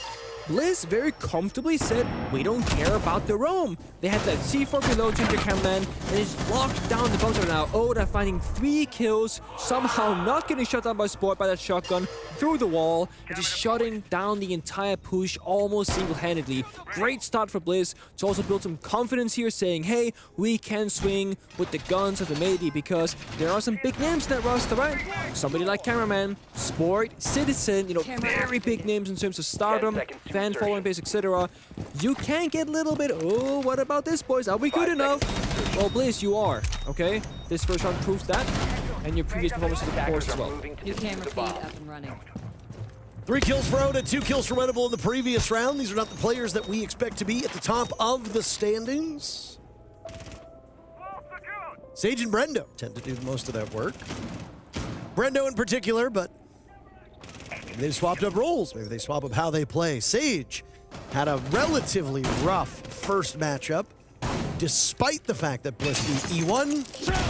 Oh my. Wedles fighting ghosts outside. Noodle, well, narrowly surviving that explosion. Feels like a ranked match when like your opponent knows a little bit too much there. Like, who's he shooting at? Because I'm not even over there. Like, what does he know that I don't? But I like this in Bliss. A very passive first round, applying no pressure in the map. Second round, that aggressive swing out from Wedles. Just saying, guys, stay on your toes. Spot with a nice injury again in the bomb site all of a sudden. Somebody help this man, please. He's in the sight, in a goo mine. And he's dead. Kino and Noodle, now cameraman as well. It seems like everybody wants in on the action. Advantage right now, still very much favoring this N80 team, but Fisho guy has something to say about that. Wedles hears the boogies from above. Noodle not too far removed, but right behind him. The Vigil has gone unspotted. Down goes Noodle, who's playing around on that balcony, and now it's all up to Citizen. Citizen is not usually in a position where He's alongside the team. He does play that lurk role. He's got a great aim and will now wander in towards square stairs. The one thing I noted about Bliss in their matchup against E1 was their patience. Yeah. This is a team that plays like a veteran group, and I mean, the core of the team's been around since 2022. It's been a while since they've been all playing together. Wedles is the most recent addition. Boy, oh boy, has he looked good so far today. Citizen has plenty of time, though, Nick, to find these last two players. 5 kills combined in these 2 players for Bliss. Citizen with 1 so far. Gotta try and isolate, find those 1v1s, and then just win that final gunfight. Has one smoke in pocket, so he can deny one out of sight, work the other, and Citizen with great game sense here can maybe get it done. Maybe isolate one of these players that was playing in back of open area. Citizen's just taking a stab in the dark at the moment. Moved up to the bomb chassis, and it's Wedles. 4 kills already through 2 rounds for Wedles. This is a career day for him. The discipline, I mean, you said it during that round, they looked like a team of veterans. And, I mean, 2022, it is a fair bit of time away, but in Siege terms, that's, you know, only 2 years and a 9-year lifespan game, basically, of competitive play, so it really isn't all that much, but they're playing like they know what they're doing, what they want to be doing, and very importantly, in this round in particular, they're down in numbers, and instead of panically running on the map, looking for kills in desperation, they are doing it in a calculated way. The vigil flank upstairs, very slow, very patient, finds a pick. The player on the side, Fisher guy, just playing keep away in the corner, waiting for a sound cue or visual, then goes to the swing. They are not taking unnecessary risks even when they're behind. They're playing a calculated, patient game of Siege in a meta that usually is very chaotic. It's almost like they see the game like slow down in slow motion where they have more time to figure out what they want to do and do with confidence. And I love that about Bliss. And we always talk about the biggest the difficulty or downside of being a team from APAC is you have pretty poor scrims. You cannot go over and scrim Brazilian, North American, European teams are really solid practice. You're playing other APAC teams on like 150 plus ping. So the fact that you can go here early in the major and just play so well, I mean, they must have really good routines and this discipline within the team of what they have to do each and every single day. It's worth repeating, as we said in their first matchup of the day, that this was a team that finished 7th and 8th at SI. Now, SI is unique in the sense that when we do get to the main stage on Friday, because of the lower bracket and the sheer volume of teams, it's only the top 6 that get to play in front of a crowd. But in any other major, the top 8 teams are the ones that are going to play in front of a crowd. And that means Bliss would have played in front of a live audience in Brazil under other circumstances. Well, they have the same fortune here. Both of these teams won their earlier matchups, so if Bliss is successful, they are a single win away from qualifying for playoffs. I don't want to say that a team deserves anything, because I don't believe that you can deserve something. You achieve it, you accomplish it, you get there. But I would love to see it happen for them. They had so many close results in the past, losing in overtime against SSG, against Wolves, where they could have made it even further if a single run or two went the other way. Right now, as you said, it's a great start for them. It much slower this time around. They have utility to work with. The Bees from Spoit, the Grim, followed by the fire of cameraman Capital, can isolate and take down 1 or 2 members of defense or set up a potential pick on that Windows side rappel. So here now it's going to come. They're going to get that final drone in, verify the information, get the Bees out, fire follows through, and try and get that early man advantage. Tons of Bees. It doesn't look like any of them are actually hitting Wedles. He just misses out on an opportunity. Spoit and Citizen starting things off, but Sage and Brendo able to keep numbers close. Sell him out. Now it's Noodle to try to open up some of that wall into Janitor. Down goes Brendo at the hands of Kino. Good supporting cast at the moment. Sage punishing Spoit for that with the TCSG in hand. What a day for the TCSG fans. Attackers are active. Diffuser goes down and Kino suffers some damage. You know his positioning, you know his location. The question is, where does Noodle happen to be? He's over by that diffuser, and now Sage will have to read into this. Will a rotate come out? That information as to where the player was only relevant for a short period of time, and Noodle does the job himself. First round victory for M80, and they prevent A 3-0 start for Bliss. It's the same thing that we saw from Darks here just like a match ago, where when you let these North American teams set up in the 5 versus 5, they very much thrive. So when Bliss, they apply that early pressure on the roam game, slows down M80, stops them from doing their plan number A, or the first plan rather, plan number 1. And same thing on that basement defense. They either get an injure or a kill, or they disrupt them in one way or another. On that CO defense, they were in 5 different corners, either behind shields or utility, waiting for something to happen without applying any pressure whatsoever, and the outcome, Beasts go out, repel in the bomb side, and pick up those kills. And while Bliss did find the equalization of getting a 2-for-2 trade down to 3 versus 3, it's ultimately not enough. 2 defenders flanking from lobby side, left the bomb side very exposed, and made it to a deep, defended versus story. Exact same setup now on this single panel as you talked about. It's hard to approach a wall that's already been shot open. You'll see from time to time teams will leave it unreinforced. Yeah. I think you were actually one of the first teams to do that way back in the day, where you would shoot small holes, like random holes all over the place, because it made it very challenging to put that exothermic charge down. Yeah, you could do it in a way so that you in fact could not put down exothermic charge whatsoever by shotgunning holes in a specific way, so there's not enough surface area to put it down on, but also holes small enough that no one could enter. It was very old school style siege where like that doesn't work today. You have like secondary shotguns, a lot of attackers and whatever else, you know. But back then it worked. Now more advanced. You got the door canisters, the mirror windows. You can play a clash to like make it weird to enter certain parts of the building, etc. But again, the one downside right now for Bliss, I think, in this particular instance, is that they've already shown this exact strat in the opening round, where, yes, Bliss, they were successful, but mostly due to sheer gun skill. Strategically, I wouldn't say maybe they didn't know what to do against it. They had the Maverick, they had the Monty, and I feel like this strat works once, unless your opponent sucks at adapting. Cameraman's experience as an in-game leader for this squad, I don't think they're that kind of team. I feel like they're going to have a different answer and a different approach, and very likely will have a different outcome because of it, like Noodle flanking server could get a freebie, small adaptations with massive improvement in the round. Well, Wedles costing on that particular engagement. Opening things up for Noodle, a player who tends to sit towards the bottom of the scoreboard for M80. So the fact that he's already off to a 4-2 start is very good. Uh-oh. Official guys in some serious troubles. The Monty. Kino gets ever close to the start of blue. Official guy will have this information. Yeah. Toying with the door for now. Uh-oh. Uh-oh. What? How? Kino's a Monty Parker. That's not supposed to happen, by the way. Fisher guy should have been dead. He's all alone. His link in the middle was shot down earlier by Wedles. Surely him the 2 only falls. Fisher guy looked to do some damage to Noodle, but completely whiffs on that one.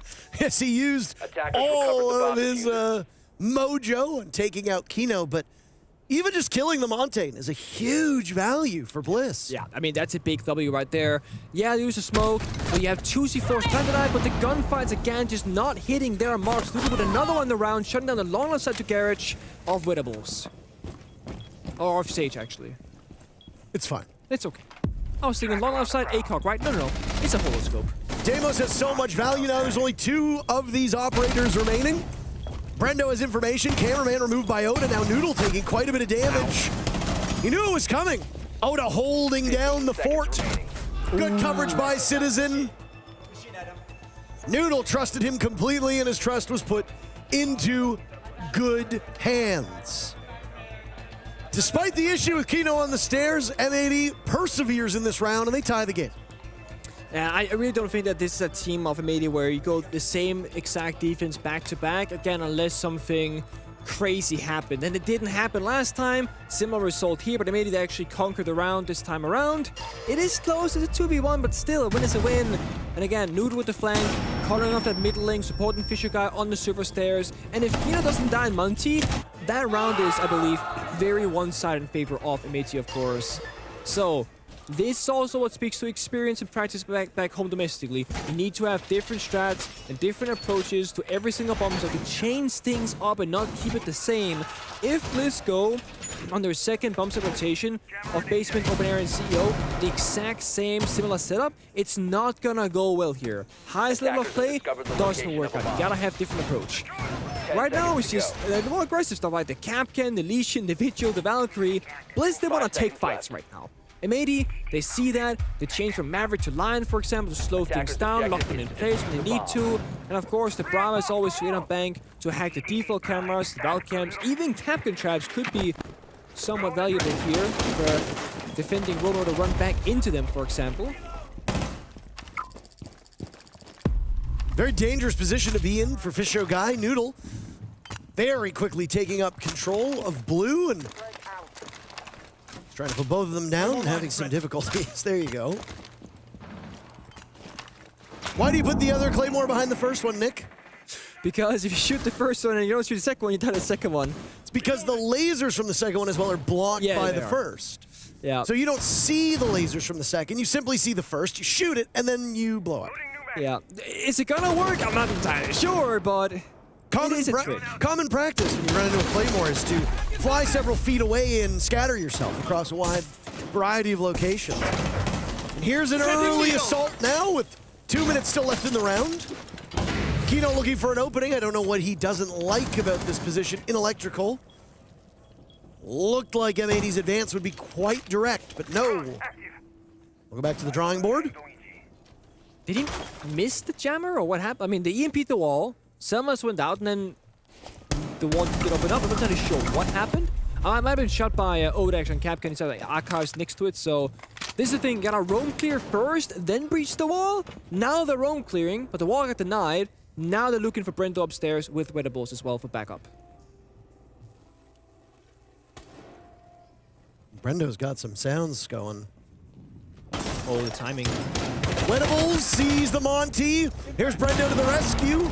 Kino taking a bunch of damage. Brendo shut down as it's a full court press from an 80 above. Wedles didn't really have anywhere to go. The Monty breathing down his neck. Wedles started off 4-0. He's gone 0-3 since. The magic might have run out a little bit. M80 with an advantage, but it's not huge.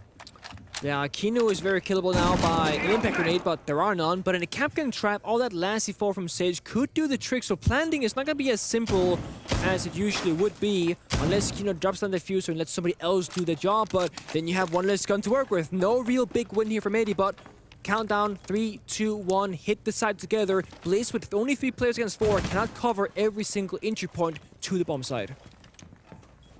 Citizen scoping out as much as he can find. Now smoke will go off, maybe to aid. There's a distraction. Nade now goes down to follow up. Kino lost to Oda. You said he was very killable. Citizen trades him off immediately. 3v2 right now, favoring M80, and they will storm on in. Noodle taking no prisoners. By far and away the best player for M80 to this point, and with him, you don't win these rounds. M80 take 3 in a row. It's a hot start for Bliss, but they're starting to falter. Yeah, I think Bliss there, they might have just relied a little bit too much on the Capcan traps, on the double door kitchen, because nobody was watching that. And you know, when it's 4 versus 3, with attackers being favorite numbers, they will try and attack from as many different areas as possible, because that's what you have to do in numbers advantage. 4 people dropping the same hatch, you're just gonna become a meat grinder. So you go 1 guy door, 1 guy hatch, 1 guy side window, spread across the area, and they had 2 Capcan traps, which would injure or kill a player entering that door, but they were shut out. They were seen and denied by M80, and the flank happens, and now they fight both directions at once. This is experience M80 showing here. They can figure out the problems, show it to them once, they know it the second time around. They'll be okay. Last shot in the first half for M80's attacks here. Bombsite will be downstairs once more, but there is this time a change-up. Bit of a roaming presence from Bliss, finally getting active, but now look at M80's lineup. They bring out the Osa, as well as the Monty, and a real hot breacher off Hibana. This could be a semi-direct server attack, where you just go server, you hold the flank, you breach the wall, you plant, or you can put, for example, the Osa Talon shield inside of Garage and get that long line of sight towards the bomb site. M80, they don't have to go for the same exact take as before, where they full clear. They can if they want to, but they're not locked into that decision because that flexible operator lineup. Activating override. Well, Bliss have kept their timeout in back pocket, so if things continue to sour for them in this second half, they'll be in good position to call that timeout and maybe settle things down. There's a lot that goes into why coaches call timeouts when they do, Nick. Yeah. Do you want to call it right now and use it on your very final defense and then maybe get in a couple words about attack, or do you see how an attack looks and then call your timeout? Yeah, I mean, when it's close like this, 2-3, 4-3, 3-3, whatever, you just kind of sit on it. Unless there's like a massive mistake happening or you hear the player comments are falling apart, you just kind of wait it out. You need more info to work with. Attacks for Bliss will define this outcome. Same for M80 on defense. That second half, of course. M80, we're going to see their plan come into life now. They take Garrett's completely for free. That giant suppressor on the end of the TCSG of Goyo, spotted by Noodle, gives away the position of Sage. Now Noodle will set up shop, trying to counter an Osa behind her Talon shield. On LAN is impossible. On your screen, the Osa won't even have stood up, and you're already going to be dead. Cameraman is found a way, by the way, into the bomb site. Kino on the Monty dies to the toxic gas, a Fisho guy. Cameraman wants a follow-up. He's managed to isolate one of these players over towards Locker, but some trepidation about getting into the nitty-gritty. Sage trades this one right back. He knows. It's Noodle still playing somewhere over towards Garage, but where? Osa's not exactly a quiet operator. You have to ensure you hear her coming. Noodle can just sit up shop here, though. Greater issue is that while he's doing that, it's all up to Spoit and Citizen in the 2v3. Both very talented players. But at some point, Noodle will very likely need to get into the action. Attackers recover. Citizen juggling diffuser now. He picks it up.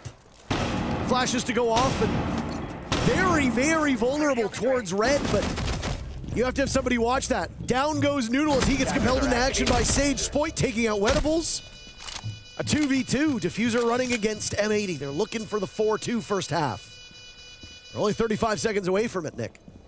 Brendo retaking from above. He's got information and will now run somewhere else. He doesn't seem to think that Citizen will swing. Sage has to do the rest of the work himself. Good luck trying to outpeak Citizen and Spoit together. Forget about it. M80 win 4 in a row and they take the first half. 4 in a row, yeah, and a little bit messy there from M80 because I think they actually had a massive flaw in their attack.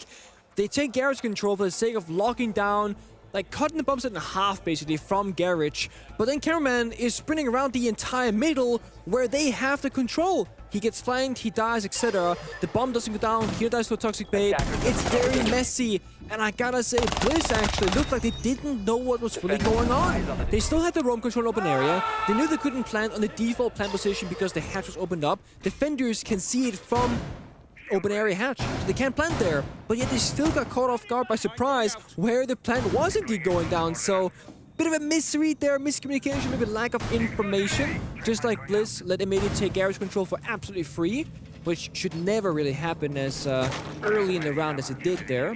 Just kind of giving up the map control for no reason in particular. M80, 4-2 half after a first slow 2 rounds where they struggled and lost both of those. Now Bliss gotta show us that they know what they can do on the attacking side, and they're picking Fuse in the very first round to do so. Fuse with a shield, actually. So, if you want Heartbreach Canister and a shield operator, you can play the Monty. If you don't want the Heartbreach Canister, then you can play the Blitz. Wedables, despite those options, win for the Fuse. They're cooking something up. Don't know what it is. Could just be to clear out the Goyo canisters from the hatch if you roam clear. Could be on the default wall before you breach it open. Clear out utility. It's also worth noting that the shield could potentially be a mistake. It's possible. I overheard a team earlier today, a team that we did not cast. Oh, really? Say, and I quote, I didn't know I was running a shotgun on them, but we were dicking around in scrims and I forgot to change it. Oh, no. It does happen. No, it's true. It does happen. You have to go through and be meticulous with your setups on all of your operators and maybe decide, you know, as we saw actually, from M80. Spoit using the shotgun on Deimos. That is not common. But if you do that for one round, you best make sure you're changing it back to the AK the next time you use that operator. Sometimes people can forget. That's fair. You've got 6 seconds left to pick your operator. Okay, I'll go Deimos. I'll go Deimos. Oh, rats. I forgot to change my gun. I mean, to be fair, for bank of all maps, you got that staircase where shotguns can be really powerful, but you're right. Sometimes you're like, I gotta make, you know, the best out of the situation because there's no redos, really. You're locked into it for this round at least. Bliss, relatively slow on their own clear, but it's okay because when they get to open area, the area is clear. There we go. That was my theory here. Use the fuse charges, the cluster charges on the hatch, on the Warren server, and it should clear out the bulking shields, or canisters rather. There's one. Let's take one further in. Is this the most optimal way to do it? Maybe not, but I think there's a second line to it. So you play the fuse, you do this, you get the utility for buff. Then you take server control, fuse can plant with shield on the bag, you don't die to Spoit's angle from garage, so you get the plant position and you take Now, those are 3 cluster charges used by Wedles, and it certainly only looked like he got 1 Goyo canister. Yeah, not the best value. Very little utility cleared out beyond that, so yeah, not great value there. Could have been Twitch, for example, but I mean, there's a risk the drone doesn't get in. This is possible. But now you gotta deal with Kino with 35 seconds left. If he does not get cleared out, you cannot attack the A bomb site or take server control whatsoever. Bliss really falling behind on time as now Kino looks for an opportunity. Walking up, but losing his duel to Brendo. Kino not having much luck on those blue stairs. M80 had drawn first blood, though, as they got rid of the remainder of Wedles. Now 0-5 since round number 2. 15 seconds left. Oda almost getting siege timing, but he's got to go at some point. Backing up over towards Spoit, a good team effort. Guns must start hitting their marks because you're about to lose the round. Fisho Guy getting diffuser down. Only Brendo is looking for coverage. Fisho Guy attempting to bail out. Cameraman dropped. The round looked all but lost for Bliss, and yet they've swung it around. Question becomes, how formidable are M80 on this post plant? Brendo holding angle. Down goes Doodle. The Claymore taking out Cameraman. Citizen swings over towards blue. It's all up to Fisho Guy. He got the diffuser down in the first place. Is Citizen safe? That's the question. He pulls off a beautiful shot from Fisho Guy as he hits the drive-by. Look, the flick and immediately pulls off.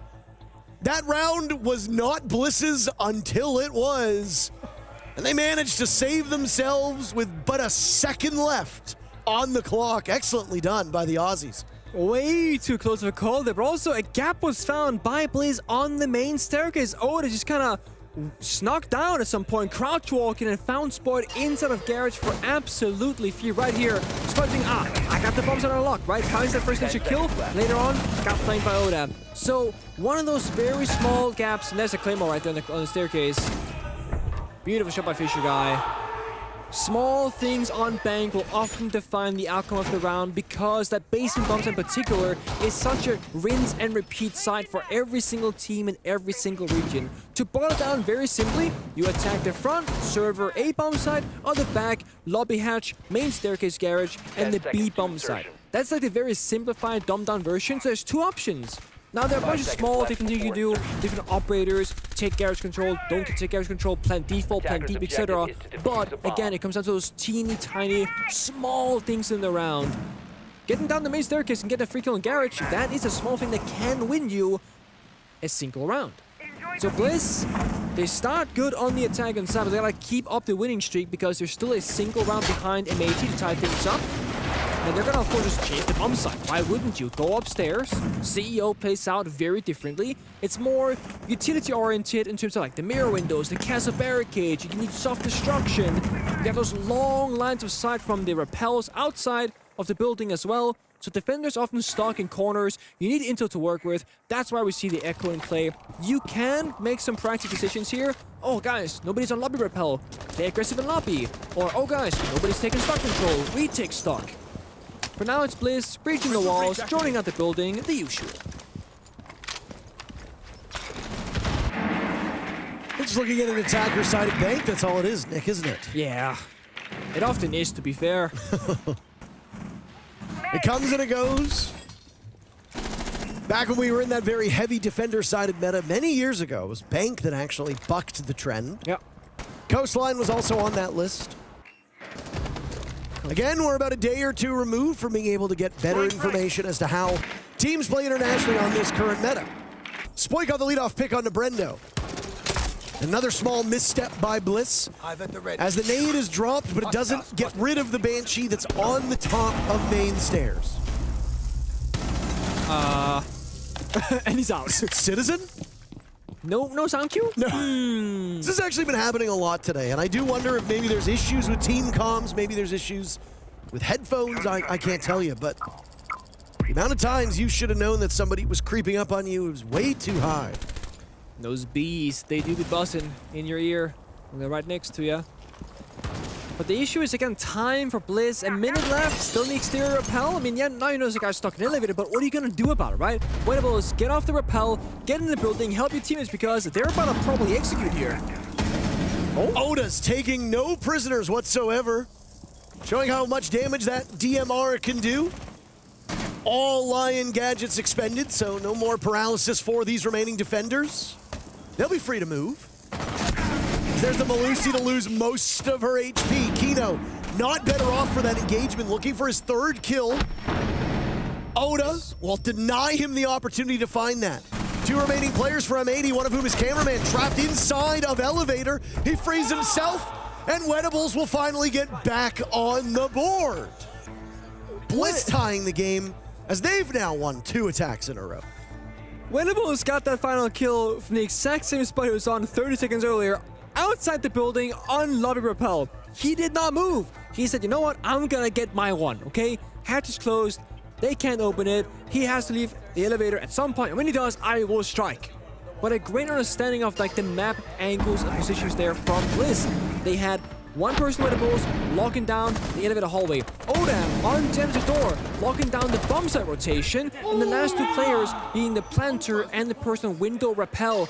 Every single person in that round, in the 4 versus 3, was helping each other. Nobody was doing something for their own self-interest. It was always about my position covers this person, who covers the next person, who covers the last person.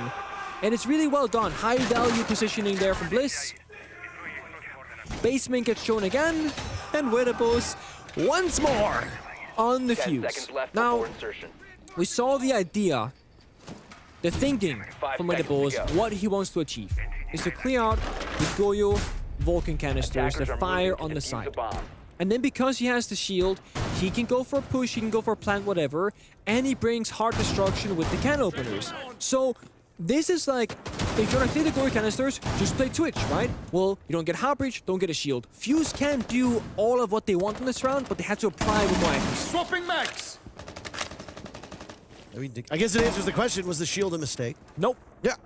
Guess not. Unless he made the mistake again, which I think is quite unlikely. Then it's silly, right? I think it's quite unlikely. No, I like it. I want to see more of that plan play out. Didn't really work last time. They were too slow. Also, last time M80 defended basement, Kino swung from the server stairs aggressively to bottom square. It was like, if he just stuck it on the staircase and wasted 10, 20 more seconds, I think M80 might have won that round, actually. So Kino on Monty on the attack on server staircase, bad. Kino on Ward on server staircase, last round at least, also kind of bad. I think at this point you're just a certified Kino hater. No, I love Kino, and I love trash talking him, honestly, because he's such a funny and cute guy. But I will say, it takes a certain kind of player to play server stairs. That may be Kino, it may not be Kino. All I know is that that previous round arguably misplayed it. This time, he can redeem himself. It happens. In terms of numbers, M80 looking like the team that we saw in Stage 1 in North America. Citizen and Spoit leading the way for the squad. But Noodle beating his numbers by quite a bit. Saw a brief redemption for Kino as well in the roles he was playing. There was some maybe unjust criticism that was directed towards Kino's way. But he really did have a good bounce back. Yeah, no, he did. This is not the match that he bounces back from at the moment. At least 2-7 is the score that he will probably chase for the remainder of the game. Ah, okay, so I like this, right? Small adaptations. They saw the fuse last time. Now they play aggressive with the head to shoot the cluster charge. And this is why you don't do the same exact thing twice, because good teams will adjust and adapt. I don't think they cleared out any of the Goyo canisters this time. 50 seconds left. They have gotten server control though, so they got the first step in their plan. But those go canisters, 20 seconds each. There's 3 of them, 40 seconds on the clock. Time will be a problem. And outside of maybe the mute by Citizen, a Twitch drone would have been far better at dealing with that problem. Yeah. So maybe a misplaced amount of trust in the fuse for Bliss. Neither teams have suffered any losses just yet, with 20 seconds left to go in the round. Kino ascending the stairs, but... He swings it again! He knows Oda's there. It's not blue stairs, but it still doesn't work. This DMR in Oda's hands is just music to most of our ears, and 2 different players double up, but that gives Wedles time to almost get the diffuser off. Reduced to a single point of HP, 2 seconds to go. Oh no. M80's gonna swing on over, and they win it at the last second, denying Bliss the clutch as they explode out of the door almost like a clown car. Dogpiling the last of Bliss. And M80 is managing to stem the bleeding, at least for now. That is messy. 2 players dying to a DMR, basically auto-sentry turret on the main staircase because they get impatient again. Kino wants to fight, a little bit too, a little bit too eager maybe. Nobody behind him for a quick trade-off, whatever. But also, I'm not sure if Wedles, he went off the plant himself or was forced because of an explosion. But basically, he was full HP on the fuse, then he was 1 HP, and he was pretty far into the plant animation, and he came off of it, then started shortly after. I'm trying to see right here what happened by his health counter. So he was basically full health. It might honestly have been the toxic gas slowly taking him away as well. I'm not entirely sure, but either way, had he stuck it there, probably gets it down. Hard to say in hindsight, of course, but way too close for comfort for M80, given how dominant they looked in the early stages. Time was on their side, utility, the bomb site control. Bliss had to fight all the worst case scenarios, and still it comes down to Bliss arguably should have won the round, but they died with 0 seconds left with a proper lack of plant cover.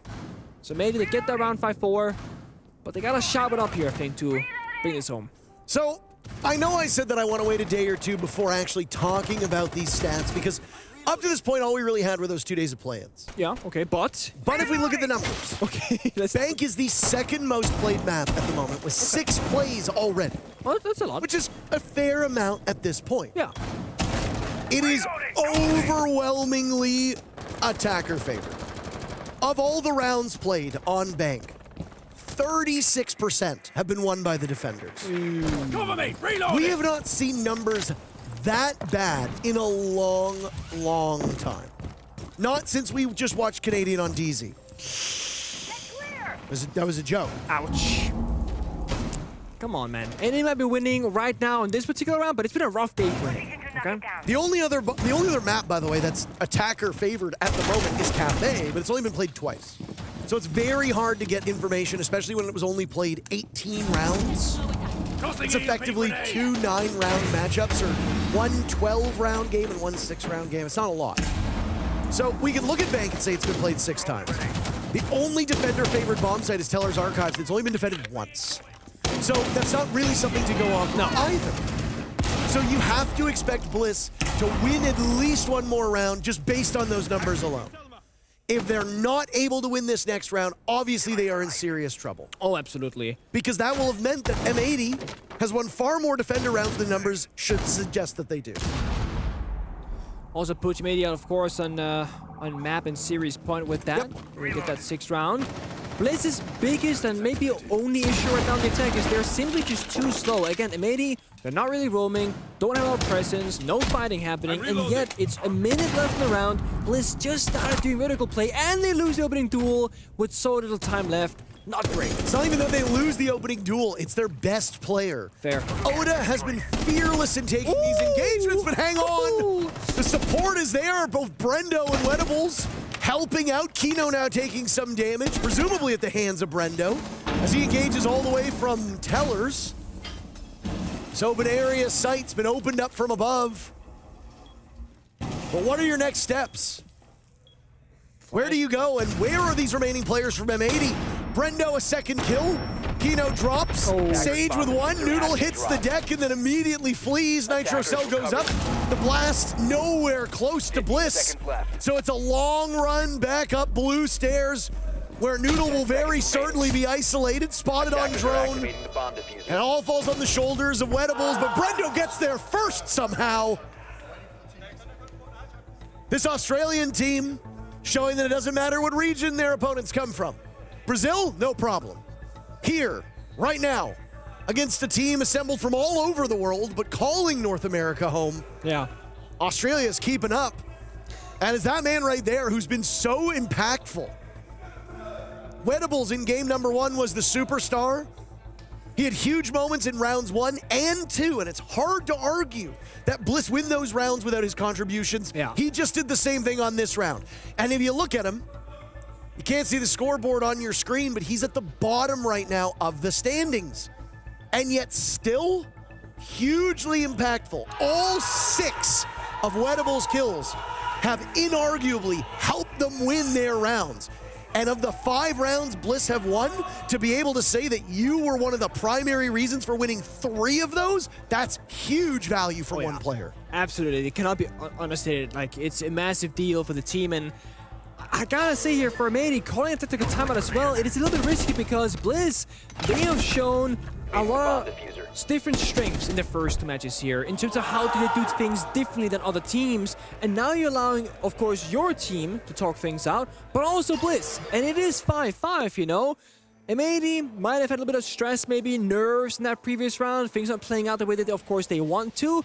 But Bliss, they keep things very calm and collected. And again, they play this like very stress-free style of Siege where they need to be a little bit stressed sometimes, I think, because they're too slow for my liking. But it worked out. Sure, Brento hit a like, ridiculous wall bang to start things off, and that really helped him speed things up. But Amady, they're thinking, guys, they're low on time, just sit in corners, whatever. They kind of let go of their grip a bit, and then Bliss they strike. Amady gotta start strong, and they gotta finish strong. That's been one of their issues. It's also worth noting that we can't hear what the coaches hear. That's completely true. So it's entirely possible that M80's coaching staff are hearing things that are troubling signs in their comms. Maybe it's poor communication. Maybe it's no communication at all. Maybe the team is at each other's throats. We don't know that. But I will say, just based on those numbers that we talked about in the previous round, the expectation is that Bliss should win 1 more round at minimum. Yeah. That moves them on to match point, which means that the only way that M80 is victorious would be through overtime. That is a bad spot to be in. Yeah. M80 obviously understands that they're on the worst side of bank right now. Their failure to run up the score in the first half will obviously cause issues. A 4-2 first half for M80, frankly, shouldn't have been enough. They should have been looking for a 5-1 against Bliss for this knockout blow, and are now showing some struggles as they try to defend this map. Yeah, and then look at this, right? Tactical timeout, a little bit of a calm before the storm. Bliss, they change things up. Capital Monty all of a sudden, where they're gonna play their own game now and say, you know what? We've played guns blazing, we've tried to play it slow. Now we can speed things up by bringing the Monty to the mix, find those player positions, get the guys to fire out afterwards, and try and build off an early advantage by getting it. It's risky, getting a kill. They had to burn. They had to burn an E1D there in order to just get 1 Banshee at the top, but you could see these 2 separate players from M80 were licking their chops. They wanted that pick. Man, we were talking about in the previous round, Wedles is the first one to strike. Now it's Kino taking serious damage over in conference room. 2-9 the score for Kino. Not where he wants to be. Cameraman not much better at 4-10. The support on M80 might be supporting utility-wise, but the kills aren't there right now. This is risky dance for Fisher guy. If he gets the kill, great. If he dies, not great at all. Brendo is down at the hands of Citizen. Spoit finished off by Fisho guy, though he wasn't the one to do most of that damage. It was Wedles, actually, that lit him up. Again, another big round from somebody who is gaining you a lot of value. And it's freed up Fisho guy to charge into the bomb site. Down goes Oda at the hands of Kino. That's why even on low HP, you can still strike back. Monty's in the site. Diffuser's in his hands. Fisho guy's gonna look for an objective play, but Citizen will try to stop that with Noodle down below. Final 30 seconds on a very crucial round. Wedles 3 kills. Oh, no more. Citizen reads into it. And now he'll rotate over back towards the bomb site. Fisho guy twisting in the wind, doesn't know what to do. He's relying a lot on Sage to find these last 2 players. Noodle is spotted. Sage lets him get away, and now the diffuser goes down. Where is Citizen? Sage looking towards conference door, sees the warning to Citizen, looking back over, and it's Noodle in a 1v2. Winner of this round moves to match point, and that winner is Bliss.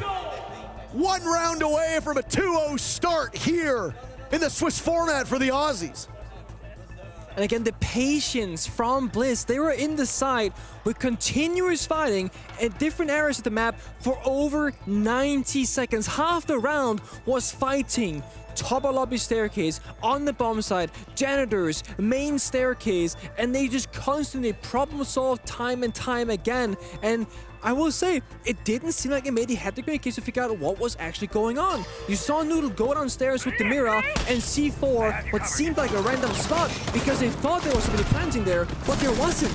Fisher guy was Monty, who stood in that corner 10 seconds earlier, then walked away, and they start panicking about it. Then you have Sage, ice cold, middle of the side, waiting for Monty to make the call. I'm gonna plant in this particular spot. You need to just cover these 2 angles, and it's gonna be okay. And if you put Monty in a 1 versus 1, he should always win that unless the enemy has a C4, it's playing smoke on defense, or maybe an Ella. There are very few operators that can deal with Monty in the 1v1 that is played on a CO defense.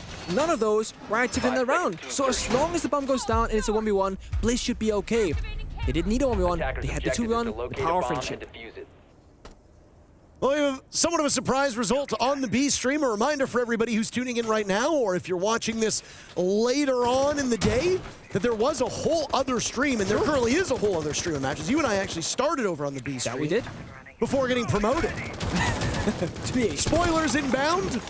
Bleed was playing against ITB in the match on B stream, and Bleed just won over into the breach. Okay. We could have another APAC upset, so to speak, if Bliss pulls this out against M80.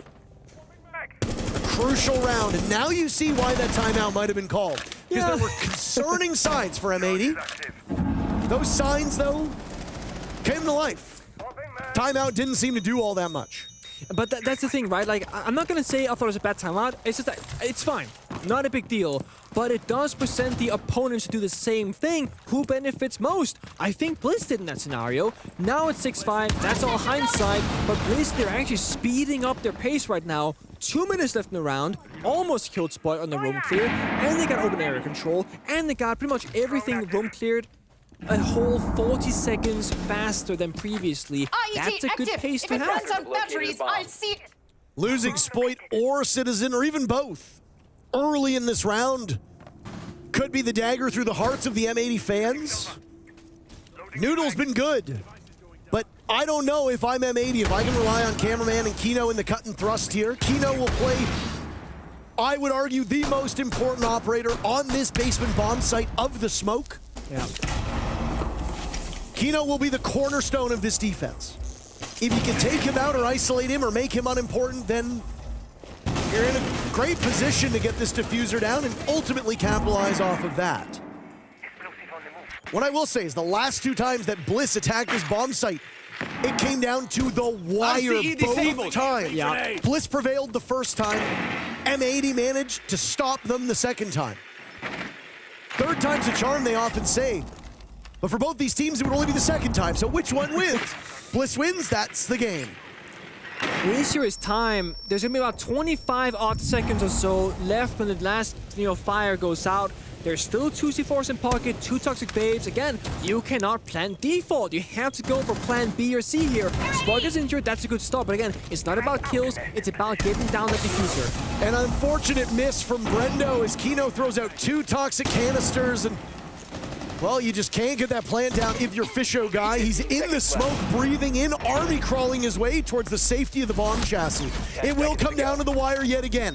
Under 10 seconds, throwing bodies at the problems. Diffuser needs to be retrieved. Fisho guy has it. Drops, and they get all the kills in the final second. The Aussies stun in Manchester, and it's a flawless day for Team Bliss. I was wrong. I was so wrong. It's not about the kill. It's about getting out of that diffuser. I was so wrong. Like 1 or 2 seconds left. Fisher guy comes off it, gets the final kill. I mean, Bliss, they are surprising in all the good ways to ensure that they can hang the top dogs. They were only a couple rounds away in the past. This time, they're actually doing it. Bliss also there. Play the game. Why are you there? APAC celebration. Woo! We are one. I love that. Impressive stuff by Bliss. Oda and Sage, Brendo as well. Wedables with high impact kills, and Fisho Guy picking up the rear, but ultimately doing the job that a support player is designed to do. Fisho Guy knows through his role, he's not the one to get kills. He understands that, but he played his role, especially on attack, very, very well. And without that trust that Bliss had in Fisho Guy, I guarantee you at least one of those attacks falls apart. And all it takes is that single round to swing it in favor of M80. I mean, Fisho literally won in the 1v1 on the first baseman success that they had. So yeah, he single-handedly won them that round that they needed. Oh, you can see the displeasure on the face of M80, while some teams are jovial even in their losses, knowing that there's a lot more Siege to be played here. M80 are extremely disappointed with that result. And again, we don't have any access to what they say. But given the long faces, this is a match that I can guarantee you M80 thought, we're gonna win this. And they didn't. And maybe that's why that timeout was called when it did. It didn't stop the bleeding though. We have an interview ready with Oda as Team Bliss will celebrate their 2-0 start to today. We do have Oda here ready for the interview. Thank you so much for joining me. A 2-0 start here on phase 2 of the major against no other than M80, a team that a lot of people were expecting great things of today. I just want to start off with the celebration that you guys had because you just won. Bleed came over to hug you. Dev came over to hug you. Everybody was just having the time of their lives. Talk us through the emotions that you're feeling right now. From being from OS and just from APAC in general, getting a win against these big teams means a lot to us. So, when the boys come over and celebrate, it's APAC, we're a family. So, yeah, we just get excited together, really, when we're both winning. So, it feels good. When you look at it from winning today against M80, what were the expectations coming into this? Because you said it yourself, it's one of the bigger teams. It's a team that, to an extent, has a target on their back. They've been doing really well regionally. So, what were your expectations today? Well, when we come to these events, we do a boot camp before and, it's not always good. We do get, farmed a little bit in practice, but it's different on main stage. There's always, pressure. So, being an underdog is pretty good because all these other teams put pressure against us. So we just play our own game, really, and just try to win. And I feel like this event, we've put in the work and we're just here to play now, yeah.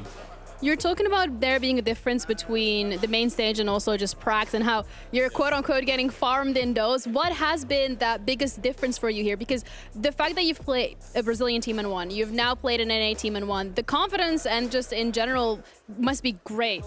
Yeah. So when we play on stage, the main difference is just our energy, I guess. We're more locked in and focused.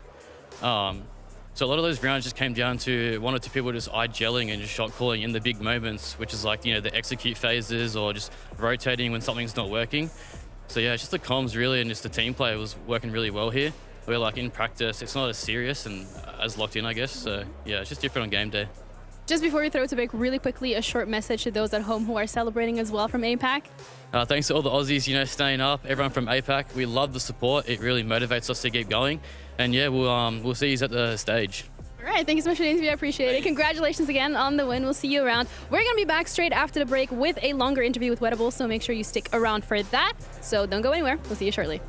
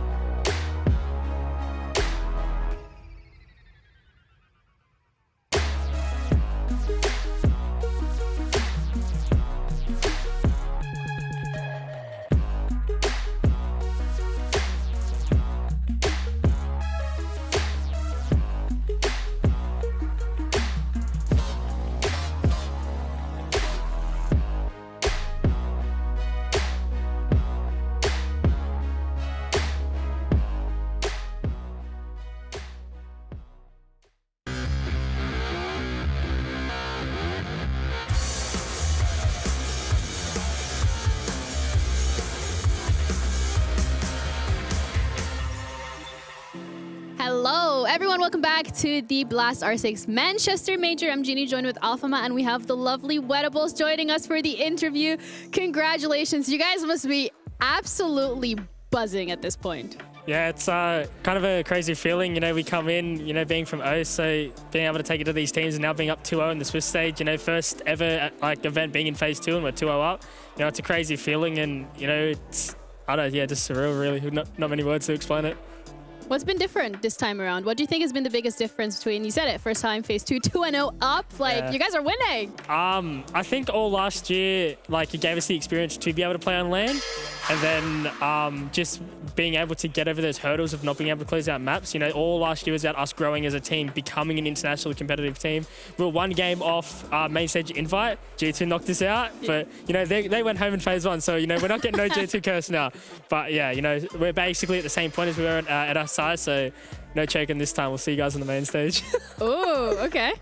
I think in general, like, we've been saying a lot on the desk that you guys, the strong suit is probably chemistry. Yeah. You play so well together, actually. Yeah. And do you think that actually comes from the friendship you guys have? Because I feel like the vibes are always high. You understand each other really quickly. Yeah. Everything is smooth when you do it, basically. Yeah, definitely vibes are high. We understand each other, you know, we just have fun. Even like in these official games, you know, we'll be sitting there cracking jokes, taking the piss, having a laugh, you know. You come to these events that, you know, you might be working, it might be tense, but if you're not having a laugh, you know, you're not cracking jokes, then you're too serious. And then that's when you let the pressure get to you, and that's when you start losing rounds. That's actually one of the biggest strengths as well, is that I feel like you guys are almost never under pressure. I think like the teams that play against you always have the most pressure on you. Yeah. And that's a crazy story about you guys, because I feel like, you know, some of you are part-time, some of you are you know, working, and you have to scream at night. Yeah. It's actually crazy to see you guys on this level doing this. And how much does that mean for you, the commitment of these guys and finally being able to be at that stage, you know? Well, like you said, you know, some of us work full time, so our scrim schedule is very limited to what these other big teams can do. You know, like it's obviously no, like, you know, secret. Being from APAC, especially from O's, the salary difference compared to an EU team, an AU team is, or an NA or EU, sorry. You know, it's there. You know what I mean? So being able to compete and just show that just because, you know, we're paid significantly less or we don't have as many opportunities as you guys, doesn't mean we're any worse. You just give us the opportunity, you let us grow, and we can compete. Yeah. So you've talked about last year and that being that opportunity to grow. You've obviously been showing growth. Last year, the pain particularly being closing out maps. Yeah. Choking maybe here and there, you know, sprinkled in every now and then. Is there potentially more pressure on you this time around? Because you're 2-0, you're up. This is a position that you're maybe a little unfamiliar with. You're talking about not taking yourself too seriously. Yeah. How are you not going to take yourself seriously? Well, we have a mental coach with Bliss, and he helps us a lot with like dealing with pressure, dealing with like the bigger games. And we all have our, like, you know, scenarios. We have our little pre-game routines that we do to make sure that we're calm, we're in the game. You know, in between rounds, you might see someone like Oda close his eyes, take a deep breath. You know, it makes it be able to lock back in. You know, we all have our jokes, so we keep like the vibes high, but when it comes into, you know, game time in the round, we're locked in. So one round at a time, one game at a time, and pressure's easy. You know, if you put your expectations too far ahead of you, that's when it starts building up. So, you know, we've learned to not do that, and, you know, there's always going to be pressure, but we've learned a way to deal with it. Does the mental coach as well help in terms of the aspect of balancing work or... Yeah. So he has a thing where, like, we have to go out, like, have like a friendship outside of the game. So we have both like in-game goals, out of game goals, like outside. You know, he's like big on us going to the gym, big on us doing this. You know, so having like just a lifestyle balance, really. You know, it's like any other job. You're not going to sit there and work the one job for 24 hours a day. You got to have a balance, otherwise you become burnt out. So it's about, you know, finding that balance, and each of every one of us have a balance of everything, and I think that's why we perform so well together. And when it comes to the goal here at Manchester, you guys have already, obviously, like, you've been doing really well, and you've had the goal. You said, we'll see you at the main stage. Is that the goal? Or, or is it a little bit further? No. The goal is always, like, you know, a little bit further than what we did last time. So, you know, I wasn't there. The boys went to Copenhagen, just got that experience of being internationally. Then, you know, obviously Jigsaw went to Fnatic or Rogue or Kui back then. I forget what it was. Then I got picked up, went to Let's. We played a little bit better. We took what experience went there, went back, practiced what we needed, went to SI, performed even better. Now we're here. It's just get that little bit further again. Be here for longer and gain that experience. And then, you know, within a couple times, you know, we'll be looking to win. So. And to get that step further, to break that ceiling, because I think you're really close to actually doing it. Like you're that close for achieving it. What is the biggest area of improvement right now on your side? I think it's just being able to understand the meta as well as the top teams. Yeah. You know what I mean? I think obviously we're all going to see it. Furia know how to play the game right now the best. Yeah. So it's about understanding it on their level. You know, and the problem is with us, when we go home, we don't get the practices they do. So it's literally about staying in these top competitions as long as we can, scrimming these international teams for as long as we can, and just soaking everything. That's something I actually noticed when I was streaming in APAC, is it's actually harder for you to prepare your adaptations because it might be tougher. The teams in front of you that you scream, they won't be throwing the same stuff that the other teams will do in international level. That's the biggest solution. Yeah, you can for APAC. You know the scream quality. I know the scream quality. And yet at the same time, I feel like watching you guys a year ago, you were on point with your strategy. It was really clear which win condition you had, but at the same time, maybe you were like a little bit of adaptation. Yeah. But watching you today, you were completely able to rotate when something is not working. Yeah. That's something new to me, you know. Yeah. You guys are getting better and better in adaptation. And I'm wondering, is that off the back of the international experience? Yeah, 100%. Like, I'm not going to sit there and, you know, lie. Like, getting these APAC scrims, you know, you're not going to get that type of experience there. You know, you take what you can get from there, but you come here and, you know, you just soak in everything they're going to give you. You soak in every little bit of info you can, implement it into your play style and just improve. And that's what we focused on for a year, and now we're here. All right. I mean, I can tell that you're still very buzzing when it comes to the energy. You have a lot of energy. That's just the ADHD as well. It's the win. It's the win. It's the adrenaline. It's the emotions. We saw Bleed come and celebrate with you guys. We saw Dev, one of the casters, come and celebrate with you guys. Yeah. Anything you want to say to those at home who are just as happy and excited for the future of OC as you are? Well, yeah, if anyone from home is watching us, I'm pretty sure it's like 5 a.m. or something on the It's East fine. Don't Coast. worry about it. Maybe they set up to support you guys. Well, they might have, but yeah, anyone, right? anyone back at home watching, yeah, thanks for the support. You know, we're trying to do you guys proud, trying to make OC back on the map, and yeah, hopefully we'll see you guys on the main stage. Well, thank you so much. Good luck with your games tomorrow, and we'll see you around. Thank you. Thank you.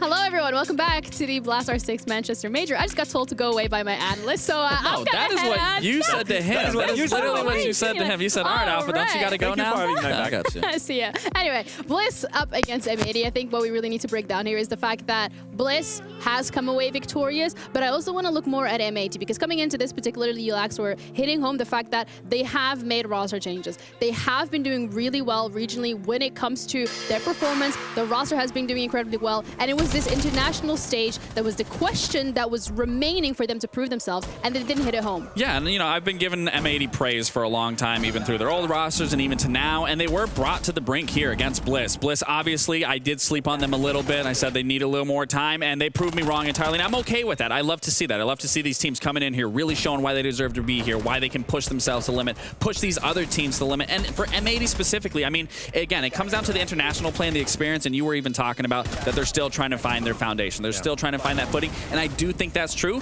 They aren't out yet. There's still a lot of siege to be left and a lot of seeds left untold. So I want to see M80 bounce back, learn from these mistakes, but overall, I mean, this is a well-deserved win coming out of Bliss. What are these mistakes? I think overall it's the fundamentals. If you look at it like purely strategically here, it's not on the individual level. Clearly they have the best individuals, but it goes to show, you know, Siege is a team-based game. If you play together well, if you have your fundamentals right, if the win condition is the utility, using the utility and the manpower to set yourself up to win the gunfight, it's gonna work. That's the way the game is played. That's a magic of Siege, actually. Yeah, and if we can pull up those stats really quick one more time, and we're talking about this is a team-based game. I mean, when you look at the stats here on M80, there's 3 players that obviously stick out here, and then there's 2 players that are at the bottom. And then you look over at Bliss, the team that won, that looks like a team that was well-coordinated, playing together, working together, and finding that success and closing out in a 7-5 fashion. Yeah, individual performances is not necessarily something that you can always rely rely on. We have teams like Furia who, like, yes, they can rely on that. That's literally what they do.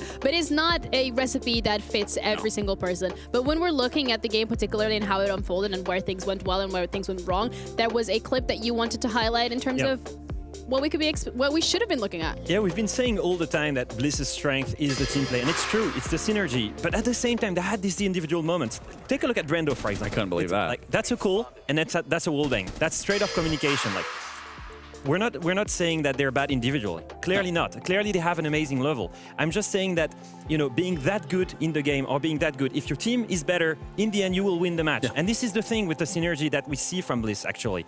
And it's a beautiful story about anyone here. It's a bunch of friends that grinded their way. You could hear Wedles say it. They've improved steadily throughout the years, throughout every international event. And it's a story that can any bunch of friends that plays together in that Grand Siege can do the same thing. This is the beauty of the team play and the strategy in Siege, is that if you work hard enough, if you understand deeply the game, you can get really far in international tournaments. Yeah, and we're talking about getting to far as a team, having, you know, the power of friendship and playing together and all the strategies, but it's also individual performances at the end of the day that do count. When we're looking at the top 3 players, particularly for this game, number 1 being from N80. I mean, Citizen was having a great game. Citizen, we've talked about him throughout many years, whether that was when he was in EU, now he's in NA, and he's still performing. He's one of the most outstanding players in the region. He's a name that everyone is familiar of, but now you're looking at players of these other players. You're looking at these two here from Bliss that honestly, again, this is a situation where these players are making a name for themselves. You're hearing about these players now, and this is the success that you want to keep seeing going forward throughout these phases, and Bliss specifically.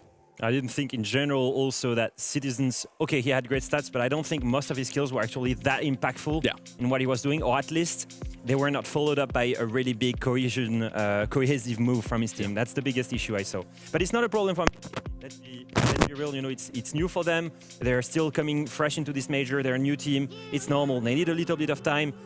And they were tested by one of the strongest fundamentals in the major. But you're talking about needing a little bit of time, but at the end of the day, time is not necessarily something that is a luxury that these teams have. Because we're looking at today, we had 8 BO1s where in the morning you play your first game and then your second game is in the afternoon. So being able to manage that time and being able to hit the ground running is a skill on its own that these teams also need to be able to get. Yeah, and it's really tricky. It's a BO1 as well. Like, it's the worst for the trapping. Like, honestly, as a player, it's you have to be the best team on the moment because you have no time to prep.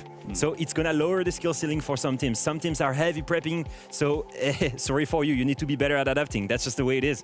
But that's where it comes down to getting this experience in the international play with Bliss, is that they've had all this time. They understand what they need to do, and as you said, like, they keep improving, and that is the most important factor, is that this team is constantly improving, that they aren't just reaching a hill at the top of the hill and then just peaking there, that they are continuing gradually going up more and more with every day.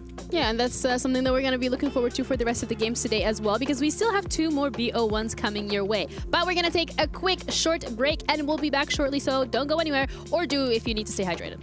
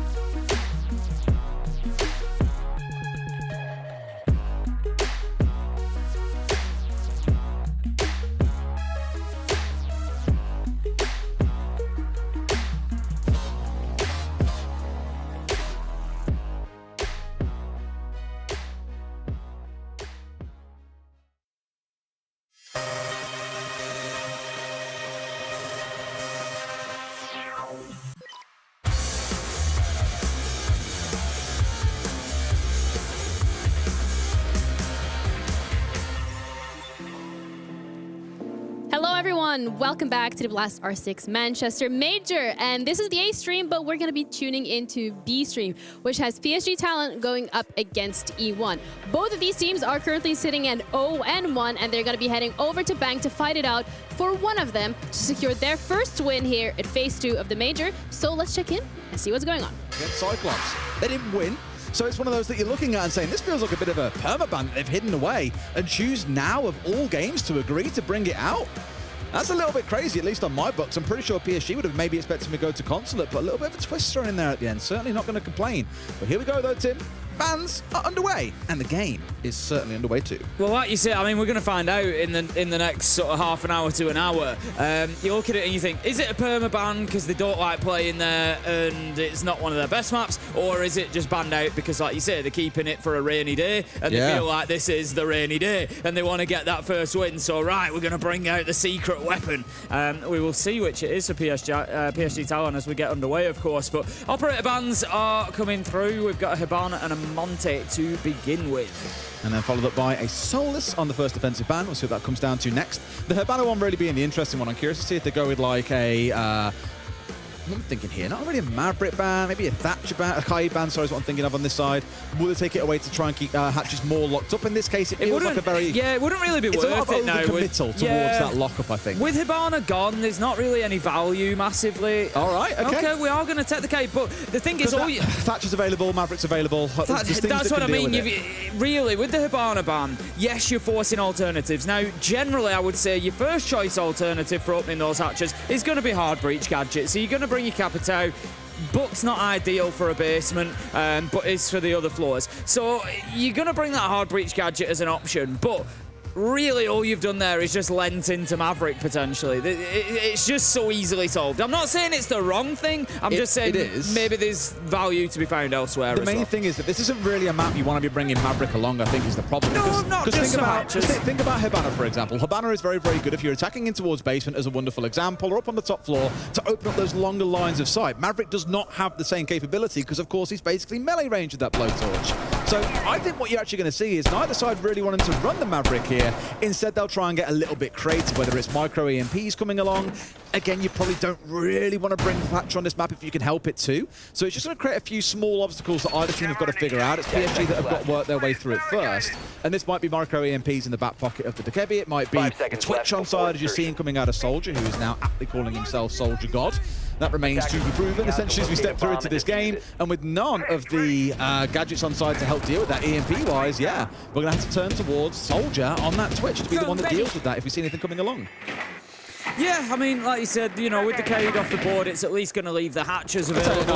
I'm being a moron looking back to front. You are right, yeah. Switch up. It's not really important in that case because I know anything can be denied away. Maybe a tuber out to slow it down, but that's about it. Your other breaches, potentially. I mean, speed, hello. I mean, yeah, you can just run in. Soldiers. That works too. Soldier's going to take down Perez. SDK went along the way as well. You know, who needs the breach when you can just run in and kill everybody? Yeah, why not? Yeah, that's it. Like I said, you know, the hatches to be dealt with, you're going to be looking at Book. With those hard breaches, you've got 6 hard breaches coming along. You got the Ying, you got the Grim, you got plenty of options there. The KE ban does allow for that. So I don't know why I was talking and said the Kai was available. That was a real old man moment. It happens, this. And it's usually me, because I am the old man. We're both old now. I tell you what really hurt earlier when Kendra in the interview was like, I'm an old man now, 25. Yeah, and I looked at you and I was just like, can't say that. Like I said, there is value in the KE ban. I understand, I accept that. I just think you possibly could have worked around it as well if you wanted to. But we'll see how impactful it is come the end of things. Royboy manages to pick up Flash Rate, and we are, well, we're looking at PSG Talon absolutely running away with this at the minute. All on gun skill mostly, just going in and taking fights. We've got a couple of hatches open as well. And I tell you what, Arthur and Eps are going to have a tough time of things down on site for the next 1.5 minutes. They've got an absolute age to try and survive. Well, I think it's been a good read by Talon as well, just to identify, okay, here's where the gaps are. We've got players playing upstairs with no support. We can punish them here, and they've just moved at pace. And I think where a few teams fall flat is that the team aren't always doing things together, right? We heard Kendra again in his interview earlier on for SSG talking about how they have 1 or 2 players that go fast and everyone else runs really, really slow. And how on earth, I was going to say, Emp should not be staying alive here. Why is turn around for a gunfight knowing he's going to be challenged from 2 different angles is a little bit confusing, but pays the price for it. It's a 1v4. Arthur with it all to do on the Echo. That is a clean and easy round from Talon to get things started. Yeah, it's a great start from them. The Korean side just picking up that first round, sort of.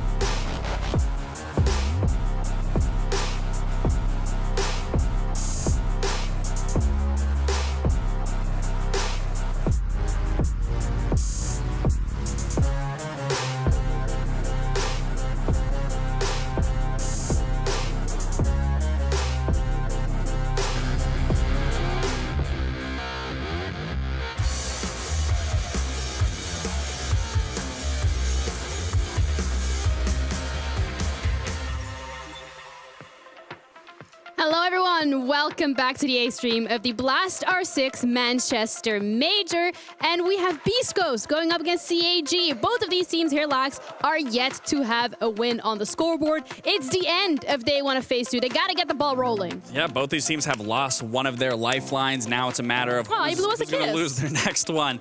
And then you're looking at Beastcoast here. This was a team that had a huge bounce back, a huge resurgence back in the NAL. This was a team that nobody expected was going to find the success that they did. They obviously pushed it to the limit in securing first place and then securing Phase 2 here. They did, however, lose to DZ most recently, one of their counterparts that they did end up beating in the regular stage. Now this will actually be their first international match going up against an international team.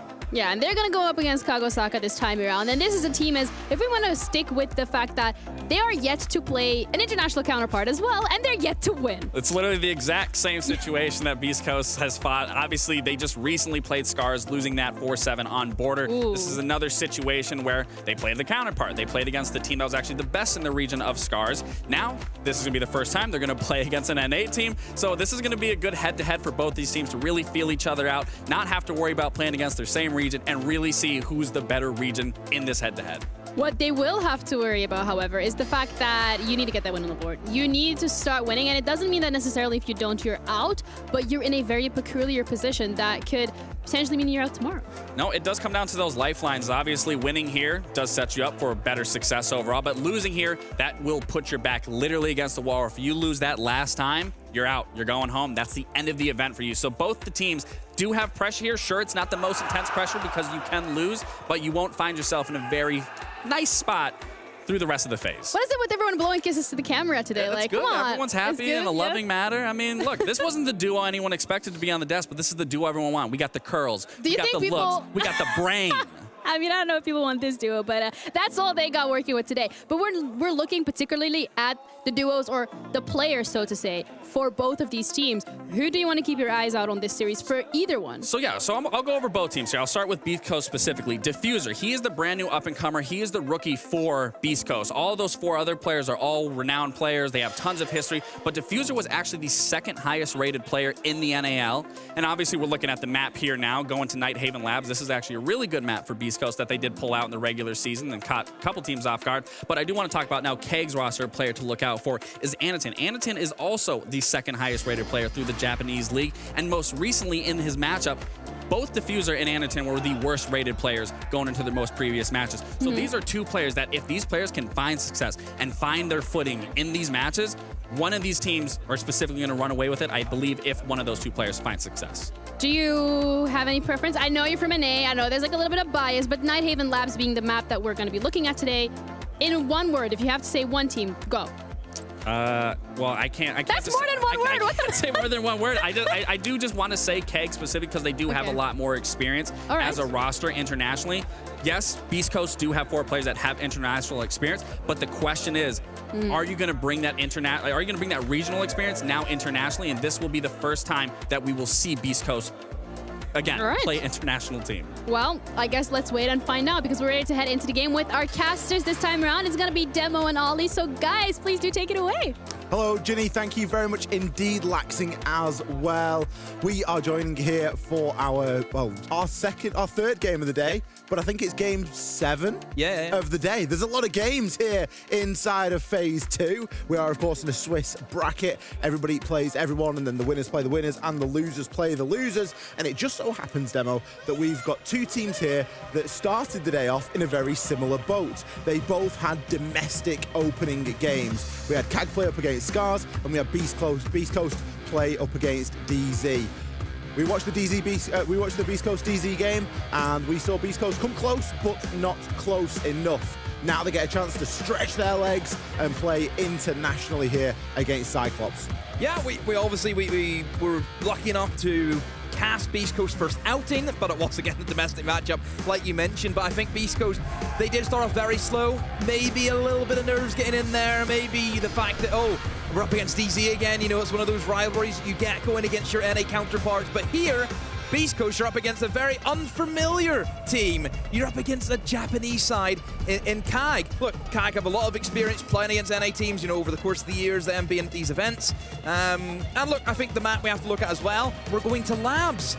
great map for Beastcoast. They won it twice in NA. They also beat M80 to win the entire NA stage because of how well they played on it.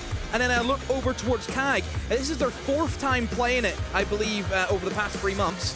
They've only won it once. They've already played it at this event and lost it 7-2 to Bleed. Maybe a little bit of exposure there that Beastcoast can look to try and exploit. Anaton there saying that Hot and Cold's Monty is scary. If he thinks Hot and Cold's Monty is scary, that is a mark of respect, because we know Anaton isn't too shabby on the shields himself. Monty was always going to get banned out in this game. It really just came down to who was going to get rid of that operator. I'm really happy that we've moved away from let's ban the Finka main. Let's get rid of the entry.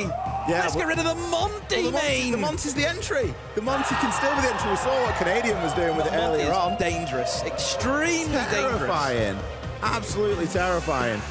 We're going to get ourselves ready and set up into the game now. Dokkaebi, Fenrir, Azami all removed. All worthy of a spot on the ban list here. So you got the Azami, those deployable Kiba barriers can be such a nightmare, especially with how many half-wall kind of surfaces there are on this map that are indestructible. And the Fenrir, nobody likes going up against the Fenrir. A lot of labs today, I've noticed. Yeah? We had it in our M80 versus Liquid matchup. ITB versus Bleed just played it as well.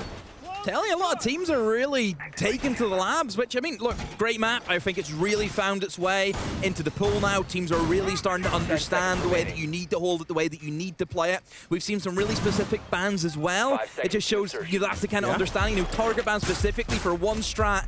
I think, yeah, it's really starting to develop, and I love to see it. We had the book ban earlier, didn't we? Yeah, that's what I'm referencing. Purely for that, vertical play, and it was countered in some ways by Deimos. Spirits is going to be rocking the Deimos here, so I would expect to see that Deimos going below, and of course, a good way to deal with the clash. We've already spoken about the attacker shields. We've got a defender shield here. Anaton, he's going to be rocking on the clash. Look at the setup, by the way, from CAG. So there's a few things that they've done that's really interesting. So one, you've got a head height mirror window. That's not going to be there to deny, the wall. It's not there to try and impact trick, because you'd want to place that crouch, because it makes it really difficult then for the attackers to actually swing onto that. So they're actually going to try and play it just swinging head height, trying to play aggressive off that mirror window. A C4 lineup. Oh, it misses though onto Hot and Cold. And another thing that they've done, with the second mirror window, they have placed it in top rafters looking into the bomb site. Usually you would play it in the bomb site looking into rafters. They've done it the reverse way. And the reason why they can get away with it is because they bring the clash. The clash can stand pretty much on like a death tunnel kind of area right outside the garage door. He can shut down this entire section of the map, being supported by that mirror window as well, so his teammates can help him and can swing onto the players aggressing behind him. And you also have a Frost behind the shield. They're hoping that Beastcoast take the bait and think, guys, we can just go straight fish, but no, you can't do that because that mirror window is up. And also that mirror window can also cover areas such as Pillar onto the connector breach. Some really good layers to this defense. Brilliant. From Cyclops right now, and even just the mirror windows on the breach are going to make it a nightmare to try and get a breach off, and that's why you have to bring the Maverick to do so. Should be seeing he's going to pick up the first kill there onto Diffuser. You mentioned already earlier today that this is Diffuser's first outing at an international event. Look at that! Oh, I thought it was Gunnar that got the kill. It was Gunnar. I thought it was the Deimos that got the kill. That was a little bit of a trick there, but Gunnar might be primed to pick up one now as they are able to get that connector wall open. Like I said, they have to go through this mirror window that's still going to be up. For CAG, it just means that the Frost just at any moment can try and rotate over. But look at the way Anaton's using the Clash. Clash don't care about the Grim. You're going to know where the Clash is, and he will try and stun out said Grim. Takes a bit of damage, but the location for the Grim. Oh, he's going to switch it on him. Oh, but it's a bait. Can he get it? Yes, he does. What a huge play by Anaton. Eliminates the Grim. Gav, into the graveyard he goes. And Anaton, he's going to keep going. He's pushing all the way in for E-Box. He sees the Maverick come towards him now. Surely not again. Not again. Oh my word, this is dangerous waters right now for Beastcoast. Anaton is going to be able to harass those players pushing through, but if they are successful picking up those kills, which Spirits has been, and the plant now can start to go down. Echo's got to move from this position, but I think he's getting tracked out on the death mark as well. Anaton finds one down, but that's a post plant now. He's on the clash. He has to try and aggress through. He can look to shut down Gunnar as a down but not out player, but there's still another kill yet to find here. Echo finds one. Spirits closes him out there. Anaton, he's got to push forward. Hot and cold Spirits, 2 versus 1 right now. Anaton needs to move. He doesn't have the time for this. 20 seconds on the clock. He can deploy the shield and get good visibility as to where these opponents are. Can go for the shield switch, but he's getting pinched from both sides. Oh my, what a way to kick things off. My goodness me, Anaton, obviously, we have to talk about him and the way he was moving through just all of the rooms, using the clash, showing no fear, switching to his weapon. I really want to highlight the Deimos in that scenario. I want to look at Spirits. Spirits obviously sees that Fish is completely free. We know that because obviously Kai gave it to them. He then sees the mirror window. We mentioned before the mirror window, it completely shuts down the Fish. But what he done really well was he assessed the situation and knew there's going to be a guy behind that. He can see me, how about I see him? He then tracks the player. He tracks the person behind the mirror window, and basically that just makes the mirror window useless. You know, he's gonna see you if you're gonna go for the swing. So I think Spirits played that kill particularly incredibly well. A little bit of fanning there for the Beastcoast players. It's getting pretty hot. It's getting hot and heavy in that player area. We're not too far away from the player area, and you can certainly hear the energy that's going on in there. 10 seconds left. Downstairs to the basement. Oh, sorry, downstairs to the basement we go now. And look at what we've got hidden away. Often, defenders will try and hide the operators that they pick, and that can be a couple of different things. If you're a shield or a clash, you try not to make much noise. If you're a cav, you avoid drones at every possible cost. And the key thing of why you're hiding the cav is, one, there is a Deimos. If the cav gets scanned, Deimos will be able to hunt the Caveira. It's not like Vigil. Vigil's the perfect counter to the Deimos, whereas Cav's the perfect counter to a Jackal because their footprints don't get shown up. So the fact that you've hid that means that, one, they're not going to expect that there's going to be a cav, and even if they are, they can't, you know, they can't scan her, they can't track her, and obviously we know, trying to push a cav by yourself, you are really, you know, playing dangerous, you're playing with fire, because if you get the kill, sure, great, but if you die, you've completely botched the entire round for your team. The cav's value will come later on into the round. For the meantime, we need to focus on that Cade trick. It isn't the easiest thing to get the Cade trick off, and Chibisu did not manage to do that.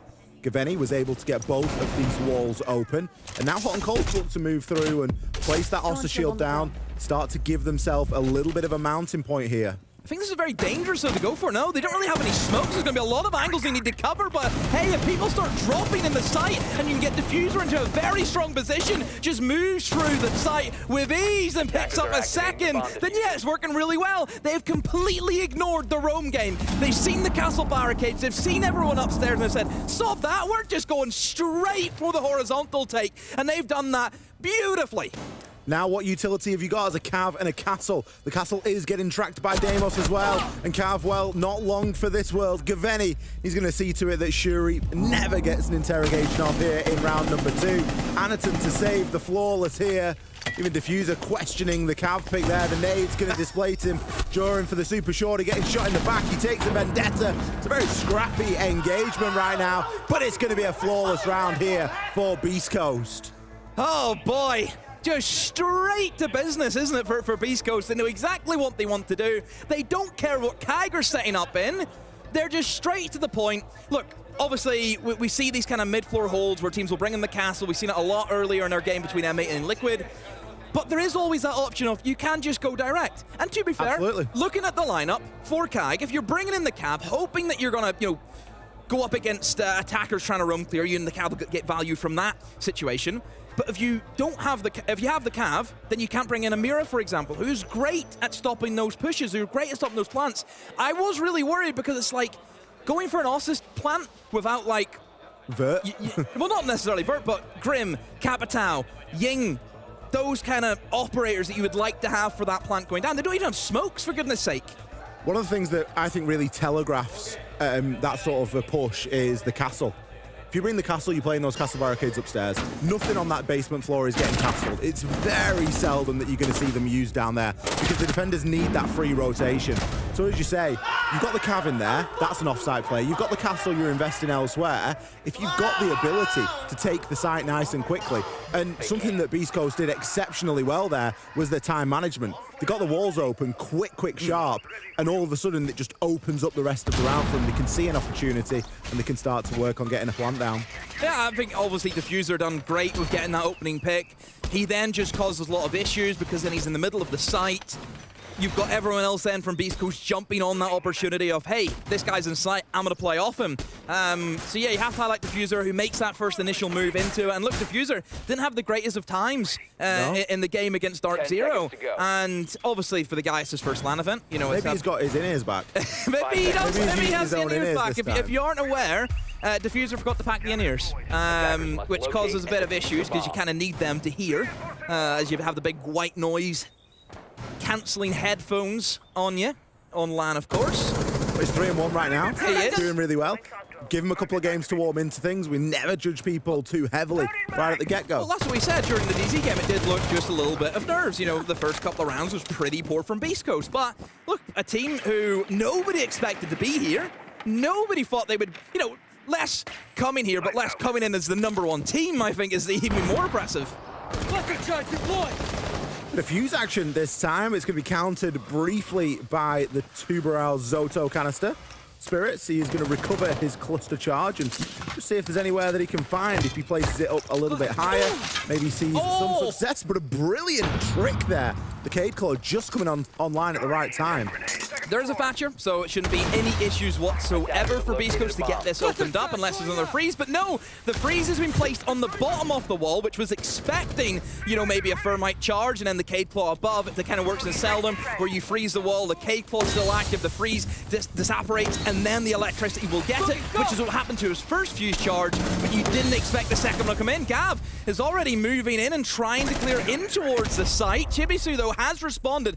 Finally, we're seeing some kills on the board for Kag, but still it doesn't look as though it's enough. But there we go, a great pickup by Anaton, eliminates Gunner, who was trying to push in from that fish side of the map, but still kills go back and forth. And it looks to be Beastcoast, they are in the better position, only they can just jump in and try and plant.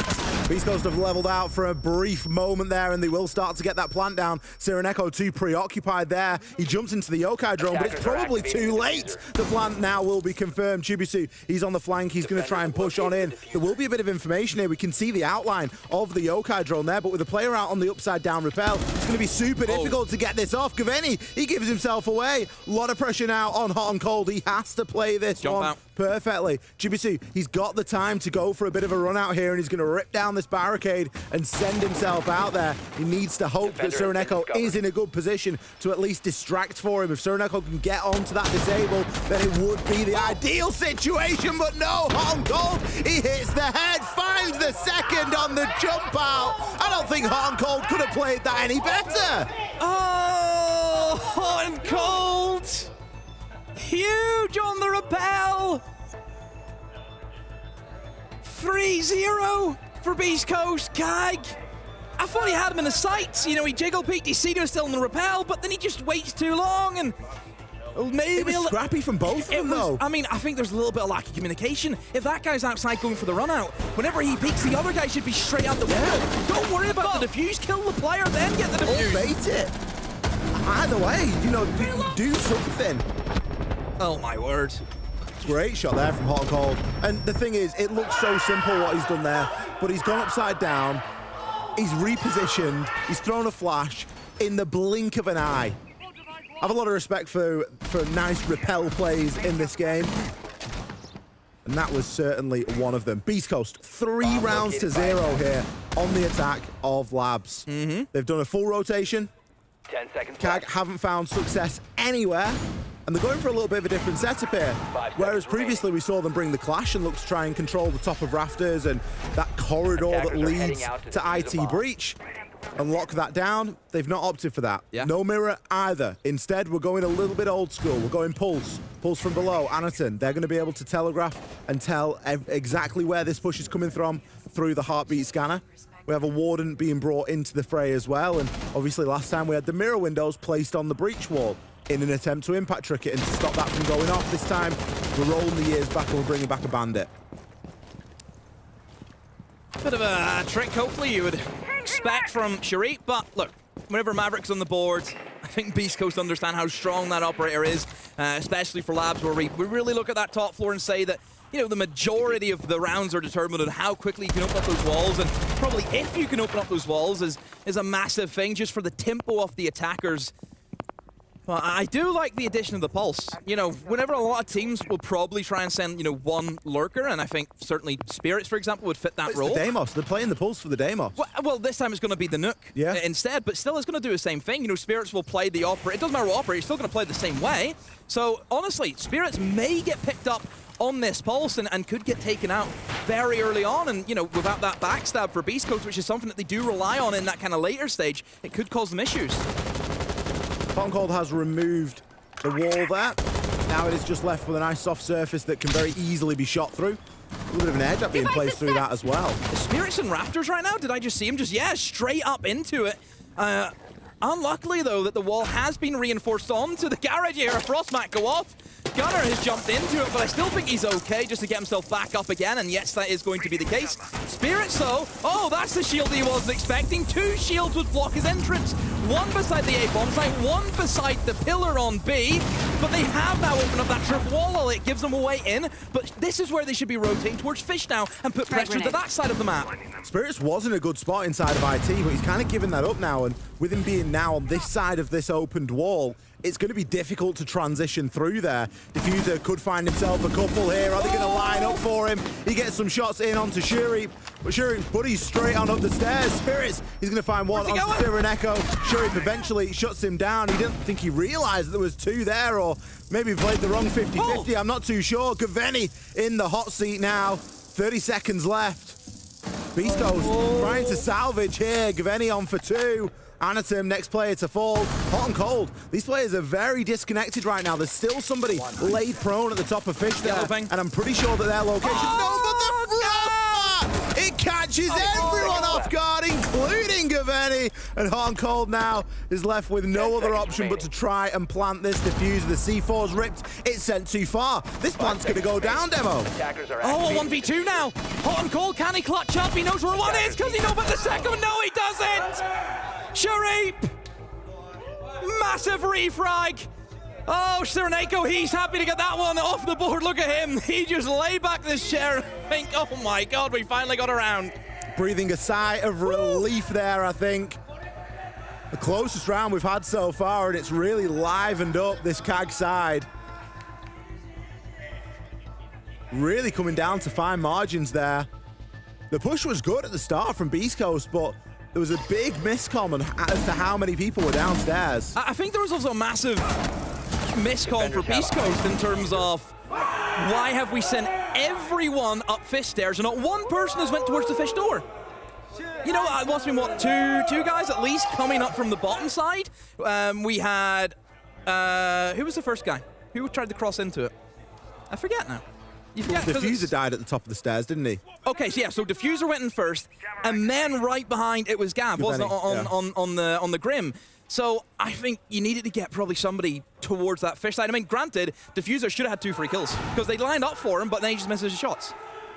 The irony is that if anyone had gone onto Fish door, they'd have seen the frost mat. True. Because that frost mat, there's no such thing as a bad frost mat.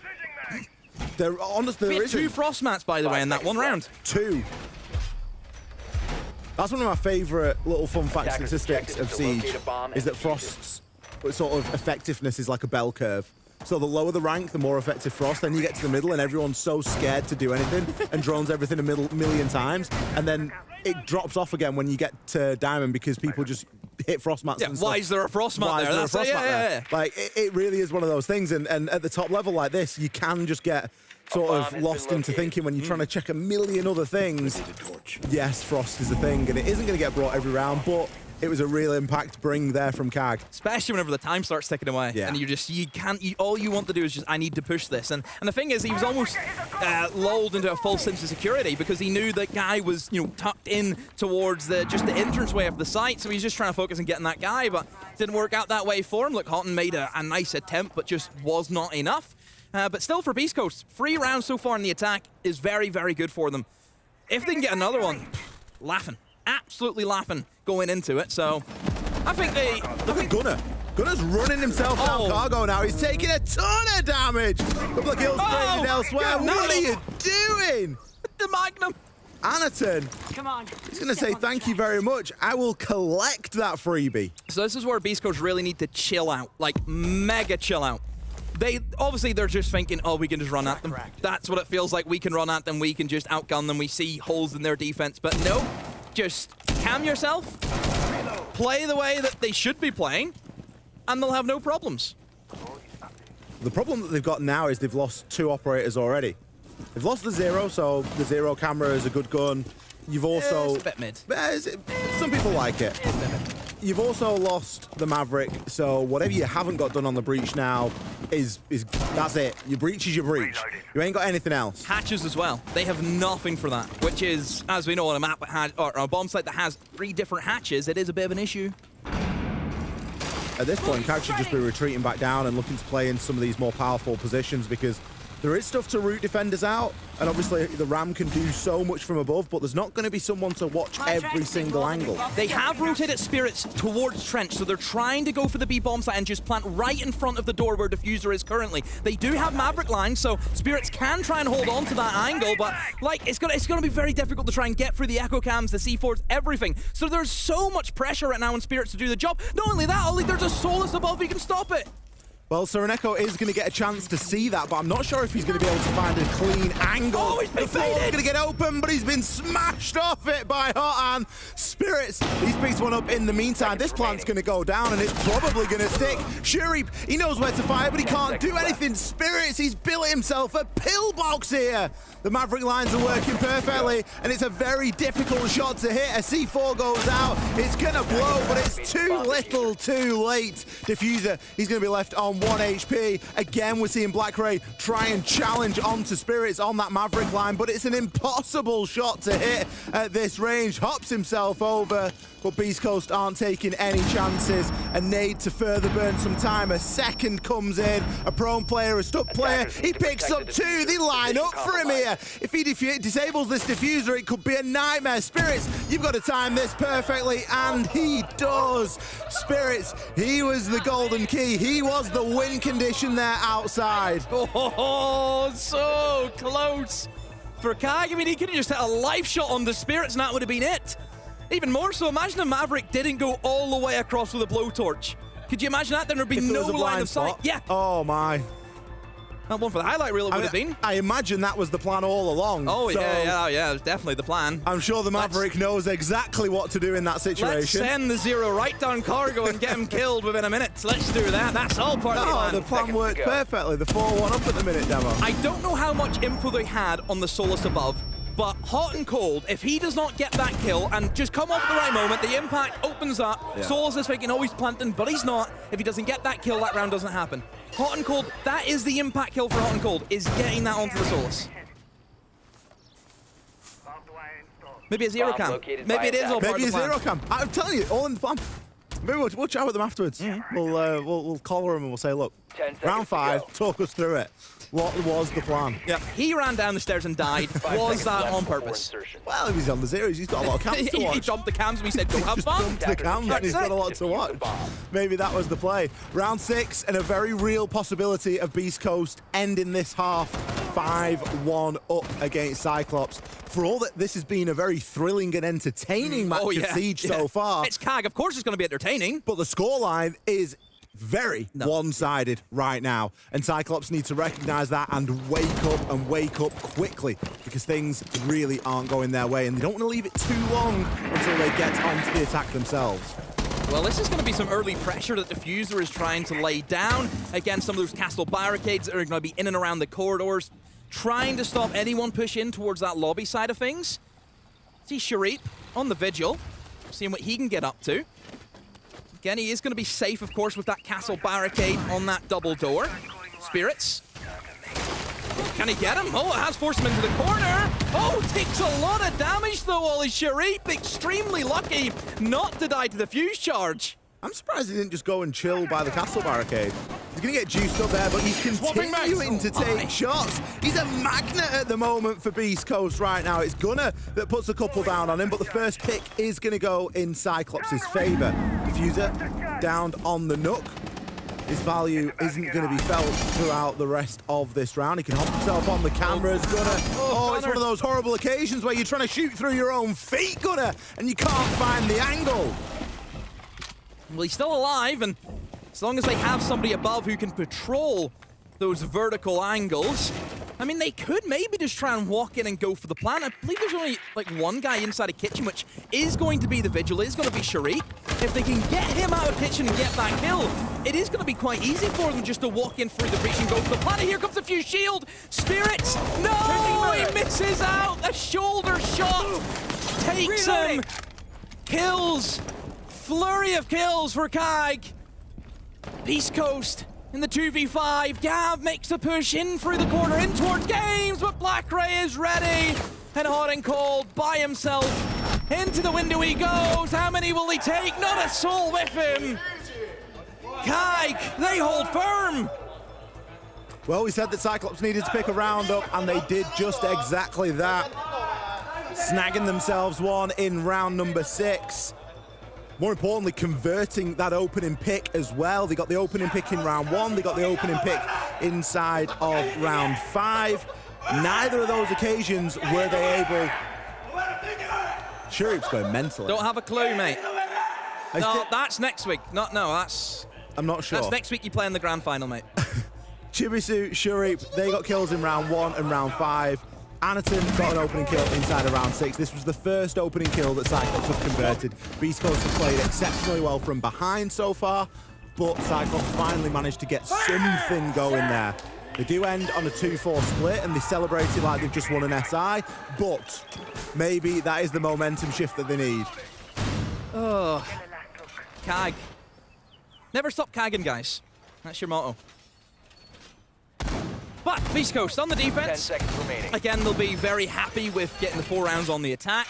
But if you actually look at the tools that they get at their disposal, they got all of the denial operators, and they're bringing all of the denial operators. They have the Dub, they have the Cade, and they have the Bandit. And also just the Mirror for, I suppose, a bit of good luck as well. Never going to hurt bringing in the Mirror for your holds. I do like that the fact that they've also brought the Warden in to play in towards Fish.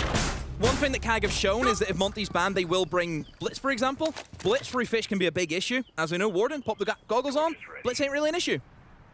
Something that is an issue is Diffuser on the spawn peak. Love to see it, love to see the confidence.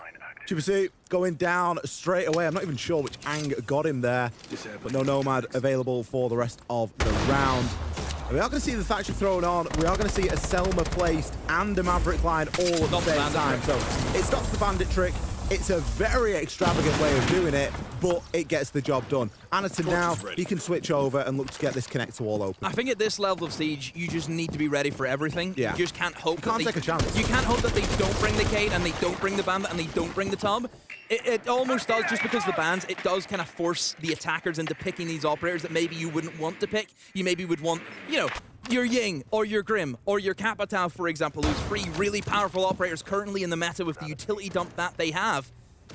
I mean, even a Buck would be nice here as well. You know, we mentioned before with the top floor, Buck from below can clear away a lot of these strong positions that defenders like to sit in. We've seen already how powerful these vertical angles can be. You've still got the potential to do that. If you find someone on a gadget, for example, as IQ, you'll be able to shoot through the floor, but it just doesn't have the same lethality that Deimos does on the Vendetta or that Buck does with the Skeleton Key. A little bit of switching of positions here. Sereneko is the one with the diffuser, so he's going to be someone that you want to keep a close eye on, but Gaveni is going to close Shurip down, and it's going to be another kill that doesn't immediately go traded here. Cyclops, they are in danger of just going one at a time. The C4 comes out, it's missed in the air, and it's going to chunk Anaton down by half. Who's going to be up first to make the push, and it will be Sereneko, and takes a bit of damage there from the Bandit charges, but will destroy them. But look, this is just going to be a mess for Kag to really attack into. Beastcoast have everyone alive. They have all guns pointed into E-boxes where they start swinging. Somehow Kag have got away with no deaths inside of that funeral home. Gav, though, eliminates Anaton. Sereneko will go for the drop chop in, but oh, barely survives. Never mind, Han's ready for you with a big old shotgun. Saying hello, Black Ray, no hope for you. And Beastcoast, look, they're just having fun, Ollie. Smiles all around. Which way do you turn at that point? You've got yourself into an absolute kill box. Electric there in that position where you've got connector open and someone's pressuring it. You've not got enough bodies to watch everything. It's gonna be a tough old time. Fett's doing a finger guns. Thinks it's an office skit. Cyclops, of course, don't have their timeout either. They used it quite early on, so nothing that's going to be able to break this momentum now. Yeah, Fett does some pacing, doesn't he? He has not stopped moving once. He just always keeps on moving, keeps the energy up, doesn't it? Keeps the blood flow. I'm not sure how I'd feel if I was playing and someone was like running up and down behind me. Like, I think it'd, I mean, he's loving it. Look, there finger we go. guns. There's the finger guns. Boom. We love to see it. I tell you what I've loved so far, and it's something that's been sort of brewing over the past couple of majors and events that we've had, is we're getting so much more personality out of the players, and there feels like there's so much more passion. Today has been electric. There has been shouting from the first game and I'm sure they'll be shouting in the last one. Oh, well, Big Ashen comes in later on. Exactly. So, we've got Space Station next, if anyone's unsure on who that is. And, well, they're one of the more vocal teams, let's just say, or at least they've got one of the more vocal they're players. also in fancy dress today. Be prepared. Yeah, it's a bit of a weird one. We've not quite figured it out yet. But the energy in the room has just been fantastic so far. It's only day one of Phase 2, but long may it continue. I'm sure you can hear the other stream, or at least the players from the other stream that are always sort of cheering along as well. I dread to think what it'd sound like if we get in sync for a round and 2 rounds finish at the same time on both streams. I think we'd probably raise the roof. All of a sudden, the other team's across from us think, why are you shouting at us? What did we do? Oh, it's a crazy day. 5-2 for Beastcoast. Again, keep in mind, the loser of this game will be 0-2, and they then play tomorrow to see if they stay in the competition or if they go home. We'll be sending teams home tomorrow, Ollie. It's crazy to think, isn't it? The second day of Phase 2, but that is the reality of the Swiss bracket. You literally play the people with exactly the same record as you. Both of these teams, 0-1 right now, coming into this game. They've got a chance of going into the 1-1 bracket, but they've equally got a chance of going into the 0-2. And once you're in there is only one more opportunity. Slightly slower approach inside of this round. We're nearly at the halfway point, and we haven't really seen an engagement yet. Well, you say that, though, as Black Ray is leading the charge in towards Electrical, but I don't think he has any information. There's no way he has a drone to really play off, and he will take a bit of damage. Black Ray knows now that somebody is going to be in towards Pillar, or will be Gunner on that Oryx. Flashbang going in. Diffuser, though, opens up, and Gunner swings before the flashbang can obscure his vision. Diffuser, where are you going? He gets caught out as Sharif has appeared out of nowhere, and he's just trying to boss it all the way down into the site. He's went straight down Cargo. Is anyone here to stop him? There is going to be a player just in the small connector, but over the top rope! Spirits flies on in, super shorty in hand, and dome Sharif. Anaton and Chibisu nowhere to be seen there. You did get the impression that Sharif was just working a little bit too far ahead of the rest of the guys there. They're going to pay the ultimate price. Chibisu is going to get down and disrespected there with the impact. Hot and Cold not taking any chances with that one. He just wants that player out of it. Doesn't want to risk swinging and giving himself away. A quick hop in there from Anaton to try and make something happen. Finds one onto Kiveni. His location now known, immediately dealt with by Gunner. Spirits from the top rope. Jeff Hardy's in the building, everyone. Swanton bomb. Is it Spirits or Rey Mysterio? I'm not quite sure. Oh, what a game. I mean, Kai, look, they just thought, look, I've got a kill. I'm just going to go for it. I mean, full send it. But like you mentioned, it was a Gunner cosplay. He went by himself. It was the Gunner cosplay. Okay, yeah, fair enough. Like, well, this worked for Gunner when he did it. They won the round. Not quite, I'm afraid. There we go. Brilliant stuff. Wow. I mean, I would say, Kai, the drone work that round, there was just none of it. Diffuser just inside of Garage, pick somebody off jumping through a window. Obviously, we've seen what happened with Black Ray and Gunner above. There's just no drones being done by Kai. And if you can't do that at this level, you will not succeed. It's one of the basics that we sit there and talk to Tier 4 and Tier 3 players about. That's what you need to do, is get the basics right. Droning is a basic element of this game. if you cannot do that, you will not be able to do anything in the server. 10 seconds to go. 6-2. Match and series point here for Beastcoast. Say series, it's best of one, but it rolls off the tongue, so it goes through anyway. A lot of chances at converting this into a win right now. 4 rounds in a row, CAG would need to try and bring this up to an overtime. I'll be honest, I'm not sure if they've got that in them right now. One thing that I do see is a little bit of a Hail Mary. If they just pulled the ripcord on the parachute because they're bringing out the Blitz now. I'm surprised it's taken this long. They've just said, Blackberry, get warmed up. You're coming on in a minute. Yeah. You're coming on. Get the Blitz ready. And here we go. Look, I was expecting it would come out a lot sooner than this. I thought it would. I didn't expect this was going to be their final stand. Their last hurrah was going to be, okay, now we bring in the Blitz. They should have had this from the get-go because I think it was a really strong operator for them. But look, better late than never, I guess. But hey, they need to make the big impact. But right now, it's just going to be the course of going for the, the motions, get the walls open. Gunner has a C4 rip, though. He's going to look for the lineup. Is he going to go for it? The wall is soft now. Very efficiently done by the Maverick. As everyone's seen, basically he's only done just the kind of middle part. It still drops. You don't have to do the full way across, which is what I think the majority of ones do. That is a very strong Maverick player if you can do it in that way. Very clean indeed. Yeah. Gunner is going to hide out of the way there. The boogie is going to rip through. Obviously, there's no camera on the boogie. I know it can get confusing sometimes because we've got Flores, Rotero drones that have got a camera in, but the boogie is just sent through to rip open the floor. So he can hide out there. It's still probably unlikely that CAG realise that there is somebody playing in that position. Maybe they'll be able to take advantage of it as Beastcoast when the time comes. Gunner still going to be playing in and around IT and servers. Bit of damage there put onto Kaveni, but the Blitz is the one that I'm interested in here because if he just sends it through, there's some yellow things coming in, it might get a bit messy. Oh, he's going to go for it.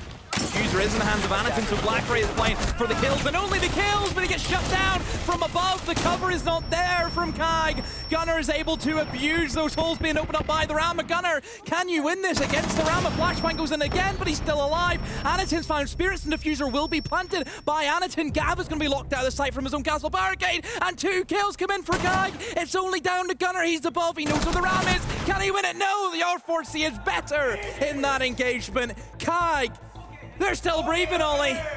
We said that it's unlikely, but it is also very possible. Cyclops, they've picked up the first round that they need. It's going to take them to 3-6. 3 more rounds to bring it into an overtime. Beastcoast do still have a timeout, so at any moment they can choose to break this momentum and try and steady themselves a little bit ahead of the upcoming rounds. But Cyclops looked a lot better there. There was good information out there on the drone. I guess more importantly, people were winning gunfights. It's not something we've always seen inside of this series. They also got a bit lucky. We're seeing the highlight reel there. There's players jumping off, there's players repositioning, but they were ready to catch. Now, is it the best site in the game? No. Is it the best site on Nighthaven? Absolutely not. There are other more difficult sites that Beastcoast can take Cyclops to, and they will be relaxing in that fact. Hot and cold on the clash. Again, maybe fearing, they could just be bringing the shields now. It's worked for them. 10 seconds. Try and slow down that Blitz, who, I mean, to be fair, had little to no impact. Failed to 0. I'll lean on the side of 0 impact. But look, hey, still Anakin, I think, staying alive, trying to get that diffuser down. The real hero for CAG. But upstairs is where we go. This is going to be pretty comfortable as well for Beastcoast to try and hold. No mirror this time. They have sacrificed it. And also they've dropped a lot of the denial operators for the walls. So they've dropped the Bandit. They've dropped the Cade. They've really resorted, I think, to more of a heavy C4 lineup. They've got 3 C4s. They have a Valkyrie and a Pulse. And also, honestly, a Clash can also help you with the C4s as well, because what is Clash? A form of active information. Anakin going to be showing off, opening the wall once again. So I'll tell you what, I'm going to go back and practice that because I'm a mess. You won't be able to. I'm a mess with the Maverick, but I kind of like the look of that, so I think it's might be something that I try and add to my arsenal. The wall will be nicely opened there, and he's going to whip round and get connector open as well. A lot going on. There's a on the other stream. thunderstorm or something coming in. It sounds very, very busy over there on B. stream? Who knows what's going on over there. The Tuber out isn't going to come into too much effect at the moment here, though, as Anderson's blowtorch is just going to rip on through that. Echo still got a bit of ace utility to use as well. A bit of an attempt at a C4 there on that soft wall as it just becomes soft. Beastcoast, you get the feeling that they're really trying to consolidate here. They're not playing far apart from one another. No, I think they're just going to wait and see what Gunnar and Houghton can see, you know, with their information gadgets. You see Gunnar Blow just patrolling the area. Again, the Valkyrie cameras are still up. Gav as well will be opened up. A C4 as well gets tossed right in front of Sereneko and actually catches him. My word, Gav just tosses it and hope it hits. I didn't think that was going to make it. Because Sereneko was led prone a little bit further back, but that C4 has been devastated. Great catch there from Gaveni. Opening pick hit, going to Beastcoast.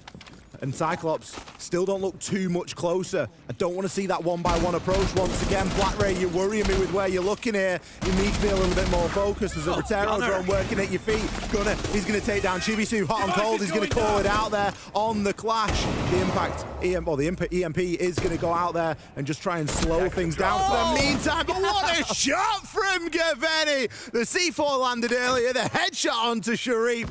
This is surely the end for Cyclops. Oh, all Beastcoast need to do is just hold the line, play the refrags, the goggles on from Spirit, beautifully timed, Anaton gone, and Black Ray, we've seen him over towards the breach, he's on the rooftop now! He doesn't know which way to go! Where you going, mate? Look, they want him! Oh, Diffuser! That's a rank push if I've ever seen one, but it doesn't matter, have fun, mate! Because you've just beaten Kai! The first win for Beastcoast at the Major! Extremely professional performance. Never in doubt that Beastcoast would win that. Great showing from Beastcoast. I think they've done really well to bounce back from that earlier game against Dark Zero today on Cafe. It was a much longer, much further drawn out affair. Beastcoast looked clinical there. Gav 12-7 at the end. Good couple of multi-kills in there as well. That 2 PC picks in the last round was round defining. On the flip side from Cyclops, we really didn't see that same level of coordination, that same level of fight, and there was some serious basics missing on those attacking rounds. The only attack that they won was the kind of rush strategy. Yeah. That's what they should have went in from the get-go, because that's kind of the personality that Kai is kind of known for, is that it can cheese those kind of rounds together, and don't forget, you're the best of one. Best of ones, it's a cheese fest, it really is. 7 out of the 10 rounds, the opening pick went to Beastcoast. Diffuser was able to pick up 3 of those opening picks. Every single one of his was traded, and the only one opening pick wasn't traded that Beastcoast were able to get. So they did such a good job of getting ahead and then continuing to stay ahead. We love to see this bit. A lot of respect between these two teams as they go in for the fist pumps afterwards. Beastcoast now enter the realm of the 1-1. Yeah, and also Kai enter the realm of the 0-2, which is the more scary realms of the two of them. So Kai, it's do or die tomorrow for them. It really is. We do have an interview with Gunnar lined up, so we're going to send it over to our player area. Thank you guys so much. Gunnar, thank you for joining me. Congratulations, your first win of Phase 2 under your belt. A little bit of relief? Yeah, it's nice to get the dub in early, at least on the first day. So I want to talk about the first game of today as well a little bit in terms of like the Dark Zero going up against a team that you've already played in the NAL. What do you think was the biggest takeaway from that game that allowed you to succeed this time around against CAG? I mean, against the Dark Zero, I think like we put ourselves in a lot of positions to win rounds. We just weren't closing them out. And we looked at it, we watched the game back, and versus these guys, we're a lot better than them, but we also played a good game. So we fixed our mistakes. So hopefully going forward versus, the better teams, it shows. When it comes to this one particularly, don't turn around. But when it comes to this game particularly and talking about fixing your mistakes, being able to close out rounds, being able to close out the game in general, moving forward, what is the strategy going forward? Because there are other teams still lined up. You have that one win under the belt, but again, tomorrow is another day where it's do or die. Yeah, our strategy honestly is just, tucking up. Our comms need to be a lot better than they were the first game. And you can write it off as nerves or, whatever. But we just need to be, our comms need to be perfect, and hopefully going forward they will be. How's the confidence level at the moment? How's the motivation? How are the vibes? I mean, I feel good. I know they all feel good, so I think we're going to keep rolling. All right, thanks so much for the interview. I appreciate it. We're going to be heading over to a break. We'll be back with the coach from Beastcoast, so make sure you stick around. We'll be back shortly. You can go to the desk. I'll bring the coach.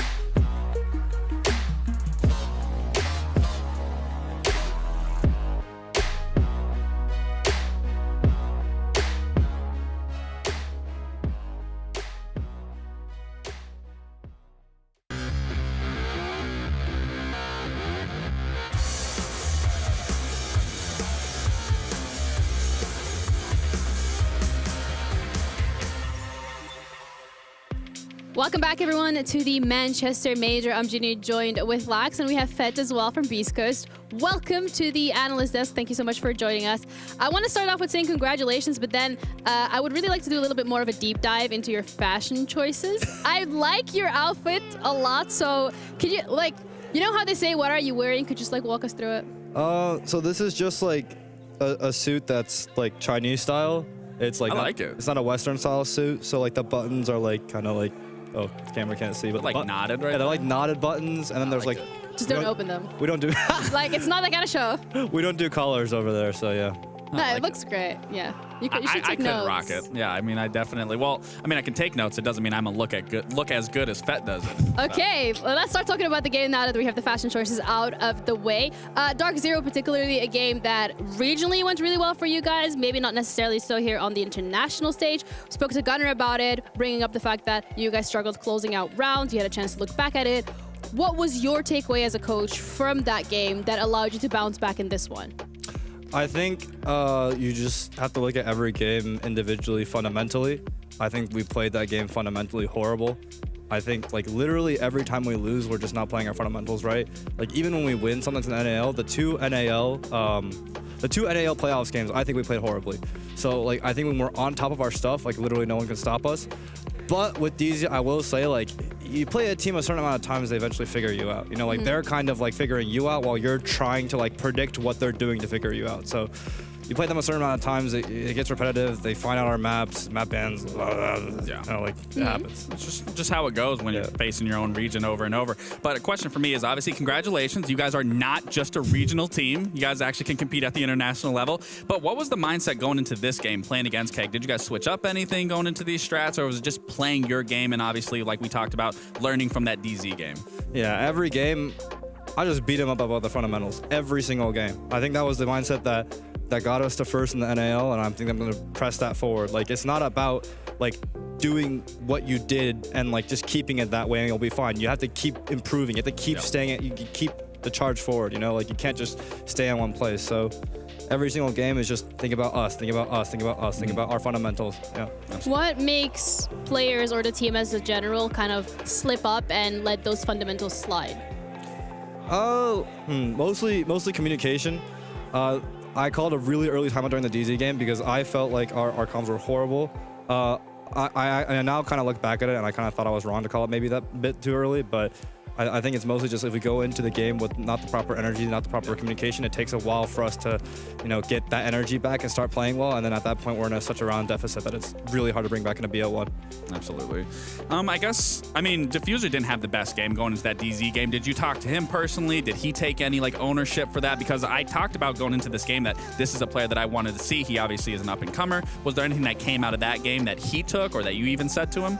So for Diffuser, he forgot his earbuds at the hotel. So he came here when we were scrambling, we were like asking other players for their earbuds.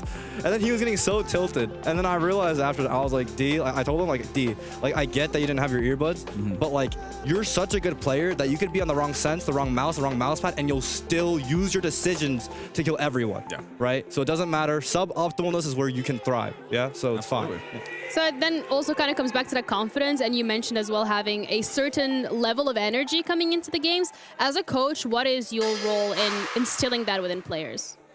So that right there. Besides fanning them with a piece of cardboard. I think one of the biggest changes we did going into the stage is we try to be super like professional, super like football team, you know, culture. And I realized every team has their own culture. We're a group of 5 different unique personalities. Low key, we are a very good team when we are unserious. Okay. So just making everything fun, making everything a troll job. I was like, guys, like 1, 2, 3 Beastcoast is too serious. Let's do 1, 2, 3 something else. So what is it now? 1, 2, 3? I can't say it on stream. Okay, never mind. Next question. I guess the big question here is, I mean, you guys had a huge resurgency throughout the regular stage. Now you're here at an international level. You played your first actual international game. Is there any prep for you specifically that you're going to take from this game and then apply that into these future games coming up? Or are you just going to keep playing and kind of, you know, shooting out the can and kind of see what that transpires and turns into? I think everything in Siege is a huge gamble. It's a low round count per half game. When we switched our entire system, our culture, and our theory in the stage to turn around, it was also a gamble. I'm shooting in the dark. So every loss that I take my way, like now's the time to lose, right? We're going to gamble. We're going to give it our all. We're going to go to the casino. We're going to go all in on black, and we're just going to see what fucking happens. What freaking happens? Sorry about that. What does gambling and going all in look like in terms of the game tomorrow, particularly? I mean, this is a take it day by day, game by game kind of major this time around. So what's that looking like for you? Get better at you know, trusting each other, full sending it, I guess. Yeah. Aw, power of friendship and trust. It keeps being brought up. You love saying the power of friendship. Everybody says it. Everybody's like, oh yeah, we just need to trust each other, and like we need to be really, you know, and it's like, yeah, everybody says that that's the fundamentals that you have to go back to, the trust, and I guess you're all right. It's a team game. I mean, it's very much team oriented, and like I said, even the resurgence that you guys had, that came down to a basic fundamental of you guys all needing to figure out who was going to be leading, who was going to be leading that charge, and because of that, I mean, you guys are finding yourself here, and now you're finding yourself even further going into this phase 2. Yes, sir. Phase 3, are we looking for that main stage? Of course you are. Listen, if we get 1% better every map we play, like if we go down, like what was it? So like if we lose 2, and then we play BO3, we could get max 7% better. All right, let me ask you this really question. Precise. I want you to be completely honest here. What are your expectations of this event? Because I think you've already blown a lot of expectations out of the water already, but like truthfully, what is your expectations here at this event? I'm just here to have fun. Like, honestly, I just want to improve and have fun with my group of boys. I'm so grateful for them for trusting in me, and I'm trusting in them, and we created a beautiful system that got us to a major. It's a dream come true. So I just want to literally give it my all every step of the way, and hopefully smile while doing it, yeah. And do you see every win as just another piece of success? Even if you're not winning the event, I gotta start congratulating them more, because every time we win, I think of like what we did wrong. Like it's bad. I think that's important as a coach, though. It's bad. Well, thank you so much for the interview. We appreciate it. Thank you so we much. can very much tell that there's a lot of passion and a lot of energy moving forward, so we do appreciate Power it. of friendship.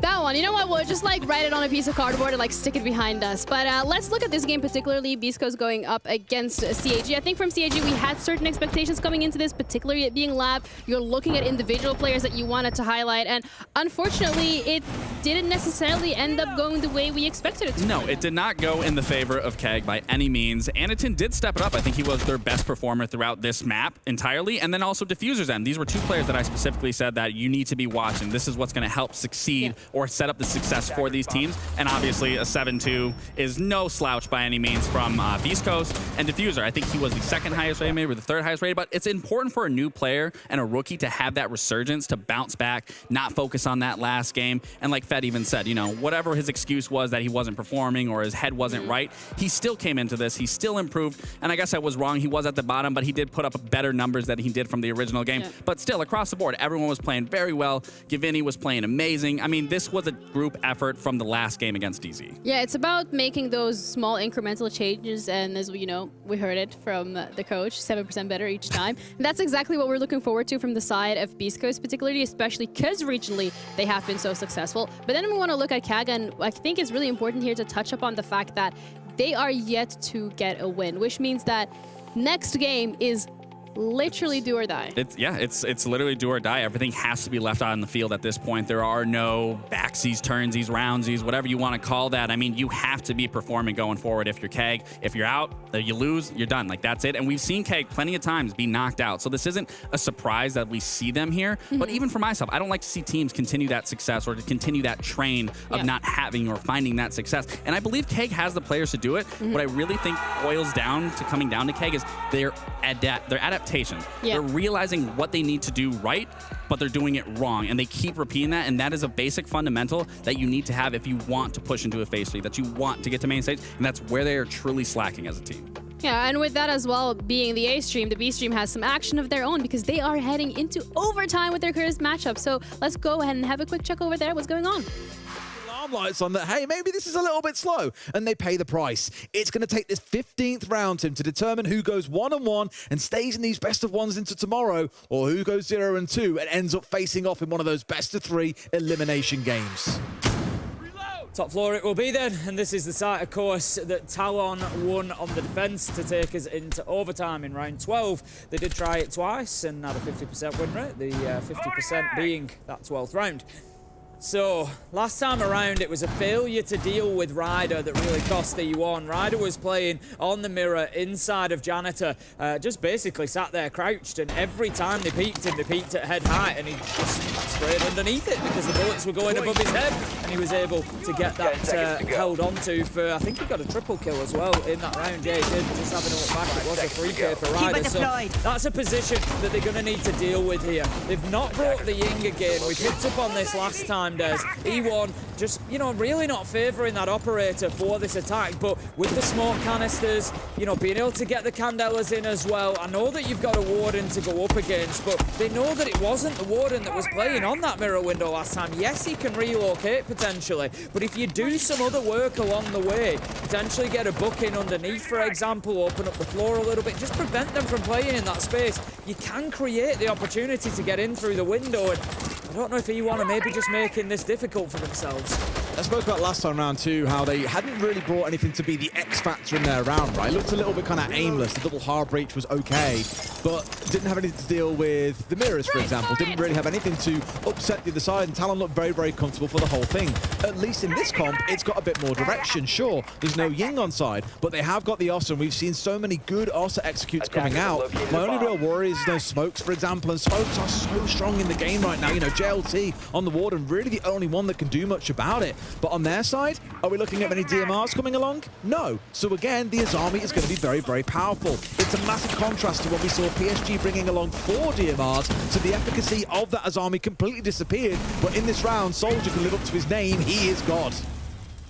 We saw STK have a good push from this side previously. It wasn't actually in through stock. He came up marble stairs instead, but he did manage to get a couple of kills. But this is actually pretty good from E1, I agree. They've got themselves in. They've got the Ossa shield locked in. They're going to be able to play from behind that Talon shield to try and find Ryder. But how about that? Misa threading the needle and finding the headshot onto Arthur. They've got Vision there, and Ryder was prime bait. Misa into a second, making a third as well. Just like PSG, Talon will do enough here to hold on and secure the win. Flashy getting at least one back, but look how dug in PSG are here, Tim. They can't play too deep inside of sight because they had the Zofia on the window, but now that he's dead, they've got so much more freedom. They can play as wide as they want.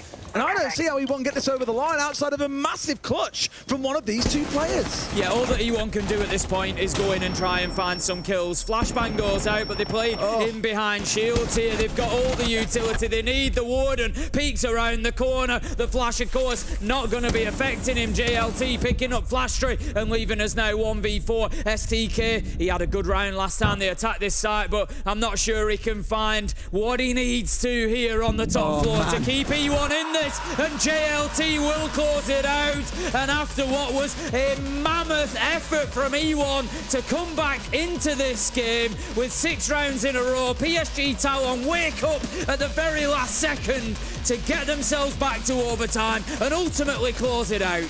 The players jubilant. Fabian, I'd say, a little bit more reserved, a couple of smiles, but I think he knows that this game should have been closed out long ago from 5-1, battling all the way back to overtime. E1 have also made a pretty big statement themselves here that they are not going to be a walk in the park for any team to breeze over. No, absolutely not.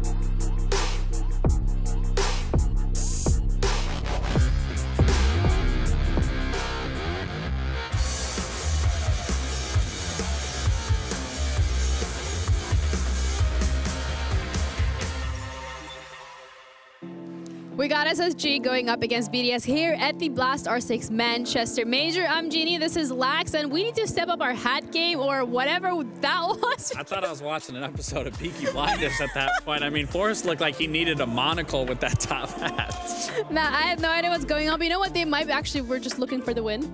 I mean, I think it's good to bring in vibes. Obviously, they came off of just recently a loss, so to come in with that type of energy, I mean, it just goes to show their mental fortitude is at an all-time high. Yeah, absolutely. That's something that they really are going to need because you are going up against a team like BDS, and this is, I mean, EUL's finest. Literally EUL's finest. I mean, this is a team that we didn't get to see at the most recent SI because they didn't have that great showing at Atlanta. They weren't EUL's finest back No, they then. weren't EUL's finest by any means. But this is a team, this is a rematch actually for both these teams, dating all the way back to Atlanta, where unfortunately SSG did lose. So this is, you know, going to be a head-to-head that this is going to be a lot more pressure on SSG than it is going to be for BDS. Yeah, and I think the pressure as well from SSG coming through for the fact that they've not yet gotten a win on the board either, particularly on that first game of the day. And it's a team that is very emotional and momentum heavy. Like, I mean, it's very obvious. They're very tight-knit, but they have certain expectations of themselves. Yeah, you know, we see this here. They look sad. They look down. Obviously, that's a very normal response after you're losing a game. But then we just literally watch the walk-in where they're all smiling. They got top hats on. They got monocles. They got inspector glasses. They got magnifying glasses. They have a pipe on them. Like, these guys, again, the mental fortitude is there. So I don't have any doubt that they're going to fix their mistakes from this last game going into this game. But by any means, it's not going to be any easier than what they just went against. If anything, it's going to be harder. They just went on like a little shopping spree and they got some hats. And you know what that proves? Shopping makes everybody happy. A little bit of retail therapy never hurt anyone. But when we're looking at SSG against BDS, it's also individual players that we're going to have to put under that microscope particularly and see how their performances impact the wider game, particularly Fultz and that matchup against Brit. So these are two of their support players. Fultz obviously being on SSG, Brit being on BDS. This is going to be a game where it's going to come down to the support side.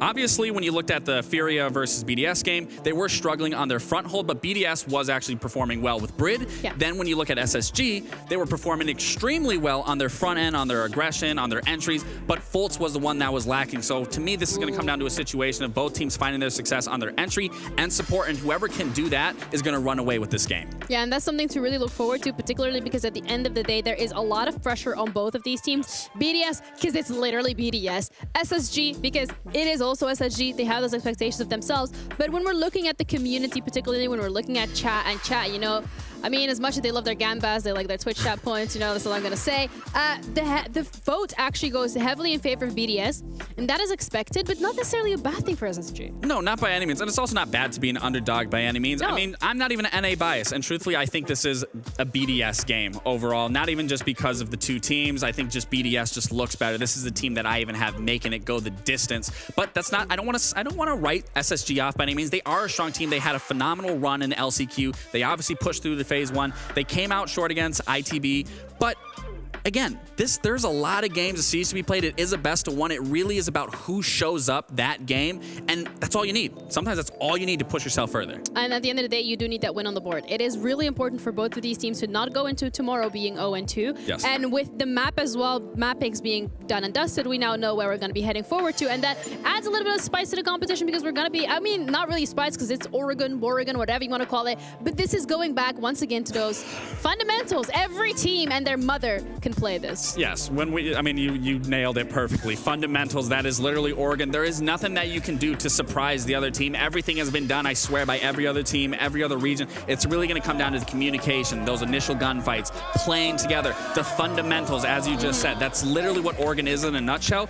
But for me, again, the pressure is more on SSG. BDS has looked on point, and dating back to the Atlanta when this team first met, it was a 7-2 on Skyscraper. And the problem was, is Callout said that he had a vision. He knew exactly how they wanted to counter BDS. It didn't work out. And that's recently what most just happened against ITB. Callout again said they wanted that consulate. They knew how they wanted to approach it. And they lost 4-7. And when I look at that Furia versus BDS, I think Furia just obviously, that's the World Championship team. That was the hardest game of the day for any of the teams to be playing. And they pushed it to the limit. Sure, they fell short to a 6-8. But again, I think that just came down to just basic fundamentals that we talked about, and Furia, being world champions, outclass them. But this is going to be a situation, again, where SSG is going to have the majority of the pressure on them. Yeah, the pressure on SSG, but they don't seem to be crumbling under it. They look very happy, very relaxed. They got the vibes going. They're passing the vibe check. But we're ready to head into the game because we have our casters, Demo and Ollie, ready to break this one down. The last game of today on the A stream.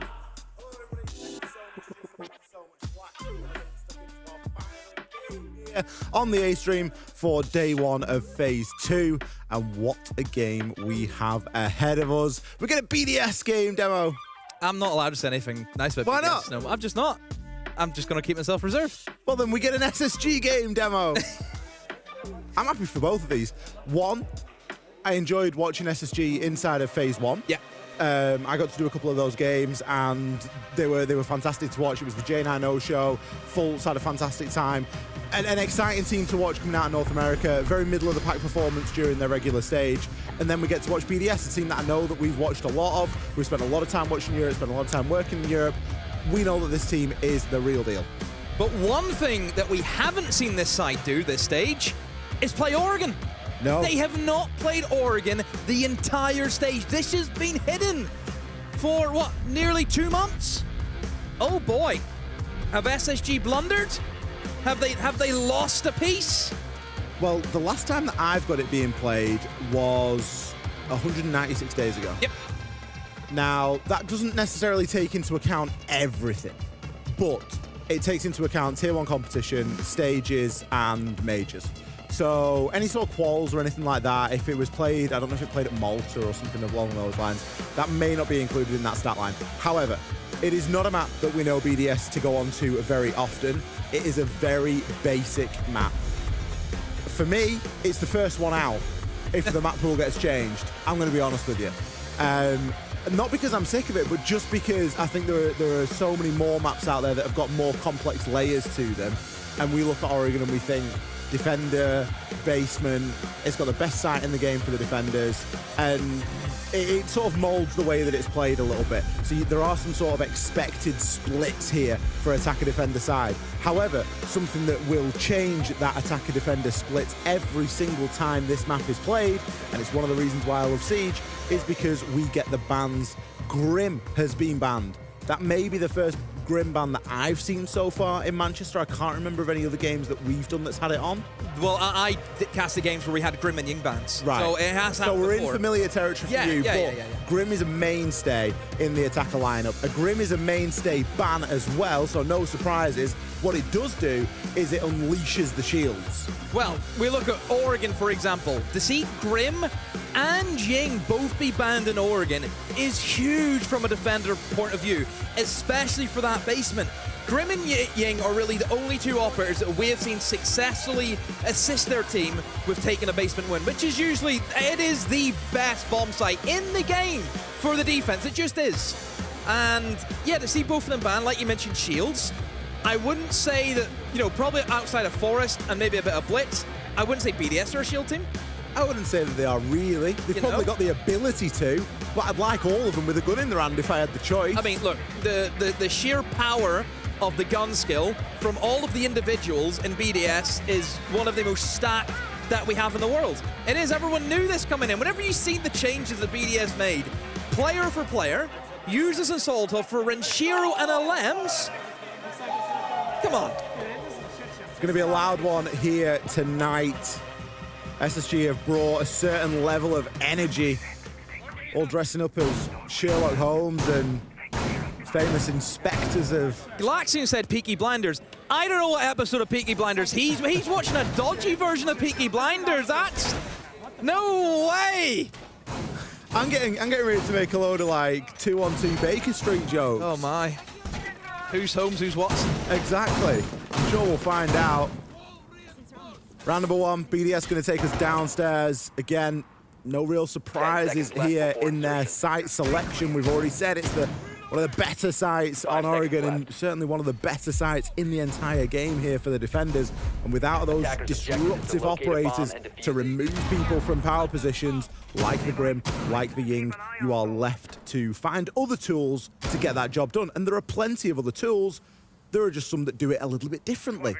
J9O, he's going to be opting for the Monty. We've got Ashen opting for the Capitao. Yeah, look, again, 2 operators that you can bring in that can try and assist with those attacks onto the basement, which, surprisingly, to me, it's a roam game from BDS. You know I hate this. I hate roams in the basement. It depends. It depends, doesn't it? It depends what their trigger is for going back down to site. Because provided that they will have, right, if this happens, we go back down to site.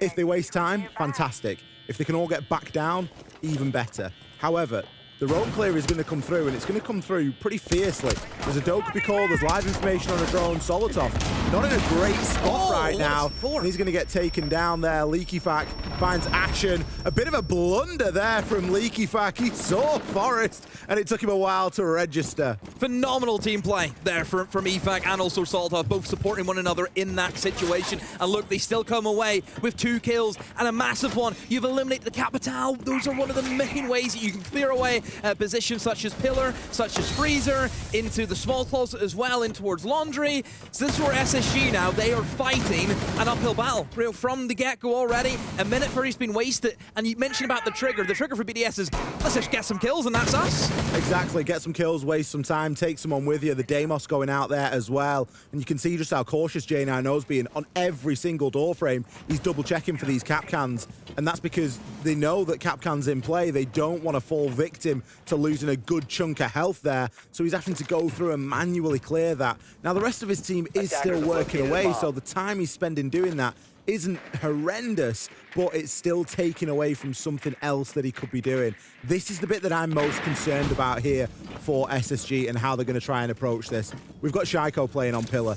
Now, there's a spot in this game called Shaiko. There's a few. One of them is here on Oregon. It isn't quite the Pillar. It's a little bit further over toward the left, but this is the reason why. He finds one onto Fultz. Iconic is there to take him down. LeakyFac, he has to back up, but he's going to find the headshot onto the Monty as they de-shield.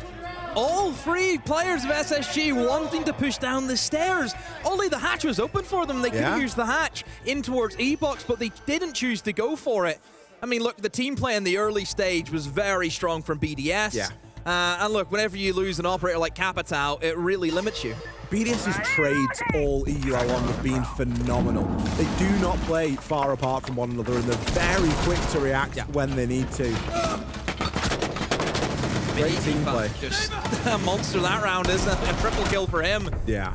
Just SSG gets caught by a roam, you know, and you lose those operators, and we know as soon as you come behind on the basement attacks, it's over. It is, like we mentioned before, it is the best bomb site in the game. They can only play it twice. If they win, they can only twice play too it many. Twice.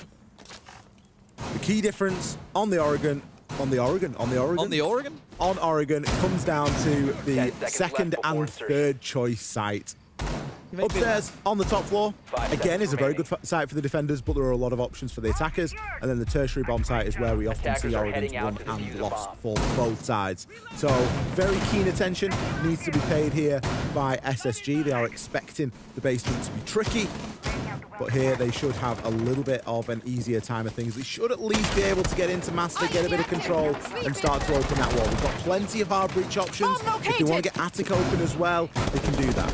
Yeah, you can just rotate the Ace to one side, then rotate Havana to the other side. So yeah, like you mentioned, no issues. They may have some issues with the mute jammer because they don't have any impact EMPs to kind of deal with that. Of course, they have a buck and an IQ that can go below and remove them, but then it's the kind of hassle of, oh, now we have to go and check in towards meeting, for example. So yeah, it will just take them a bit of time to get through that, and it's just going to burn the clock down, which is very strong, you know, for BDS. Whenever you look at their lineup, they have a Goyo, for example. We know how strong that operator can be in the final 40 seconds. And even Goo Mines, for example. And the Frostmite, just that kind of trap meta where it is just annoying and very slow to deal with. As expected, Forrest downstairs, who I don't know if he's already been able to destroy the mute jammer or not. I have no idea. But you can see that there is a Solace towards Big Tower right now inside of T2. They have lost their Havana. So already, hard breach are gone, and it's only just been past a minute. Not a great start for SSG. If LeakyFac manages to slip away here and get himself up white, he's going to have done an absolute number on SSG. The positioning from Forrest was good inside a meeting. Wow. LeakyFac's not done. He's happy enough that he's put some damage in. Might go and try and reclaim that Fultz is now trying to join in on the party as well, but Leaky Fact will get that confirmed, and he's still gone unchallenged. SSG now, they're saying, well, we know that you're a man light on the site. They've lost 2 bodies, so they're going to try and take some favorable gunfights up here, try and isolate some 1 versus 2s, and see if they can get anything going for them, but the Vulcan canisters, they're going to stop them dead in their tracks. BDS just aren't giving them anything. There's not a hope right now for SSG. BDS, they just have that perfect motion of going aggressive, going passive, and it just plays that kind of mind game. Look, they finally got a kill, but again, in the midst of that, you also lost another player, so there is still that 2-man gap between BDS and SSG. Wall is open for them, but look, the Goyo canisters are still going to be around. You've got C4s, the goo mines. SSG just need to hope the BDS overswing, but we know this team, only the discipline of this team, they're not going to do that. The goo mine going to give the game away here as Fultz can now try and push into closet, but he knows that all of these angles are going to be watched. Iconic and Fultz holding hands here inside a Master. They've not really got too much room to work with. And BDS, I don't think anybody has moved in the past 20 seconds, but they don't need to. They are watching established angles, and they're playing with incredible discipline. Shaiko, he's going to get himself into position, but it's Leaky Fight, the man of the moment. 3 kills on the round. Brede to finish off. BDS, business as usual here, not giving SSG anything to go on. That's twice now that I've noticed that SSG, whenever the final hurrah comes in, they all start to group together. And it's a big push. And the thing is that I kind of feel for SSG is, do they not feel comfortable that they can go to different parts of the map and win their engagements? Is that the kind of mentality that the coaching staff has said, look, we've watched them, these guys are amazing at the trade game, so let's just double up and try and overwhelm them. But by causing that, if you don't get the kills in the early game, then you go from, okay, we're going to take a 2-on-1, but then BDS have the extra man, so it's still a 2v2 in the long run. It just feels as though maybe they're just a little bit shy, a little bit timid in actually trying to go toe-to-toe with BDS. Look, I say that. It's not easy to... I don't think I could do it. I don't think I could go toe-to-toe with BDS. And maybe Furia, they proved it. I mean, the thing is, BDS are in here because they've lost today. This is the 1-1 game. Who beat these? You just think, doesn't it? This is the 0-1 game, don't forget. Both of these 2 teams suffered a loss earlier on today, and they're both playing to decide whether they're going to go into the 0 and 2 side of Swiss, or whether they're going to go into the 1 and 1 side of Swiss. You're coming up against the BDS that's been beaten this morning in a best of 1 that went to overtime against Furia. It was a fantastic game, and now they're angry. They are unleashing that here onto SSG, and we're seeing it in the server. We don't want to get too ahead of ourselves. This is the 3rd choice site, and again, we often say that Oregon is won and lost on this 3rd choice site. Yeah, this is the must-win for SSG. If they don't win this, they are then having to go against the basement, against that top floor again, and it's just that cycle of, wow, we are really in for it now. So yeah, this has to be the round that SSG get onto the board.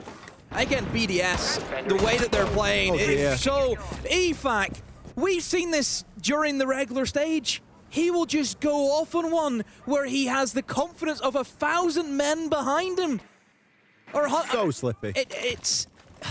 Again, I've said it before, it's one of them. If one guy is just doing everything right and he's just winning every engagement, how do you stop that? He's 7-0 right now. He's showing no signs of slowing down. Fultz, top of Armory, can look to try and get pit open, but I believe that Selma did get impacted off there.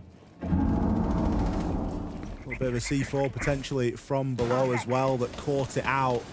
Just goes to show how on it BDS are. They know exactly what's going on all over their map right now. Because Oregon in the building really has been theirs over the past couple of rounds. Still working on information, still trying to find a way in. The Track Stinger's not going to stop Leaky Fact from making that rotation. He knows he's got the health to tank a few hits and get slowed briefly. Forrest seeing if he can cut anyone across.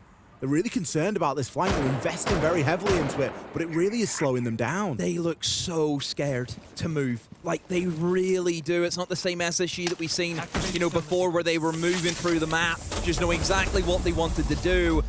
They look out of it right now. They don't know who they want to swing. Fultz missing so many of those shots, starting to show in the gameplay. Forrest is going to get that back as a trade, so it isn't horrendous right now. Still 4 versus 3 in favor of BDS, and as you blink, you miss it. Shaiko picks up a headshot. Solotov hits an entry denial device on the cap cam from the grave. Always love a Capcan coming in and picking up a kill after they've already been sent to the cameras in the round. Nice little KD recovery there for him.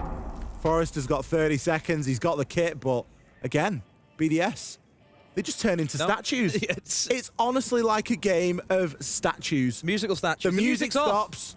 There's one person left, the music stops, and everybody stands still. And the first person to move has to buy everyone dinner the next night because these boys are just not going anywhere, not giving an inch, incredibly disciplined, and it's very frustrating to play against. When you're not getting those chances, it can really start to affect you. Forrest will find himself an exit, but that's all it is ever going to be.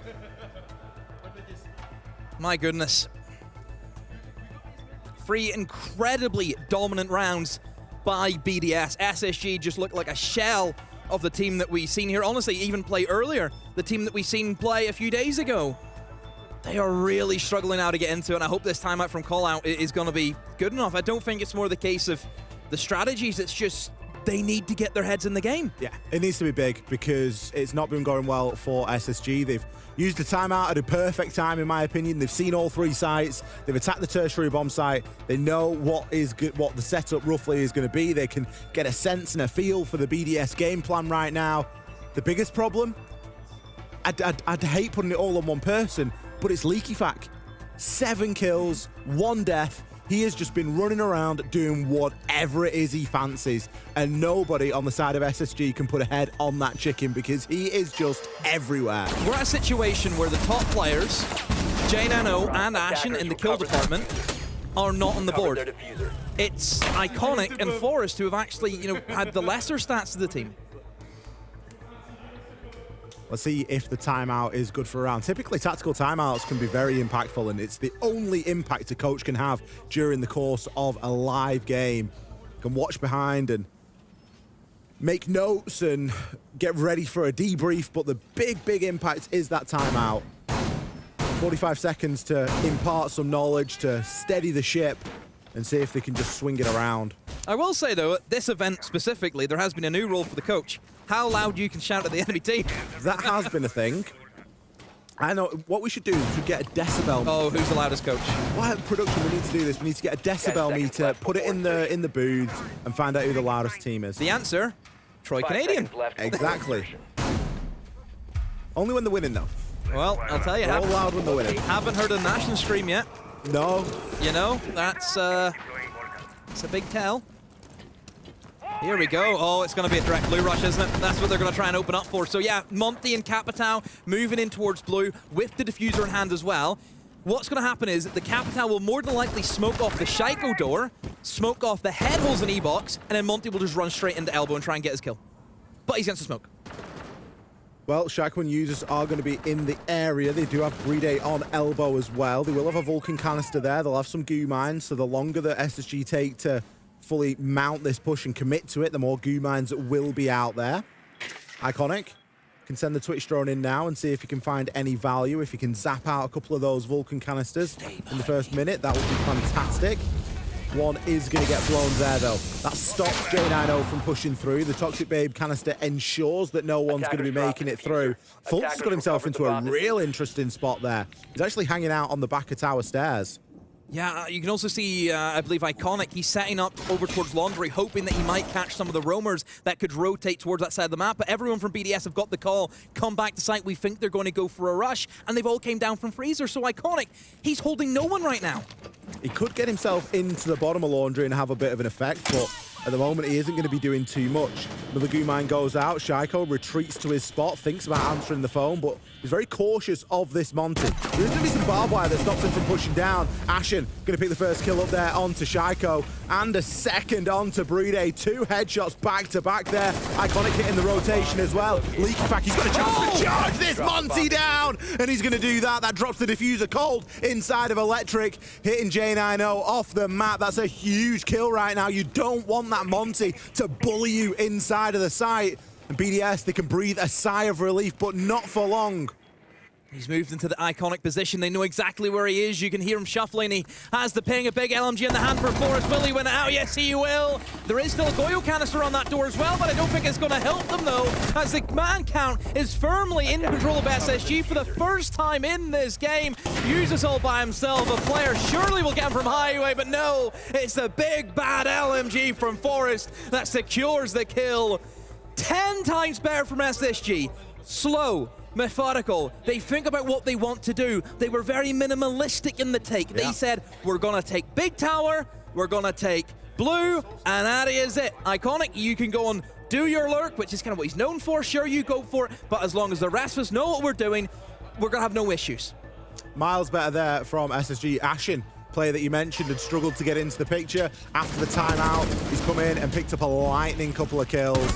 Oh, great shot. Bish bash off, Shaiko and Brede. Good little play from LeakyFak, and it could have been the start of something. But SSG, they knew they had time. There was around a minute left when LeakyFak killed J90 there, and SSG are like, right, so what? Let's just take a minute to breathe. Slow things down. We don't need to over-aggress and peak this, and we certainly don't want to be going one by one by one. Good attempt from BDS to try and salvage the situation. However, SSG came into that with the right mindset. They've won a round on the basement. That could be huge. They can chain another couple together here, maybe pick up the third choice site. They could be looking at a favorable split here on Oregon. Timeout's work from Callout. He's really settled the guys down. He said to him, come on, we're better than this. Let's just go very simple. Let's just it's almost, there's no point pushing into these guys. Let them come to us. We'll just play our siege and they can try and stop it. It's flipped, hasn't it? SSG were playing BDS's siege for the first 3 rounds, and then all of a sudden they've taken a bit of control and a bit of ownership back over. We're the attackers. Hang on a minute. They can set some pace here. The shield didn't do too badly either. It at least got them in. J90 was able to provide a good bit of information off the back of it as well. It's going to be Forrest this time on the shield. More familiar face. Well, giving J90 a chance to get a kill, I think. He's 0-4 right now. Going to get himself onto the power and see what he's capable of. Forrest 5-2 at the moment as well, so really having a heavy impact and getting a lot of good information on the drone here for this top floor attack. BDS, a little bit fragmented at the minute. They are a little bit split up. I wonder if they might try and go for a big window jump in as well. You know, they have the Capitao. They can maybe try and fire in some of the arrows into some of the key positions. It looks like Forrest is going to go below. Oh, but no, he just tries to run past Solotov. But he's able to get the down onto the Monty, and that is firmly stopped the push from SSG for the meantime. Great trade from Iconic there onto Solotov. Ashen is going to finish off LeakyFak as well. So whilst it might have looked horrendous for a moment, it's actually stabilized, and it probably favors SSG, especially with users taking a ton of damage there. Now we can revive the Monty and look to push up White. That's going to be a nightmare for users to deal with. He's being pinned from the window, and he's not got a lot of HP. If that Monty gets in his face, it could be disastrous. The fire's likely going to do the job. He desperately tries for the Nitro and to swing the window, but it's just too much to do. J90, welcome to the scoreboard. You take users down, puts SSG in a 4 versus 2 here. Shaiko's still up though, and full health with those goo mines can try and stop Forrest to get that diffuser down. Of course, a Monty with a goo mine in his leg is not much use to you whatsoever. He's thinking about the jump, and he's no smoke, so he is lacking in the smoke department. There is one from J90, and he will try and send it in to cover off the feet holes. He spots one player over towards the rotate towards White. Iconic's going to need to try and take him out, and he will try and go for the rush. Iconic, a phenomenal play, and down goes Shaiko. SSG, we're back in business. This is the SSG that I wanted to see today coming into this. Confident, making plays, and really getting in the face of the players on the side of BDS. Not giving them the space to just run around silly all over the map like LeakyFak was doing for the first 3 rounds and getting away with murder. Brilliant stabilization here from SSG. There's now a real chance that they level this up to a 3-3 half, and that could be fantastic for them. Great bit of play from J90 as well to pick off Usus, who was again caught in a very difficult position. Just on top of White Stairs, was thinking about maybe I can swing onto, because he obviously knew a guy was down on White Stairs. They knew that, but he couldn't really get the right timing to go for it. And then that fire arrow comes in, you're dead, you're gone. But also again, that little play from Iconic, just full on sprints, knows he has to eliminate that player on the rotate. Done his job extremely well. Jane, I know you mentioned a smart play there. Fire arrow onto the roof, it will always drop. So that's something to bear in mind if you're worrying about trying to or wondering how to get a fire arrow in a particular position. You can place it onto the ceiling, should I say, and it will drop and move out that player, and that's exactly how they got users. And it's also showing how teams can attack without the Ying and the Grim. Exactly. Doing a really good job there, because a Ying and the Grim would have been ideal. You'd have grimmed the player at the top white. You'd have put the pressure on him in that way. You'd have yinged him as well. You'd have yinged in and maybe gone in through big window. So it does just go to show that there are so many tools in the arsenal of both attackers and defenders at the moment in Siege, and it really is a fantastic place for the meta to be. A matchup that also we haven't mentioned yet is Users versus J9O. In my opinion, two of the most consistent players in the world. Almost like the NA and EU counterparts of one another, you know. They also look a little similar, you know, with the beards and that kind of young face behind it, so... Short hair. Yeah. So yeah, two phenomenal players, I think, over the past year. You know, they have been massive staples for both of their teams and their regions alike. So it is nice to see both of them go up against each other. It's just a fun little fact, just, you know. That's a demo fact. Well, we'll see how they heat up into this. Oh, what a kill from LeakyFac. Action has just been put to bed there. Great opener, and it's what BDS needed, and believe it or not, it's how the BDS successful rounds went. Oh, Fault's. Fault's going to take a bit of damage. You can turn around and grab the ladder there, and you can avoid a little bit of that, but he was going for the quick route down. Iconic will find himself a kill onto Solotov. Needs to get rid of the mute jam before he can hack the phone. Interesting interaction for everyone. It's not a common one, but it does exist. Opening pick there, responded too much quicker. So whilst SSG suffered that opening loss, they were very quick to trade it back, and it does just go to show that they are moving quite quickly still. They're going to double down. Shaiko's the next player to fall. He's having a fairly quiet affair, all things considered so far as well. 2 kills in the opening half. And this is why I'm not a fan of the roam game in the basement. If you start losing bodies, one, your lineup in terms of actually trying to deal with things like a Capitao, like a Monty, it's not great on the side of BDS. You know, you maybe have a Warden to try and see through smokes, and then maybe the Goyo can try and play, you know, a bit of impact, but that's really it. And if you've lost that man count as well, there's a lot of different ways into this bomb site. You have Freezer, you have Laundry, you have E-Box, you have Blue, you have the backstairs. You know, that's what, 5 areas? An extra man can really upset the apple cart.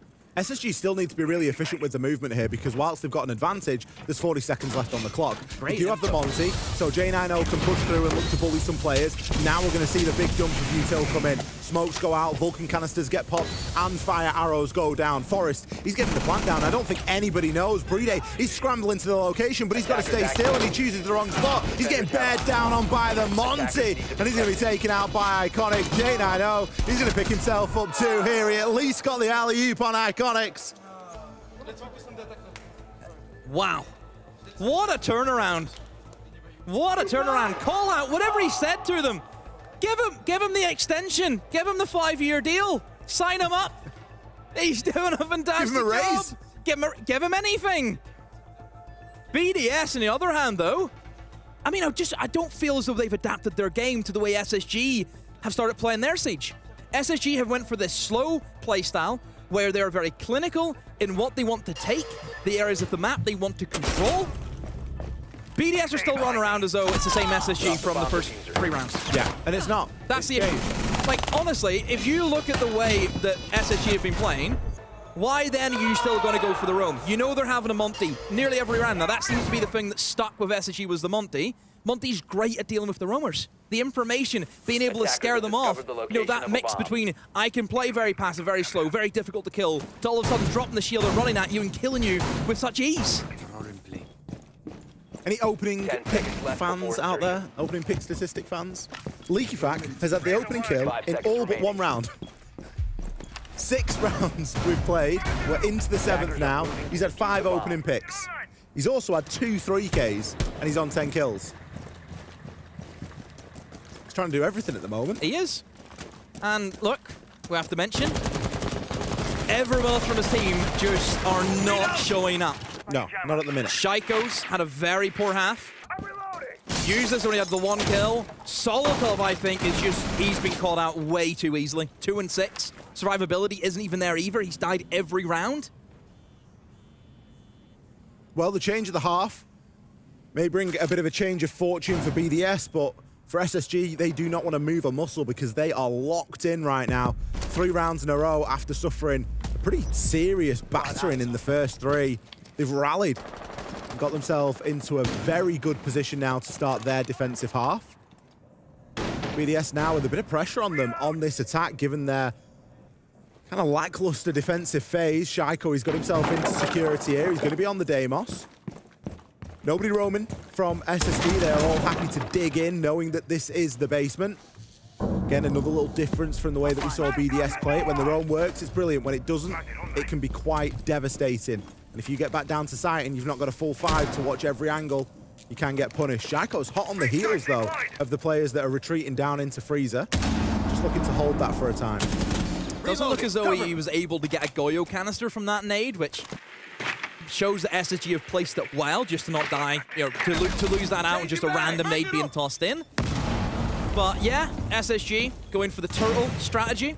No mirror, which is a little bit of a surprise. Usually we'd see the mirror be brought in for the basement if you do want to play that kind of anchor positions. You can place it, you know, obviously looking in towards laundry. Maybe play one in towards blue if you want to as well. Again, you have a couple of options. You can do the mirror window into freezer. So yeah, they're just going to forego that at the moment. Obviously, BDS starting to probe around the site. They have opened up hatches. They're starting to drone out things as well.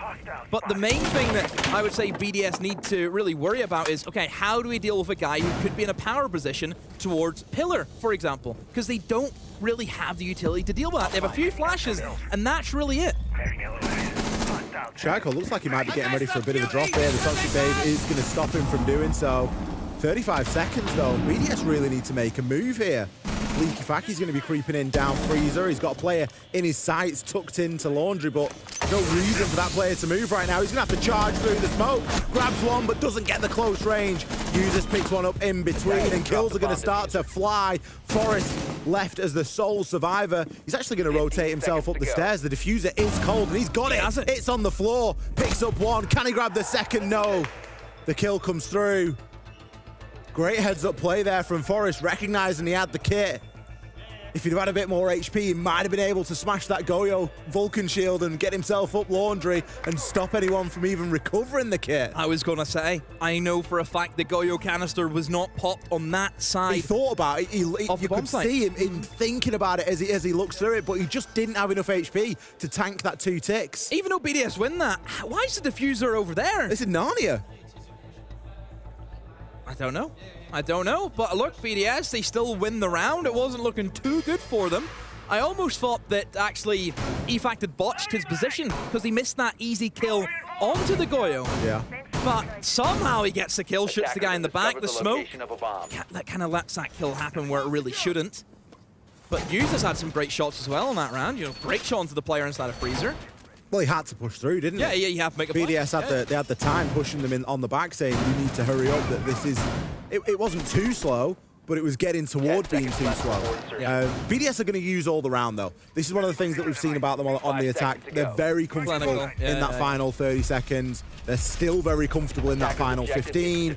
It's not too. It looks stressful, and it is stressful to watch, but you've got to kind of trust the process a little bit. It's BDS in terms of the attacks and the way they've had in EUL. They have looked so dominant a lot of the time. You know, one EUL team had, you know, and I quote, they told me this, we couldn't breathe. They starve oxygen away from you. That's the pressure this team applies. Oh, Shaiko, a massive opening pick. How has he wormed that one in? J90 gone. Wamai off the board, an operator that you would want to kind of hang around the entire round because he's one of those operators that his gadget, you get more as the time continues. Generate over time the Wamai magnets, so I guess there'll be 1, maybe 2. You generate the magnets pretty slow. I know that you get 1 at the start of the round, but you don't get 1 after the prep phase. You've got to wait a little bit, so depending on where he's placed it, if he has, it'll very easily be dealt with. It's obviously something that SSG would have been relied on to ease up the pressure that Capital can bring. Iconic can choose to play a little bit more aggro here, though, and it looks like that's what he's doing. He's got himself into closet. There's also a Malusi Banshee on the closet door as well. C4 is going to go out, won't be successful, but Forest, meanwhile, grabs a kill over onto Brede. That's going to be the hard breacher dealt with.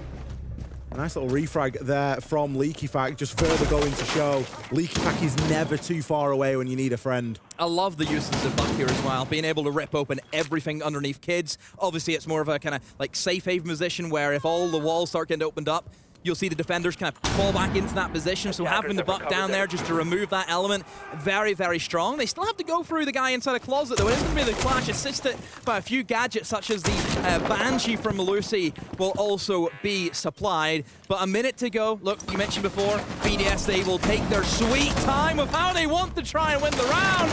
Ashen just keeps on firing that shotgun. Use this off the board. Capitao gone without having any impact with the utility. But still, 3 versus 3. BDS have got their way up in towards White Stairs. And you still have that player on that double window. Still a big problem for the Clash because you've not got anything that you can directly deal with it. Shaiko's placed an air jab out. He can hear the C4 rip. Gets downed in the process. I thought he was going to pull the trigger on that and try and shoot it out. But that could be disastrous. That's your White Stairs player gone. LeakyFac going to find himself in a bit of hot water. Solitov picks up Iconic. Looking to try and get a revive. I'm not sure how Iconic has allowed that to happen, but he's been taken out in process. He just quickly repelled down the kid's window. He's got a freebie. Nobody heard the repel come in. So all credit to Solitov the way he's done that. Bolt swings in towards double window. Can he find another? Yes, he can. SSG respond with their first defense. The clutch up there from SSG is incredible. That round was so back and forth in the final 30 seconds. Shaiko gets downed, SSG win the round. Shaiko gets revived, Iconic gets killed, BDS win the round. Then Fultz and Ashen swing right at the end, and SSG win the round. So back and forth, so much going on, and I am here for it. Leveled up at 4 rounds apiece. After that opener, I thought, well, with J9O gone, this should be a lot easier. But fortunately for J9O, he doesn't need to feel too bad because Ashen saves the day. Hits users with the 3 pump. Not even the 1 pump. Not one you see all too often. But yeah, Fultz and also Ashen, I like the way they just thought, hey, we're going to sit in some really kind of stupid positions in our engagement. I'm going to wide swing the double window. I'm going to wide swing closet. And it works. Back down to the basement we go now then. Hiding the Cade. Oh, SSG. Interesting one from Fultz. Still doesn't matter. Hasn't worked. Still see a Maverick locked in, means absolutely nothing. And again, this is what some of the best teams will do. They'll still just bring it. You know, they'll prep for anything. You don't need to spot out the Cade to know that, hey, they might have a Cade. The value is in keeping your drone alive. Once you find out where the site is, set a few pre-places up, keep them alive because it doesn't really matter what the lineup is because you can bring things that are going to suit everything. Lost 2 drones. It's really all that they lost. Everything else is still up, and I think whenever Solus is still on the board as well, I think it'd be quite difficult to try and get the pre-placed drones sometimes, just knowing that Solus is available. Obviously, they wouldn't know that Solus isn't on the board, but again, it's always that what if. Oh, Forest! What a run out! This is what I wanted to see from SSG. I just sat there and why did they not go in with this mentality from the get-go? You know, you look at them first 3 rounds, you know, they've evolved. Really, they have evolved from those first 3 rounds, SSG. Look at LeakyFac right now. He's got himself straight down to the bottom of Laundry Stairs.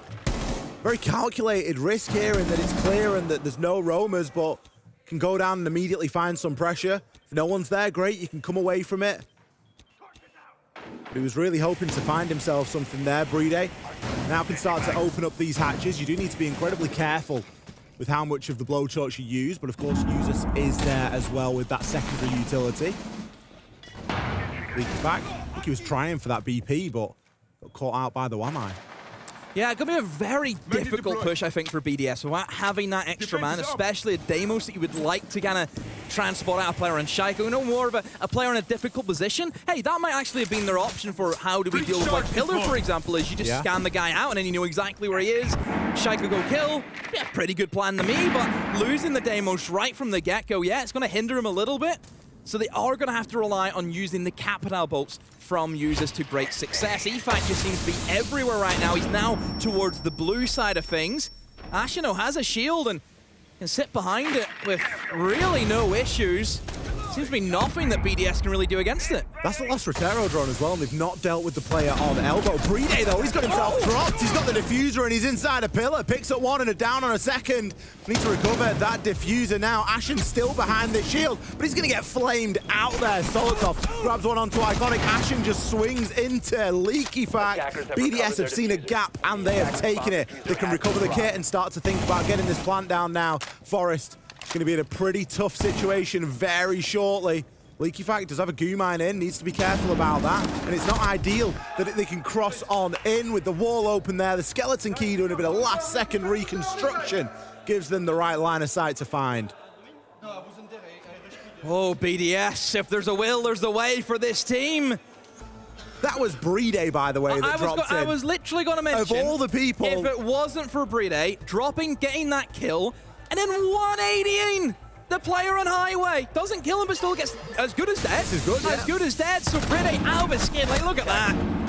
Wow. Of all the players on the BDS roster, almost of all the players in the server, the last person I'm thinking about taking a big risk like that, dropping a hatch and trying to get a couple of kills, it's Brede. He's phenomenal. I'm thinking of everyone else before him. He is the anchor. He is the solid side player that you can rely on to do everything. But no, in this instance, he had to take the initiative, and he essentially won BDS the round. They don't make him like him anymore, do they? No. Now your support players are hard to come by, especially great ones such as Brede.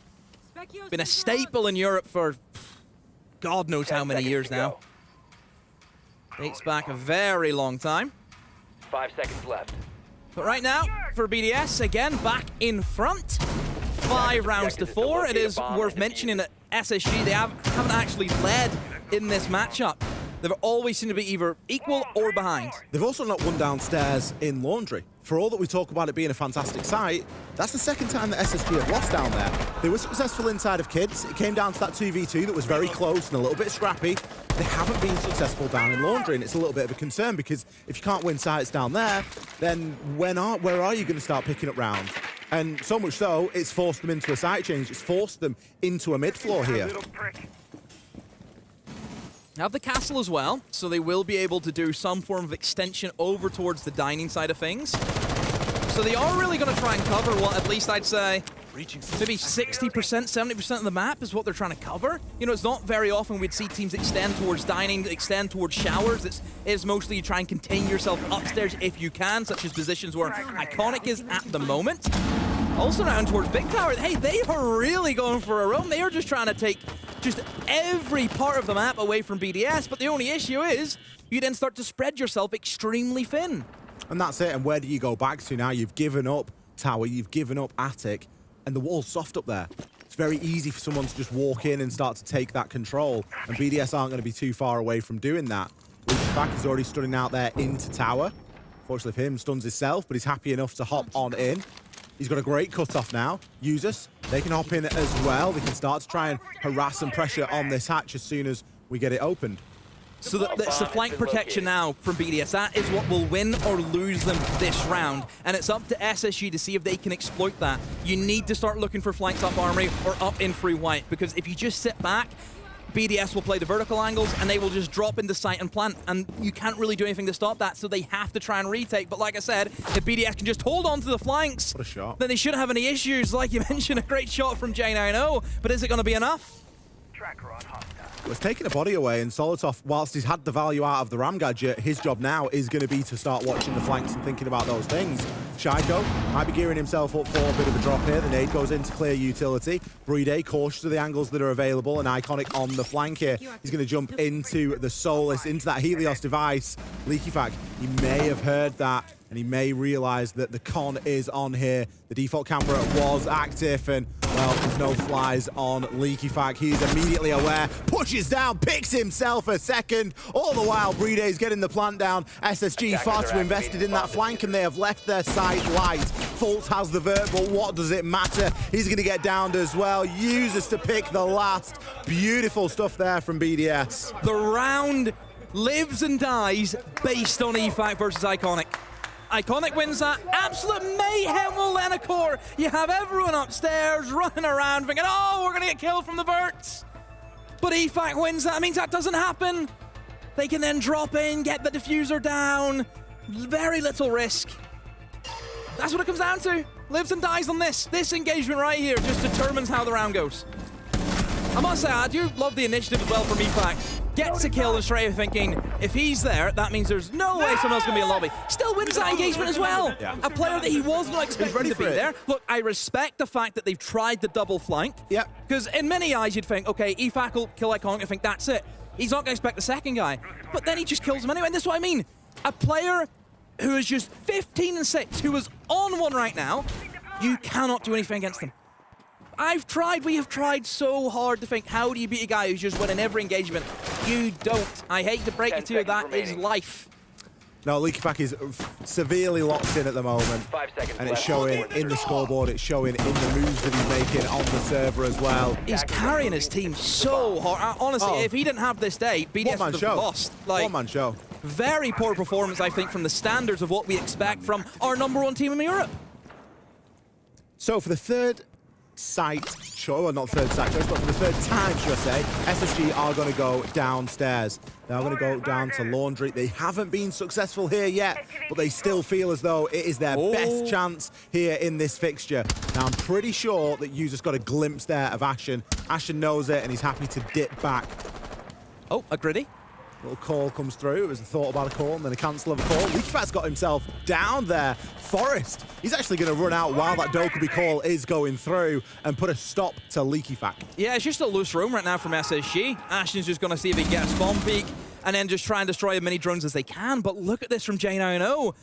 Hidden upstairs into tier 3 is where he will sit. Solotov, the lone blitz by himself outside of blue. Are we going to see something fast from BDS? See that, oh, hang on a minute, there's a lot of roamers here. Do we have to just try and hit site as fast as we can? But I don't know, BDS just seem very fragmented. You know, Blitz is on one end. We're then seeing 2 players, I believe, towards lobby. Another player somewhere upstairs. It's a bit of one of them. It's strange push at the moment. I had a feeling that they were going to try and do something quick, but now that they've lost LeakyFac, maybe that isn't possible. Maybe they needed LeakyFac to remove some of those Vulcan canisters with that Flores gadget, and they needed a bit more out of it. We're now seeing Shaiko get in and trying to nade through, trying to get rid of that Vulcan canister. That barricade is not going to have long left in it, but Shaiko's not too interested in opening it. Instead, he just wants to try and cherry pick a few angles through it. Still worried about Solotov by himself on the blitz. Is that more of a kind of bait to see how many players he can attract towards that side of the map? Now he will rotate over and see if he can help his side, but the only issue with BDS is that they're trying to go for a push and they don't really have a lot on the board. It seems very minimalistic. They haven't really got hatches open. Brede has all of his canisters still up, so no hatches, no pressure towards blue or the backstairs. They're just going to try and go Laundry. Freezer Solotov tries to pistol down the player on the watch machine. Uses opens up on the force and he's pushed in, but it's not going to be enough as BDS are dropping like flies and it ends in a 1v2 for Brede to see if he can clutch up. Brede has the kit and can start to try and get it down. That explosion might give him the cover that he needs, but instead he's going to push on through. He knows there's a player in Laundry and one on Highway. SSG are playing this one very well indeed, and Brede doesn't have a lot of health to speak of. Again, going to use the stun to cover the sound of the plant, but Fultz is in hot pursuit. He's got the shotgun at close range, but it's going to be Iconic to swing and take him out from the double. Finally, SSG win downstairs on the Laundry. The third time was the charm for them. Again, for BDS, I don't know what they were expecting. You know, you've skipped so many steps in what you need to do to attack that basement. Look, I don't think BDS will care because now they know, okay, that's basement done, that's locked out. They have to go elsewhere where we'll feel pretty comfortable with. It will be the choice to the top floor for SSG. That is where they will be headed. Which BDS did lose last time. Yeah, they did. But overall for BDS, just that last round, you lose the Flores, you lose a lot of utility that you would get with that operator, and it almost feels as though, right, we're just going to try and full send and hope they mess up. You're actually praying there that SSG don't do their job. Back upstairs we go for round 12 then. SSG, there's a very real chance we get into an overtime here, Demo. They're only one round away now. That lead that BDS had, it was a very narrow margin indeed, a 6-4. Chance here for SSG to get themselves back into this, take it to an OT, and avoid going down to that 0-2 part of the Swiss bracket. 5 seconds. So a few changes in the lineup for SSG. They have sacked off the Clash. Attackers objective Which is honestly quite sad, considering what Bride's on. Bride's now in the Monty, would have been a great operator to really play against that Monty, is the Clash. But again, for BDS, I would say they're going to try and play it pretty by the books. I think try and gain control of Armory in towards Bedroom. Obviously, you have to try and deal with the Closet Hold, which is, look, I personally think a lot more people need to be doing these in their games because I think it's a very strong position. Mute is great for this kind of thing. You place the Mute Jammer very close to the bedroom door. It means that nobody can drone in through the balcony. You have that extended rotate into Closet, in through Bedroom, and it just means that you can just deny the attackers from even getting into Bedroom in the first place. Speaking of mute jammers, I love the mute jammer on the Armory hack. Yeah. Ashen. Don't see that every day. He's got a mute jammer placed on there. He's playing on the Warden. You don't see players holding that hard onto Armory. Player on the rappel and a bit of a run out attempted there as Solotov is going to get into an exchange. Ashen, he got a bit too close to the sun there and Solotov dealt with him. No faults. He really wants this player on the rappel. He moves up in towards T3. But no, won't find anything, and here comes Reddit, the big bad Monty, giving all of that information over to BDS. But once again, for SSG, it's just one of those where they're really trying to get into the face of BDS, but BDS is giving them nothing. Bit of book action from below. That's going to remove anyone from being able to play close on the breach, and another kill to come in for BDS. They're doing such a good job of isolating these players on the side of SSG at the moment. That was one that Shaiko found over onto Forest.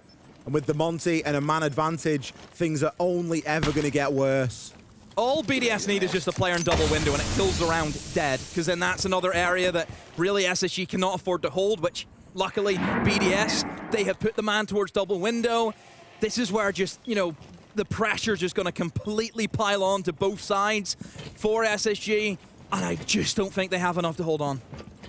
Bride can slowly but surely push his way in through Trophy. I think he knows that somebody is inside of Attic, and Usus will open up Attic window and start to apply that pressure. Time is going to be a factor eventually. 45 seconds left. Fultz, he's deadlocked watching onto that Attic window, but a bit of a drone work here from Usus is going to give that game away nicely for him. Bride still isn't able to cross as long as that player is alive inside of Attic, and Usus is just going to take the challenge. He drops onto Fultz and takes him out there. 5 versus 2 now. Iconic, he's caught out and immediately dealt with by Shaiko. The Rotero drone pushing him through, and now you've got a Monty bearing down on you. Shaiko to grab 3 in the final round, and BDS get it done in regulation. SSG, my heart goes out to you. I thought you played some great Siege whenever you finally said, you know what, we're not afraid of these guys. But Ollie, we have to look at it. They should have had that mentality from the get-go. Yeah. The first 3 rounds, I feel, really came in to bite SSG in the behind. Yeah, it wasn't a fantastic start there from SSG, and you do just wonder if one of those rounds had gone a little bit differently at the start. I'm not asking him for him to win all 3. Even if one of them had gone a little bit differently, then things would have been entirely different, because as soon as that timeout came, I think it's the most impactful timeout that I've seen to date here in the Manchester Major. 3 rounds in a row on sites that you were getting absolutely wasted on the first time round you saw him. Call out came in, and he did a brilliant job at rallying the troops, but it just wasn't enough. No, and look, BDS, very lucky that EFAC played well today. Yeah. I think a very underperforming roster day from BDS. Look, you've gotten through a best of 1 because one guy in your team has played out of his skin. But for these guys to be these so-called grand finalists that a lot of people have kind of pitched in their pick'ems, it needs to be a lot better. Well, needs to be. We've seen teams have slow starts at majors before and go on to do great things. BDS now enter the 1-1 side of the Swiss bracket. So 1 win, 1 loss.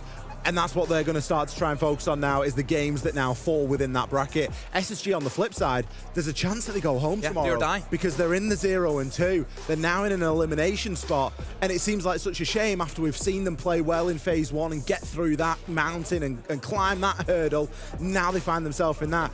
They've had a bit of an unlucky streak of games there, with obviously BDS getting dropped down into this 0 and 1, because BDS, they did deserve to win there today, but it was quite a narrow margin. And as we've said, only a couple of rounds really in it to make that difference. Well, looks like that's all from us, Ollie, for today on the caster desk, but we do have Ginny over with Solotov for the interview. We do have Solotov ready, indeed. Thank you so much for joining. I appreciate it. Congratulations, your first win here today. You had some very difficult opponents here, but you still managed to get on that board. How are you feeling? Is the pressure relieved a little? We don't really have pressure, to be honest, because our whole team really experienced and all great players, of course. Just the first game, Furia, we kind of didn't play well. Even if it's OT, we didn't really play well. Then this game we started the defense half really good. Then after the 3 rounds, we played quite bad, but the attack half was really good, so we just won the game by playing good attacks.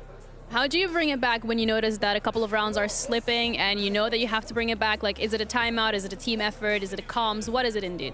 It's just the comms, to be honest, because on the defense half, the comms were missing. It wasn't on point. Then on attack half, the comms were perfect, so we just won the rounds and won the game by comms.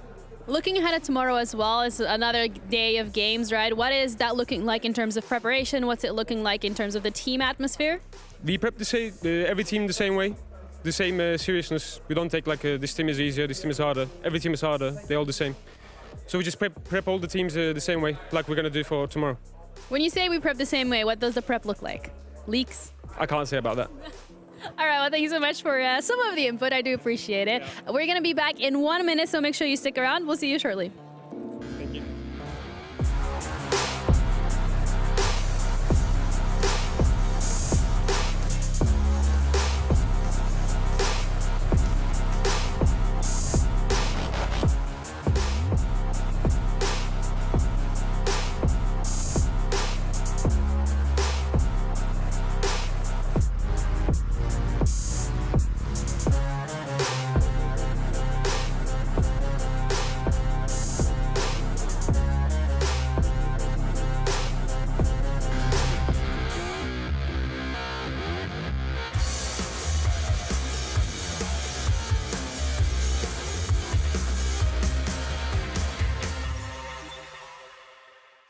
Hello, everyone. Welcome back to the Blast R6 Manchester Major. We're done with our games for today, but that means we still have a little bit of analysis coming your way from our one-man analyst show, Laxon. So we do appreciate it. Coming into this, you said BDS were, in a sense, the favorites. And SSG, you had some worries, some questions in regards to them, whether or not they'll show up, and unfortunately they didn't. No, and I'm glad to see that this did go the distance, that this wasn't just sort of one-sided affair like we originally saw back in Atlanta where it was a 7-2. Still, not the result that SSG wants by any means, but good faith for BDS. Now you're putting yourself up in a better position. You still have more lifelines at your disposal, but for SSG, you are in a tough situation here. One more loss and you are done. And that's a very scary situation to be in, especially when you are a team like SSG. I don't want to say they got unlucky, but also they kind of got unlucky a little bit today. I think given the map, this was the best case scenario because this map really comes down to just who wins those initial gunfights, who's playing together, who's working together the best. Ultimately, it did come down to BDS, but again, this map I think was the best choice. It just did not go in their favor. And you look at these stats right here, LickyFac was actually the best player in that skyscraper game, and now you're looking at here in Oregon, he was absolutely being a tear on the attack and the defense. A real thorn in SSG's side. Yeah, coming into this as well from the side of SSG, particularly, it was Fultz that we had our eyes on in terms of whether or not that matchup between Fultz and Bird would actually come out to play, and it felt like it fell flat a bit. Yeah, and this is kind of the trend that we've been seeing. SSG has so much potential, but they just seem to fall short, and it's just those little small errors, whether they're going too fast or they aren't communicating or someone just isn't on the same page, which comes down to that communication. Yeah. It's small things like that that truly hinder your performance in Siege, and that's just really what it is, and especially in a best of one, you almost have to be perfect. Yeah, because it's only one shot, right? That's all you got. You don't have the opportunity to go back to the drawing board, go back They will play have your best map. of threes coming up, but yeah, not but in the best situation. to get to the main stage, that's a couple of BO3s as well in your way that you need to close out. But looking at the players particularly who have done really well, the top 3 players of this game particularly, it's not a series, it's a BO1. LickyFac, of course, is going to be in there because, I mean, this guy was playing out of his mind. But Forrest, regardless of the current circumstances that they're in, he is still performing. Yeah, and I don't want to just brush past LickyFac. I mean, he's been a name, he's been an up-and-comer, he's been creating... Up-and-comer? Well, throughout my career and everything, it's still brand new to me. He's obviously not brand new to the scene, but he's a constant force to be reckoned with.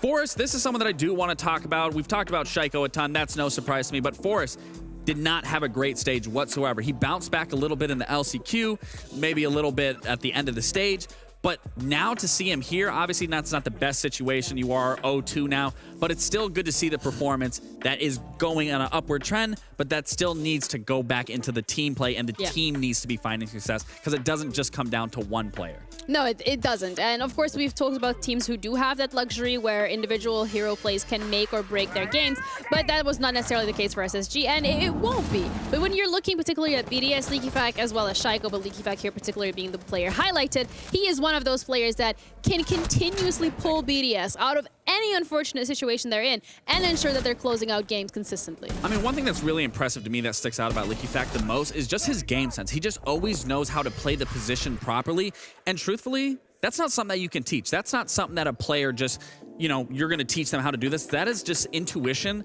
that is naturally developed in that player, and LeakyFac displays it perfectly throughout his performance. Yeah, and I mean, today as well, it managed to get them that one win on the board, which they very much needed. And I think as well, looking at the teams that are currently sitting on that 0-2, like, it could either be FaZe or Liquid, right? That's the scary part, because you're SSG. Can you imagine your SSG? You have your BO3 to stay in the competition, and it's FaZe or Liquid? At the end of the day, whether you find yourself at the top or you find yourself at the bottom, you have to beat everyone. That's just what it is. So where you find yourself is where you find yourself. That's how you have to look at it. That's how I look at it, and I'm pretty sure that's how they're going to look at it. You're not out yet. That's the biggest thing. But sometimes you got to have your back against the wall. That really forces you to be on point, to be focused as a player, as a team. So it's not always a bad thing, but it also does put that pressure on at all times, so it doesn't give you a chance to breathe. Yeah, and I felt like particularly when we're looking at BDS today, this is, again, their chance to actually prove themselves on the international stage. We touched upon the fact for SI they weren't there because they weren't EU's finest. We haven't really seen them perform. They didn't make it by like 5 points. Yeah, I mean, that's insane. Let's not go down that road for the EU fans. But for the side of BDS, when we've seen them perform internationally, it has been at G8. Yeah.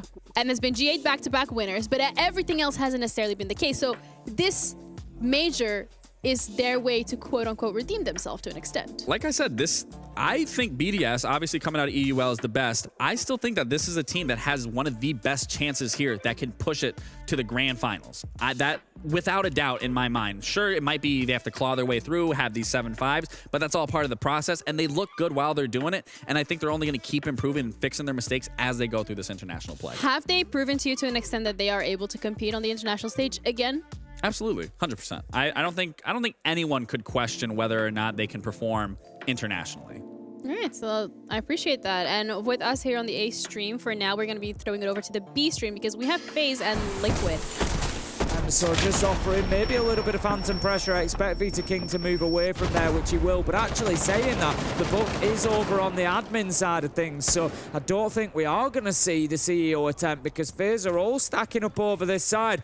So it could be a little push into meeting instead. There is a really nice plant spot inside a meeting, to be fair. As soon as you go in through the door, you've got like a half wall in front of you directly. If you can plant inside of that corner, it's actually really well covered. There's not a lot of angles that you need to deal with. It's more the swing from long desk and sort of, you know, spiral area. But look at this. Nesk hidden away on the Goyo, and I don't think he's been picked up.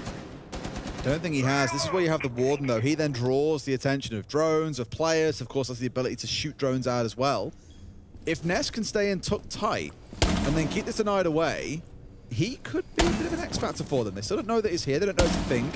But now that Parley's looking to back away, this is where Nesk has got to be very careful. If there is any drone that might just slip him out, even for a second, it can be all over, as you're pretty exposed in that position as soon as you try and run back towards that central hallway. Yeah, I'm really wondering whether they're aware of his position or not. Handy goes in, doesn't look in that direction, doesn't check, continues on through. Nesk remains hidden, remains safe. He just needs to stay patient here. And with the drones going through, he's going to know that the push is going to come from this side. The question is whether they come through copy or not. Do they just work through coffin instead, which is where IQ is located at the minute, and potentially they might actually just bypass Nesk a little bit here. But even if they do, he can still come through on the flank and really hurt them. I still don't know at this point as well. He might find himself a couple of kills if this carries on. He must know now. There is one in front, and sure enough, shot straight in the back and rounds himself in towards admin.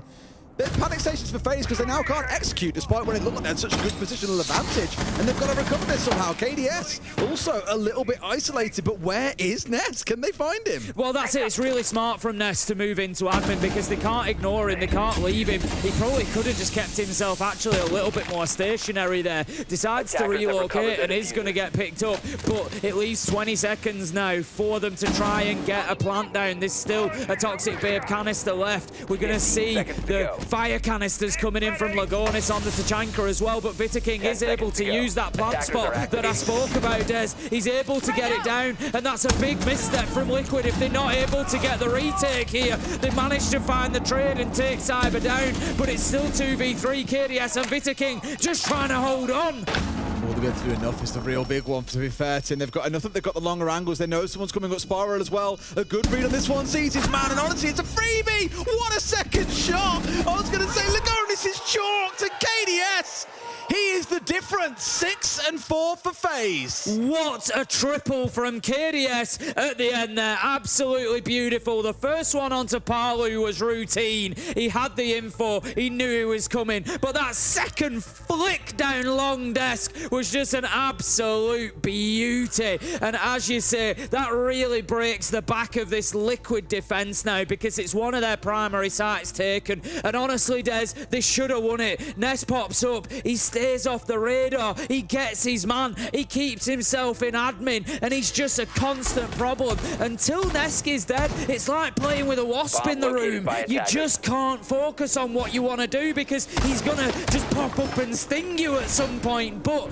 Ness goes for the relocate, gets taken out, and it gives FaZe that little bit of space. And even with the smoke canister, even with the Tachanka fire canisters, you got to say that they have to deny that plant. But the shots weren't good enough. The aim wasn't there. And Vitaking just found that little bit of space in by the wall to get the diffuser down. Really well played from him. 10 seconds to go. Whew. It's a game that keeps on delivering. After both teams have had their timeouts, they haven't stopped winning rounds until we've had the other timeout come through. And now FaZe have won 2 back-to-back despite crumbling for those first couple of defensive rounds. Or sorry, first couple of attacking rounds, and now they look ready to get this one closed out. Yeah, sure, Ness did a little bit of damage, but they managed to control him well. He got the one. They managed to secure him about 20 seconds later, so it wasn't like he was the reason they won the round there. That privilege all goes towards KDS. They've been very quiet in the game so far, as you can see. It's 6 and 6 now. 3 and 6 before he comes out with a nuclear play like that in the previous. And again, I just worry for Liquid here. Will they be able to bounce back? Can they have 2 more rounds on the board? I don't really think they can, Tim. I agree. I don't think they've got it in them. I think that attacking round from FaZe might have just broken the mental a little bit here. You know, we'll see as the round goes on, but this is going to be very tough because FaZe are one of those teams, you know, there's blood in the water and they're aware of it, and they're going to go in and look to ruthlessly finish this off.